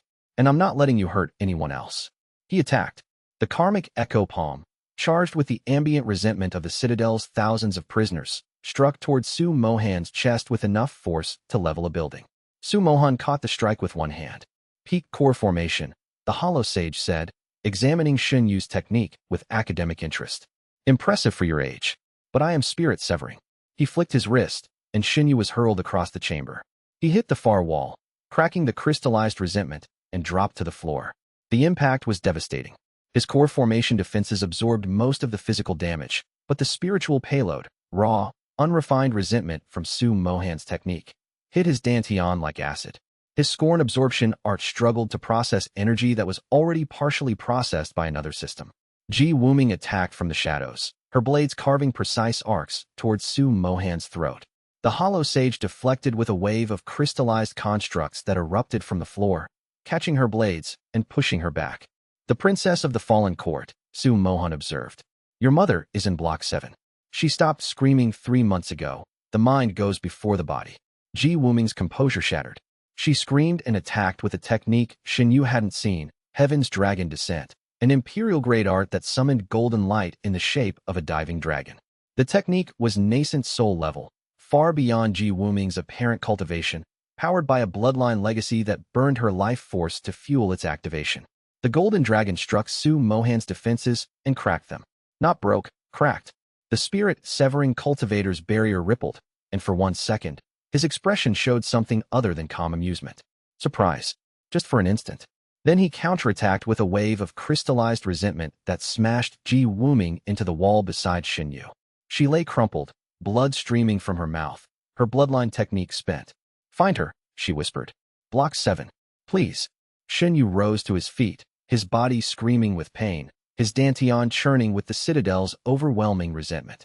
The nascent soul boundary was so close he could feel its texture. Su Mohan advanced toward them, his pleasant smile finally gone, replaced by the cold efficiency of a researcher collecting specimens. I wanted to do this gently, he said. But you've complicated things. 30 minutes until the next formation cluster went down. 30 minutes against a spirit-severing cultivator. Shen Yu widened his stance, gathered the Citadel's ambient resentment into his palms, and prepared for the longest half-hour of his life. Chapter 48. The battle was not a battle. It was survival. Su Mohan was spirit-severing, 3 full realms above Shen Yu. The gap in raw power, technique, and spiritual capacity was so vast that direct confrontation was suicide. So Shen Yu didn't fight directly. He fought indirectly, using the citadel itself as his weapon. The Weeping Citadel was built from crystallized resentment. Its walls, floors, and ceilings were saturated with the harvested suffering of thousands. And Shen Yu's physique could absorb that energy. He ran through the citadel's shifting corridors, absorbing resentment from every surface he touched, his dantian expanding with each step. Su Mohan pursued, his spirit-severing speed more than sufficient to close any distance. But the citadel's architecture worked against him. Its shifting walls responded to the largest concentration of resentment energy, and Shen Yu was absorbing faster than Su Mohan could redirect. The corridors opened before Shen Yu and closed behind him, the citadel's structure responding to his physique's pull like iron filings to a magnet. He was the key, and the citadel was the lock, and the lock was opening for him. Stop running, Su Mohan's voice echoed through the walls. You're depleting my infrastructure. Do you have any idea how many years of accumulated resentment you're consuming? Shen Yu didn't answer. He ran, absorbed, and waited for Feng Rui's signal. The citadel showed him things as he ran. The crystallized resentment in the walls carried memories, fragments of the victim's experiences that leaked through during absorption. He saw families torn apart. He saw children dragged from their parents. He saw old men who had lived peaceful lives suddenly plunged into a nightmare of perpetual suffering. Each fragment fed his dantian and fed his fury. 10 minutes. 15. The nascent soul boundary was buckling under the accumulated pressure. Shen Yu held it, clamped down, refused to break through. Not yet. Su Mohan cornered him in a dead-end corridor. The hollow sage's patience had been replaced by clinical annoyance. You've absorbed approximately 12% of the citadel's resentment reserves, Su Mohan said, blocking the corridor's only exit. Impressive capacity. But it changes nothing. Even if you broke through to nascent soul, which you're clearly holding back from, the gap between us would still be insurmountable. You're right, Shen Yu said. The gap is too large to bridge through cultivation alone. Then surrender. My study will be, I said, through cultivation alone. Shen Yu placed both palms against the citadel's walls. His physique's absorption mechanism activated at maximum capacity, draining resentment energy from the structure itself. The walls screamed. The crystallized resentment that formed the citadel's structure began to destabilize as its energy was siphoned away. Cracks spread from Shen Yu's palms, racing through the walls, the floor, the ceiling. Mohan's expression shifted from annoyance to alarm. What are you? Your citadel is made of stolen suffering. I'm taking it back. The structure groaned. The citadel's formation-driven architecture depended on a minimum resentment energy level to maintain its shape. Shen Yu was dropping that level below the critical threshold. Stop. Mohan lunged forward, his spirit-severing technique flaring with power. His strike would have killed Shen Yu instantly, but the citadel's corridors shifted one final time. A wall of crystallized resentment rose between them, the structure's last autonomous response to its primary energy source being redirected. Mohan's strike shattered the wall, but the 3 seconds it bought were enough. Shen Yu's communication jade pulsed, second formation cluster dismantled. He felt it, a significant drop in the citadel's energy level as another batch of prisoners' extraction formations went offline. Mohan felt it too, and his alarm deepened. You're dismantling my formations, the hollow sage said, while distracting me with myself. Yes, the most valuable target in the Crimson Abyss, remember? Mohan's response was a technique of terrifying scope, resentment storm, a spirit-severing art that gathered all remaining resentment energy in the citadel and compressed it into a weapon. The air itself turned gray with concentrated suffering. Shen Yu braced. The technique hit him like a wall of screaming faces. Not just energy, but the actual emotional content of thousands of people's worst moments, weaponized and directed at a single target. His Dantian tried to absorb it all. The scorn absorption art ran at absolute maximum. The intake exceeded anything his constitution had ever processed, by a factor of 10, by a factor of 100. His meridians burned. His core screamed, and the nascent soul boundary disintegrated. The breakthrough hit like an earthquake. His core formation core, already overstressed, cracked and reformed, not as a liquid pool or a solid core, but as a nascent soul, a spiritual entity that lived within his Dantian and could perceive, think, and act independently of his physical body. The nascent soul's first act was to stabilize the absorption. Where his physical meridians had been overwhelmed, his nascent soul provided additional processing capacity, a parallel system that handled the emotional content while his body handled the energy. Nascent soul, achieved in the heart of the enemy's fortress, fueled by the suffering of thousands. The power was immense. The guilt was incandescent. Mohan stared at him with an expression that was, for the first time, genuinely impressed. Nascent soul, he breathed. During combat, fueled by my own resentment storm, you are everything I theorized the physique could be. I'm more than your theory, Shen Yu said, and I'm coming for your prisoners.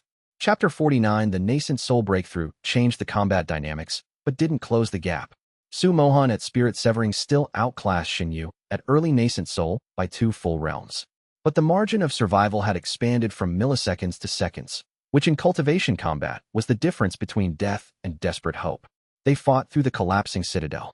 Shen Yu's absorption had compromised the structure's integrity, and the walls crumbled as their resentment energy was depleted. Corridors collapsed. Chambers caved in. The citadel was dying as its stolen fuel was consumed. Mohan fought with controlled fury, not the blind rage of someone losing control, but the precise anger of a researcher watching decades of work being dismantled. Each technique was economical, devastating, and aimed to disable rather than kill. You are the only natural bearer in 300 years, Mohan said between exchanges. I will not destroy what I need to study. This was Shen Yu's advantage, and he exploited it ruthlessly. He took hits that would have been lethal if Mohan had been trying to kill, absorbing the resentment payload and converting it into recovery energy. The spirit-severing cultivator's attacks healed Shen Yu nearly as fast as they damaged him, because every strike backed by hostile intent was fuel. But the hit still hurt. Each one cracked bones, ruptured meridians, and sent waves of agony through his body. The healing kept him functional. It didn't keep him comfortable. In the citadel's core chamber, they reached the resentment crystal. It sat on a pedestal behind the throne, a sphere of crystallized resentment the size of a human head, pulsing with deep green-gray light. The concentrated suffering of centuries, harvested from thousands of victims, compressed into a single, impossibly dense object. Shen Yu felt its pull like a gravitational force. His physique strained toward it, his dantian screaming to absorb its contents. The crystal contained more resentment energy than everything he'd absorbed in his entire life combined. If he absorbed it, he could skip straight to Tao Lord. Maybe higher. The power was there, condensed and waiting. Take it, Mohan said, suddenly behind him. The hollow sage's voice was soft, almost gentle. Take it and ascend. The crystal is yours, a fellow artist of suffering, a kindred spirit. We were born to consume the world's hatred, you and I. Why deny what we are? Old Man Su's voice echoed in Shen Yu's memory. The Tao of inverted karma is not about consuming hatred. It's about transforming it. Shen Yu looked at the crystal. He looked at Mohan. He looked at the chamber's walls, still stained with the residue of thousands of people's worst moments.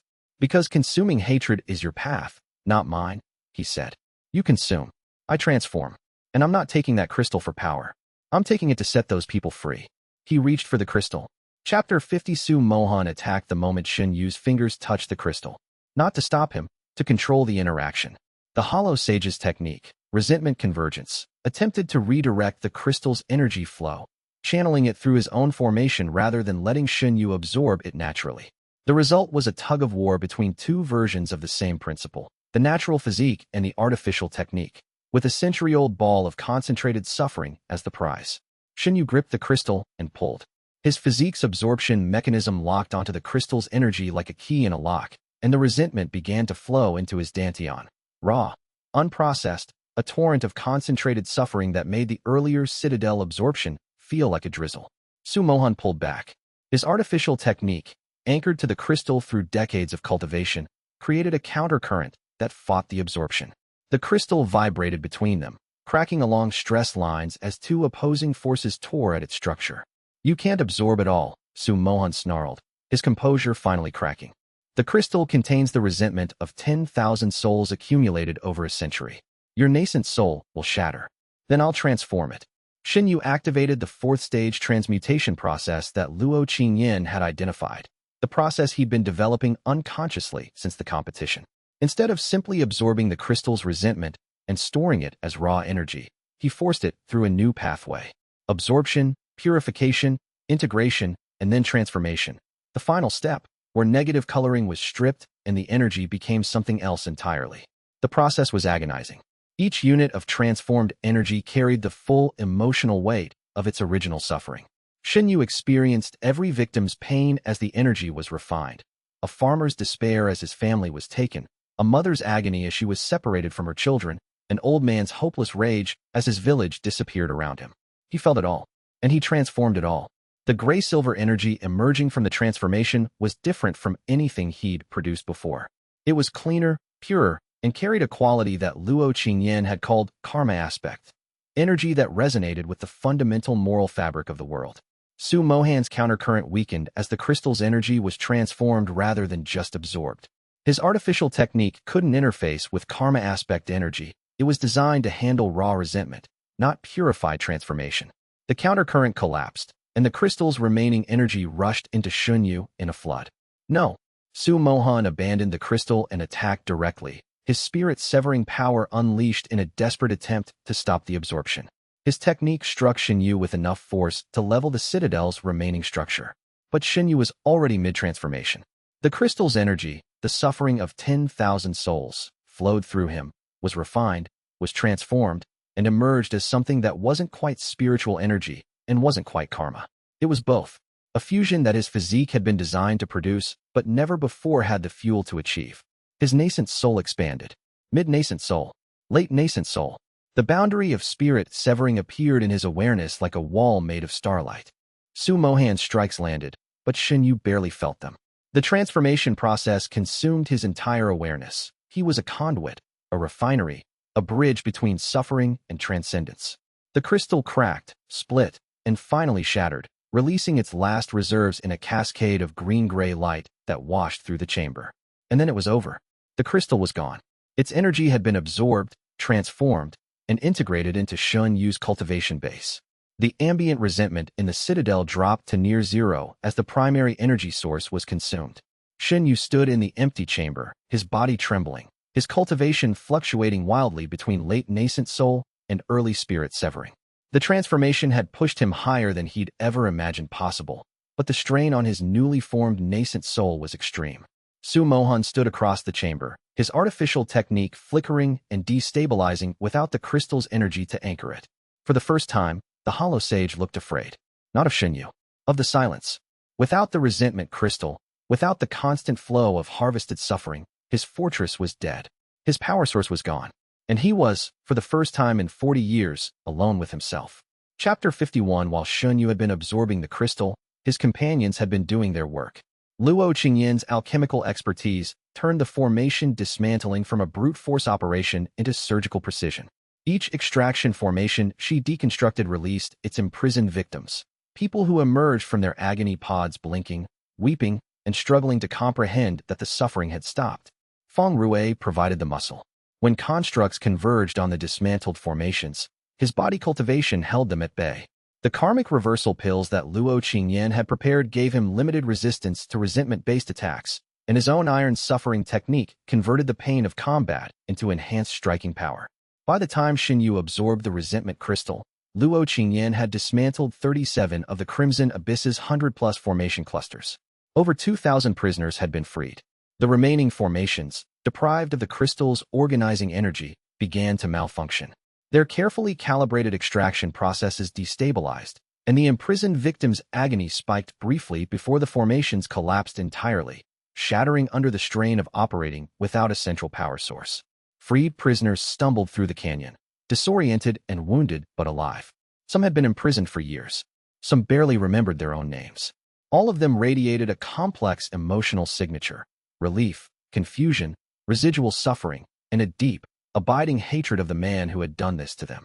That hatred, genuine and burning, flowed toward the weeping citadel, toward the hollow sage, and by extension, through Shen Yu, who stood between them. His dantian processed the overflow automatically. The hatred of 2,000 freed prisoners, directed at the man who had tortured them, was the most morally complicated energy Shen Yu had ever absorbed. It was righteous and raw and deserved, and it pushed his cultivation higher with every second. Mid-spirit severing fluctuation. Not stable, not permanent. The crystal's transformation was still settling, but enough. Enough to face Mohan as an approximate equal. Chapter 52. The battle resumed in the citadel's ruins. Mohan's power was diminishing.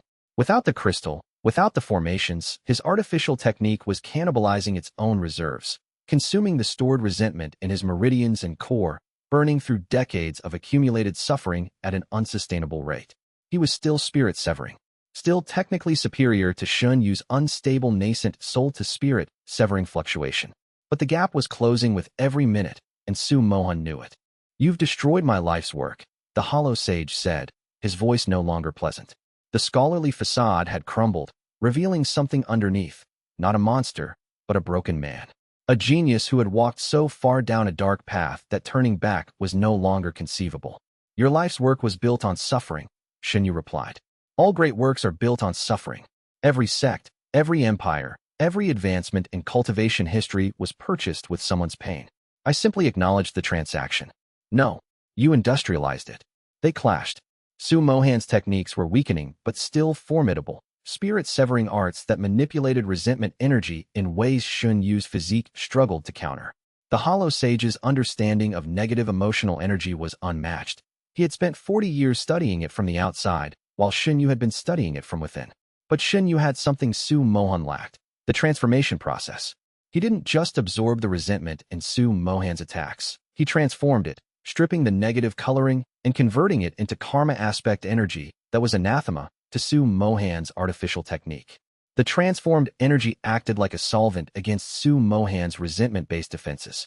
Each strike from Shen Yu's karmic echo palm dissolved a layer of the hollow sage's spiritual armor, weakening his defenses in ways that standard attacks could not. "That's impossible," Mohan gasped as another layer of his defense crumbled. "You're converting my technique's energy into something that neutralizes it." "How?" "Transformation, not consumption. My physique doesn't store resentment, it refines it. And refined energy is the opposite of raw resentment. Opposite energies cancel." Mohan's eyes widened with understanding, and with something that looked horribly like admiration. The final 7%. It was never about efficiency. It was about the transformation itself. My technique could never replicate the physique because the physique's core function isn't absorption, it's purification. Took you 40 years and 10,000 victims to figure that out. Shen Yu developed a new understanding mid-combat, building on the insight. His constitution didn't just absorb hatred, it could purify it. Not just for himself, for the environment. He shifted his technique. Instead of channeling the transformed energy into attacks, he began releasing it into the ambient environment. The karma aspect energy spread outward from his body, washing through the citadel's ruins and the canyon beyond, touching the crystallized resentment that still clung to every surface. Wherever the karma aspect energy touched raw resentment, the resentment dissolved. Not absorbed, neutralized. The green-gray stain faded, replaced by clean, neutral spiritual energy. The effect spread. The weeping citadel's remaining structures crumbled as their resentment foundation was purified. The canyon's walls, stained red by millennia of negative energy, began to lighten. And the freed prisoners, still radiating hatred toward the hollow sage, felt their resentment ease. Not disappear, not forgive, but transform from a raw wound into something older and quieter. The specific anguish of fresh torture mellowed into the manageable sorrow of survival. Shen Yu was healing them, not their bodies, their spiritual wounds. By purifying the ambient resentment, he was depriving their hatred of the environmental amplification that kept it raw and burning. But the process cost him power. Each unit of energy he purified and released was energy he no longer had for combat. His cultivation fluctuation dropped, no longer touching spirit severing, settling firmly at late nascent soul. Mohan saw the opening and attacked with everything he had left. Chapter 53. The Hollow Sage's final technique was called Resentment Singularity. He consumed his own reserves, all of them. Every drop of harvested resentment stored in his meridians, his core, his spiritual sea. 40 years of accumulated suffering, compressed into a single, impossibly dense point of negative energy that he drew into his body. The transformation was horrifying. Mohan's scholarly form twisted, expanded, and distorted as the raw resentment overloaded his physical vessel. His skin darkened to ash gray. His features blurred. His eyes became solid orbs of green-gray light that radiated pure, concentrated suffering. He had sacrificed his humanity for temporary, monstrous power. A being of pure resentment, the embodiment of everything the inverted karma physique was designed to prevent. Everything I built.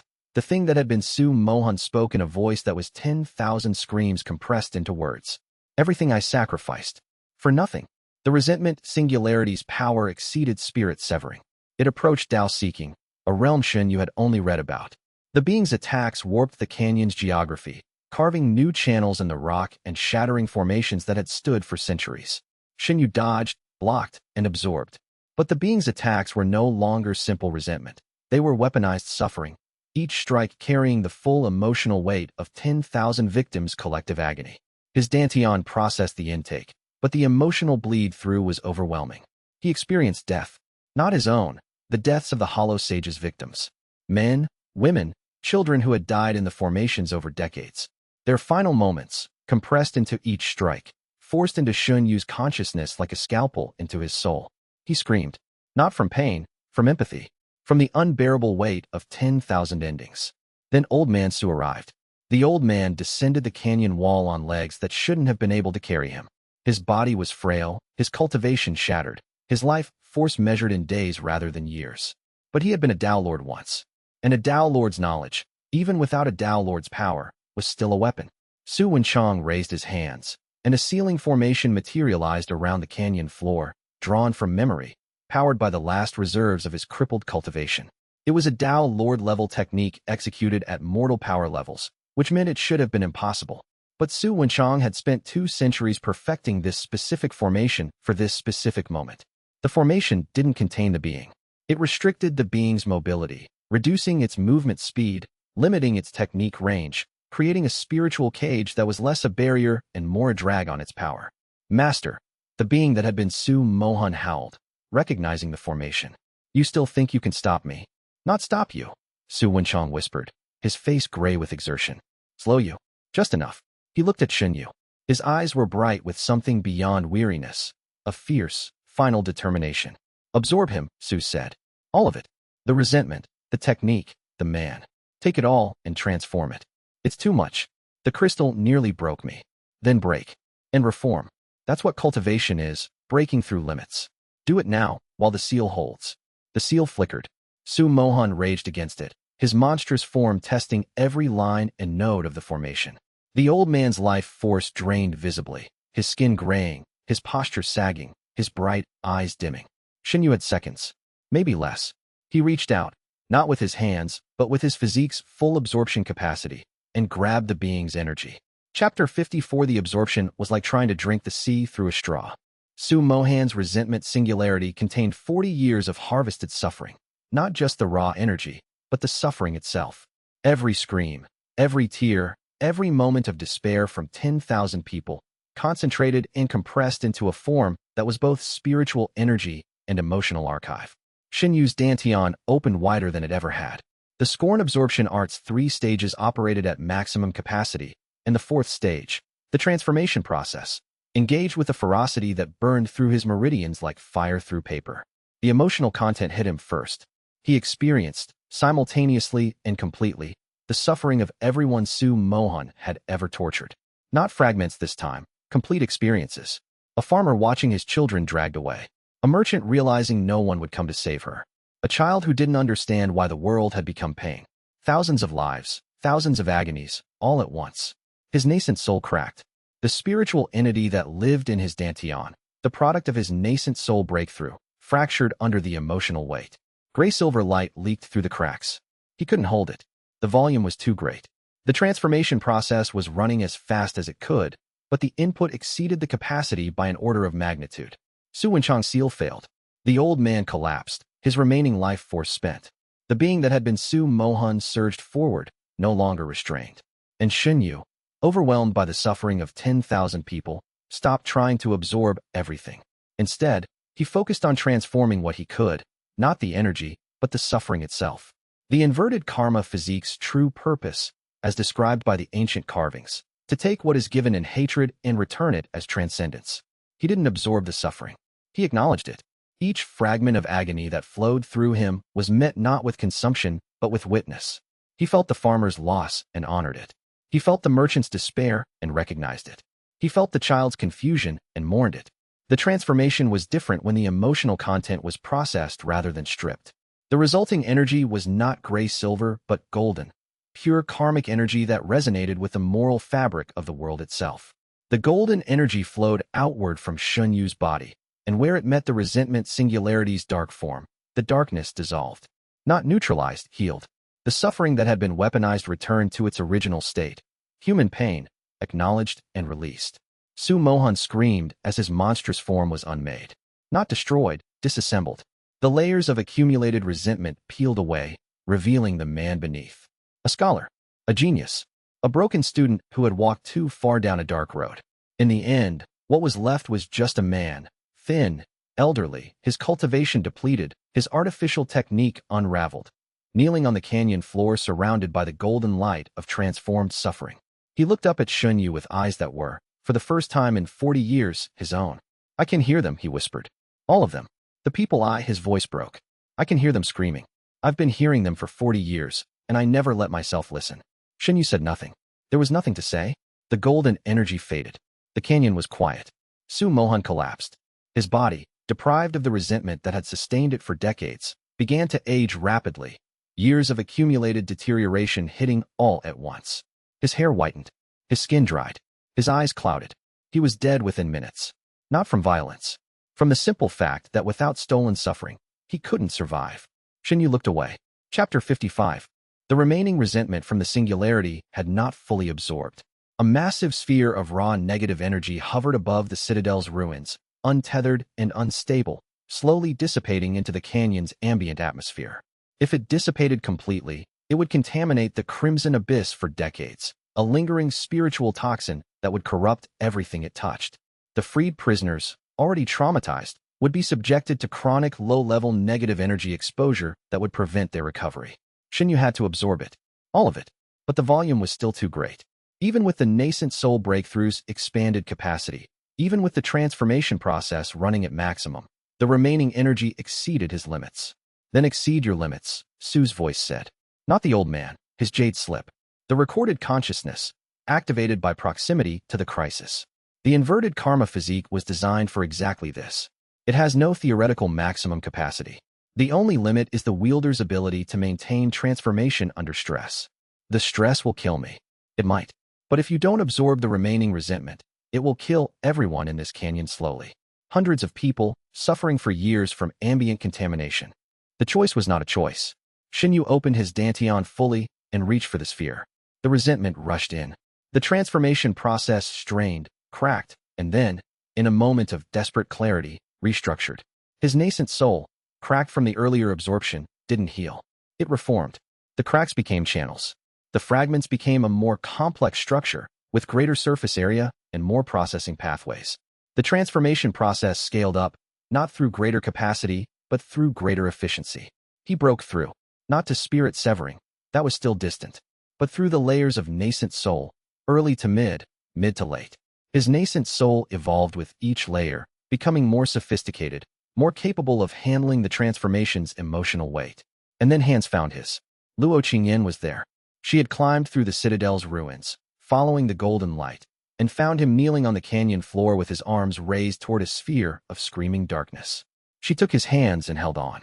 "I'm here," she said. "I don't have your physique. I can't absorb what you absorb. But I can be here. And I can be the part of this that doesn't hurt."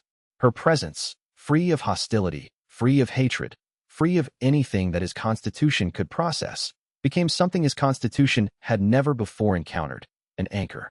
The transformation process, running at maximum, needed a reference point, a baseline, something that wasn't suffering, wasn't hatred, wasn't resentment, something that reminded the process what the energy was being transformed toward.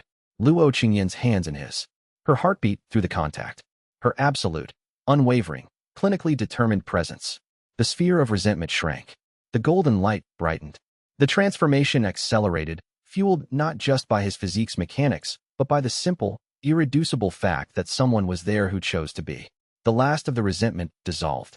The sphere collapsed into a point of golden light that sank into Shen Yu's dantian and merged with his nascent soul. Spirit severing. Clean. Complete. Permanent. Shen Yu collapsed. Luo Qingyan caught him, and his head rested against her shoulder as consciousness faded. "I'm here," she said again, to no one who could hear. But it was enough. Chapter 56, he woke to sunlight. Actual sunlight, penetrating the crimson abyss's depths for the first time in decades. The resentment that had choked the canyon's upper reaches was gone, purified, and the morning sun reached the canyon floor unobstructed. Feng Rui was sitting beside him, eating dried beef jerky and watching the sunrise with the contented expression of someone who had survived something terrible and was determined to enjoy the aftermath. "Morning, brother. You've been out for 3 days." Shen Yu sat up. His body was sore but functional. His dantian, now containing a spirit-severing nascent soul of extraordinary quality, hummed with stable, transformed energy. The prisoners. Safe. Luo Qingyan organized an evacuation. Over 3,000 people freed and transported to the nearest alliance border post. The badly injured are receiving treatment. The physically healthy are. Feng Rui paused. Coping. It'll take years for some of them to recover. Ji Wuming found her mother. Block 7, like the Hollow Sage said. She's alive, but another pause, longer. Her mind is damaged. Months of extraction took too much. Ji Wuming is with her. Hasn't left her side. Shen Yu absorbed this. The victory was real but hollow. 3,000 people freed, but many carrying wounds that no amount of healing could fully mend. The Hollow Sage was dead, but his legacy of suffering would echo for years. And Elder Su? Feng Rui's expression changed. The big man looked at the ground. "He's asking for you." Shen Yu found Su in a sheltered alcove near the canyon wall, lying on a makeshift bed of blankets and spiritual moss. Luo Qingyan sat beside him, monitoring his spiritual pathways with grim-faced precision. The old man looked ancient. The last reserves of his shattered cultivation, the energy that had sustained him beyond a mortal's natural lifespan, had been spent on the ceiling formation. His body was shutting down. "There you are," Su said. His voice was thin as paper. "Took your time. 3 days unconscious. Dramatic as always." The old man smiled. It was gentle and authentic and radiated a warmth that Shen Yu's dantian could not process. Report. Spirit severing. Clean breakthrough. The transformation process is fully integrated. The crystal's energy was purified and absorbed. Su Mohan is dead. Dead. Su closed his eyes. Something in his face released, a tension that had been there so long it had become part of his features. Good. Not satisfying, but good. Thank you, Shen Yu said, for the seal. It gave me the seconds I needed. That's what teachers do. They give students what they need and hope it's enough. A long silence. The sunlight crept across the alcove floor. I'm dying, Su said, without drama or self-pity. The seal consumed my remaining life force. Hours, not days. Luo Qingyan has already done everything that can be done. She told me so with characteristic bluntness. I appreciated it. Shen Yu knelt beside the bed. He reached for Su's hand and held it. The old man's fingers were cold, bony, and surprisingly strong. You proved it, Su whispered. The thing I wanted to see. The one thing I needed to believe before his voice caught. The inverted karma physique can produce something other than tragedy. You took the world's hatred and made it into something beautiful. You transformed it. He trailed off. His eyes were bright with tears he was too proud to shed. You were the only person who never cursed me, Shen Yu said. From the very first day, you looked at me and saw something worth teaching. I saw a boy who needed help in a universe that owed me one good deed before the end. Then the universe paid its debt. Su's hand tightened on Shen Yu's. The Crimson Abyss. What's sealed beneath it? It's connected to you, to the physique's original purpose. I spent 2 centuries searching for the answer and never found it. Promise me you'll keep looking. I promise. And promise me, whatever you find, you'll face it the way you faced Su Mohan. With transformation, not consumption. With witness, not indifference. I promise. The old man's eyes closed. His grip relaxed. Old man Su Wenshang, former Tao Lord, reluctant mentor, impossible optimist, died with sunlight on his face and his student's hand in his. Shen Yu remained kneeling for a long time. He did not absorb the grief. His constitution had no mechanism for processing love. He simply felt it, raw and complete, and let it be what it was. Chapter 57. They buried Su on the canyon's rim, where the morning sun would find him first. The grave was simple, a stone cairn, no inscription. Su would have hated anything elaborate.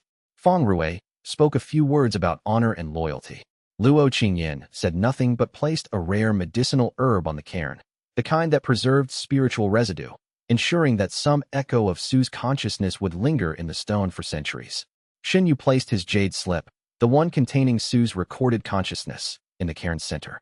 The recorded version wasn't the same as the man, but it deserved to rest where the man rested. Then he stood and looked at the canyon below. The Crimson Abyss was transforming. Without the Hollow Sage's resentment operations, the canyon's natural spiritual energy was reasserting itself. The red-stained walls were lightening. The acidic atmospheric quality was fading, and the first hardy plants were already beginning to reclaim the formation-scarred ground. The freed prisoners were being transported to Alliance border posts in groups, escorted by volunteer cultivators who had come from Azure Cloud City after word of the rescue spread. The story of the Crimson Abyss, the Hollow Sage's decades-long atrocity and its resolution, was already spreading across the continent. And Shen Yu's role was at the center of that story. He sat with Ji Wuming on the canyon's edge, their legs dangling over the precipice. Ji Wuming's mask was off permanently now. There was no point in hiding after what they'd been through. Her mother slept in a medical tent behind them, her mind still fractured but slowly, painfully beginning to reconnect. She recognized me this morning, Ji Wuming said. For about 10 seconds. She said my name, and then she was gone again. But she said my name. She'll come back. Luo Qingyan is developing a treatment protocol. Luo Qingyan is developing treatment protocols for everything. That woman does not rest. She processes trauma through work. We all have our methods. Ji Wuming pulled the collar of her robe aside, revealing a birthmark on her collarbone. A golden dragon, coiled, its scales shimmering with faint spiritual energy. The imperial dragon mark, she said. Birthright of the heavenly court's ruling family. Shen Yu studied the mark. It was not a tattoo or an artificial enhancement. It was a bloodline manifestation, as innate and natural as his own inverted karma physique. Your royalty. I'm the last princess of a destroyed court. My great-grandfather was the heavenly court's final emperor before Duan Wuji destroyed it 50 years ago. She traced the dragon mark with her fingertip. The heavenly court ruled the central plains for 3,000 years. It maintained balance between sects, enforced cultivation laws, and managed the karmic infrastructure that kept the continent's spiritual ecology stable. Karmic infrastructure? Formations, ley lines, and sealed entities that regulate the flow of karmic energy across the continent. My great-grandfather's court maintained them all. When Duan Wuji destroyed the court and stole its accumulated karmic fortune, the infrastructure began to decay. and the thing sealed beneath the crimson abyss. Ji Wuming looked at him sharply. How much do you know? Enough to know that my physique is connected to whatever's down there. Enough to know that the Hollow Sage built his operation here because of that connection. The Crimson Abyss sits above one of the continent's primary karmic seals. The seal contains an entity, ancient, powerful, and sustained by the continent's accumulated negative karma. The Heavenly Court maintained the seal for 3,000 years. When the court fell, the seal began to weaken. The ancient presence I felt after the inter-sect competition. The stirring underground. The same. The entity is testing the seal, probing for weaknesses, and the inverted karma physique is connected to it because the physique was originally created as the seal's key, a mechanism designed to absorb and transform the entity's negative energy, keeping the seal stable.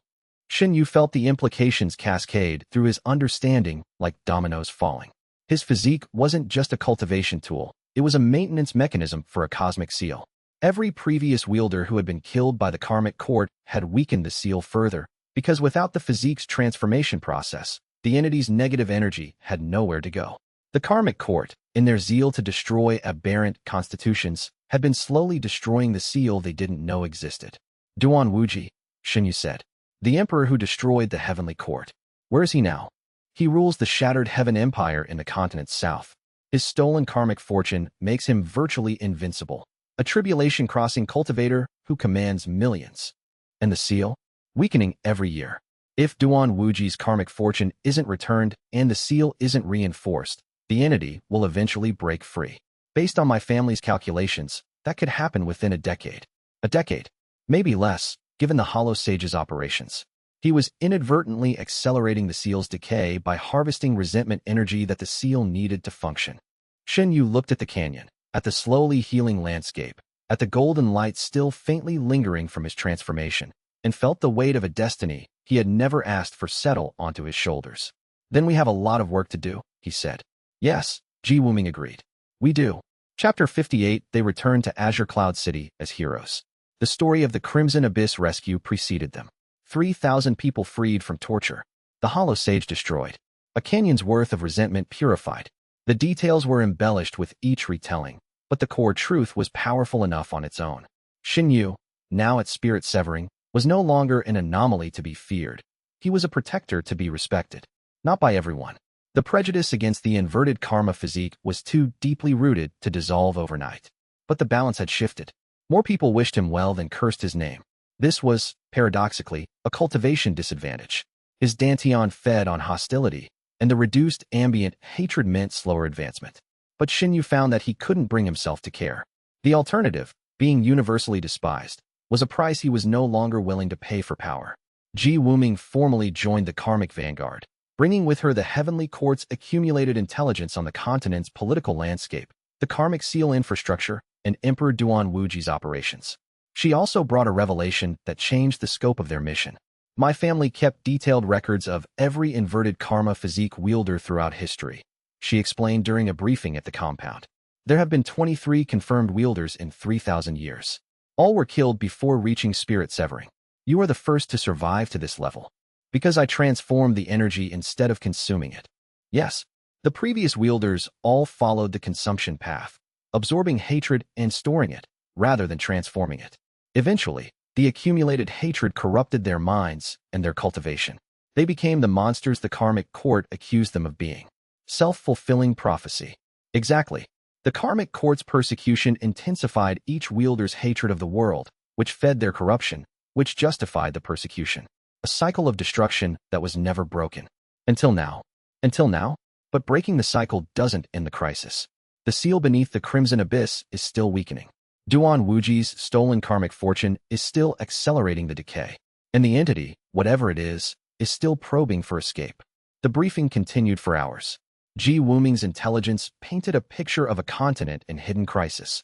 The spiritual ecology slowly destabilizing, karmic infrastructure decaying without maintenance, and a sealed god inching toward freedom.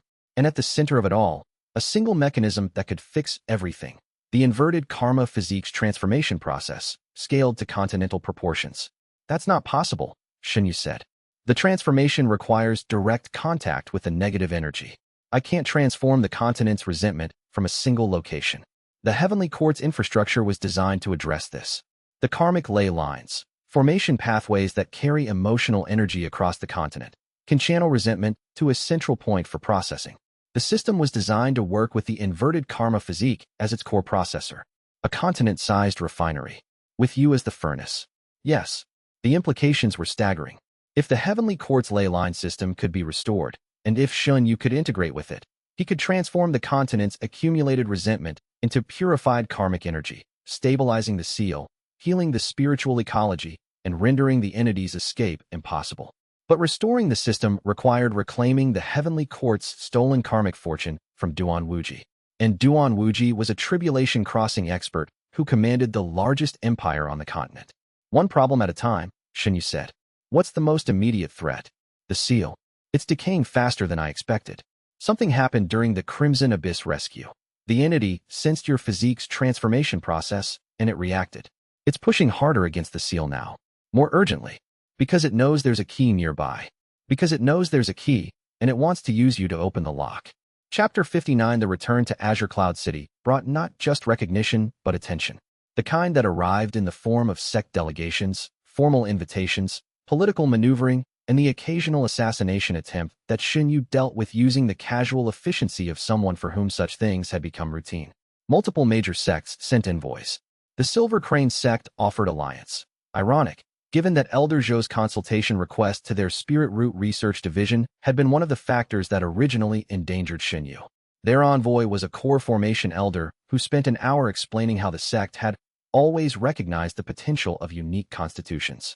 Shen Yu declined politely. The Righteous Sword sect sent Ling Zhun, now fully recovered from their semi-final match, with an apology and a request for cooperation against mutual threats to continental stability. Ling Zhun's sincerity was genuine, and Shen Yu found the former opponent's straightforward nature refreshing. I fought you because I believed you were a threat, Ling Zhun said. I was wrong about the nature of the threat. You're not the danger, you're the response to it. Shen Yu accepted the Righteous Sword sect's cooperation. 3 assassination attempts occurred within the first week, 2 from unknown sources, 1 from a karmic court operative who identified himself before attacking, believing that naming his organization would intimidate his target. It did not. The karmic court operative was a nascent soul cultivator who fought with karma disruption techniques, art specifically designed to counter the inverted karma physique. His attacks didn't generate hostility. They generated spiritual static that prevented absorption, creating a dead zone around his body that nullified Shen Yu's primary advantage. The fight was dangerous. Without absorption, Shen Yu fought on his own cultivation reserves, spirit severing against nascent soul, a comfortable advantage, but not the overwhelming superiority he was accustomed to. He won through combat skill rather than constitutional advantage, defeating the operative with conventional techniques and the martyr's reversal defensive art. The operative survived and was handed to Alliance security for interrogation. The interrogation revealed that the karmic court was aware of Shen Yu's breakthrough to spirit severing and had classified him as a priority alpha threat, the highest designation, indicating a target that warranted resources beyond standard assassination teams. Priority alpha means they'll send sovereigns eventually, Ji Wuming warned. The karmic court's inner circle includes at least 2 sovereign-level cultivators. Then I need to be sovereign before they arrive. Where you need allies who are. The dark seal on Shen Yu's chest, the mark left by absorbing the resentment crystal, had been growing more active since the return to Azure Cloud City. It pulsed with its own rhythm, separate from his heartbeat, and occasionally whispered at the edge of his hearing. The whispers were the entity, the sealed god beneath the crimson abyss, communicating through the crystal's residual energy. It offered power, always power. Absorb my energy, it whispered in a voice that was every curse ever uttered. Open the seal. Take what is offered, and transcend. Shen Yu refused. Every time. But the refusal was getting harder, because the entity's offers were getting more sophisticated. It didn't just promise power, it promised understanding. It claimed to know the inverted karma physique's full history, its creator's true identity, and the secret of permanent transcendence. It's manipulating you, Luo Qingyan said after Shen Yu described the whispers. Every claim it makes is designed to exploit your curiosity. It knows that a cultivator's greatest vulnerability isn't greed, it's the desire to understand. What if some of what it says is true? Then we'll discover the truth ourselves, without trading our freedom for it. Chapter 60 The declaration of war arrived by formation projected message, broadcast to every major city on the continent simultaneously.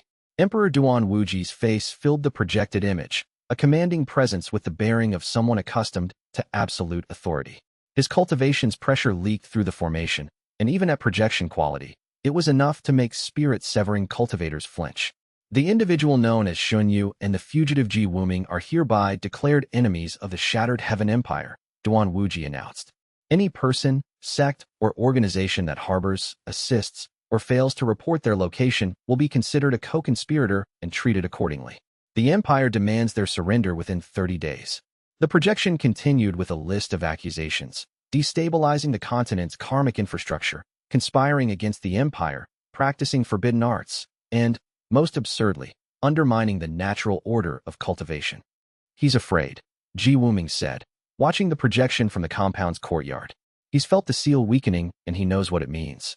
If the entity breaks free, it will consume his stolen karmic fortune first, because stolen fortune is the most unstable form of karmic energy.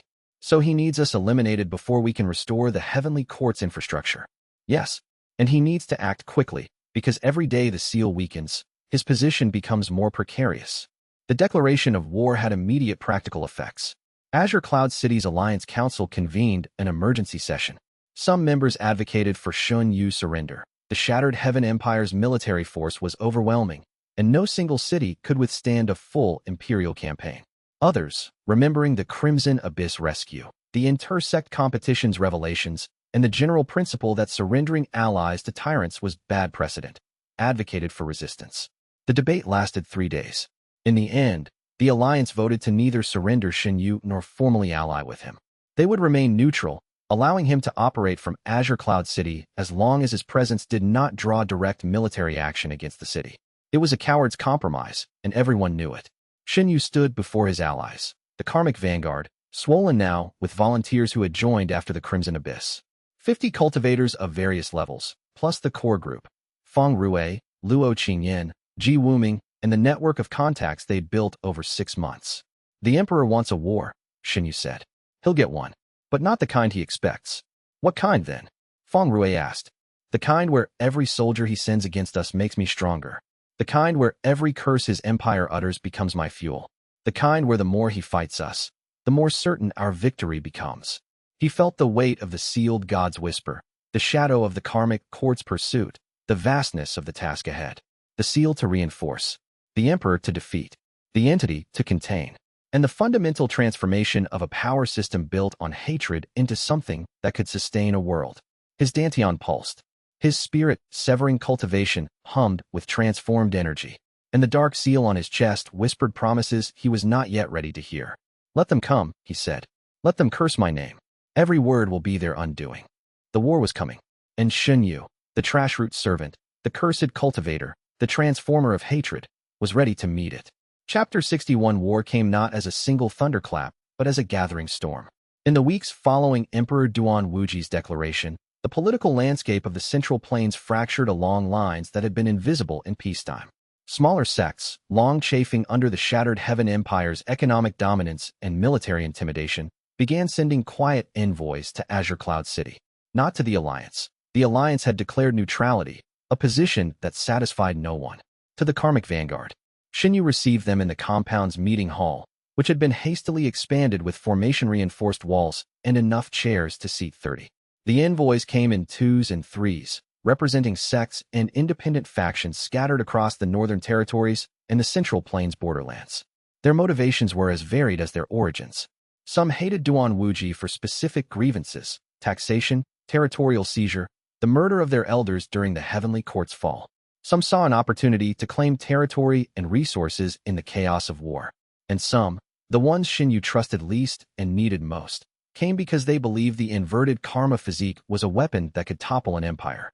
They're not wrong, Feng Ruwei observed after a particularly tense meeting with a delegation from the Iron Tiger sect, whose patriarch had spent the entire session radiating a hostility so intense that Shen Yu's dantian had advanced a measurable fraction. You are a weapon that can topple an empire. I'm a cultivator who can absorb hostility. That's not the same as a weapon. Tell that to the Hollow Sage. Oh wait, you can't, because you absorbed him. The coalition formed over 3 weeks. 17 sects, ranging from modest organizations with a single core formation elder to the Righteous Sword sect, whose delegation was led by a Tao Lord elder who had been convinced by Ling Zhan's personal advocacy. The combined force was impressive on paper, approximately 12,000 cultivators across all ranks, with a command structure organized around Shen Yu's karmic vanguard as the central coordinating body. In practice, it was a collection of competing interests held together by shared fear of Duan Wuji and varying degrees of faith in Shen Yu's ability. Many of the coalition members didn't like Shen Yu. Some actively hated him, joining the war effort not despite their hostility toward the inverted karma physique, but parallel to it. Their hatred of Duan Wuji exceeded their hatred of Shen Yu, but both hatreds were genuine. This suited Shen Yu perfectly. A coalition of allies who despised him was functionally identical to a coalition of friends, with the added benefit of providing a constant stream of cultivation energy. He hated that he thought this way. Luo Qingyan noticed. "You're calculating again," she said one evening, sitting beside him on the compound's roof as the city's lights flickered below. "I'm always calculating." "You're calculating your allies' hostility as a resource rather than a problem." "It is a resource. It's also a symptom. You've been optimizing for hatred since the day your physique awakened. Every decision passes through the filter of, does this generate hostility toward me? The filter is becoming your entire worldview." He looked at her. She was right, and the rightness of it stung. What's the alternative? Making decisions based on what's right, not what's useful. Sometimes what's right and what's useful are the same thing. And sometimes they're not. When they diverge, which do you choose? He didn't answer. She didn't push. The dark seal on his chest pulsed. The sealed god's whisper curled at the edge of his awareness. Power is always right. Take what is offered. He pressed his palm against the seal and forced it quiet. Chapter 62 Preparation for War consumed the next month. Shen Yu trained his coalition in adapted techniques derived from the inverted karma physique's principles. He couldn't teach the physique itself. It was innate, not learnable, but the underlying concepts could be applied to conventional cultivation. The core insight was that emotional energy was a resource, not just a byproduct of combat. Cultivators who could harness their own emotional states, converting fear into focus, anger into precision, pain into endurance, fought more effectively than those who suppressed their emotions. Feng Rui's iron suffering body technique was the template. The big man's ability to convert physical pain into temporary strength enhancement became the basis for a training regimen that the coalition's body cultivators adopted with varying degrees of success. Luo Qingyan's karmic reversal pills provided pharmaceutical support. She had refined the formula since the Crimson Abyss, increasing the duration from 30 minutes to 2 hours and expanding the protection from resentment-based attacks to include broader categories of emotional energy warfare. Ji Wuming contributed the Heavenly Court's tactical archives, 3,000 years of military strategy, formation warfare, and intelligence operations distilled into practical manuals. The archives were especially valuable for their analysis of the Shattered Heaven Empire's military doctrine, which had been built on the Heavenly Court's own systems before Duan Wuji corrupted them. Duan Wuji's army relies on 4 pillars. Ji Wuming briefed the War Council. The 4 divine generals, each at 3rd tribulation or above. The Imperial Guard, 10,000 elite cultivators personally loyal to the Emperor. The conscript forces, approximately 200,000 cultivators of varying levels drawn from the Empire's vassal sections. And the stolen karmic fortune, which Duan Wuji uses to project his will across the entire Empire, controlling his forces like extensions of his own body. The karmic fortune is the key, Shen Yu said. Without it, his control over the vassal sects collapses. They'll rebel or defect. But the fortune is housed within Duan Wuji's own cultivation. To take it back, you'd need to defeat him in combat. And he's a 9th tribulation expert. 9 tribulations. For full realms above Shen Yu's spirit severing. The gap was even larger than the one he'd faced against the Hollow Sage. We don't fight him directly. Not yet. We weaken his pillars first. The generals, the guard, the conscripts. Remove his support structure. Then, when he's isolated, we take the fortune. That's a campaign, not a battle. It could take years. Then we'd better start now. The War Council debated strategy for a week before settling on a 3-phase approach. Phase 1. Defend the coalition's territory against the Empire's vanguard. Phase 2. Counterattack against the 4 divine generals, each on their own front. Phase 3. Advance on the Imperial capital and confront Duan Wuji directly. Phases 1 and 2 could be executed with the coalition's existing forces. Phase 3 required something they didn't have. A cultivator powerful enough to face a 9th tribulation emperor. That cultivator would have to be Shen Yu, and Shen Yu was currently 5 full realms short. The hatred of a continental war, Luo Qingyan said during a private meeting. 200,000 enemy soldiers, each one cursing your name. The Empire's entire population propagandized into despising you. Duan Wuji will demonize you, make you the villain of every story, the monster under every child's bed. And every curse will fuel my advancement. It's an exponential function. The more you advance, the more threatening you become. The more threatening you become, the more people hate you. The more people hate you, the faster you advance. Until I reach a level where I can challenge Duan Wuji directly. Or until the exponential growth attracts the sealed entity's attention and the seal breaks. Always the seal. The invisible timer counting down beneath everything else. We'll deal with that when we get there, Shen Yu said. When, not if. When.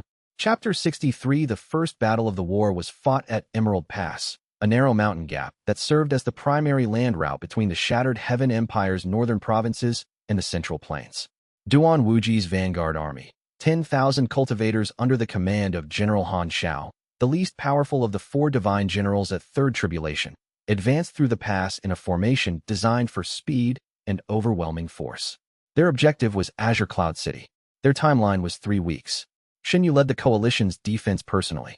The pass was 50 meters wide at its narrowest point, flanked by sheer cliffs that prevented aerial approach. The coalition had spent 2 weeks fortifying the position with defensive formations, trenches, and the creative application of Luo Qingyan's alchemical deterrents. The defenders numbered 3,000, less than a third of the attacking force. Favorable terrain, unfavorable numbers, Shen Yu told his commanders. We need to make the pass a killing ground. We don't need to defeat them, Lingjin said. The Righteous Sword sect's representative had become one of Shen Yu's most reliable field commanders. We need to stop them. If General Han Xiao fails to break through the pass within his timeline, Duan Wuji will interpret it as weakness and redirect his strategy. Then we hold. General Han Xiao's army arrived at dawn on the 3rd week. 10,000 cultivators in imperial armor, gray steel with red accents, the shattered Heaven Empire's colors, marching in formations that radiated disciplined power. And every single one of them hated Shen Yu. The imperial propaganda machine had been running for a month. Throughout the Empire's territories, Shen Yu had been characterized as a demonic cultivator, a curse upon the land, a threat to every family and child. The soldiers didn't just follow orders, they believed they were righteous. Their hatred was genuine, deep, and backed by cultivations ranging from chi condensation to core formation. 10,000 people, hating one person, simultaneously. Shen Yu stood at the pass's narrowest point and opened his dantian. The scorn absorption art, refined through months of combat, and the Crimson Abyss breakthrough, processed the incoming torrent with industrial efficiency. 10,000 hostile signatures, each contributing a thread of genuine hatred, woven into a river of energy that poured into his spirit-severing cultivation base. His advancement accelerated. Spirit-severing peaked and strained against the boundary of Dao-seeking. The vanguard attacked. The first wave, 500 soldiers in a wedge formation, hit the pass's defenses like a hammer. Coalition defenders met them with techniques, formations, and Luo Qingyan's alchemical deterrents. The fighting was brutal and close quarters. Shen Yu waded into the center of the battle. His spirit-severing power was vastly superior to any individual soldier, and the constant influx of hostile energy made him stronger with every passing second. He moved through the enemy ranks like a force of nature, his karmic echo palm shattering spiritual armor and disrupting formations with each strike. The soldiers cursed him as they fell. The curses made him stronger. The ones behind saw their comrades fall and hated him more. The hatred made him faster. The cycle escalated. At the battle's 2-hour mark, with 2,000 Imperial soldiers defeated and the rest pulling back to regroup, Shen Yu felt the Dao-seeking boundary shatter. The breakthrough was quieter than previous ones, less a dramatic eruption and more a fundamental shift in perception. Dao-seeking was the realm where a cultivator's understanding of the world deepened from surface to essence. The spiritual senses expanded to perceive underlying principles rather than just energy. And for Shen Yu, Dao-seeking meant perceiving the karmic structure of reality itself. He could see the threads of karma connecting every person on the battlefield, threads of hatred, fear, loyalty, love, obligation, and guilt. He could see how the Empire's soldiers were bound to their emperor through threads of stolen karmic fortune. Not loyalty, but compulsion, an artificial binding that Duan Wuji had woven from the heavenly court's stolen legacy. The soldiers weren't fighting willingly. They were being controlled. Their hatred wasn't natural. It was amplified and directed by Duan Wuji's karmic manipulation. The realization changed everything. Shen Yu stopped fighting. He raised his hands, not in technique, but in transformation. The same process he'd used in the Crimson Abyss, adapted for the battlefield. He began transforming the ambient resentment, not absorbing it for power, but purifying it and releasing it as neutral karmic energy. The effect was subtle but devastating. Soldiers closest to him felt the compulsion weaken. Their artificial hatred flickered. Their eyes cleared. Some dropped their weapons. Others looked around in confusion, as if waking from a dream. General Han Shao, observing from the rear, felt his army's karmic bindings dissolving and panicked. "Retreat," he commanded. "Full retreat." 10,000 soldiers withdrew from Emerald Pass in disarray, their compulsion faltering, their morale shattered. The coalition defenders watched in stunned silence as the largest army they'd ever faced turned and ran from a single cultivator who had decided to heal rather than kill.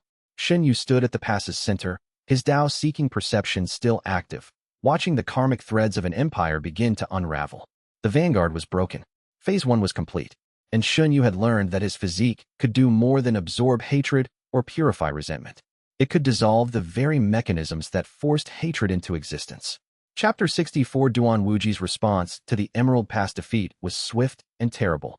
He abandoned the single-front strategy and deployed all 4 divine generals simultaneously, each targeting a different point of the coalition's territory. The message was clear: Shen Yu couldn't be everywhere at once. General Han Shao, humiliated but intact, was redirected to the eastern approach, targeting the merchant routes that supplied Azure Cloud City's economy. General Wei Qiong, a fearsome woman at 4th Tribulation who practiced body destruction techniques, attacked from the north through the Silver Mist Plateau. General Lu Feng, an illusionist at 5th Tribulation, approached from the south through the forests that bordered the southern wastes. General Zhao Bingguan, the most dangerous at 6th Tribulation, attacked directly through Emerald Pass with a fresh force of 20,000. Shen Yu faced the impossible arithmetic of a 4-front war. His coalition had 12,000 cultivators. The Empire's combined forces exceeded 60,000. Even with his personal combat power, he couldn't defend every front. The Eastern Front is least critical, Ji Wuming analyzed at the Emergency War Council. The supply routes can be rerouted through the northern passes if we sacrifice some efficiency. The Southern Front is the most critical. General Lu Feng's illusion techniques can bypass conventional defenses. "I'll take Emerald Pass directly," Shen Yu decided. General Zhao Bingwen's force is the largest and most dangerous. If he breaks through, the other fronts don't matter. That leaves 3 fronts without you. Ji Wuming takes the east. You have the Heavenly Court's tactical archives and the Imperial-grade techniques. General Han Shao is already demoralized. You can hold him. Ji Wuming nodded. She was nascent soul now. Her bloodline techniques, combined with months of intensive cultivation, had pushed her past the threshold. Feng Rui takes the north. The body cultivator's eyes widened. The north? Against a 4th Tribulation body destruction specialist? Brother, that's your area of expertise. Wei Qiong destroys bodies. You reinforce yours. It's the ultimate test of your cultivation. Feng Rui's jaw set. He was peak Foundation establishment, far below a 4th Tribulation general. But his body cultivation had been enhanced by months of training alongside Shen Yu, and the karmic reversal pills would provide critical protection. "I won't win," Feng Rui said honestly. "You don't need to win. You need to hold. 3 weeks. Can you do 3 weeks?" "I can do 3 weeks. But I'll complain about it every single day." "The South?" Lingzhen asked. Luo Qingyan. The room went quiet. Luo Qingyan was not a combat cultivator. Her Foundation establishment cultivation was barely above the median for the Coalition's rank and file. Sending her to face a 5th Tribulation illusionist seemed like suicide. General Lu Feng's techniques are illusion-based, Shen Yu said. They manipulate perception through spiritual energy. Luo Qingyan's alchemical diagnostic instruments can detect illusions that no spiritual technique can. And her compound library includes agents that disrupt the spiritual resonance illusions depend on. "He's right," Luo Qingyan said. "Illusions are essentially perception-based poisons. My training is literally about identifying and neutralizing perception-altering substances." She allowed herself a thin smile. "Give me 1,000 cultivators and access to the Southern Forest's medicinal flora, and I'll turn General Lu Feng's greatest strength into his biggest vulnerability." The War Council approved the plan with varying degrees of confidence. The coalition split into 4 forces and marched to their assigned fronts. At the compound's gate, before departing for Emerald Pass, Shen Yu faced his 3 closest companions. "Come back," he said. "All of you." "Touching," Feng Rui said. "I'm going to cry into my spiritual beast jerky. I'm going to neutralize a 5th Tribulation illusionist with chemistry, Luo Qingyan said. Crying would impair my vision. Ji Wuming simply bowed. They departed. The compound felt empty. The war felt enormous. Shen Yu mounted his spirit beast and rode for Emerald Pass, where 20,000 enemy soldiers waited to curse his name. Chapter 65. The forefront war raged for 3 weeks. Shen Yu's defense of Emerald Pass against General Zhao Bingwen was the most straightforward engagement. 2 forces meeting in a narrow pass, power against power. Zhao Bingwen was 6th tribulation, vastly superior to Shen Yu's Dao-seeking cultivation, but the general fought conservatively. He was experienced enough to recognize that direct engagement with the inverted karma physique was counterproductive. Instead, Zhao Bingwen used his 20,000 soldiers as a siege weapon, sending wave after wave against the pass's defenses while maintaining his own position at the rear. Each wave generated hatred. Each wave fed Shen Yu's cultivation. But the sheer numbers wore down the coalition's defenders, and casualties mounted. Shen Yu's karmic perception, the Dao-seeking ability to see karmic threads, gave him an unprecedented tactical advantage. He could see the command structure of the enemy army as a web of karmic connections, identify which soldiers were compelled and which were loyal, and target his purification technique at the weakest bindings. Soldiers whose compulsion was weakest defected. Over 3 weeks, approximately 4,000 of Zhao Bingwen's 20,000 switched sides or simply walked away, their artificial hatred dissolved by Shen Yu's transformation. The remaining 16,000 were the true believers, soldiers whose hatred was genuine, not manufactured. Genuine hatred was harder to dissolve, but it was also richer fuel. Meanwhile, on the other fronts, Ji Wuming held the east through brilliance and deception. Using the Heavenly Court's tactical archives, she identified Han Zhao's command patterns and exploited them ruthlessly. Ambushes, feints, supply line disruptions, and the occasional terrifying deployment of her Imperial Dragon technique kept the demoralized general's forces off balance and retreating. Feng Rui held the north through sheer, stubborn endurance. General Wei Qiong's body destruction techniques were designed to break cultivators, to find the structural weaknesses in a body cultivator's reinforced flesh and exploit them catastrophically. She was a surgeon of combat, precise and lethal. Feng Rui was a wall. Not elegant, not strategic, not particularly clever. Just enormously, impossibly durable. His iron-suffering technique converted every blow into strength. The karmic reversal pills protected him from the worst of the body destruction technique's spiritual component. And his natural stubbornness, the same quality that made him eat 3 plates of spiritual beast meat at every sitting, made him constitutionally incapable of giving up. He held the northern front for 3 weeks at the cost of 7 broken ribs, 2 dislocated shoulders, a fractured skull, and approximately 40% of his body's total blood volume. I complained every day, he reported via communication jade, his voice slurred through broken teeth. As promised. But when the report from the southern front came in, the others' hardships paled. Luo Qingyan did not merely hold the south. She dismantled it. General Lu Feng's illusion techniques were, as she had described, perception-based poisons, spiritual energy manipulations that altered a target's sensory processing. Every illusion had a chemical and spiritual signature. Every signature could be detected, cataloged, and countered. Luo Qingyan spent the first week mapping Lu Feng's technique library, using diagnostic instruments deployed along the southern forest perimeter to capture and analyze every illusion the general deployed. By the end of the week, she had a complete catalog. The second week, she deployed countermeasures. Alchemical compounds dispersed through the forest's irrigation system that neutralized specific illusion frequencies. Diagnostic formation arrays that identified illusions in real time and broadcast their locations to coalition soldiers. Perceptual enhancement pills that increased soldiers' resistance to spiritual manipulation. By the third week, General Lu Feng's illusions were functionally useless. His greatest weapon had been systematically dismantled by an alchemist with a foundation establishment cultivation base and an extraordinary mind. Lu Feng, stripped of his primary technique, was forced to engage in conventional combat, where his 5th tribulation power was formidable but no longer decisive against 1,000 well-prepared defenders. The southern front didn't just hold. It advanced. Chapter 66. The news arrived at the end of the third week, transmitted through emergency communication jade with the breathless urgency of a message that could not wait. Luo Qingyan has been captured. Shen Yu's world narrowed to a single, burning point. The details came in fragments over the next hour.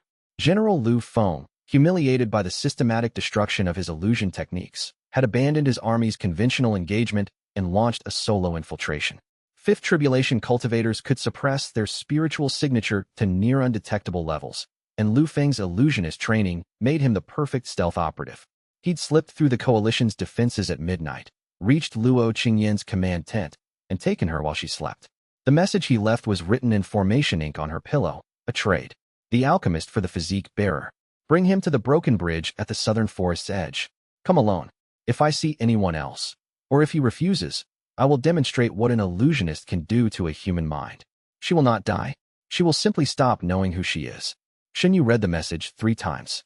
Each reading produced a different emotion. First horror, then fury, then something colder than both. It's a trap, Ji Wuming said via communication jade. Lu Feng doesn't have the authority to make trades. He's acting on Duan Wuji's orders. They want you isolated and vulnerable. I know it's a trap. Then you can't go. I'm going. Shen Yu. She is the one person in this world who never directed a single hostile thought at me. Not once. Not in the compound. Not in the lab. Not even when I was being calculatingly cold, and she called me out for it. She is the void in my constitution. The space that reminds me I'm more than a hatred engine. If I let them take her to protect my strategic position, then I've already become the monster the world accuses me of being. Silence on the jade. I'm going, he said again. He left Emerald Pass in Ling Zhen's hands and flew south. Spirit's severing speed, augmented by Tao-seeking perception, carried him across the continent in hours rather than days. The war's front lines blurred beneath him, burning fields, marching armies, the distant flash of technique clashes. None of it mattered. Only the broken bridge. Only Luo Qingyan. He arrived at the rendezvous at sunset. The broken bridge was exactly what it sounded like. A massive stone bridge spanning a river gorge in the southern forest, shattered at its midpoint centuries ago. Lu Feng stood on the bridge's northern end, his illusionist's robes shimmering with barely contained spiritual energy. Luo Qingyan knelt beside him, her wrists bound with spiritual suppression manacles. Her expression was controlled, the familiar clinical neutrality, but her eyes held something Shen Yu had never seen there before. Fear. Not for herself. For him. You came alone, Lu Feng observed. Good. The emperor will be pleased. Let her go. First, a conversation. Lu Feng's smile was the practiced charm of an illusionist, surface beauty hiding predatory intent. Emperor Duan Wuji is a reasonable man. He doesn't want to destroy you. Your physique is far too valuable for destruction. He wants an arrangement. You serve the empire. Use your transformation abilities to stabilize the karmic fortune he holds, and in return, you receive resources, protection, and the continuation of your companions' lives. That's not a conversation. That's a hostage negotiation. Everything in the cultivation world is a hostage negotiation. The question is what you're willing to trade. Shen Yu looked at Luo Qingyan. She shook her head, minutely, almost imperceptibly. Don't trade. Something inside him ignited. Not his dantian, his heart. The organ that his constitution couldn't process and his cultivation couldn't explain. The part of him that was not a weapon, not a furnace, not a mechanism for transforming hatred. Just a man who loved someone and refused to let her suffer. He attacked. Not with technique. Not with strategy. With rage, pure, personal, unprocessable rage that had nothing to do with his constitution and everything to do with being human. Lu Feng, a fifth tribulation cultivator, was 3 full realms above Shen Yu. The gap was enormous. But Shen Yu's rage was not the kind of hostility his physique could absorb. It was too personal, too pure, too directed at a specific injustice rather than a general enemy. It was the kind of rage that transcended cultivation levels. His karmic echo palm, backed by the fury of a man fighting for the person he loved, struck Lu Feng with a force that exceeded what his Tao-seeking cultivation should allow. The general's illusion barriers, instinctively activated, flickered and failed against energy that carried emotional weight beyond spiritual force. Lu Feng staggered. For the first time, an illusionist who had fought nascent soul cultivators to a standstill was rattled by a Tao-seeking opponent. Shen Yu pressed the attack. His combat was not clean, not strategic, not the careful optimization of a cultivator who processed every encounter through a filter of maximum efficiency. It was messy, desperate, and utterly sincere. Chapter 67. The fight devoured the broken bridge. Stone shattered under the force of their exchanges. The gorge below echoed with the crack of techniques meeting techniques. Spiritual energy from a fifth tribulation cultivator and a Tao-seeking cultivator collided in midair, producing shockwaves that stripped leaves from trees 100 meters away. Lu Feng's illusion techniques reasserted themselves after the initial shock. False images of himself multiplied across the bridge, 20, 50, 100 copies that moved and fought with convincing autonomy. Standard opponents would waste energy fighting illusions. Shen Yu's Dao-seeking perception could see the karmic threads connecting each illusion to its source, identifying the real Lu Feng among the copies. But seeing through illusions, encountering a fifth tribulation cultivator's power were different challenges. Lu Feng's Real attacks came through the illusion screen, strikes of refined spiritual energy that hit with enough force to crack Shen Yu's spirit-severing defenses. Shen Yu took hits. Each one drove him backward, cracked bones, ruptured meridians. His body healed rapidly. Hostile intent from Lu Feng provided a steady stream of absorption energy, but the damage accumulated faster than the healing. He needed more power. He needed to advance. But his current absorption rate, fed by a single opponent, wasn't sufficient for breakthrough. Then he remembered. He didn't just absorb hostility from combat opponents. He absorbed it from anyone who directed hatred at him. And the war was raging across 4 fronts, with tens of thousands of Imperial soldiers cursing his name with every breath. He widened his absorption range. Not just the bridge, the continent. His Dao-seeking perception stretched outward, touching the karmic threads that connected him to every person who had ever directed genuine hatred in his direction. Thousands of threads. Tens of thousands. Each one a filament of hostile energy, individually negligible, collectively overwhelming. The influx hit him like a tsunami. His dantian expanded. Mid-Dao seeking. His meridians widened. Late Dao seeking. The boundary of Dao Lord appeared in his awareness, distant but visible. He couldn't reach Dao Lord from this alone. But mid-Dao seeking was enough to close the gap with Lu Feng's fifth tribulation from impossible to merely suicidal. Shen Yu attacked with renewed force. His karmic echo palm, powered by the accumulated hatred of a continental war, struck through Lu Feng's illusion barriers with karma aspect energy that dissolved spiritual constructs on contact. Lu Feng's composure cracked. The general had expected a straightforward capture, an isolated Dao-seeking cultivator, emotionally compromised, fighting above his weight class. Instead, he was facing a fighter whose power was increasing in real time, fueled by an entire continent's hostility. The fight moved from the bridge to the gorge, then to the forest, then to the sky as both combatants exchanged aerial strikes that carved trenches in the landscape. Lu Feng's illusions became increasingly desperate, not elegant deceptions, but raw spiritual overloads designed to disorient through sheer volume. Shen Yu's karmic perception cut through them all. The decisive moment came 6 minutes into the fight. Lu Feng, overextended by a particularly ambitious illusion barrage, left a gap in his defense's karmic signature. Shen Yu's perception identified the gap half a second before his body exploited it. He drove the karmic echo palm into Lu Feng's chest with the full force of mid-Dao seeking cultivation, plus the accumulated hostility of 30,000 distant enemies. The strike pierced Lu Feng's fifth tribulation defenses. The general's spiritual armor cracked. His internal meridians ruptured. He flew backward, hit a tree, and slumped to the ground. Not dead. A fifth tribulation cultivator wouldn't die from a single strike. But stunned, wounded, and temporarily unable to fight. Shen Yu was at Lu Feng's side in an instant, one hand around the general's throat, karma aspect energy crackling at his fingertips. "The alchemist," he said. "Release her. Now."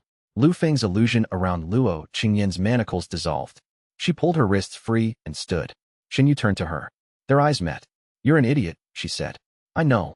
You flew across a continent to fight a cultivator 3 realms above you because of an obvious trap. I know. You could have died. I know."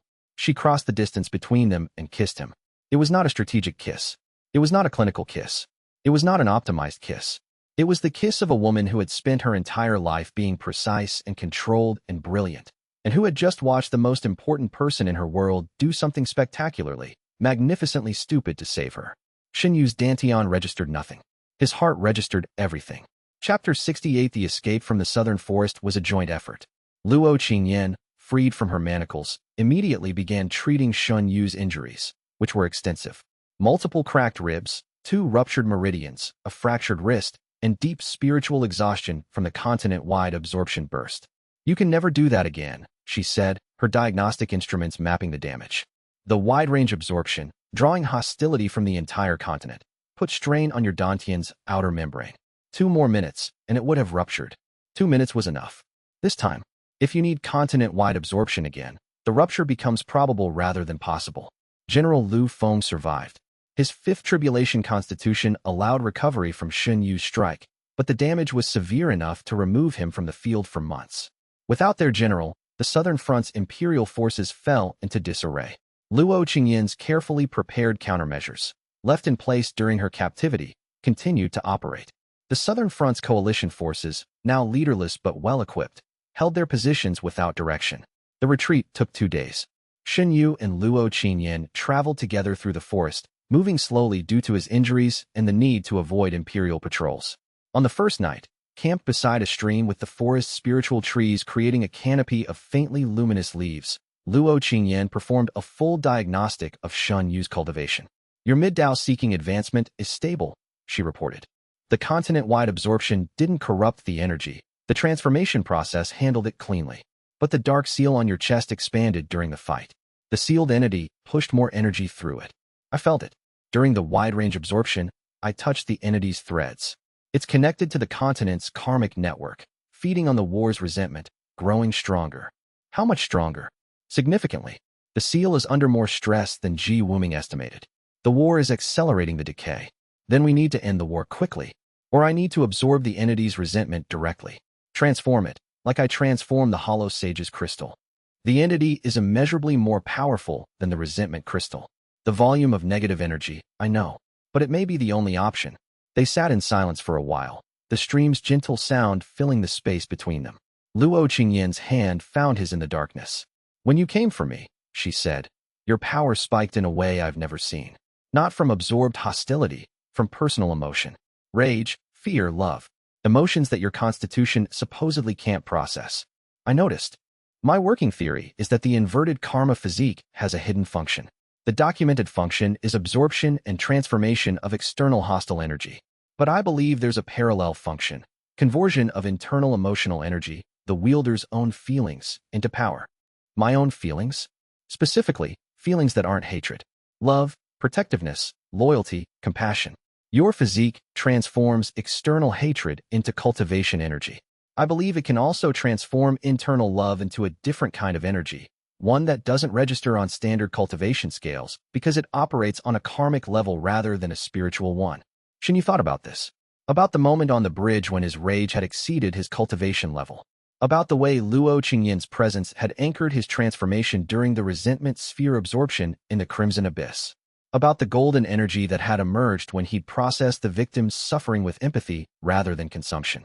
The golden energy, he said. Yes, that's what I'm describing.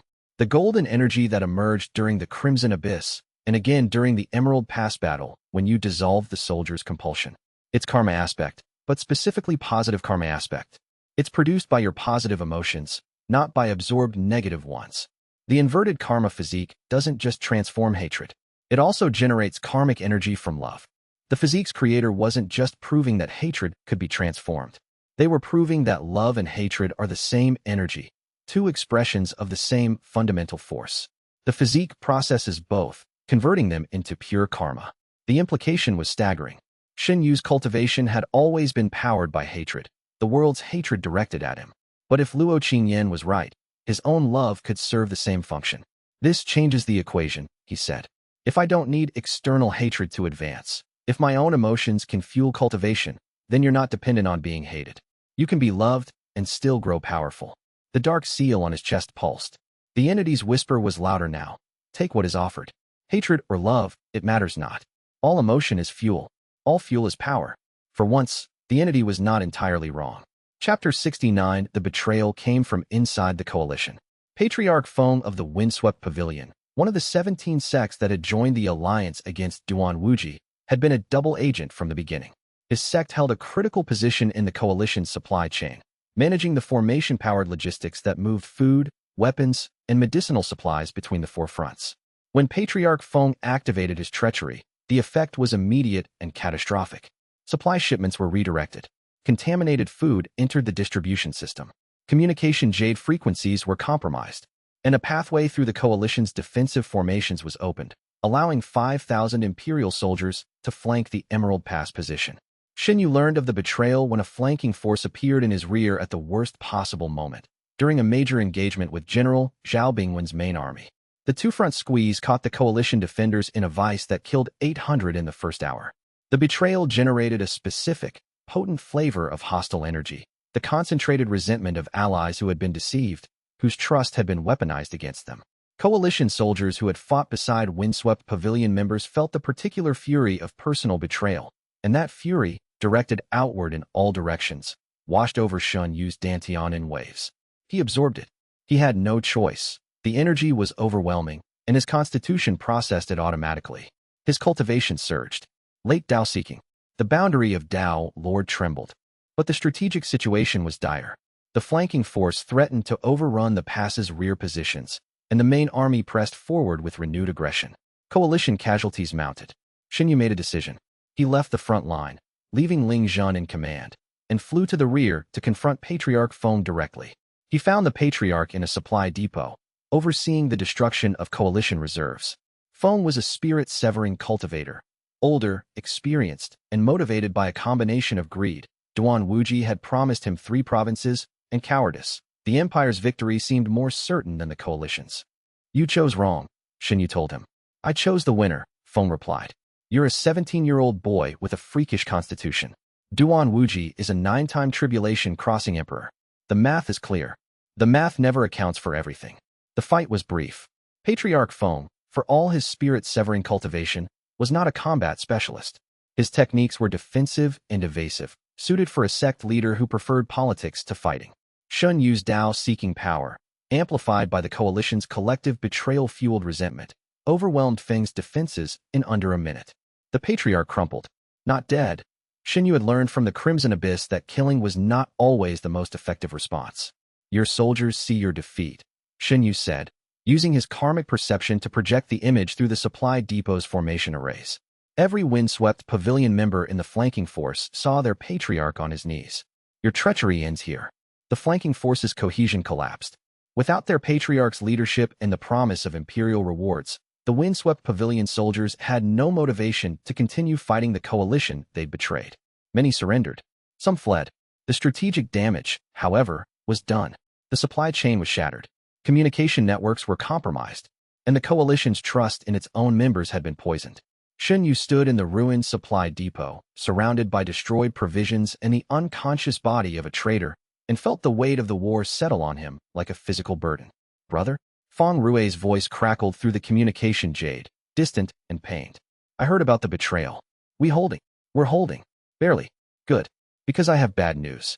More bad news. General Wei Qiong broke through my line. She's heading south with 3,000 soldiers. I couldn't stop her." Shen Yu closed his eyes. The northern front was compromised. The supply chain was destroyed. The coalition's morale was shattered by betrayal. The war was being lost. Chapter 70, the coalition retreated. It was not a rout. Shen Yu's karmic perception and Ling Zhan's tactical brilliance managed the withdrawal with disciplined efficiency, but it was a defeat. The forefront war collapsed into a single, shrinking defensive perimeter around Azure Cloud City as the Empire's forces converged. Casualties were severe. 3,000 coalition soldiers dead or captured. 5 of the 17 allied sects defected to the Empire, their loyalty shattered by Patriarch Feng's betrayal. The remaining 12 sects dug in for a siege they didn't expect to survive. Shen Yu called a war council in the compound's meeting hall. The room was smaller than before. Many of the chairs were empty now, their occupants dead, defected, or too wounded to attend. "We've lost the initiative," Shen Yu said. "The forefront strategy failed because of internal betrayal. We can't execute another offensive without securing our supply lines and rebuilding trust." "We can't rebuild trust," Ji Wuming said. "Not quickly enough. The betrayal exposed a fundamental vulnerability. Our coalition is held together by shared hatred of Duan Wuji, not by loyalty to each other. That's not strong enough. Then we need something stronger." "What's stronger than shared hatred?" Shen Yu thought about Luo Qingyin's theory. About the golden karmic energy produced by positive emotions. About the inverted karma physique's hidden function. "Shared purpose," he said. "Not hatred, purpose. We're not fighting against Duan Wuji. We're fighting for something. For the seal. For the continent's survival. For the freedom of millions of people living under karmic compulsion." "Pretty words," growled Patriarch Lu of the Iron Tiger sect, whose hostility had been a reliable energy source throughout the war. "But words don't win battles." "No. Actions do." Shen Yu stood. "I'm going underground." Underground. The seal beneath the Crimson Abyss. The entity that's threatening to break free. The real war isn't against Duan Wuji. It's against what's imprisoned beneath us.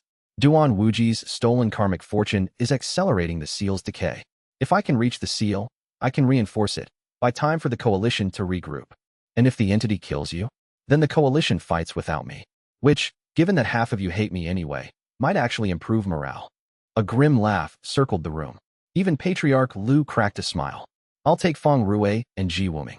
Luo Qingyan stays here to manage the coalition's medical and alchemical support. Ling Zhen commands the defense. The plan was accepted, not enthusiastically, grimly, as a desperate measure in a desperate situation. That night, alone in his quarters, Shen Yu sat with the dark seal on his chest and felt the entities whisper louder than ever. You come to me at last, it said, as I knew you would. Every wielder comes. Every key finds its lock. I'm coming to reinforce the seal, Shen Yu said. Not to open it. The seal is already open, the entity whispered. Every day, a little more. Every curse, every hatred, every moment of suffering, they all flow to me. The war you fight feeds me as surely as it feeds you. The parallel was uncomfortable. The entity consumed hatred. Shen Yu consumed hatred. They were mirrors, separated by a seal. You and I are the same, the entity said. Different scales of the same mechanism. Come to me, and together we will transform the entire world's hatred into transcendence. The world doesn't need its hatred transformed by force, Shen Yu replied. It needs the freedom to transform on its own. Freedom. The entity's whisper carried something that might have been contempt, or might have been ancient sorrow. Freedom to hate. Freedom to suffer. Freedom to destroy. I have witnessed 1,000,000 years of mortal freedom, and it has produced nothing but fuel for beings like us. Shen Yu pressed his palm against the seal and forced it quiet. But the entity's words lingered. And the most disturbing part was not the argument itself. It was that some part of Shen Yu, the cold, calculating part that measured allies' hostility as a resource, found it compelling. Chapter 71. The retreat to underground operations lasted a week. Shen Yu, Feng Ruwei, and Ji Wuming traveled through formation-concealed passages that Ji Wuming had mapped using the Heavenly Court's archives, ancient infrastructure tunnels that ran beneath the continent's surface, connecting the major karmic seal points. The tunnels were relics of the Heavenly Court's 3,000-year maintenance program, perfectly preserved stone corridors with self-sustaining illumination formations and atmospheric regulation. They were also, according to Ji Wuming, known only to the Heavenly Court's inner circle. My mother maintained these tunnels before the court fell, Ji Wuming said, running her hand along the smooth stone wall. She walked these passages every month, checking formation nodes, repairing decay, ensuring the seals remained stable.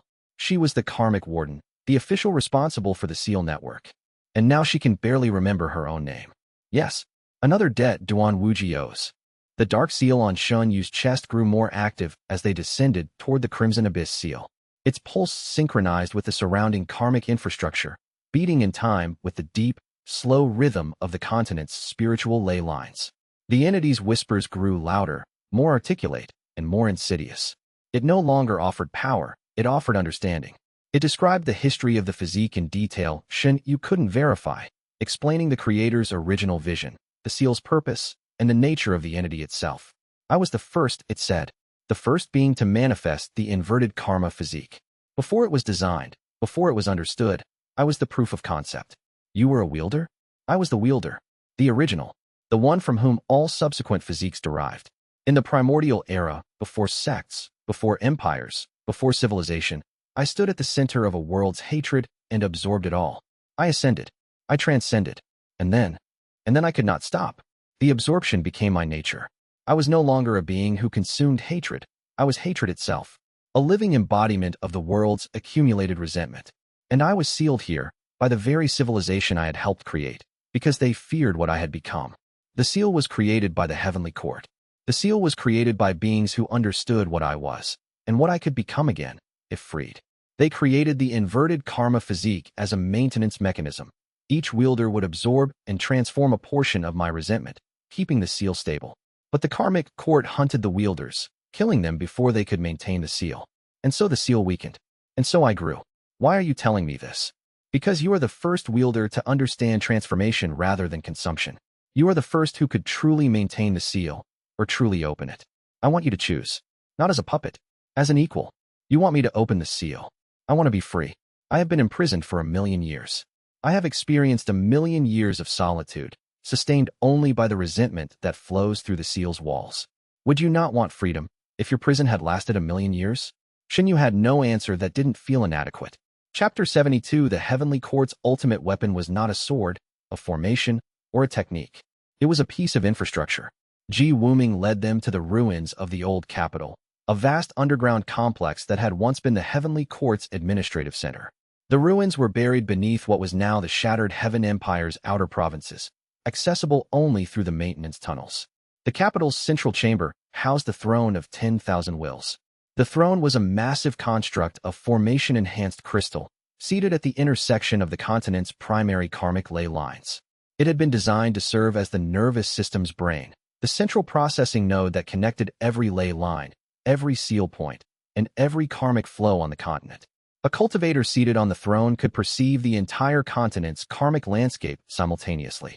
They could feel every thread of positive and negative karma, trace every flow, identify every disruption. And with sufficient power, they could direct those flows, channeling karmic energy where it was needed, reinforcing seals, stabilizing ley lines, healing the spiritual ecology.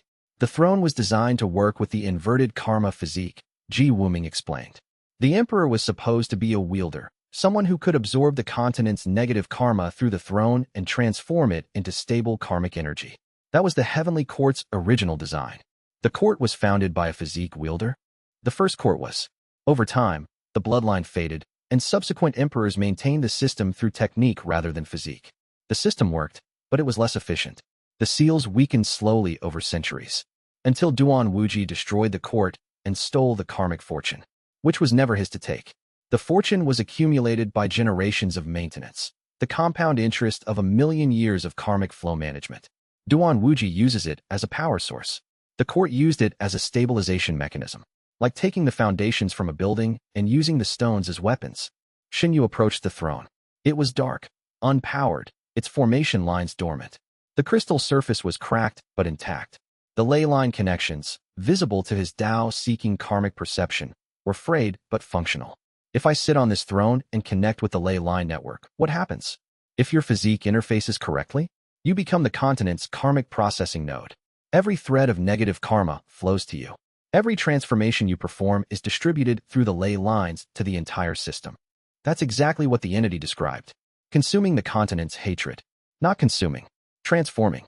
There's a critical difference. The same difference that separates you from the hollow sage. The entity consumed and became hatred. You transform and release. The throne is designed for transformation, not consumption.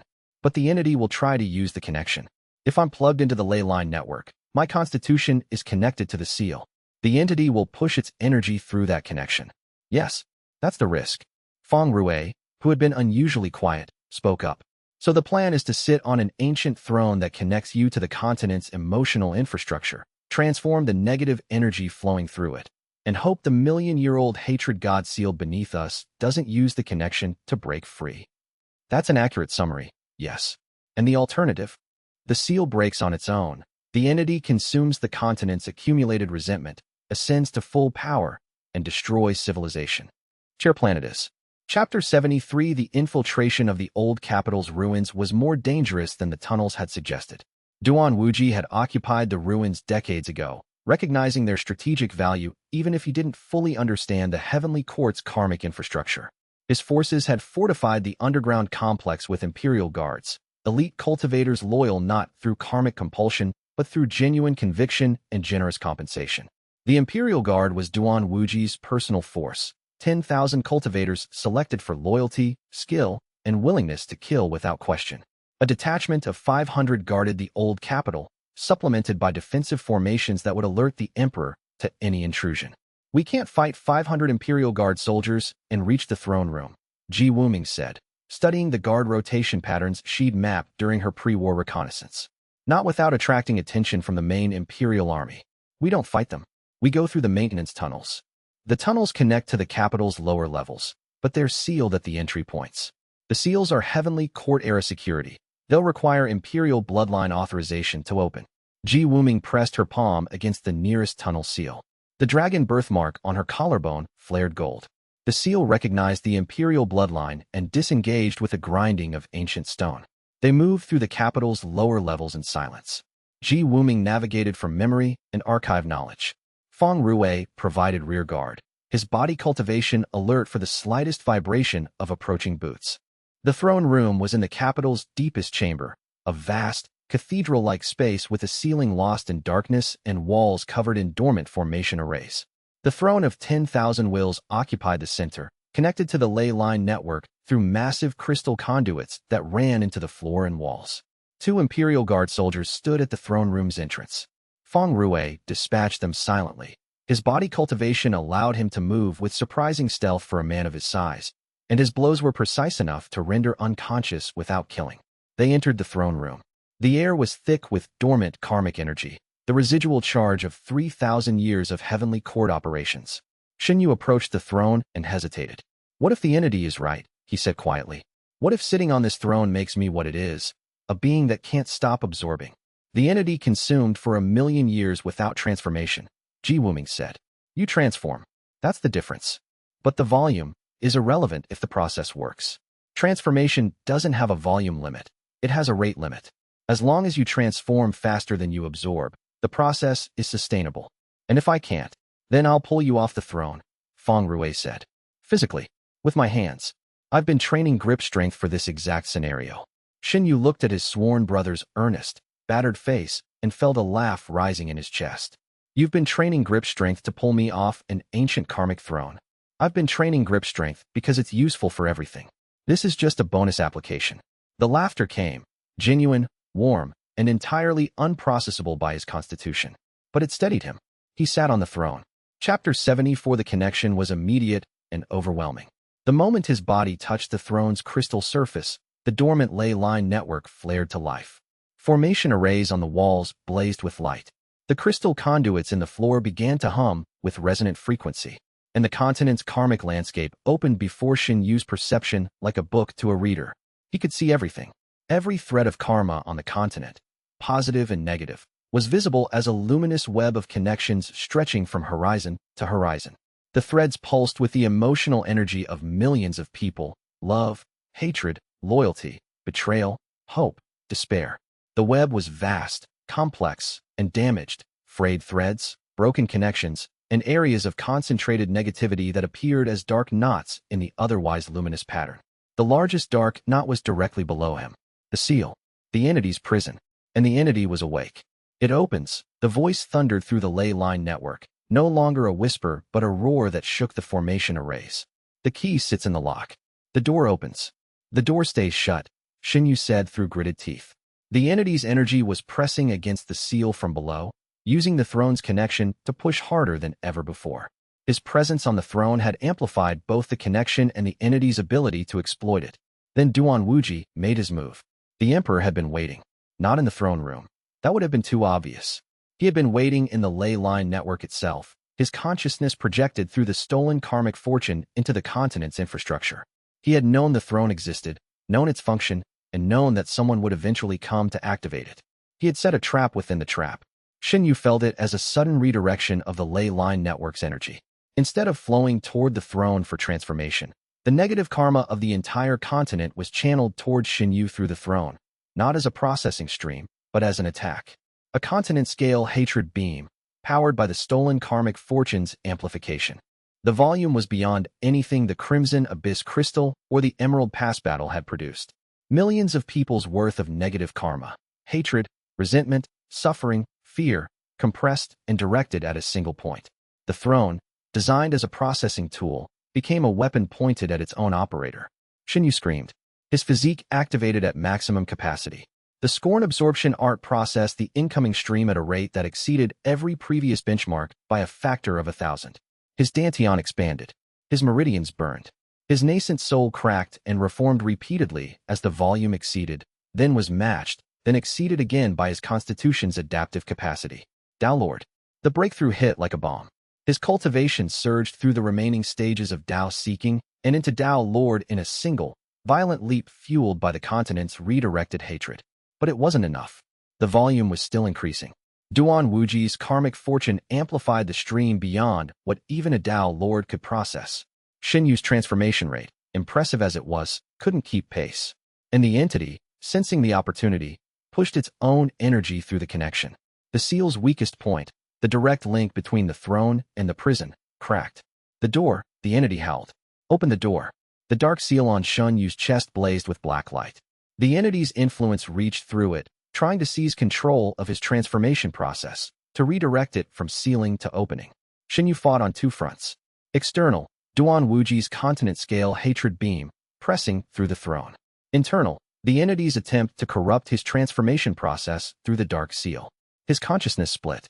His nascent soul, evolved through crisis after crisis, developed a parallel processing capability, one thread maintaining the transformation, the other resisting the entity's influence.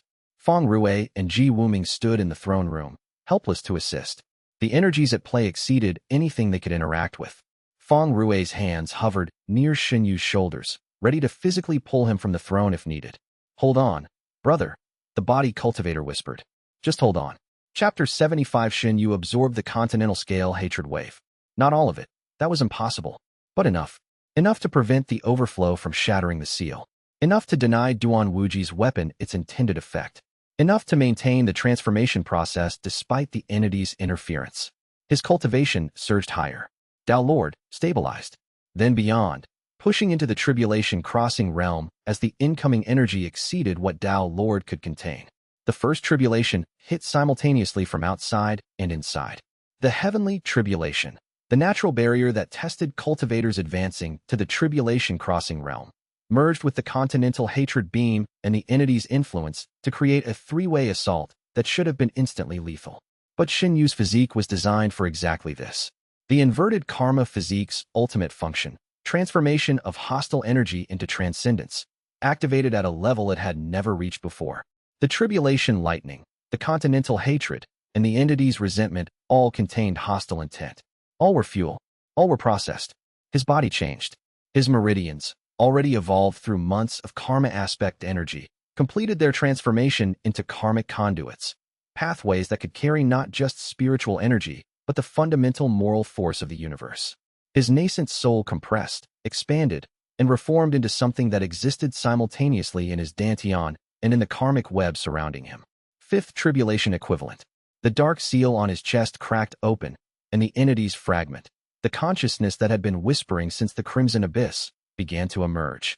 But Shen Yu was ready. He had been preparing for this moment since Luo Qingyan first identified the sealed consciousness in the dark mark. He activated the understanding he developed that the inverted karma physique didn't just absorb hatred, it transformed it. The entity's fragment was concentrated resentment, a piece of the sealed god's consciousness, sustained by pure negative karma. Shen Yu's transformation process engaged with it directly, not absorbing the consciousness, but converting its resentment basis from negative to neutral. The fragment screamed. A million-year-old consciousness, sustained by hatred, felt its foundation dissolving. The resentment that formed its identity was being transformed into something it couldn't sustain, neutral karma that couldn't hold a hostile consciousness. The process was agonizing. The fragment fought back, clinging to its resentment like a drowning man clinging to wreckage. It lashed out, sending pulses of pure hatred through Shen Yu's meridians that briefly overwhelmed his transformation capacity. But Shen Yu held.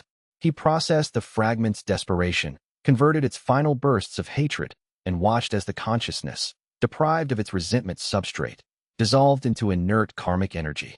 The dark seal closed. The entity's influence retreated. The fragment was gone. Shen Yu emerged from the transformation with silver eyes, the karmic perception of the tribulation crossing realm, which could see karma not as threads, but as the fundamental structure of reality itself. The world was made of karma. Every action, every emotion, every connection between living beings was written in karmic code that his eyes could now read. He was tribulation crossing, a 17-year-old cultivator who had advanced from nothing to one of the highest realms in recorded history in under a year. And the war was far from over. Chapter 76. The throne room's formation arrays stabilized. The continental hatred beam, deprived of Duan Wuji's direct guidance. The emperor had withdrawn his consciousness from the ley line network when Shen Yu's breakthrough disrupted his control, dissipated into the ambient karmic infrastructure. Shen Yu rose from the throne on unsteady legs. His body had been transformed by the tribulation crossing breakthrough. Taller, leaner, his skin carrying a faint luminescence that was the physical manifestation of karma aspect energy saturating his tissues. His eyes were silver, not the gray silver of his original chi, but a clear, mirror-like silver that reflected the karmic structure of everything they saw. "Brother," Feng Ruwei said, staring.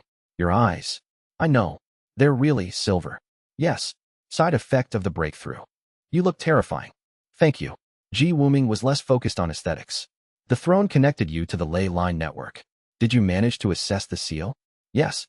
The seal is intact, but critically stressed. The entity's fragment that was in my chest, the one that's been whispering since the Crimson Abyss, it's gone. I transformed it. But the entity's main body is still sealed, and it's stronger than the fragment by orders of magnitude. How long does the seal have? Months. Maybe weeks. The war's resentment is feeding it continuously, and Duan Wuji's misuse of the stolen karmic fortune has corrupted the seal's maintenance pathways. Then we need to confront Duan Wuji now, retrieve the karmic fortune, and stabilize the seal. That's the plan. But first, we need to get out of his capital without alerting 500 Imperial Guard soldiers to our presence. They didn't manage it. The throne's activation had triggered every alarm in the underground complex. Imperial Guard soldiers were converging on the throne room from every direction. Not 500, but the full garrison, supplemented by emergency reinforcements from the surface. Shen Yu's tribulation crossing power handled the opposition with the casual efficiency of a mountain weathering a storm. His karmic perception identified every approaching threat. His karma aspect techniques, the karmic echo palm, now evolved into something far more powerful at the tribulation level. Disabled soldiers without killing them, severing the karmic compulsion that bound them to the Emperor rather than destroying their bodies. They escaped the underground complex and surfaced in Imperial territory, the outskirts of the shattered Heaven Empire's capital city, 50 miles from where their original insertion point had been. The capital was visible on the horizon, a massive walled city that dwarfed Azure Cloud City, its skyline dominated by the Imperial Palace's golden towers. The stolen karmic fortune's influence was visible to Shen Yu's silver eyes as a web of golden red threads emanating from the palace and connecting to every building, every formation, every person in the city. Duan Wuji's control was total. The entire city was bound to his will through karmic manipulation, not just soldiers and officials, but civilians, merchants, children. Every person in the capital was a puppet, their karmic threads pulled by an emperor who had long since stopped distinguishing between governance and enslavement. Millions of people, Shen Yu said. All controlled. All suffering, Ji Wuming added. Karmic compulsion doesn't suppress emotion, it redirects it. They feel everything. They just can't act on it. Millions of people, suffering under compulsion, their resentment suppressed but not eliminated. If those compulsion threads were severed, the resentment would be released. Millions of people's worth of accumulated negative karma, all at once, all directed at the man who had enslaved them. The entity would feast. The seal would shatter. We can't just cut the threads, Shen Yu said. We need to transform them. Convert the compulsion into something that doesn't generate resentment when it's removed. That requires contact with the karmic fortune itself, which is housed in Duan Wuji's cultivation, which means we need to confront him directly. Chapter 77, they didn't confront him directly. Not yet. Instead, Shen Yu spent 3 days in the imperial capital's outskirts, using the throne's residual connection to study the karmic fortune structure through his silver eyes. The stolen fortune was an artificial construct, karmic energy accumulated over 3,000 years of heavenly court governance, compressed and weaponized by Duan Wuji's cultivation technique. It was not part of him in the way that cultivation was part of a cultivator. It was a tool he wielded, a powerful one, but a tool nonetheless. The fortune structure had a weakness. It was designed for maintenance, not control. The Heavenly Court's original architects had built it to be distributed through the ley line network, not concentrated in a single cultivator. Duan Wuji had forced it into a configuration it was never meant to hold, and the structural strain was visible to karmic perception as microfractures in the fortune's energy lattice. If those fractures could be exploited, if the fortune could be destabilized from within, it would return to its distributed state, flowing back into the ley line network where it belonged. But destabilizing it while Duan Wuji holds it requires engaging him in combat, Ji Wuming said. And he's 9th tribulation. I'm tribulation crossing now. 5th equivalent. The gap is smaller than it's ever been. The gap is 4 tribulations. That's still enormous. Not if the fortune itself becomes a liability. The fortune is straining against its container. Duan Wuji's cultivation can barely hold it. If I apply pressure to the fracture points during combat, the fortune's own instability becomes my weapon. The plan crystallized over the next 2 days. Shen Yu would confront Duan Wuji in the throne room of the Imperial Palace, the one location where the ley line network's proximity would amplify the fortune's instability. Ji Wuming and Feng Rui would secure the escape route and protect the approach. Communications with the coalition confirmed that the other fronts were holding. Ling Zhun had rallied the defenders at Azure Cloud City. Luo Qingyan had organized a civilian evacuation of the city's non-combat population as a precaution. Everything pointed toward a single confrontation. Chapter 78. The Imperial Palace was a fortress of golden stone and karmic formations. Its walls hummed with the stolen fortune's energy, and the air within its grounds was so saturated with compressed karma that breathing felt like inhaling liquid gold. Shen Yu walked through the main gate. Not sneaked, not infiltrated. Walked. His silver eyes glowed in the morning light, and his tribulation-crossing spiritual pressure announced his presence to every sensor, every guard, and every formation in the palace complex. The Imperial Guard converged. Hundreds of elite cultivators, weapons drawn, techniques charged. They formed a perimeter around Shen Yu with the disciplined efficiency of soldiers who had trained for exactly this scenario. Shen Yu dissolved their karmic compulsion with a wave of his hand. The transformation technique he'd developed, converting hostile karmic bindings into neutral energy, had been refined through 3 days of study. At Tribulation Crossing, with full karmic perception and direct access to the ley line network through the throne's residual connection, the technique was nearly effortless. The compulsion threads connecting each guard to Duan Wuji's were severed and dissolved.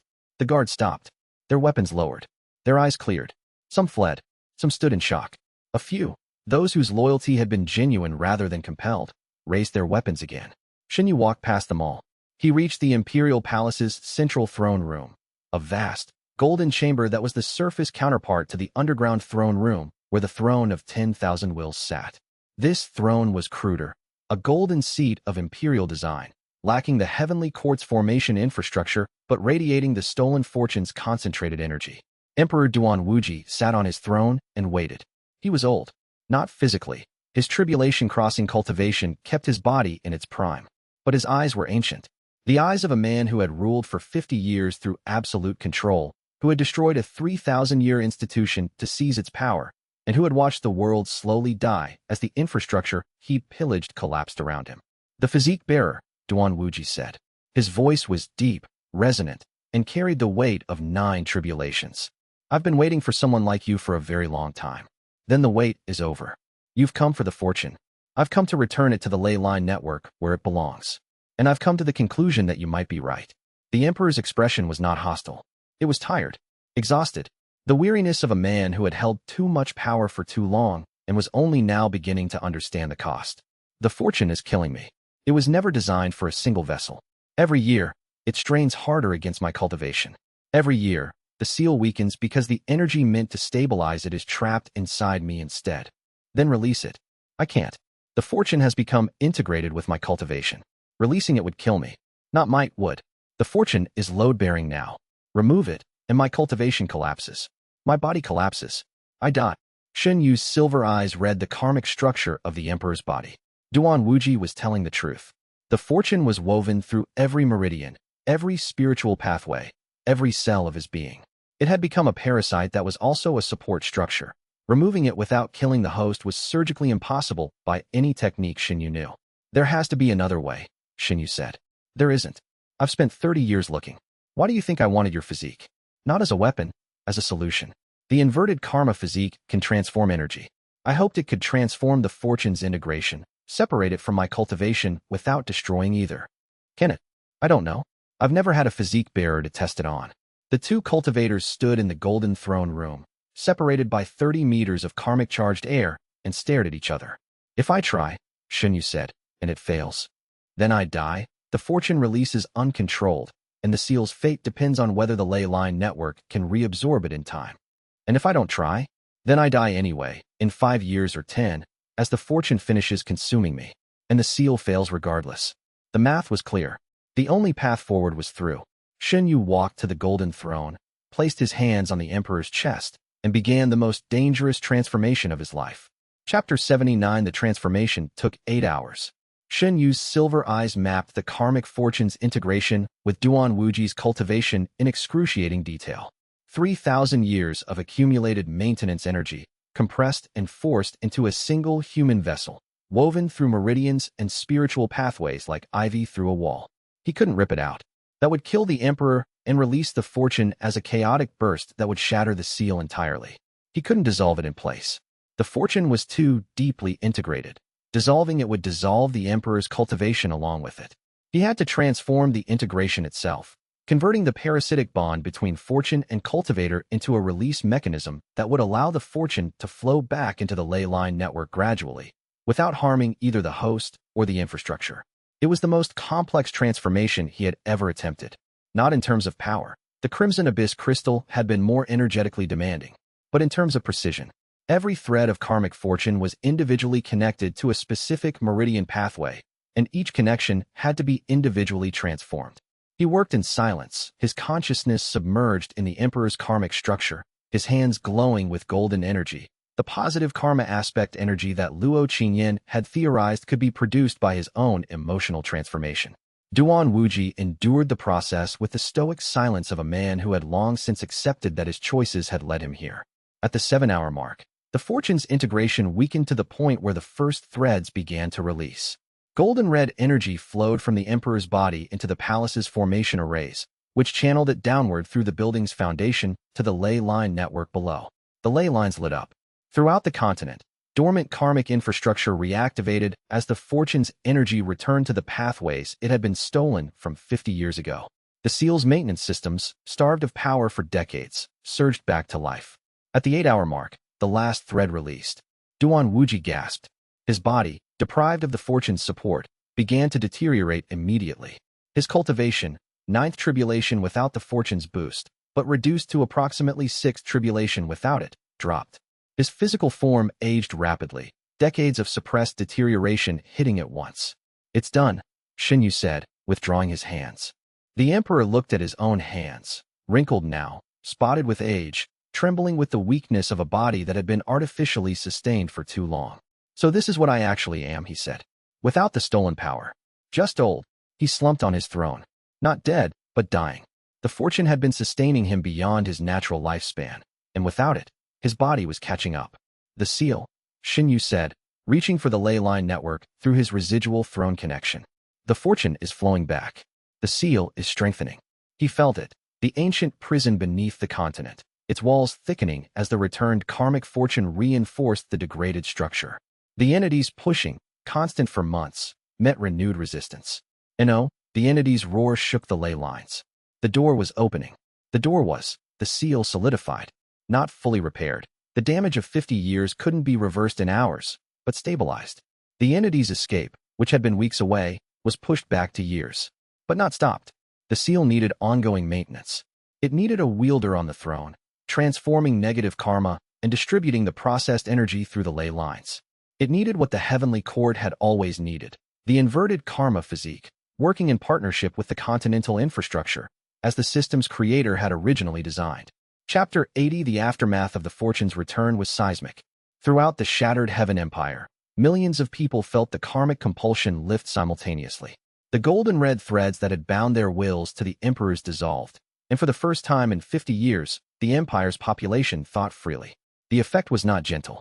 50 years of suppressed resentment, accumulated under compulsion, released in a single wave. Millions of people, suddenly free to feel what they had always felt. Fury at their enslavement, grief for the years stolen from them, and a desperate, burning hatred for the man who had done this to them. The wave hit the ley line network and, through Shen Yu's residual connection to the throne underground, hit his dantian. Millions of people, all at once, all hating. The entity sensed the wave and lunged for it. The seal, reinforced but not fully healed, buckled under the combined pressure of the entity's push and the wave's impact. No, Shen Yu said. Not yet. He reached for the wave, not to absorb it, but to transform it. His tribulation-crossing power, combined with the ley line network's restored capacity, allowed him to process the incoming resentment at continental scale. Not perfectly. The volume exceeded his capacity, and significant amounts of raw resentment leaked past his transformation into the seal's structure. But enough. Enough to prevent the seal from breaking. Enough to deny the entity the feast it craved. The wave subsided. The released resentment dissipated through the ley lines as Shen Yu's transformation converted it from destructive to neutral. The seal stabilized at a new equilibrium, stronger than before the fortune's return, but still damaged. Still requiring maintenance. The seal will hold, Shen Yu told Ji Wuming, who had arrived at the palace with Feng Ruwei after the guard's compulsion lifted. For now, but it needs continuous maintenance. The throne, the one underground, needs a wielder. Permanently. You. Me. Eventually. But first, the ground beneath the palace cracked. A fissure opened in the courtyard, running from the palace's foundation to the city wall. Through the fissure, visible only to karmic perception, the entity's influence leaked upward, not a full breach, but a warning. The seal was holding. But the entity was not patient. It had been imprisoned for 1,000,000 years, and it was willing to wait a few more. But it was also probing, testing, searching for the seal's remaining weaknesses. First, Shen Yu continued, I need to be strong enough to face what's under there. Not just maintain the seal, reinforce it permanently. And that requires sovereignty. At minimum, half-step sovereign to maintain, full sovereign to reinforce. And if the entity manages to partially break through. Tao Ancestor. Something no one has achieved in 10,000 years. The fissure sealed itself as the ley line network's restored energy filled the gap. The city, freed from compulsion, reeling from 50 years of psychological damage, and staring at the crack in the ground that represented something far worse, was silent. Shen Yu stood in the imperial palace's courtyard, his silver eyes reflecting the morning sky, and began his ascension tribulation. Not the standard tribulation, that was already behind him.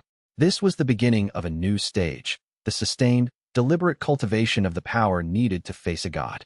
The earth had split. The seal was holding. And Shen Yu, the trashroot servant, the cursed cultivator, the transformer of hatred, looked at the horizon and saw the path ahead clearly for the first time. It led down, into the earth, into the seal, into the prison of a being that had been the first inverted karma physique wielder and the last god of the primordial age. Let them come, he whispered. Let everyone come. Every person who hates me, every force that opposes me, every curse and condemnation and act of war. I'll take it all. I'll transform it all. And when I'm ready, he looked at the crack in the ground. I'll end this. Chapter 81. The sovereign tribulation descended from a sky that had turned the color of bruised iron. Shen Yu stood in the ruins of the shattered Heaven Empire's capital, now simply the capital, with neither an empire nor an emperor to give it a more specific name. Duan Wuji had died 3 days after the fortune's release, his body failing without the stolen energy that had sustained it for 50 years. His death had been quiet, almost gentle, the final breath of a man who had held too much and had it all taken back. The population, freed from compulsion, was in chaos. Not violent chaos. The deeper, slower kind that came from millions of people simultaneously realizing they had been enslaved for 5 decades. Some wept. Some raged. Some simply sat in their homes and tried to remember what free will felt like. The residual resentment from this mass awakening flowed through the ley line network, processed by Shen Yu's ongoing connection to the underground throne. He transformed it continuously, a background process that consumed approximately 30% of his attention at all times. The seal benefited. The continental karmic ecology benefited. The people, freed from the toxic accumulation of suppressed emotions, benefited. But the entity did not stop pushing. And the seal, reinforced but not healed, needed more than maintenance. It needed a custodian powerful enough to repair the damage permanently. That meant sovereign realm.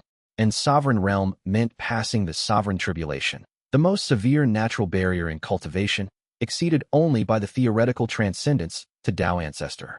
The tribulation came in 9 waves, each testing a different aspect of the cultivator's being: body, meridians, dantian, nascent soul, Tao heart, spiritual perception, karmic balance, cosmic understanding, and, for the 9th and final wave, the cultivator's relationship with the world itself. The first wave was lightning, silver-white bolts that fell from the iron sky with enough force to crater stone. Standard tribulation lightning, amplified by Shen Yu's rapid advancement and the ley line network's proximity. Each bolt carried hostile intent.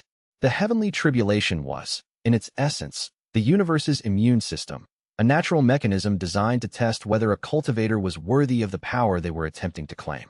The intent behind each bolt was not malicious but judicial, a cosmic question asked in the language of force. Shen Yu's physique absorbed the intent. The tribulation lightning's hostile energy, the universe's judgment rendered as spiritual force, fed his dantian with the most refined hostile energy he had ever encountered. Not human hatred, not mortal resentment, but the impersonal, absolute disapproval of natural law confronting something that shouldn't exist. His body withstood the first 3 waves through sheer durability.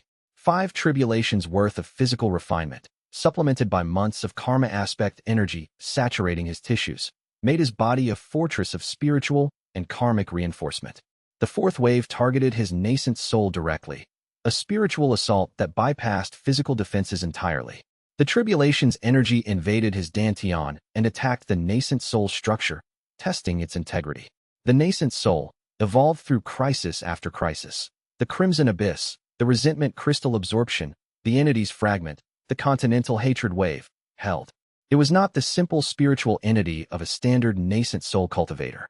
It was a complex, multi-layered construct with parallel processing channels, karmic perception integration, and the transformation mechanism built into its fundamental architecture. The tribulation probed every layer, found no weakness, withdrew. The fifth and sixth waves came together, a combined assault on spiritual perception and karmic balance that attempted to overwhelm Shen Yu's ability to perceive and process information simultaneously. His silver eyes blazed as karmic vision and spiritual sense were pushed to their limits. He endured. But between the sixth and seventh waves, something changed. The entity intervened. Not through the seal held, but through the ley line network, which Shen Yu was connected to through his ongoing maintenance. The entity pushed its influence upward through the network, adding its own hatred to the tribulation's already overwhelming energy. The seventh wave, cosmic understanding, became something more than a test. It became a battle between the tribulation's natural judgment and the entity's deliberate sabotage. The wave hit Shen Yu with the combined force of heavenly tribulation and 1,000,000 years of accumulated divine resentment. The entity was using the tribulation as a delivery mechanism, piggybacking its energy on the natural test to bypass Shen Yu's defenses. His nascent soul cracked. Silver eyes dimmed. The transformation process, running continuously on the ley line network, faltered. The seal shuddered. "Hold it together," Ji Wuming shouted from the perimeter, where she and Feng Rui maintained a protective formation. 2 more waves. Shen Yu gritted his teeth and pushed. The inverted karma physique's transformation process had one advantage the entity couldn't counter. It improved under stress. Every crisis had made it stronger, more efficient, more adaptable. The entity's sabotage was the most severe stress it had ever encountered, and it rose to meet it. The transformation process restructured in real time, developing new pathways to handle the entity's divine resentment alongside the tribulation's natural hostility. The processing capacity doubled, then tripled. The crack in his nascent soul sealed, and the seal beneath the continent stabilized. Shen Yu roared, not in pain, in defiance. In the absolute, bone-deep refusal to be broken by a force that had broken every previous wielder. The eighth wave came. The ninth. Each carried the entity's influence, and each was transformed, absorbed, and survived. The tribulation ended. The iron sky cleared. Sunlight reached the ruins. Shen Yu stood in a crater of his own making, his body glowing with combined spiritual and karmic energy, his silver eyes blazing with a light that was visible from the city walls. Half-step sovereign, not full sovereign. The entity's interference had prevented the complete advancement. But closer than anyone had reached in 10,000 years. The seal's maintenance requirements reduced. At half-step sovereign, Shen Yu could maintain the seal with 10% of his attention rather than 30. The transformation process ran in the background like breathing, automatic, continuous, and no longer requiring conscious effort. But the entity was still there, still pushing, still waiting, and it was getting stronger. Chapter 82 Between the Tribulation Waves. In the moments of stillness when his consciousness floated between one test and the next, Shen Yu had seen things. Visions. Memories. Not his own. Older, deeper, carried by the inverted karma physique's lineage like genetic memory encoded in karmic energy. He saw the previous wielders. 23 of them, spanning 3,000 years. Each one a unique individual. Each one manifesting the physique under different circumstances. Each one hunted, persecuted, and ultimately destroyed. The first was a farmer's daughter in the primordial age, who discovered her physique when her village was destroyed by a beast tide. She absorbed the survivors' hatred of the beasts and used the power to defend the rebuilding settlement. She reached foundation establishment before the karmic court found her. The second was a merchant's son in the early cultivation era, who manifested the physique during a trade dispute. He advanced to core formation by absorbing the hostility of rival merchants. He was killed by a karmic court sovereign who destroyed an entire city to reach him. The third, the fourth, the fifth. Each story was unique in its details but identical in its arc: awakening, growth, persecution, death. The 12th wielder had been a monk, a pacifist who refused to use his physique offensively, absorbing hatred and transforming it into healing energy that he distributed to the communities around him. He had been the closest to Shen Yu's approach, and he had survived the longest, reaching spirit severing before the karmic court's inner circle intervened personally. The 18th wielder had been a warlord, a conqueror who used his physique to grow stronger from the hatred of defeated enemies. He had been the strongest, reaching Tao-seeking before his accumulated untransformed hatred drove him insane. Each wielder's memories carried a lesson. The ones who consumed were destroyed by what they consumed. The ones who ran were caught. The ones who fought were overwhelmed. The ones who transformed survived longest, but were ultimately overpowered by the sheer persistence of the karmic court's pursuit. None had reached sovereign. None had attempted what Shen Yu was attempting, to repair the seal, to serve as the continent's karmic custodian, to transform a god's worth of resentment into stable energy. He was alone on this path, the first to walk this far, the first who might walk far enough. The visions also showed something else, the entity's origin story. In the primordial era, before the heavenly court, before civilization, before cultivation as a structured practice, a being had existed who was, in every meaningful sense, Shen Yu's predecessor, the first bearer of what would become the inverted karma physique. This being, the visions didn't give a name, only a presence, had been born into a world without structure. No sects, no hierarchies, no governments. Only scattered communities of proto-cultivators who fought, suffered, and hated with the raw intensity of people for whom survival was never guaranteed. The being had absorbed their hatred, had grown immensely powerful, had ascended through every realm that would later be codified and named. And at the apex of its power, it had made a choice. It chose to absorb everything, not just the hatred directed at it, but all negative karma, every expression of suffering, resentment, and despair across the entire world. It believed it was saving humanity by removing the source of their misery. But suffering is not a contaminant to be extracted. It is a fundamental part of the human experience. Removing it doesn't heal, it hollows. The being's total absorption created a void where human suffering should have been, and the world's spiritual ecology collapsed. The proto-cultivators lost the ability to feel negative emotions, which sounds like paradise until you realize that empathy, compassion, courage, and growth all depend on the capacity to suffer. The world became a hollow shell of contentment without depth. Love without the counterpoint of loss. Joy without the contrast of sorrow. A perfect world that was perfectly empty. The being recognized its error, but it couldn't release the absorbed suffering. It had been transformed into the being's fundamental nature. It was suffering now, in the same way a fire is heat. It couldn't exist without the negative karma it had consumed. The only solution was containment. The being sealed itself beneath the earth, along with the accumulated negative karma, and the world's spiritual ecology slowly recovered. Suffering returned. Humanity regained its depth, and the seal held, for 1,000,000 years, until the heavenly court fell, and the maintenance stopped, and the being began to remember what freedom tasted like. Shen Yu emerged from the visions with a deeper understanding of the entity he was meant to contain, and a deeper sympathy for it. It wasn't evil. It was the consequence of good intentions taken to their extreme. A being that had tried to save the world by removing its pain, and had become pain itself in the process. And now Shen Yu would have to face it. To do what 23 previous wielders had failed to do. Contain the entity permanently, or destroy it, or transform it into something that could exist without threatening everything it had once tried to save. Chapter 83. The passage through the 9th tribulation wave left Shen Yu at half-step sovereign. A stable plateau that allowed him to maintain the seal with minimal effort while preparing for the final confrontation. The earth, which had partially healed after the fortune's return, cracked again. Not the small fissures of the previous week. A full seismic event that split the ground across 3 provinces. The Crimson Abyss, already a natural canyon system, deepened by 50 meters as the earth separated along the seal's primary stress lines. The entity's prison was visible. Through the newly opened cracks, anyone with spiritual perception could see it. A realm-sized cage of crystallized hatred buried beneath the continent's surface. The cage's walls were made of the same gray-silver energy that characterized the inverted karma physique, because they were made by the physique's creator, using the transformation process in reverse.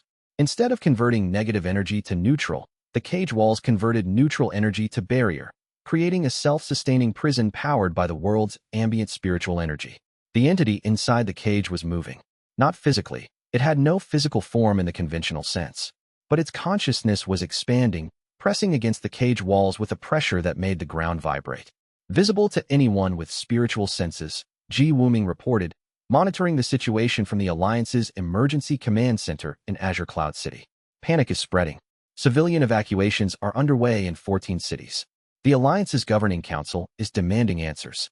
Tell them the truth, Shen Yu said. An ancient entity is imprisoned beneath the continent. The seal is weakening. I'm going to fix it. Going to fix it how? I'm going down there. The statement produced the expected reactions. Ji Wuming argued strategy. Feng Rui offered to come along. Luo Qingyan arrived from Azure Cloud City after a forced march, analyzed the situation with clinical precision. The cage is a closed system, she said, studying readings from her diagnostic instruments. The entity's negative energy circulates within the cage, building pressure against the walls. If you enter the cage, you'll be exposed to 1,000,000 years of accumulated resentment. The volume exceeds anything in recorded history. And my physique is the only mechanism that can process it. In theory, the practical limits are unknown.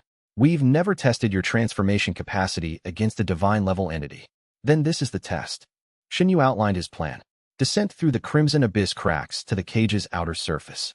Entry through the seal's maintenance portal, a mechanism designed for the inverted karma physique's wielder.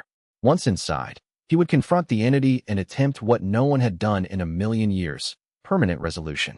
Not containment, he said. Not maintenance. Resolution. The entity was created by a failed attempt to remove suffering from the world. The solution isn't to keep it imprisoned forever. It's to transform it into something that can exist without threatening the world. And if transformation fails, then I absorb it all. The entire entity's accumulated resentment. 1,000,000 years of negative karma, processed through the inverted karma physique's transformation function. Luo Qingyan's face was pale. The volume would destroy your nascent soul, your body, your consciousness. There wouldn't be enough left of you to call human. Unless I reach sovereign first. Full sovereign. During the transformation itself, you're planning to break through to sovereign while absorbing a god. I'm planning to let the process drive the breakthrough. The same way every previous breakthrough was driven, by hostility exceeding my current capacity, forcing evolution. Silence. You're either the most brilliant cultivator in history, Luo Qingyan said, or the most insane. Both, Feng Rui said. As established. Chapter 84. The preparation for descent took 3 days. During that time, something unexpected happened. The world came together. The visible prison beneath the continent had a unifying effect that transcended politics, sect rivalries, and personal grudges. An existential threat that everyone could see was fundamentally different from one that only a few people understood. The cracks in the earth, the vibrating ground, the visible cage of crystallized hatred. These were not abstractions. They were reality, and reality demanded response. Cultivators arrived from across the continent, not to fight each other, but to help. Former enemies set aside differences. Sects that had been at war for centuries sent joint delegations. The Ironcloud sect, Shen Yu's origin, the place where his journey had begun, sent a delegation led by a newly appointed sect master. The old sect master had retired. Elder Zhou had been removed from his position after the Empire's collapse revealed his connections to Duan Wuji's intelligence network. The new leadership was younger, more pragmatic, and, crucially, included a familiar face. Zhou Haochen approached Shen Yu on the evening before the descent. The young man was changed. Not physically. He was still tall, broad, and golden-haired, every inch the privileged prodigy. But his eyes were different. The contempt that had been their constant expression was gone, replaced by something complicated and uncomfortable. Shen Yu, he said. Zhou Haochen. They stood in the compound's courtyard, surrounded by the bustle of a continental mobilization. Neither spoke for a long moment. I came to apologize, Zhou said. The words sounded like they'd been forced through a filter of pride and emerged bruised. For everything. The courtyard. The demonstration. The crawling. The beatings. The destruction of your room. The assassination attempt. Shen Yu studied him with silver eyes that could see karmic threads. Zhou's threads were tangled, guilt, shame, and a complicated mixture of residual resentment and genuine remorse. The resentment was directed inward now, at himself, at the person he'd been. The most interesting thing about your apology, Shen Yu said, is that it generates no hostile energy directed at me. You're the first person who once hated me and now genuinely doesn't. Does that matter? It matters more than you know. For the first time since the physique had awakened, Shen Yu felt something from Zhou Haochen's direction that wasn't hostility. Not warmth, not friendship, not love, but the absence of curse energy. The specific, measurable void where hatred had once been. It was, paradoxically, the most meaningful thing anyone had given him in months. I don't forgive you, Shen Yu said. Not yet. What you did shaped my life in ways that can't be undone. But I acknowledge your remorse. and I appreciate the courage it took to come here. Zhou nodded. His jaw was tight, but his eyes were steady. When you go down there, he said, and you face whatever's imprisoned underneath us, I want you to know that not everyone up here will be cursing your name. Some will, many will, but not all. And for what it's worth, I'll be one of the ones who isn't. He bowed, a formal, deep bow that Shen Yu had never received from Zhou Haochen, and walked away. Shen Yu watched him go and felt the crack in his loneliness, the crack that had started with Luo Qingyan's first clinical observation and widened with every genuine connection he'd formed, opened a little wider. The absence of hatred was not the same as the presence of love, but it was a start. Chapter 85. The descent plan was finalized in a war council attended by representatives from every major faction on the continent. The scope of the collaboration was unprecedented. 40 sects, the Alliance Governing Council, the remnants of the shattered Heaven Empire's administration, and a coalition of independent cultivators numbering in the tens of thousands. The plan has 3 components, Shen Yu addressed the council. First, I descend through the seal's maintenance portal and enter the entity's prison. My inverted karma physique is the only mechanism that can process the entity's accumulated resentment at sufficient volume to address the threat. Second, while I'm inside the prison, the seal must be maintained from the outside. Ji Wuming will occupy the throne of 10,000 wills and manage the ley line network's energy distribution. Her imperial bloodline provides the necessary authorization. Third, the descent team. I need companions, not to fight the entity, which is beyond any mortal's ability, but to maintain my path to the prison's core. The entity's resentment generates constructs and hazards that will obstruct the approach. What level of cultivator do you need? Asked the Righteous Sword Sect's Tao Lord Elder. The more powerful the better. But the constructs inside the prison are made of concentrated resentment, the same energy my physique absorbs. I'll provide passive protection to anyone near me. The main requirement is willingness to enter a realm of pure negative karma and fight through it. Volunteers stepped forward. 12 sovereign-level elders from various sects, the most powerful cultivators on the continent, offered their strength. Feng Rui volunteered as well. Brother, your peak foundation establishment, Shen Yu said gently. And I've been at your side since the serpent's spine. I'm not stopping now. The prison will be incomprehensibly hostile. The resentment alone will make me stronger. I have the iron suffering technique, the karmic reversal pills, and more stubbornness than any reasonable person should possess. I'm coming. Shen Yu looked at Luo Qingyan. She shook her head. I'm not coming, she said. Not because I don't want to. Because I'm more useful up here. The 12 elders will need medical and alchemical support during the descent. I can provide it remotely through diagnostic formation links. And if things go wrong, someone needs to coordinate the surface response. If things go wrong, there won't be a surface response. Then I'll invent one. She kissed him. Come back. I will. That's not a promise you can keep. I'll keep it anyway. The descent was scheduled for dawn. Shen Yu spent the night in meditation, his consciousness floating through the ley line network, studying the seal's structure and the entity's movement patterns. The entity knew he was coming. Its whisper, which had been continuous since the Crimson Abyss, had shifted from persuasion to anticipation. The key comes to the lock, it said. After 1,000,000 years, the mechanism completes its cycle. Whether you come to seal me or free me, the result will be the same. We are the same. We're not the same, Shen Yu said. You consumed. I transform. Transformation is a form of consumption. Consumption is a form of transformation. The difference is one of perspective, not substance. The difference is everything. We shall see. Chapter 86. Luo Qingyan presented her final research finding on the morning of the descent. She had been working through the night in her laboratory, running calculations and experiments with the manic energy of a scientist who knew that this might be her last chance to understand something essential.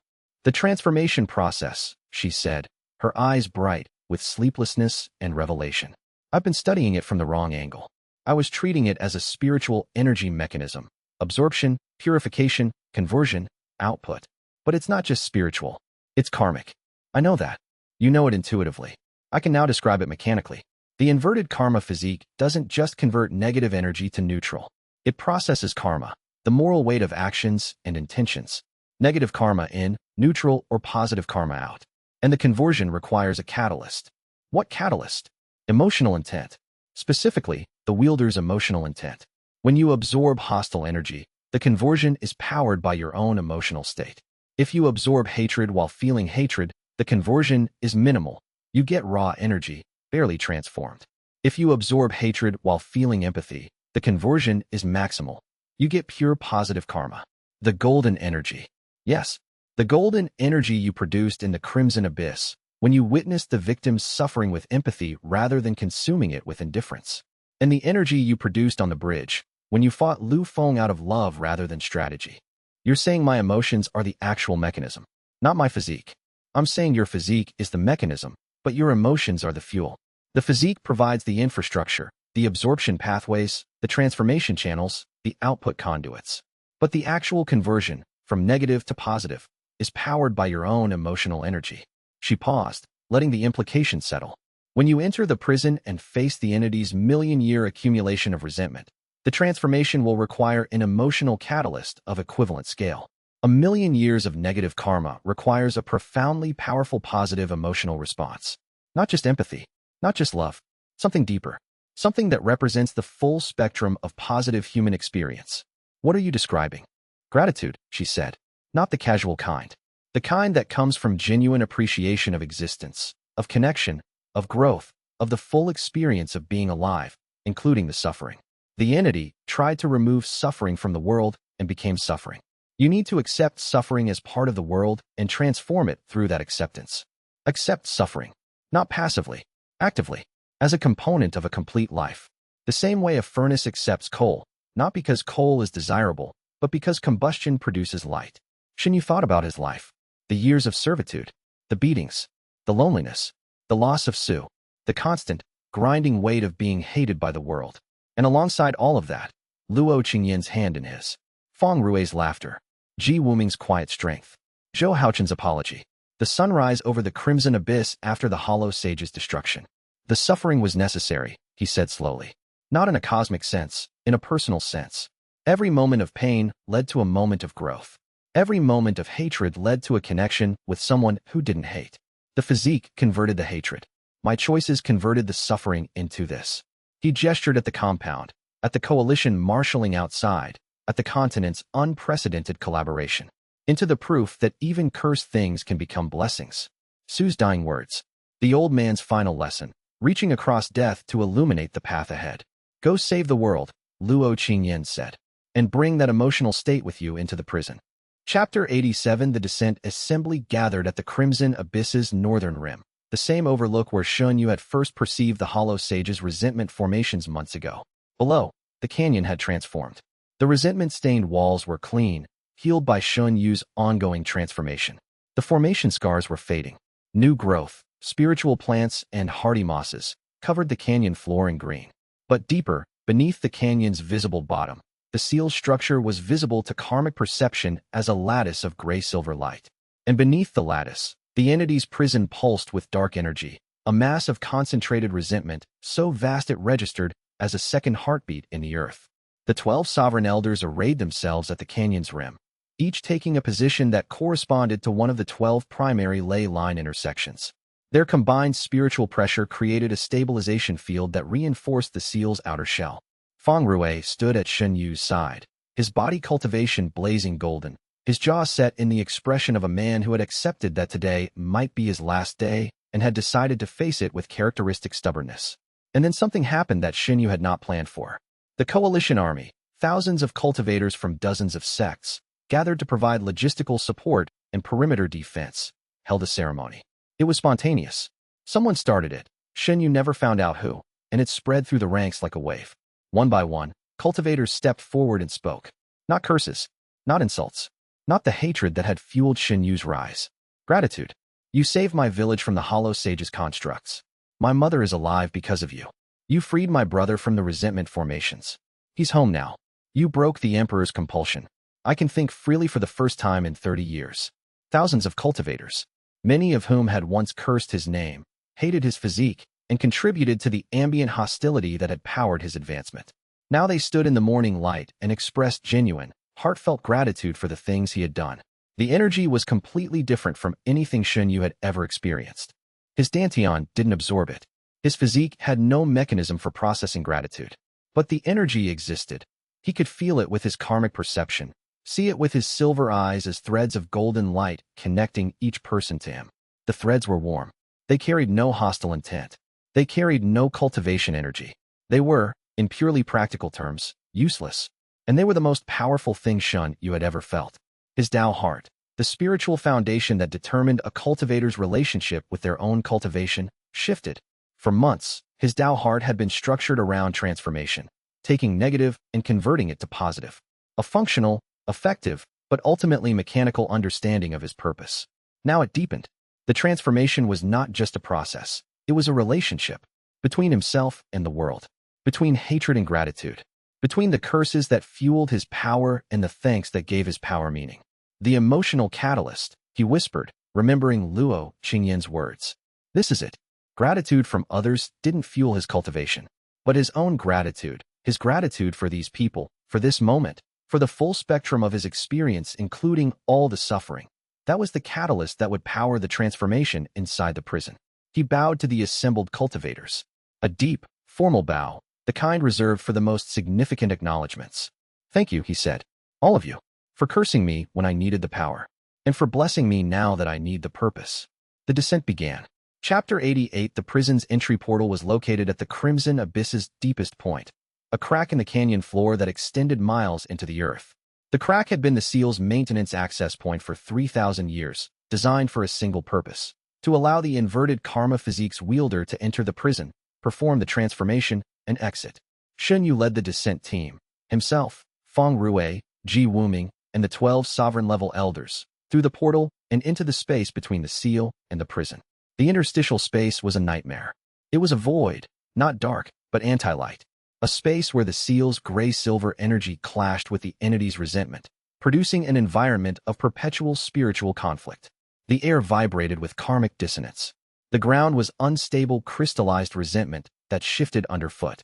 The temperature alternated between furnace heat and Arctic cold as positive and negative karmic energies surged past each other. The entity's influence was stronger here.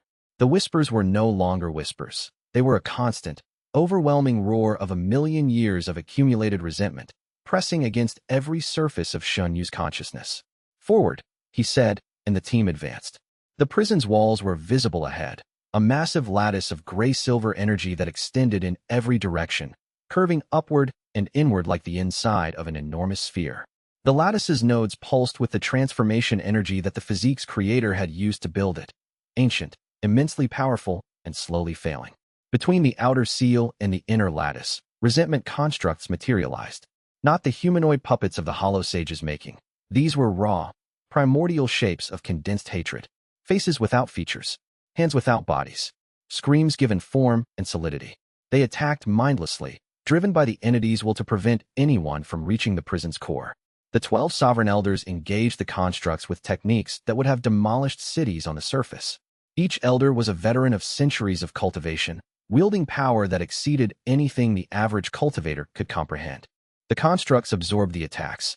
Standard spiritual energy was food for resentment-based entities. The positive energy was consumed and converted. The sovereign elders' techniques fed the constructs rather than destroying them. Use the karmic reversal pills, Shen Yu shouted, distributing Luo Qingyan's latest batch. Your standard techniques don't work here. The pills give you temporary karma aspect energy. Use that instead. The elders adapted. The karmic reversal pills transformed their spiritual energy output from standard to karma aspect, and the karma aspect attacks dissolved the constructs on contact. Positive karma neutralizing negative karma at the fundamental level. They pushed forward. Each meter gained was contested by increasingly dense waves of constructs. The 12 elders fell into a rotation, for fighting, for resting, for providing defensive coverage, that maximized their endurance. But the pills had a duration limit, 2 hours per dose, and the distance to the prison's core was measured in miles. One by one, the elders fell. Not dead, exhausted. Their karmic reversal pills expired, their standard techniques became useless, and the constructs overwhelmed them. Shen Yu's passive absorption field provided protection within a 30-meter radius, but beyond that, the constructs attacked with impunity. The first elder fell at the 1-mile mark. 2 more fell at the 2-mile mark. By the 3-mile mark, 6 of the 12 were down, unconscious, their spiritual reserves depleted, their bodies maintained by the seal's residual protective formations. The remaining 6 pushed on. Then 5, then 4, then 3. At the 4-mile mark, only Shen Yu, Feng Ruwei, Ji Wuming, and a single sovereign elder, an ancient woman from the Azure Cloud Alliance whose name was Matriarch One, remained mobile. Chapter 89. The constructs grew stronger as the team approached the prison's inner core. The entity's consciousness was more concentrated here, and the constructs it generated were correspondingly more powerful. No longer mindless shapes, but semi-coherent manifestations of specific historical hatreds. Shen Yu recognized some of them through his karmic perception. A construct formed from the collective resentment of a civilization destroyed by an ancient war. A construct built from the specific, personal hatred of a mother whose child had been murdered. A construct that embodied the general, unfocused anger of millions of people who had suffered without understanding why. Each construct was unique. Each carried the emotional weight of real suffering. And each had to be destroyed to advance. Matriarch Wen held a corridor intersection for 40 minutes. Her sovereign-level techniques, now karma aspect through the last of the pills, blazing through wave after wave of constructs. She created a stable perimeter that allowed Shen Yu, Feng Rui, and Ji Wuming to advance another half-mile. Then her pills expired. The constructs surged past her failing defenses. She went down fighting. Her final technique creating a burst of karma aspect energy that cleared the corridor for 30 seconds. Go, she shouted. I'll hold. They went. Ji Wuming fought with imperial techniques that her bloodline sustained. The Heaven's Dragon descent burning her life force to produce karma aspect energy without pills. Each use aged her by visible years. Her face, normally youthful, showed lines of exhaustion and premature aging. My mother spent her life maintaining this seal, Ji Wuming said, deflecting a construct with a dragon-shaped energy projection. I can spend mine getting you to the core. That's not necessary? No, it's voluntary. There's a difference. She smiled, the first unguarded smile Shen Yu had ever seen from her. Go save the world, Shen Yu. I'll make sure you get there. She stationed herself at the last intersection before the core chamber and began fighting. The constructs converged on her position, drawn by the imperial bloodline's karmic signature. Shen Yu and Feng Rui ran. Chapter 90. The passage to the core was a corridor of crystallized resentment 200 meters long. The constructs that guarded it were the most powerful yet. Entities formed from the ancient resentment of civilizations that had existed before recorded history, their hatred so old and so deep that it had crystallized into something approaching sentience. Feng Rui stopped at the corridor's entrance. Brother, he said. Shen Yu turned. The body cultivator stood in the corridor's dim light, his golden body cultivation flickering with exhaustion. His iron suffering technique was at its absolute limit. The accumulated pain of hours of fighting had been converted into strength that exceeded his foundation establishment level by several realms, but the technique was cannibalizing his own flesh to maintain the output. He was burning himself alive, slowly, from the inside, turning his body's natural energy into combat power that was never meant to be sustained this long. I'll hold the corridor, Feng Rui said. For how long? As long as it takes. Feng Rui, as long as it takes, Shen Yu. That's not a calculation. That's a promise. Shen Yu looked at his sworn brother, the first friend he'd made after leaving the Iron Cloud sect, the man who had shared food with a stranger in a tavern, who had fought beside him without once asking what Shen Yu's constitution was or how it worked, who had simply decided that loyalty was more important than understanding. Thank you, Shen Yu said. For the corridor guard duty? For never cursing me. Feng Rui's battered face split into a grin. Is that why I never leveled up faster? I've been doing it wrong this whole time. He turned to face the corridor and assumed his iron suffering stance. The golden light around his body blazed, not with spiritual energy, but with the pure, stubborn vitality of a man who refused to fall. Go, brother. I'll be here when you get back. Shen Yu ran. Behind him, the sound of Feng Rui's combat began. Fist against construct, golden light against crystallized hatred, body cultivation against the resentment of the ages. The corridor shook. Constructs fell. Feng Rui held. 3 hours later, 3 hours of unbroken combat. His body cultivation pushed beyond every limit, his flesh literally burning from the inside. Feng Rui activated his communication jade. Brother, he gasped, his voice thick with pain and defiance. I never once cursed you. Does that mean I was useless to you? A laugh, blood-tinged, exhausted, and brilliant with the light of a man who had found the one thing worth dying for. Never mind. I already know the answer. The corridor collapsed behind him. The constructs buried his position under a tide of crystallized resentment. But the passage to the core remained clear. And Shen Yu, running through the last stretch of the corridor, felt Feng Rui's life force fade from his spiritual perception and screamed, a raw, animal sound that had nothing to do with cultivation and everything to do with the unbearable weight of loss. Chapter 91. The core chamber was silence. After hours of combat, After corridors filled with screaming constructs and the roar of karmic energy in conflict, the chamber at the heart of the entity's prison was perfectly, absolutely silent. It was vast, a spherical space miles across, its walls composed of the prison's original lattice structure. The lattice was failing. Dark cracks ran through the gray-silver framework, leaking wisps of concentrated resentment that dissolved into the chamber's atmosphere. And at the chamber's center, the entity waited. Shen Yu had expected a monster. A being of overwhelming size, radiating power and malice, a cosmic horror confined to a cage. Instead, the entity was a person. Or rather, it had the shape of a person. Enormous, 100 meters tall, but recognizably humanoid. It sat cross-legged at the chamber's center, its body composed entirely of crystallized resentment. The resentment was not the raw, chaotic kind that formed the constructs. It was refined, structured, almost beautiful. Layers of compressed negative karma that shimmered with an inner light that was the color of every tear ever shed. Its face was the face of someone who had once been kind.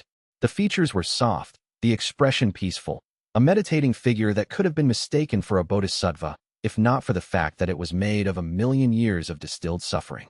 It opened its eyes. They were silver, the same silver as Shen Yu's. "You are small," the entity said.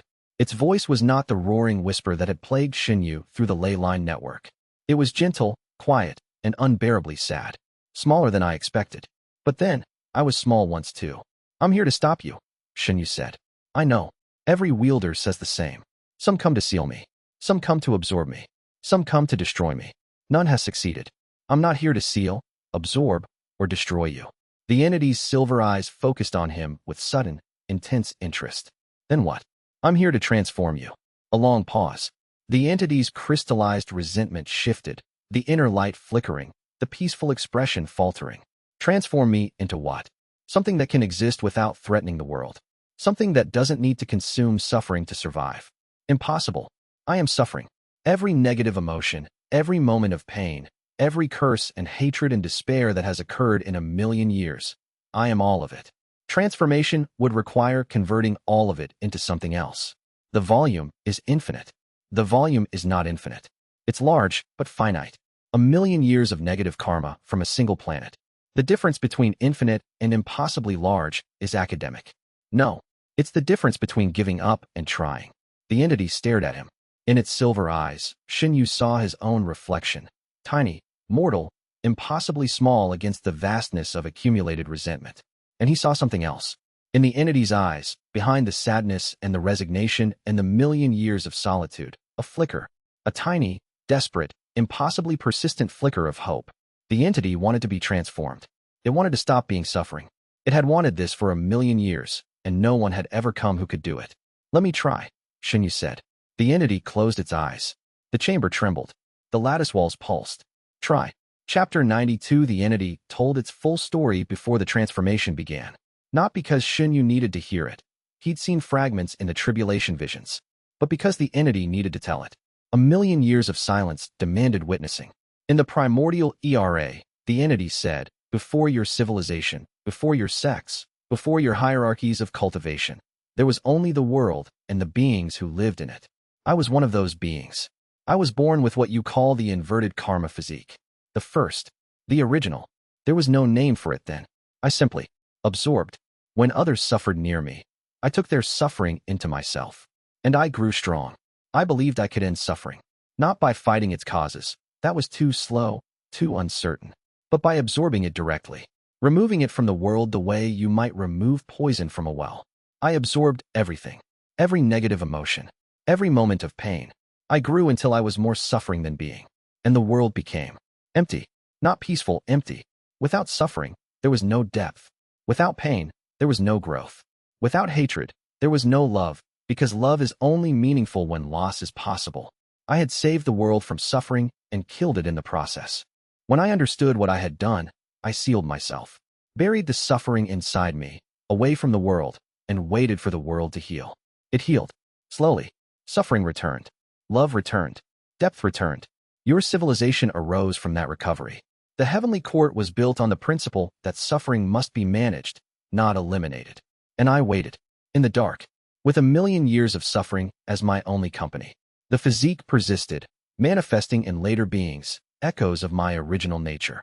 I created them, in a sense. Not deliberately, but my sealed presence resonated with compatible spiritual roots, triggering the physique's emergence. I did not want them to free me. I wanted them to maintain the seal, to absorb a portion of the suffering periodically, preventing the pressure from building to critical levels. But the karmic court killed them all. Every wielder who could have maintained the seal was destroyed before reaching sufficient power. And the pressure built, and the seal weakened. And here we are. Shen Yu listened, witnessed, understood. The entity wasn't a villain. It wasn't a monster. It was a tragedy, the consequence of compassion without wisdom. A being that had loved the world so much it had tried to save it from itself, and had become the thing the world needed saving from. You created the physique, Shen Yu said. Not as a weapon, as a maintenance mechanism. Yes, and as a hope. Each wielder was a chance that someone would develop the transformation process. Come to me, and finish what I started. Finish how? Transform me. Not into nothing, into something. The suffering I contain is real. It represents 1,000,000 years of genuine human pain. It cannot be destroyed without destroying the meaning of that pain. It must be acknowledged, witnessed, and transformed into something that honors it. That's what Luo Qingyan described. The emotional catalyst. Genuine gratitude.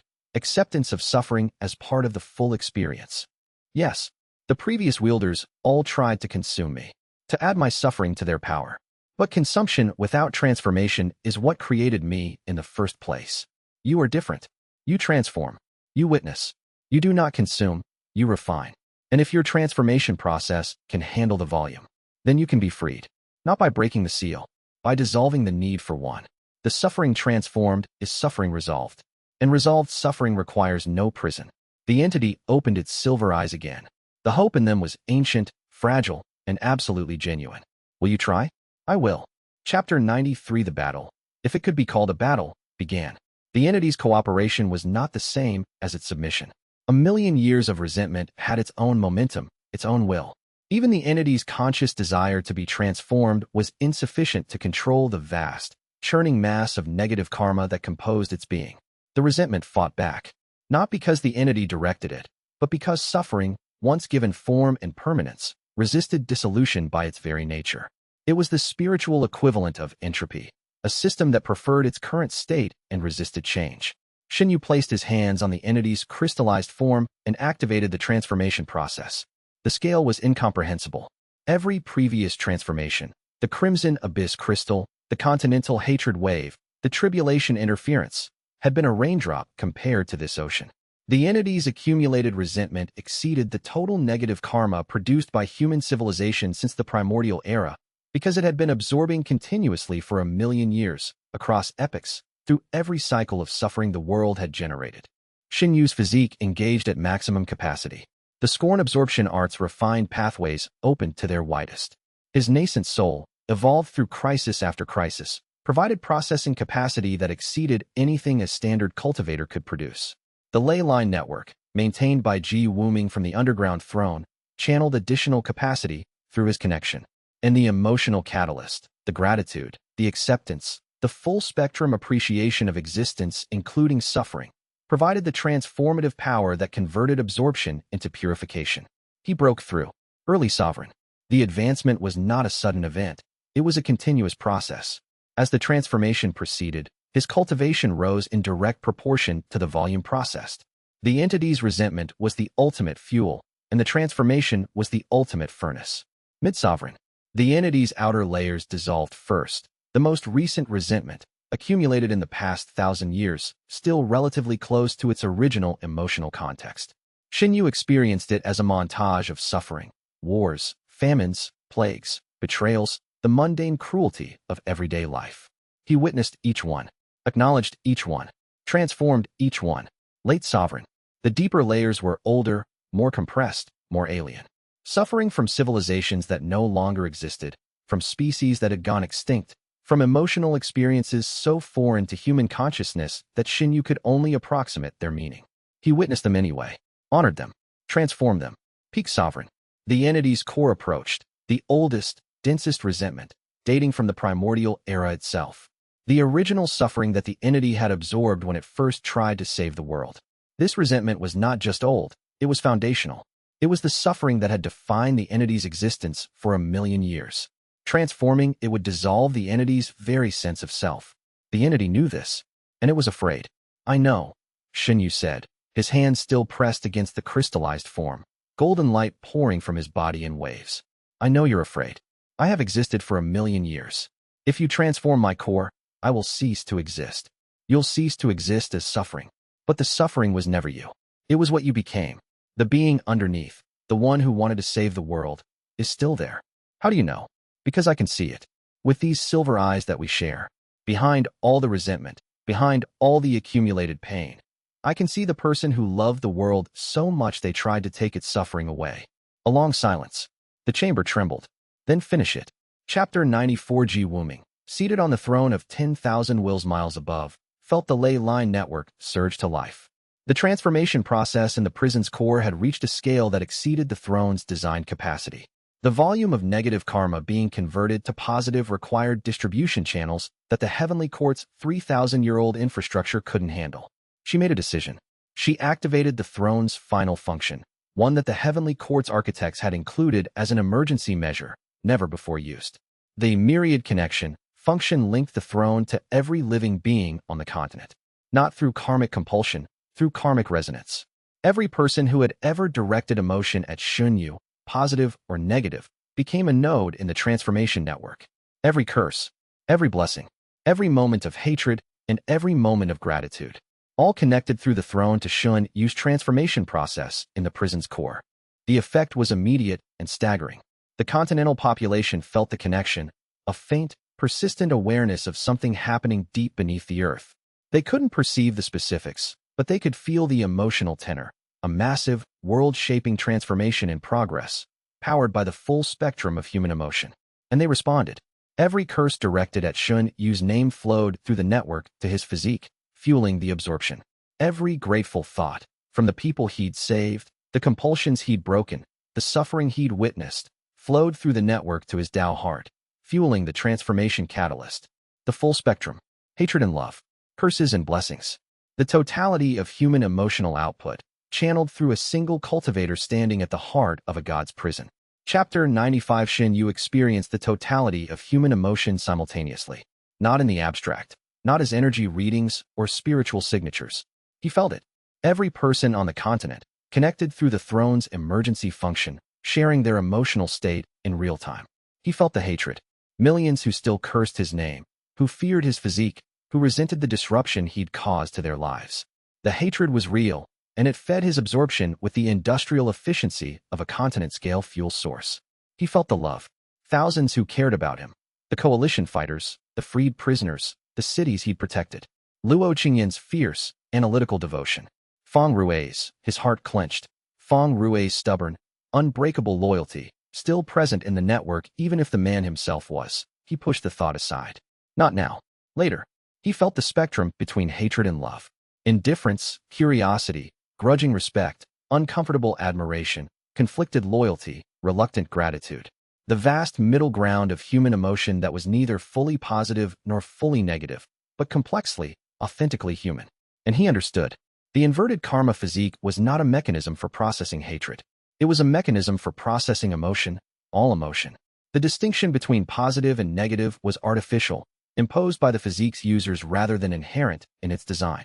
The creator, the entity, in its original form, had understood this. The physique was designed to process the full spectrum. Absorption of negative emotion was just one function. The parallel function, conversion of positive emotion into karmic energy, was the other half. Together, they formed a complete system. A system that could process any emotion, at any scale, and transform it into pure karma. And pure karma was the universe's fundamental unit of moral energy. The building block of reality's ethical structure. The force that governed cause and effect, action and consequence, choice and outcome. With this understanding, Shen Yu's Tao completed itself. Not the Tao of inverted karma. Not the Tao of transformation. Not the Tao of curses. The Tao of myriad karma. The understanding that all emotion, positive and negative, is the raw material of moral reality.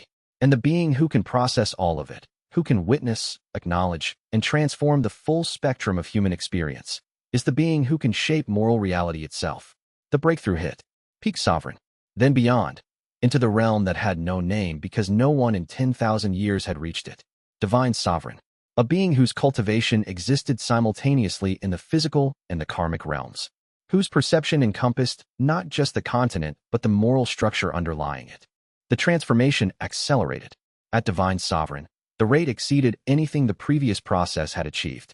The entity's crystallized resentment dissolved in waves, not consumed but acknowledged, witnessed, and converted into golden karmic energy that flowed through the ley line network and into the continent's spiritual ecology. The world healed. Ley lines that had been dormant for centuries reactivated. Spiritual veins that had been depleted by the fortune's theft refilled. The karmic infrastructure that the heavenly court had maintained for 3,000 years was restored in minutes as divine sovereign-level transformation flooded the system with purified energy. Chapter 96. The entity felt itself dissolving. Layer by layer, the accumulated resentment that formed its being was being transformed, converted from suffering into something new. Not nothing. Not oblivion. Something. The golden light that Shen Yu's transformation produced didn't just neutralize the resentment. It honored it. Each fragment of suffering, as it was transformed, was acknowledged, witnessed by a consciousness that understood suffering not as a contaminant to be removed, but as a record to be preserved.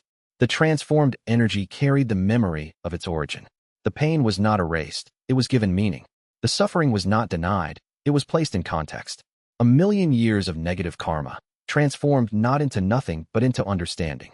The entity's crystallized form shrank. 100 meters. 70. 50. The inner light changed from the color of tears to the color of dawn, gradual, warming, unstoppable. This, the entity said, its voice growing quieter as its mass diminished. This is what I wanted. Not to remove suffering. To give it purpose. I tried to save the world by removing pain. You are saving it by giving pain meaning. That is the difference. That is everything. Shen Yu kept his hands on the diminishing form, the golden light pouring from his body in torrents that lit the prison chamber like a second sun. His divine sovereign cultivation hummed with power that exceeded mortal measurement, power that existed in the karmic realm as much as the physical one. 30 meters. 20. 10. The entity's form approached something approaching human scale. The crystallized resentment had been reduced from a god-sized mass to a person-sized remnant, the final, oldest, most compressed suffering at the very core of the being. The primordial resentment. The original suffering that the entity had absorbed when it first tried to save the world. It was not generic. It was personal. The entity's own suffering. The anguish of a compassionate being who had destroyed the world's depth by trying to remove its pain. 1,000,000 years of regret, compressed into a single, irreducible point. This was the part that could not be transformed from the outside. This was the entity's own emotion, not absorbed resentment. Shen Yu's physique could process external hostility, but this was internal, the entity's own self-directed suffering. Only the entity could transform this. Only the entity could forgive itself. Let go, Shen Yu said. You've been holding this for 1,000,000 years. The world survived. The world healed. The world grew. Your mistake didn't end everything. It just changed everything. And change isn't the same as destruction. The entity's silver eyes, now human-sized, set in a face that was becoming visible beneath the resentment, blinked. I destroyed their depth, it whispered. I took something irreplaceable. And they got it back. Not the same way. Nothing is ever the same way. But the depth returned. Suffering returned. Love returned. The world you damaged rebuilt itself. And the civilization that grew from the ruins created art, and music, and families, and sacrifice, and every other expression of the full human experience. The full experience. Including suffering. Including suffering. That's the point. The full experience requires all of it. The final point of resentment trembled. The entity's face, now fully visible, gentle and ancient and exhausted, contorted with a pain that was entirely personal. And then it let go. The final transformation was not golden. It was white, the pure, colorless light of karma so refined it transcended both positive and negative categories. The entity's self-directed suffering dissolved not into energy, but into resolution, the spiritual equivalent of a wound finally healing after 1,000,000 years of remaining open. The entity ceased to exist as a separate being. Its consciousness, freed from the resentment that had defined it, merged with the karmic structure of the world itself. Not destroyed, distributed, becoming part of the moral infrastructure rather than a prisoner within it. The prison dissolved. The lattice walls, no longer needed, collapsed into inert karmic energy that was absorbed by the ley line network. The seal disintegrated, not breached, but transcended. Its function was no longer required because the thing it sealed no longer existed. the chamber filled with light. Chapter 97. Shen Yu stood in an empty space where a god had been. The light faded slowly, replaced by the natural luminescence of the ley line network's purified energy flowing through the earth's deep stone. The prison was gone. The seal was gone. The entity was gone. And the woman he loved was dying. He felt it through the ley line network, a sudden, violent disruption in the connection that linked him to the surface. Luo Qingyan's life force, previously stable in her position as medical coordinator, flickered and dropped. The entity's final dissolution had released a shockwave of pure karmic energy through the network. On the surface, the shockwave had manifested as a physical force, a tremor that shook the continent, and, in the Crimson Abyss region, caused rockslides that struck the medical camp where Luo Qingyan was treating wounded cultivators. She had been hit, not by resentment or hostile energy, but by falling stone, the most mundane of dangers in the midst of a cosmic transformation. A rock the size of a wagon, displaced by the tremor, had struck the medical tent. Shen Yu ascended through the earth with divine sovereign speed, traveling from the prison's former location to the surface in seconds. The ley line network parted before him, its pathways responding to his cultivation like roads opening for a king. He erupted from the earth at the Crimson Abyss's rim and found chaos. The tremor had destabilized the canyon's edges, sending rockslides cascading down the walls. Coalition forces were scrambling to evacuate the wounded and secure the perimeter. Luo Qingyan lay beneath a collapsed tent, partially buried by rubble. Coalition medics had extracted her and were administering emergency treatment. But the injuries were severe: crushed ribs, internal bleeding, and a spinal injury that had severed several meridians. Shen Yu was at her side in an instant. His silver eyes mapped the damage with karmic precision, not just the physical injuries, but the karmic disruption they caused. Her life force was fading.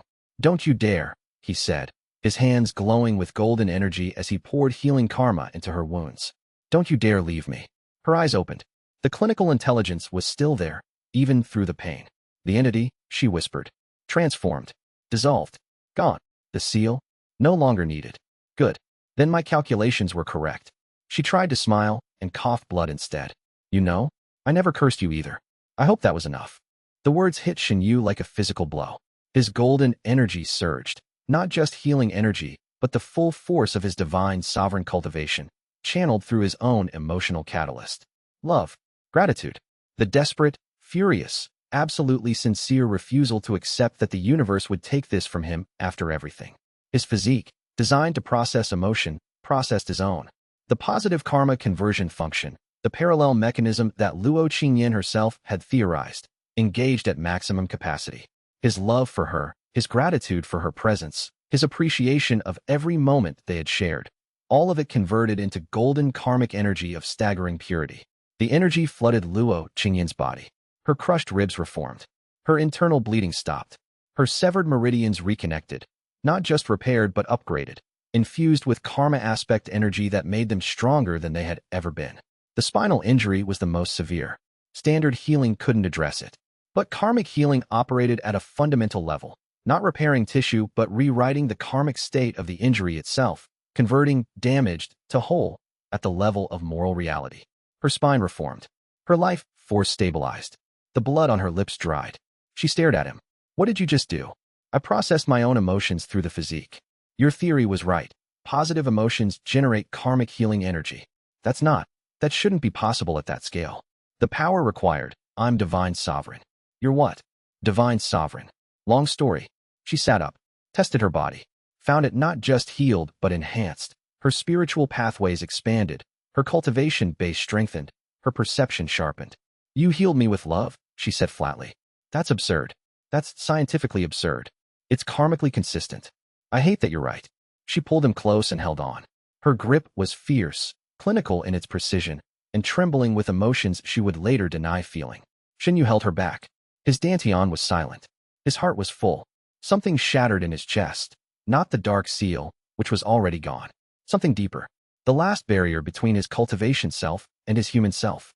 The wall he had built to separate the mechanism from the man. He felt the barrier go and knew, with absolute certainty, that its dissolution was the final step. Tao Ancestor. The breakthrough happened while he held her. Not with lightning, not with shockwaves, not with cosmic fanfare. Just a quiet, profound shift in his relationship with reality. From participant to custodian, from cultivator to something that existed simultaneously in every karmic layer of the world. Tao Ancestor, the realm beyond sovereign, the realm that connected a being to the fundamental structure of moral reality itself. He felt the continent, every living being, every thread of karma, every flow of positive and negative emotion, the full, magnificent, terrible, beautiful spectrum of human experience. And he felt it all with love. Chapter 98. The aftermath was quiet. The entity's transformation had resolved the continent's greatest existential threat. The seal was gone because the seal was no longer needed. The ley line network, flushed with purified karmic energy, hummed with vitality it hadn't possessed in 3,000 years. The spiritual ecology, damaged by centuries of neglect and exploitation, was healing at a rate that would take years to fully appreciate. But the immediate concerns were human ones.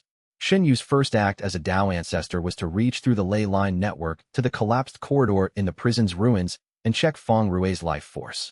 It was there, faint, flickering, buried under tons of crystallized resentment that had been his battle monument. "He's alive," Shen Yu said to Luo Qingyan, and the relief in his voice cracked it. His body cultivation, iron suffering. The technique converts lethal damage into mere critical damage. He's been doing it for hours.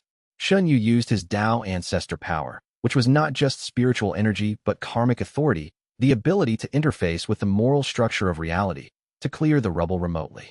The crystallized resentment dissolved under his touch, transformed into neutral energy, and distributed through the ley lines. Feng Rui lay in a crater of his own blood, his body cultivation reduced to a faint shimmer, his breathing shallow, and his face, even unconscious, even dying, wearing an expression of absolute stubbornness. Shen Yu healed him the same way he'd healed Luo Qingyan, with golden karmic energy powered by love and gratitude. The big man's body reformed, his injuries reversed, and his body cultivation re-established itself at a level that exceeded its previous peak. Feng Rui's eyes opened. "Did we win?" he rasped. "We won. Good. I'm hungry." Shen Yu laughed until he cried. The technique he called myriad karma convergence, the final, complete expression of the inverted karma physique, had absorbed the entity's entire existence. Every drop of resentment, every fragment of 1,000,000 years of suffering, transformed into pure karmic energy that was now distributed throughout the continent's infrastructure. The entity was gone, not destroyed, dissolved. Its consciousness, freed from resentment, had merged with the world's karmic structure. In a sense, the entity had finally achieved what it had always wanted, to become part of the world rather than separate from it. But instead of removing the world's suffering, it now existed as part of the world's capacity for healing, a permanent enhancement to the karmic infrastructure that would, over centuries, reduce the accumulation of negative karma and increase the world's resilience to suffering. The entity had tried to save the world by consuming its pain. In the end, it was saved by becoming part of the world's ability to process pain on its own. Chapter 99. The Nameless God was unmade. The prison collapsed into the earth, its structural remnants dissolving into the ley line network's energy flow. The Crimson Abyss, freed from the entity's influence, began a transformation that would take years to complete, the red-stained walls lightening to natural stone, the acidic atmosphere clearing, the spiritual ecology recovering. Shen Yu used his Tao ancestor power to heal what could be healed immediately. The 12 sovereign elders, unconscious and drained in the prison's former interstitial space, were retrieved and restored. Ji Wuming, aged prematurely by her imperial bloodline techniques, was stabilized. The aging couldn't be fully reversed, but the deterioration was halted. Ji Wuming's mother, still in medical care at Azure Cloud City, experienced a sudden and dramatic improvement as the purified karmic energy from the transformation reached her through the ley lines. The spiritual damage to her mind began to heal, slowly, imperfectly, but unmistakably. The shattered Heaven Empire's former capital was in chaos, but it was the productive chaos of a society rebuilding itself. Without the Emperor's compulsion and without the entity's threat, the population was free, truly free, for the first time in 50 years, to determine their own future. Ji Wuming returned to the capital to oversee the restoration of the heavenly court. Not as an emperor, she had no interest in ruling, but as a karmic warden, the position her mother had held. She would manage the ley line network, maintain the karmic infrastructure, and ensure that the continent's spiritual ecology continued to heal. "You could stay," she told Shen Yu. "With your power, you could rebuild the heavenly court in a month." "The heavenly court doesn't need rebuilding. It needs replacing with something better. Something that doesn't depend on a single family's bloodline to maintain." "What does it need?" "A system. Distributed maintenance, shared responsibility, open access. The old court concentrated power and collapsed when that concentration failed. The new system should distribute power so that no single failure can threaten the whole. That sounds like democracy. That sounds like common sense. They parted at the capital's gates. Ji Wuming entered the city with her mother's recovered memories guiding her steps and a dragon birthmark that had evolved from a symbol of authority to a badge of service. Feng Rui recovered fully within a week. His body cultivation, enhanced by Shen Yu's karmic healing, had advanced to core formation, a leap of several realms that should have been impossible for a body cultivator. His iron suffering technique evolved accordingly, becoming a permanent system that converted damage into growth without the destructive self-consumption that had nearly killed him. He celebrated by eating an entire roasted spiritual boar and challenging a dozen coalition soldiers to simultaneous arm wrestling matches. He won 11 out of 12. The world returned to something approaching normal. Not the old normal, that was gone forever. A new normal, shaped by the events of the past year, in which the cultivation world had confronted its greatest threat and survived through unprecedented collaboration. And at the center of it all, a Tao ancestor cultivator who had started as a trashroot servant sat in a room in Azure Cloud City and held his mother's cracked jade hairpin. The fracture line still ran through the carved plum blossom. Shen Yu's power was sufficient to repair it. A Tao ancestor could reshape matter at the molecular level, restoring the jade to its original state. He chose not to. Some things, as Su had said, were more beautiful for having been broken. Chapter 101 year later. Azure Cloud City had changed. Not in its architecture. The blue vein towers still reached skyward, the covered bridges still connected district to district, and the market still bustled with the energetic chaos of a major cultivation hub. But the spiritual energy that saturated the city's air was different. Cleaner, richer, carrying a warmth that was the lingering effect of the ley line network's purification. The Karmic Vanguard's compound had expanded from a modest property into a small campus, training grounds, an alchemy laboratory, a library, and accommodation for the steady stream of young cultivators who came to study the principles Shen Yu had developed. The campus was not a sect. It had no hierarchy, no entrance requirements, no mandatory techniques. It was a school, open to anyone who wanted to learn. Shen Yu taught the morning classes personally. His curriculum was simple: emotional awareness, karmic perception, and the fundamental principle that all energy, positive and negative, could be transformed if the wielder understood the mechanism and possessed the emotional depth to power it. He was, by any objective measure, the most powerful being on the continent. A Tao ancestor whose cultivation existed simultaneously in the physical and karmic realms, whose perception encompassed every living being within the continental boundaries, whose transformation process ran continuously in the background. A permanent, effortless maintenance cycle that cleansed the ley line network's karmic flows. He chose to teach children. Because power without purpose is what created the entity in the first place. He explained to Luo Qingyan, who questioned his allocation of resources with characteristic analytical rigor. You could reshape the continent's political structure. You could establish a governance system that could be corrupted, exploited, and eventually overthrown, just like every other governance system in history. Political power requires political actors. I'm a teacher. You're a Tao ancestor. Who teaches?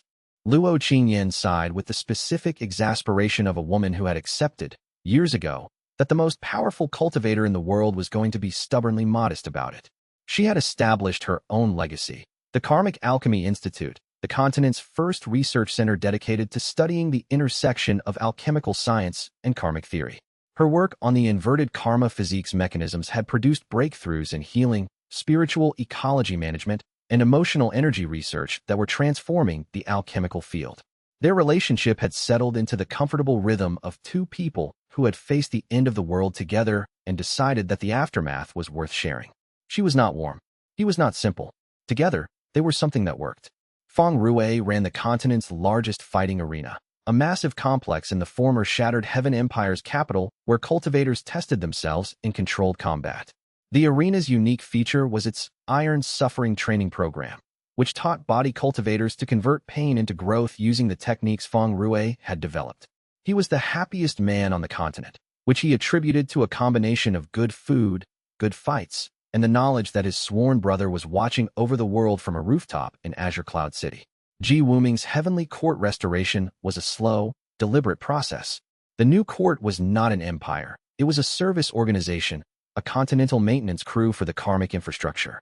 Ji Wuming managed it with the quiet competence of someone who had been trained for this purpose her entire life. Her mother recovered. Slowly, painfully, with setbacks that tested Ji Wuming's patience and Luo Qingyan's pharmacological creativity. But she recovered. And on the day she first spoke a complete sentence, "I remember the tunnels," Ji Wuming cried for the first time in her life and didn't stop for an hour. The world healed. Not perfectly, not completely, not without setbacks, conflicts, and the full spectrum of human dysfunction, but steadily, consistently, and with the aid of a karmic infrastructure that was, for the first time in centuries, functioning as designed. And some people still cursed Shen Yu's name. Not everyone was grateful. Not everyone was convinced. The karmic court, stripped of its organizational power but not its ideology, continued to spread warnings about the inverted karma physique. A fraction of the population, the permanently suspicious, the ideologically committed, the simply contrarian, maintained their hostility toward the man who could feed on their hatred. Shen Yu smiled every time. Not because it gave him power. His Tao ancestor cultivation was beyond the need for external fuel. Not because it validated his strategy. His strategic days were behind him. He smiled because the curses were a form of connection. Even hatred acknowledged the existence of its object. And in a world where the alternative was the empty perfection the entity had once created, a world without depth, without suffering, without the full spectrum of human emotion, even curses were a sign that the world was alive. He sat on the compound's roof as the sun set, the same roof where he and Luo Qingyan had first discussed the war, and watched the city's towers glow with formation light.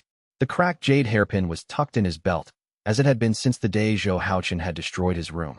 Luo Qingyan sat beside him, reading a research paper and making annotations with the focused intensity she brought to everything. In the arena district, Feng Rui's laughter carried on the evening wind, punctuated by the crash of someone being thrown through a wall. In the capital, Ji Wuming walked the maintenance tunnels her mother had once walked, checking formation nodes with the meticulous care of someone who understood the weight of stewardship. Somewhere on the continent, a person cursed Shen Yu's name, and somewhere else, a person thanked him. Both were valid. Both were real. Both were the raw material of a world that was fully, messily, magnificently alive. Shen Yu looked to the horizon, where the sky met the edge of higher realms that existed beyond mortal perception. At Tao ancestor level, those realms were visible, vast, luminous, infinite in their potential. New worlds, new challenges, new spectrum of experience. "The Tao continues," he said. Luo Qingyan looked up from her paper. "What? Just thinking about what comes next. What comes next is dinner. Feng Rui is bringing roast spiritual boar. I meant cosmically. Dinner is cosmic when Feng Rui cooks. Have you seen the portion sizes?" Shen Yu laughed. A real laugh, warm and full and entirely unprocessable by his constitution. His dantian was silent. His heart was full. And the Tao continued. And so the Tao continues. If this journey moved you, leave a like and share your thoughts in the comments below. Subscribe and ring the bell. More stories await on the path ahead. Until next time, fellow cultivators.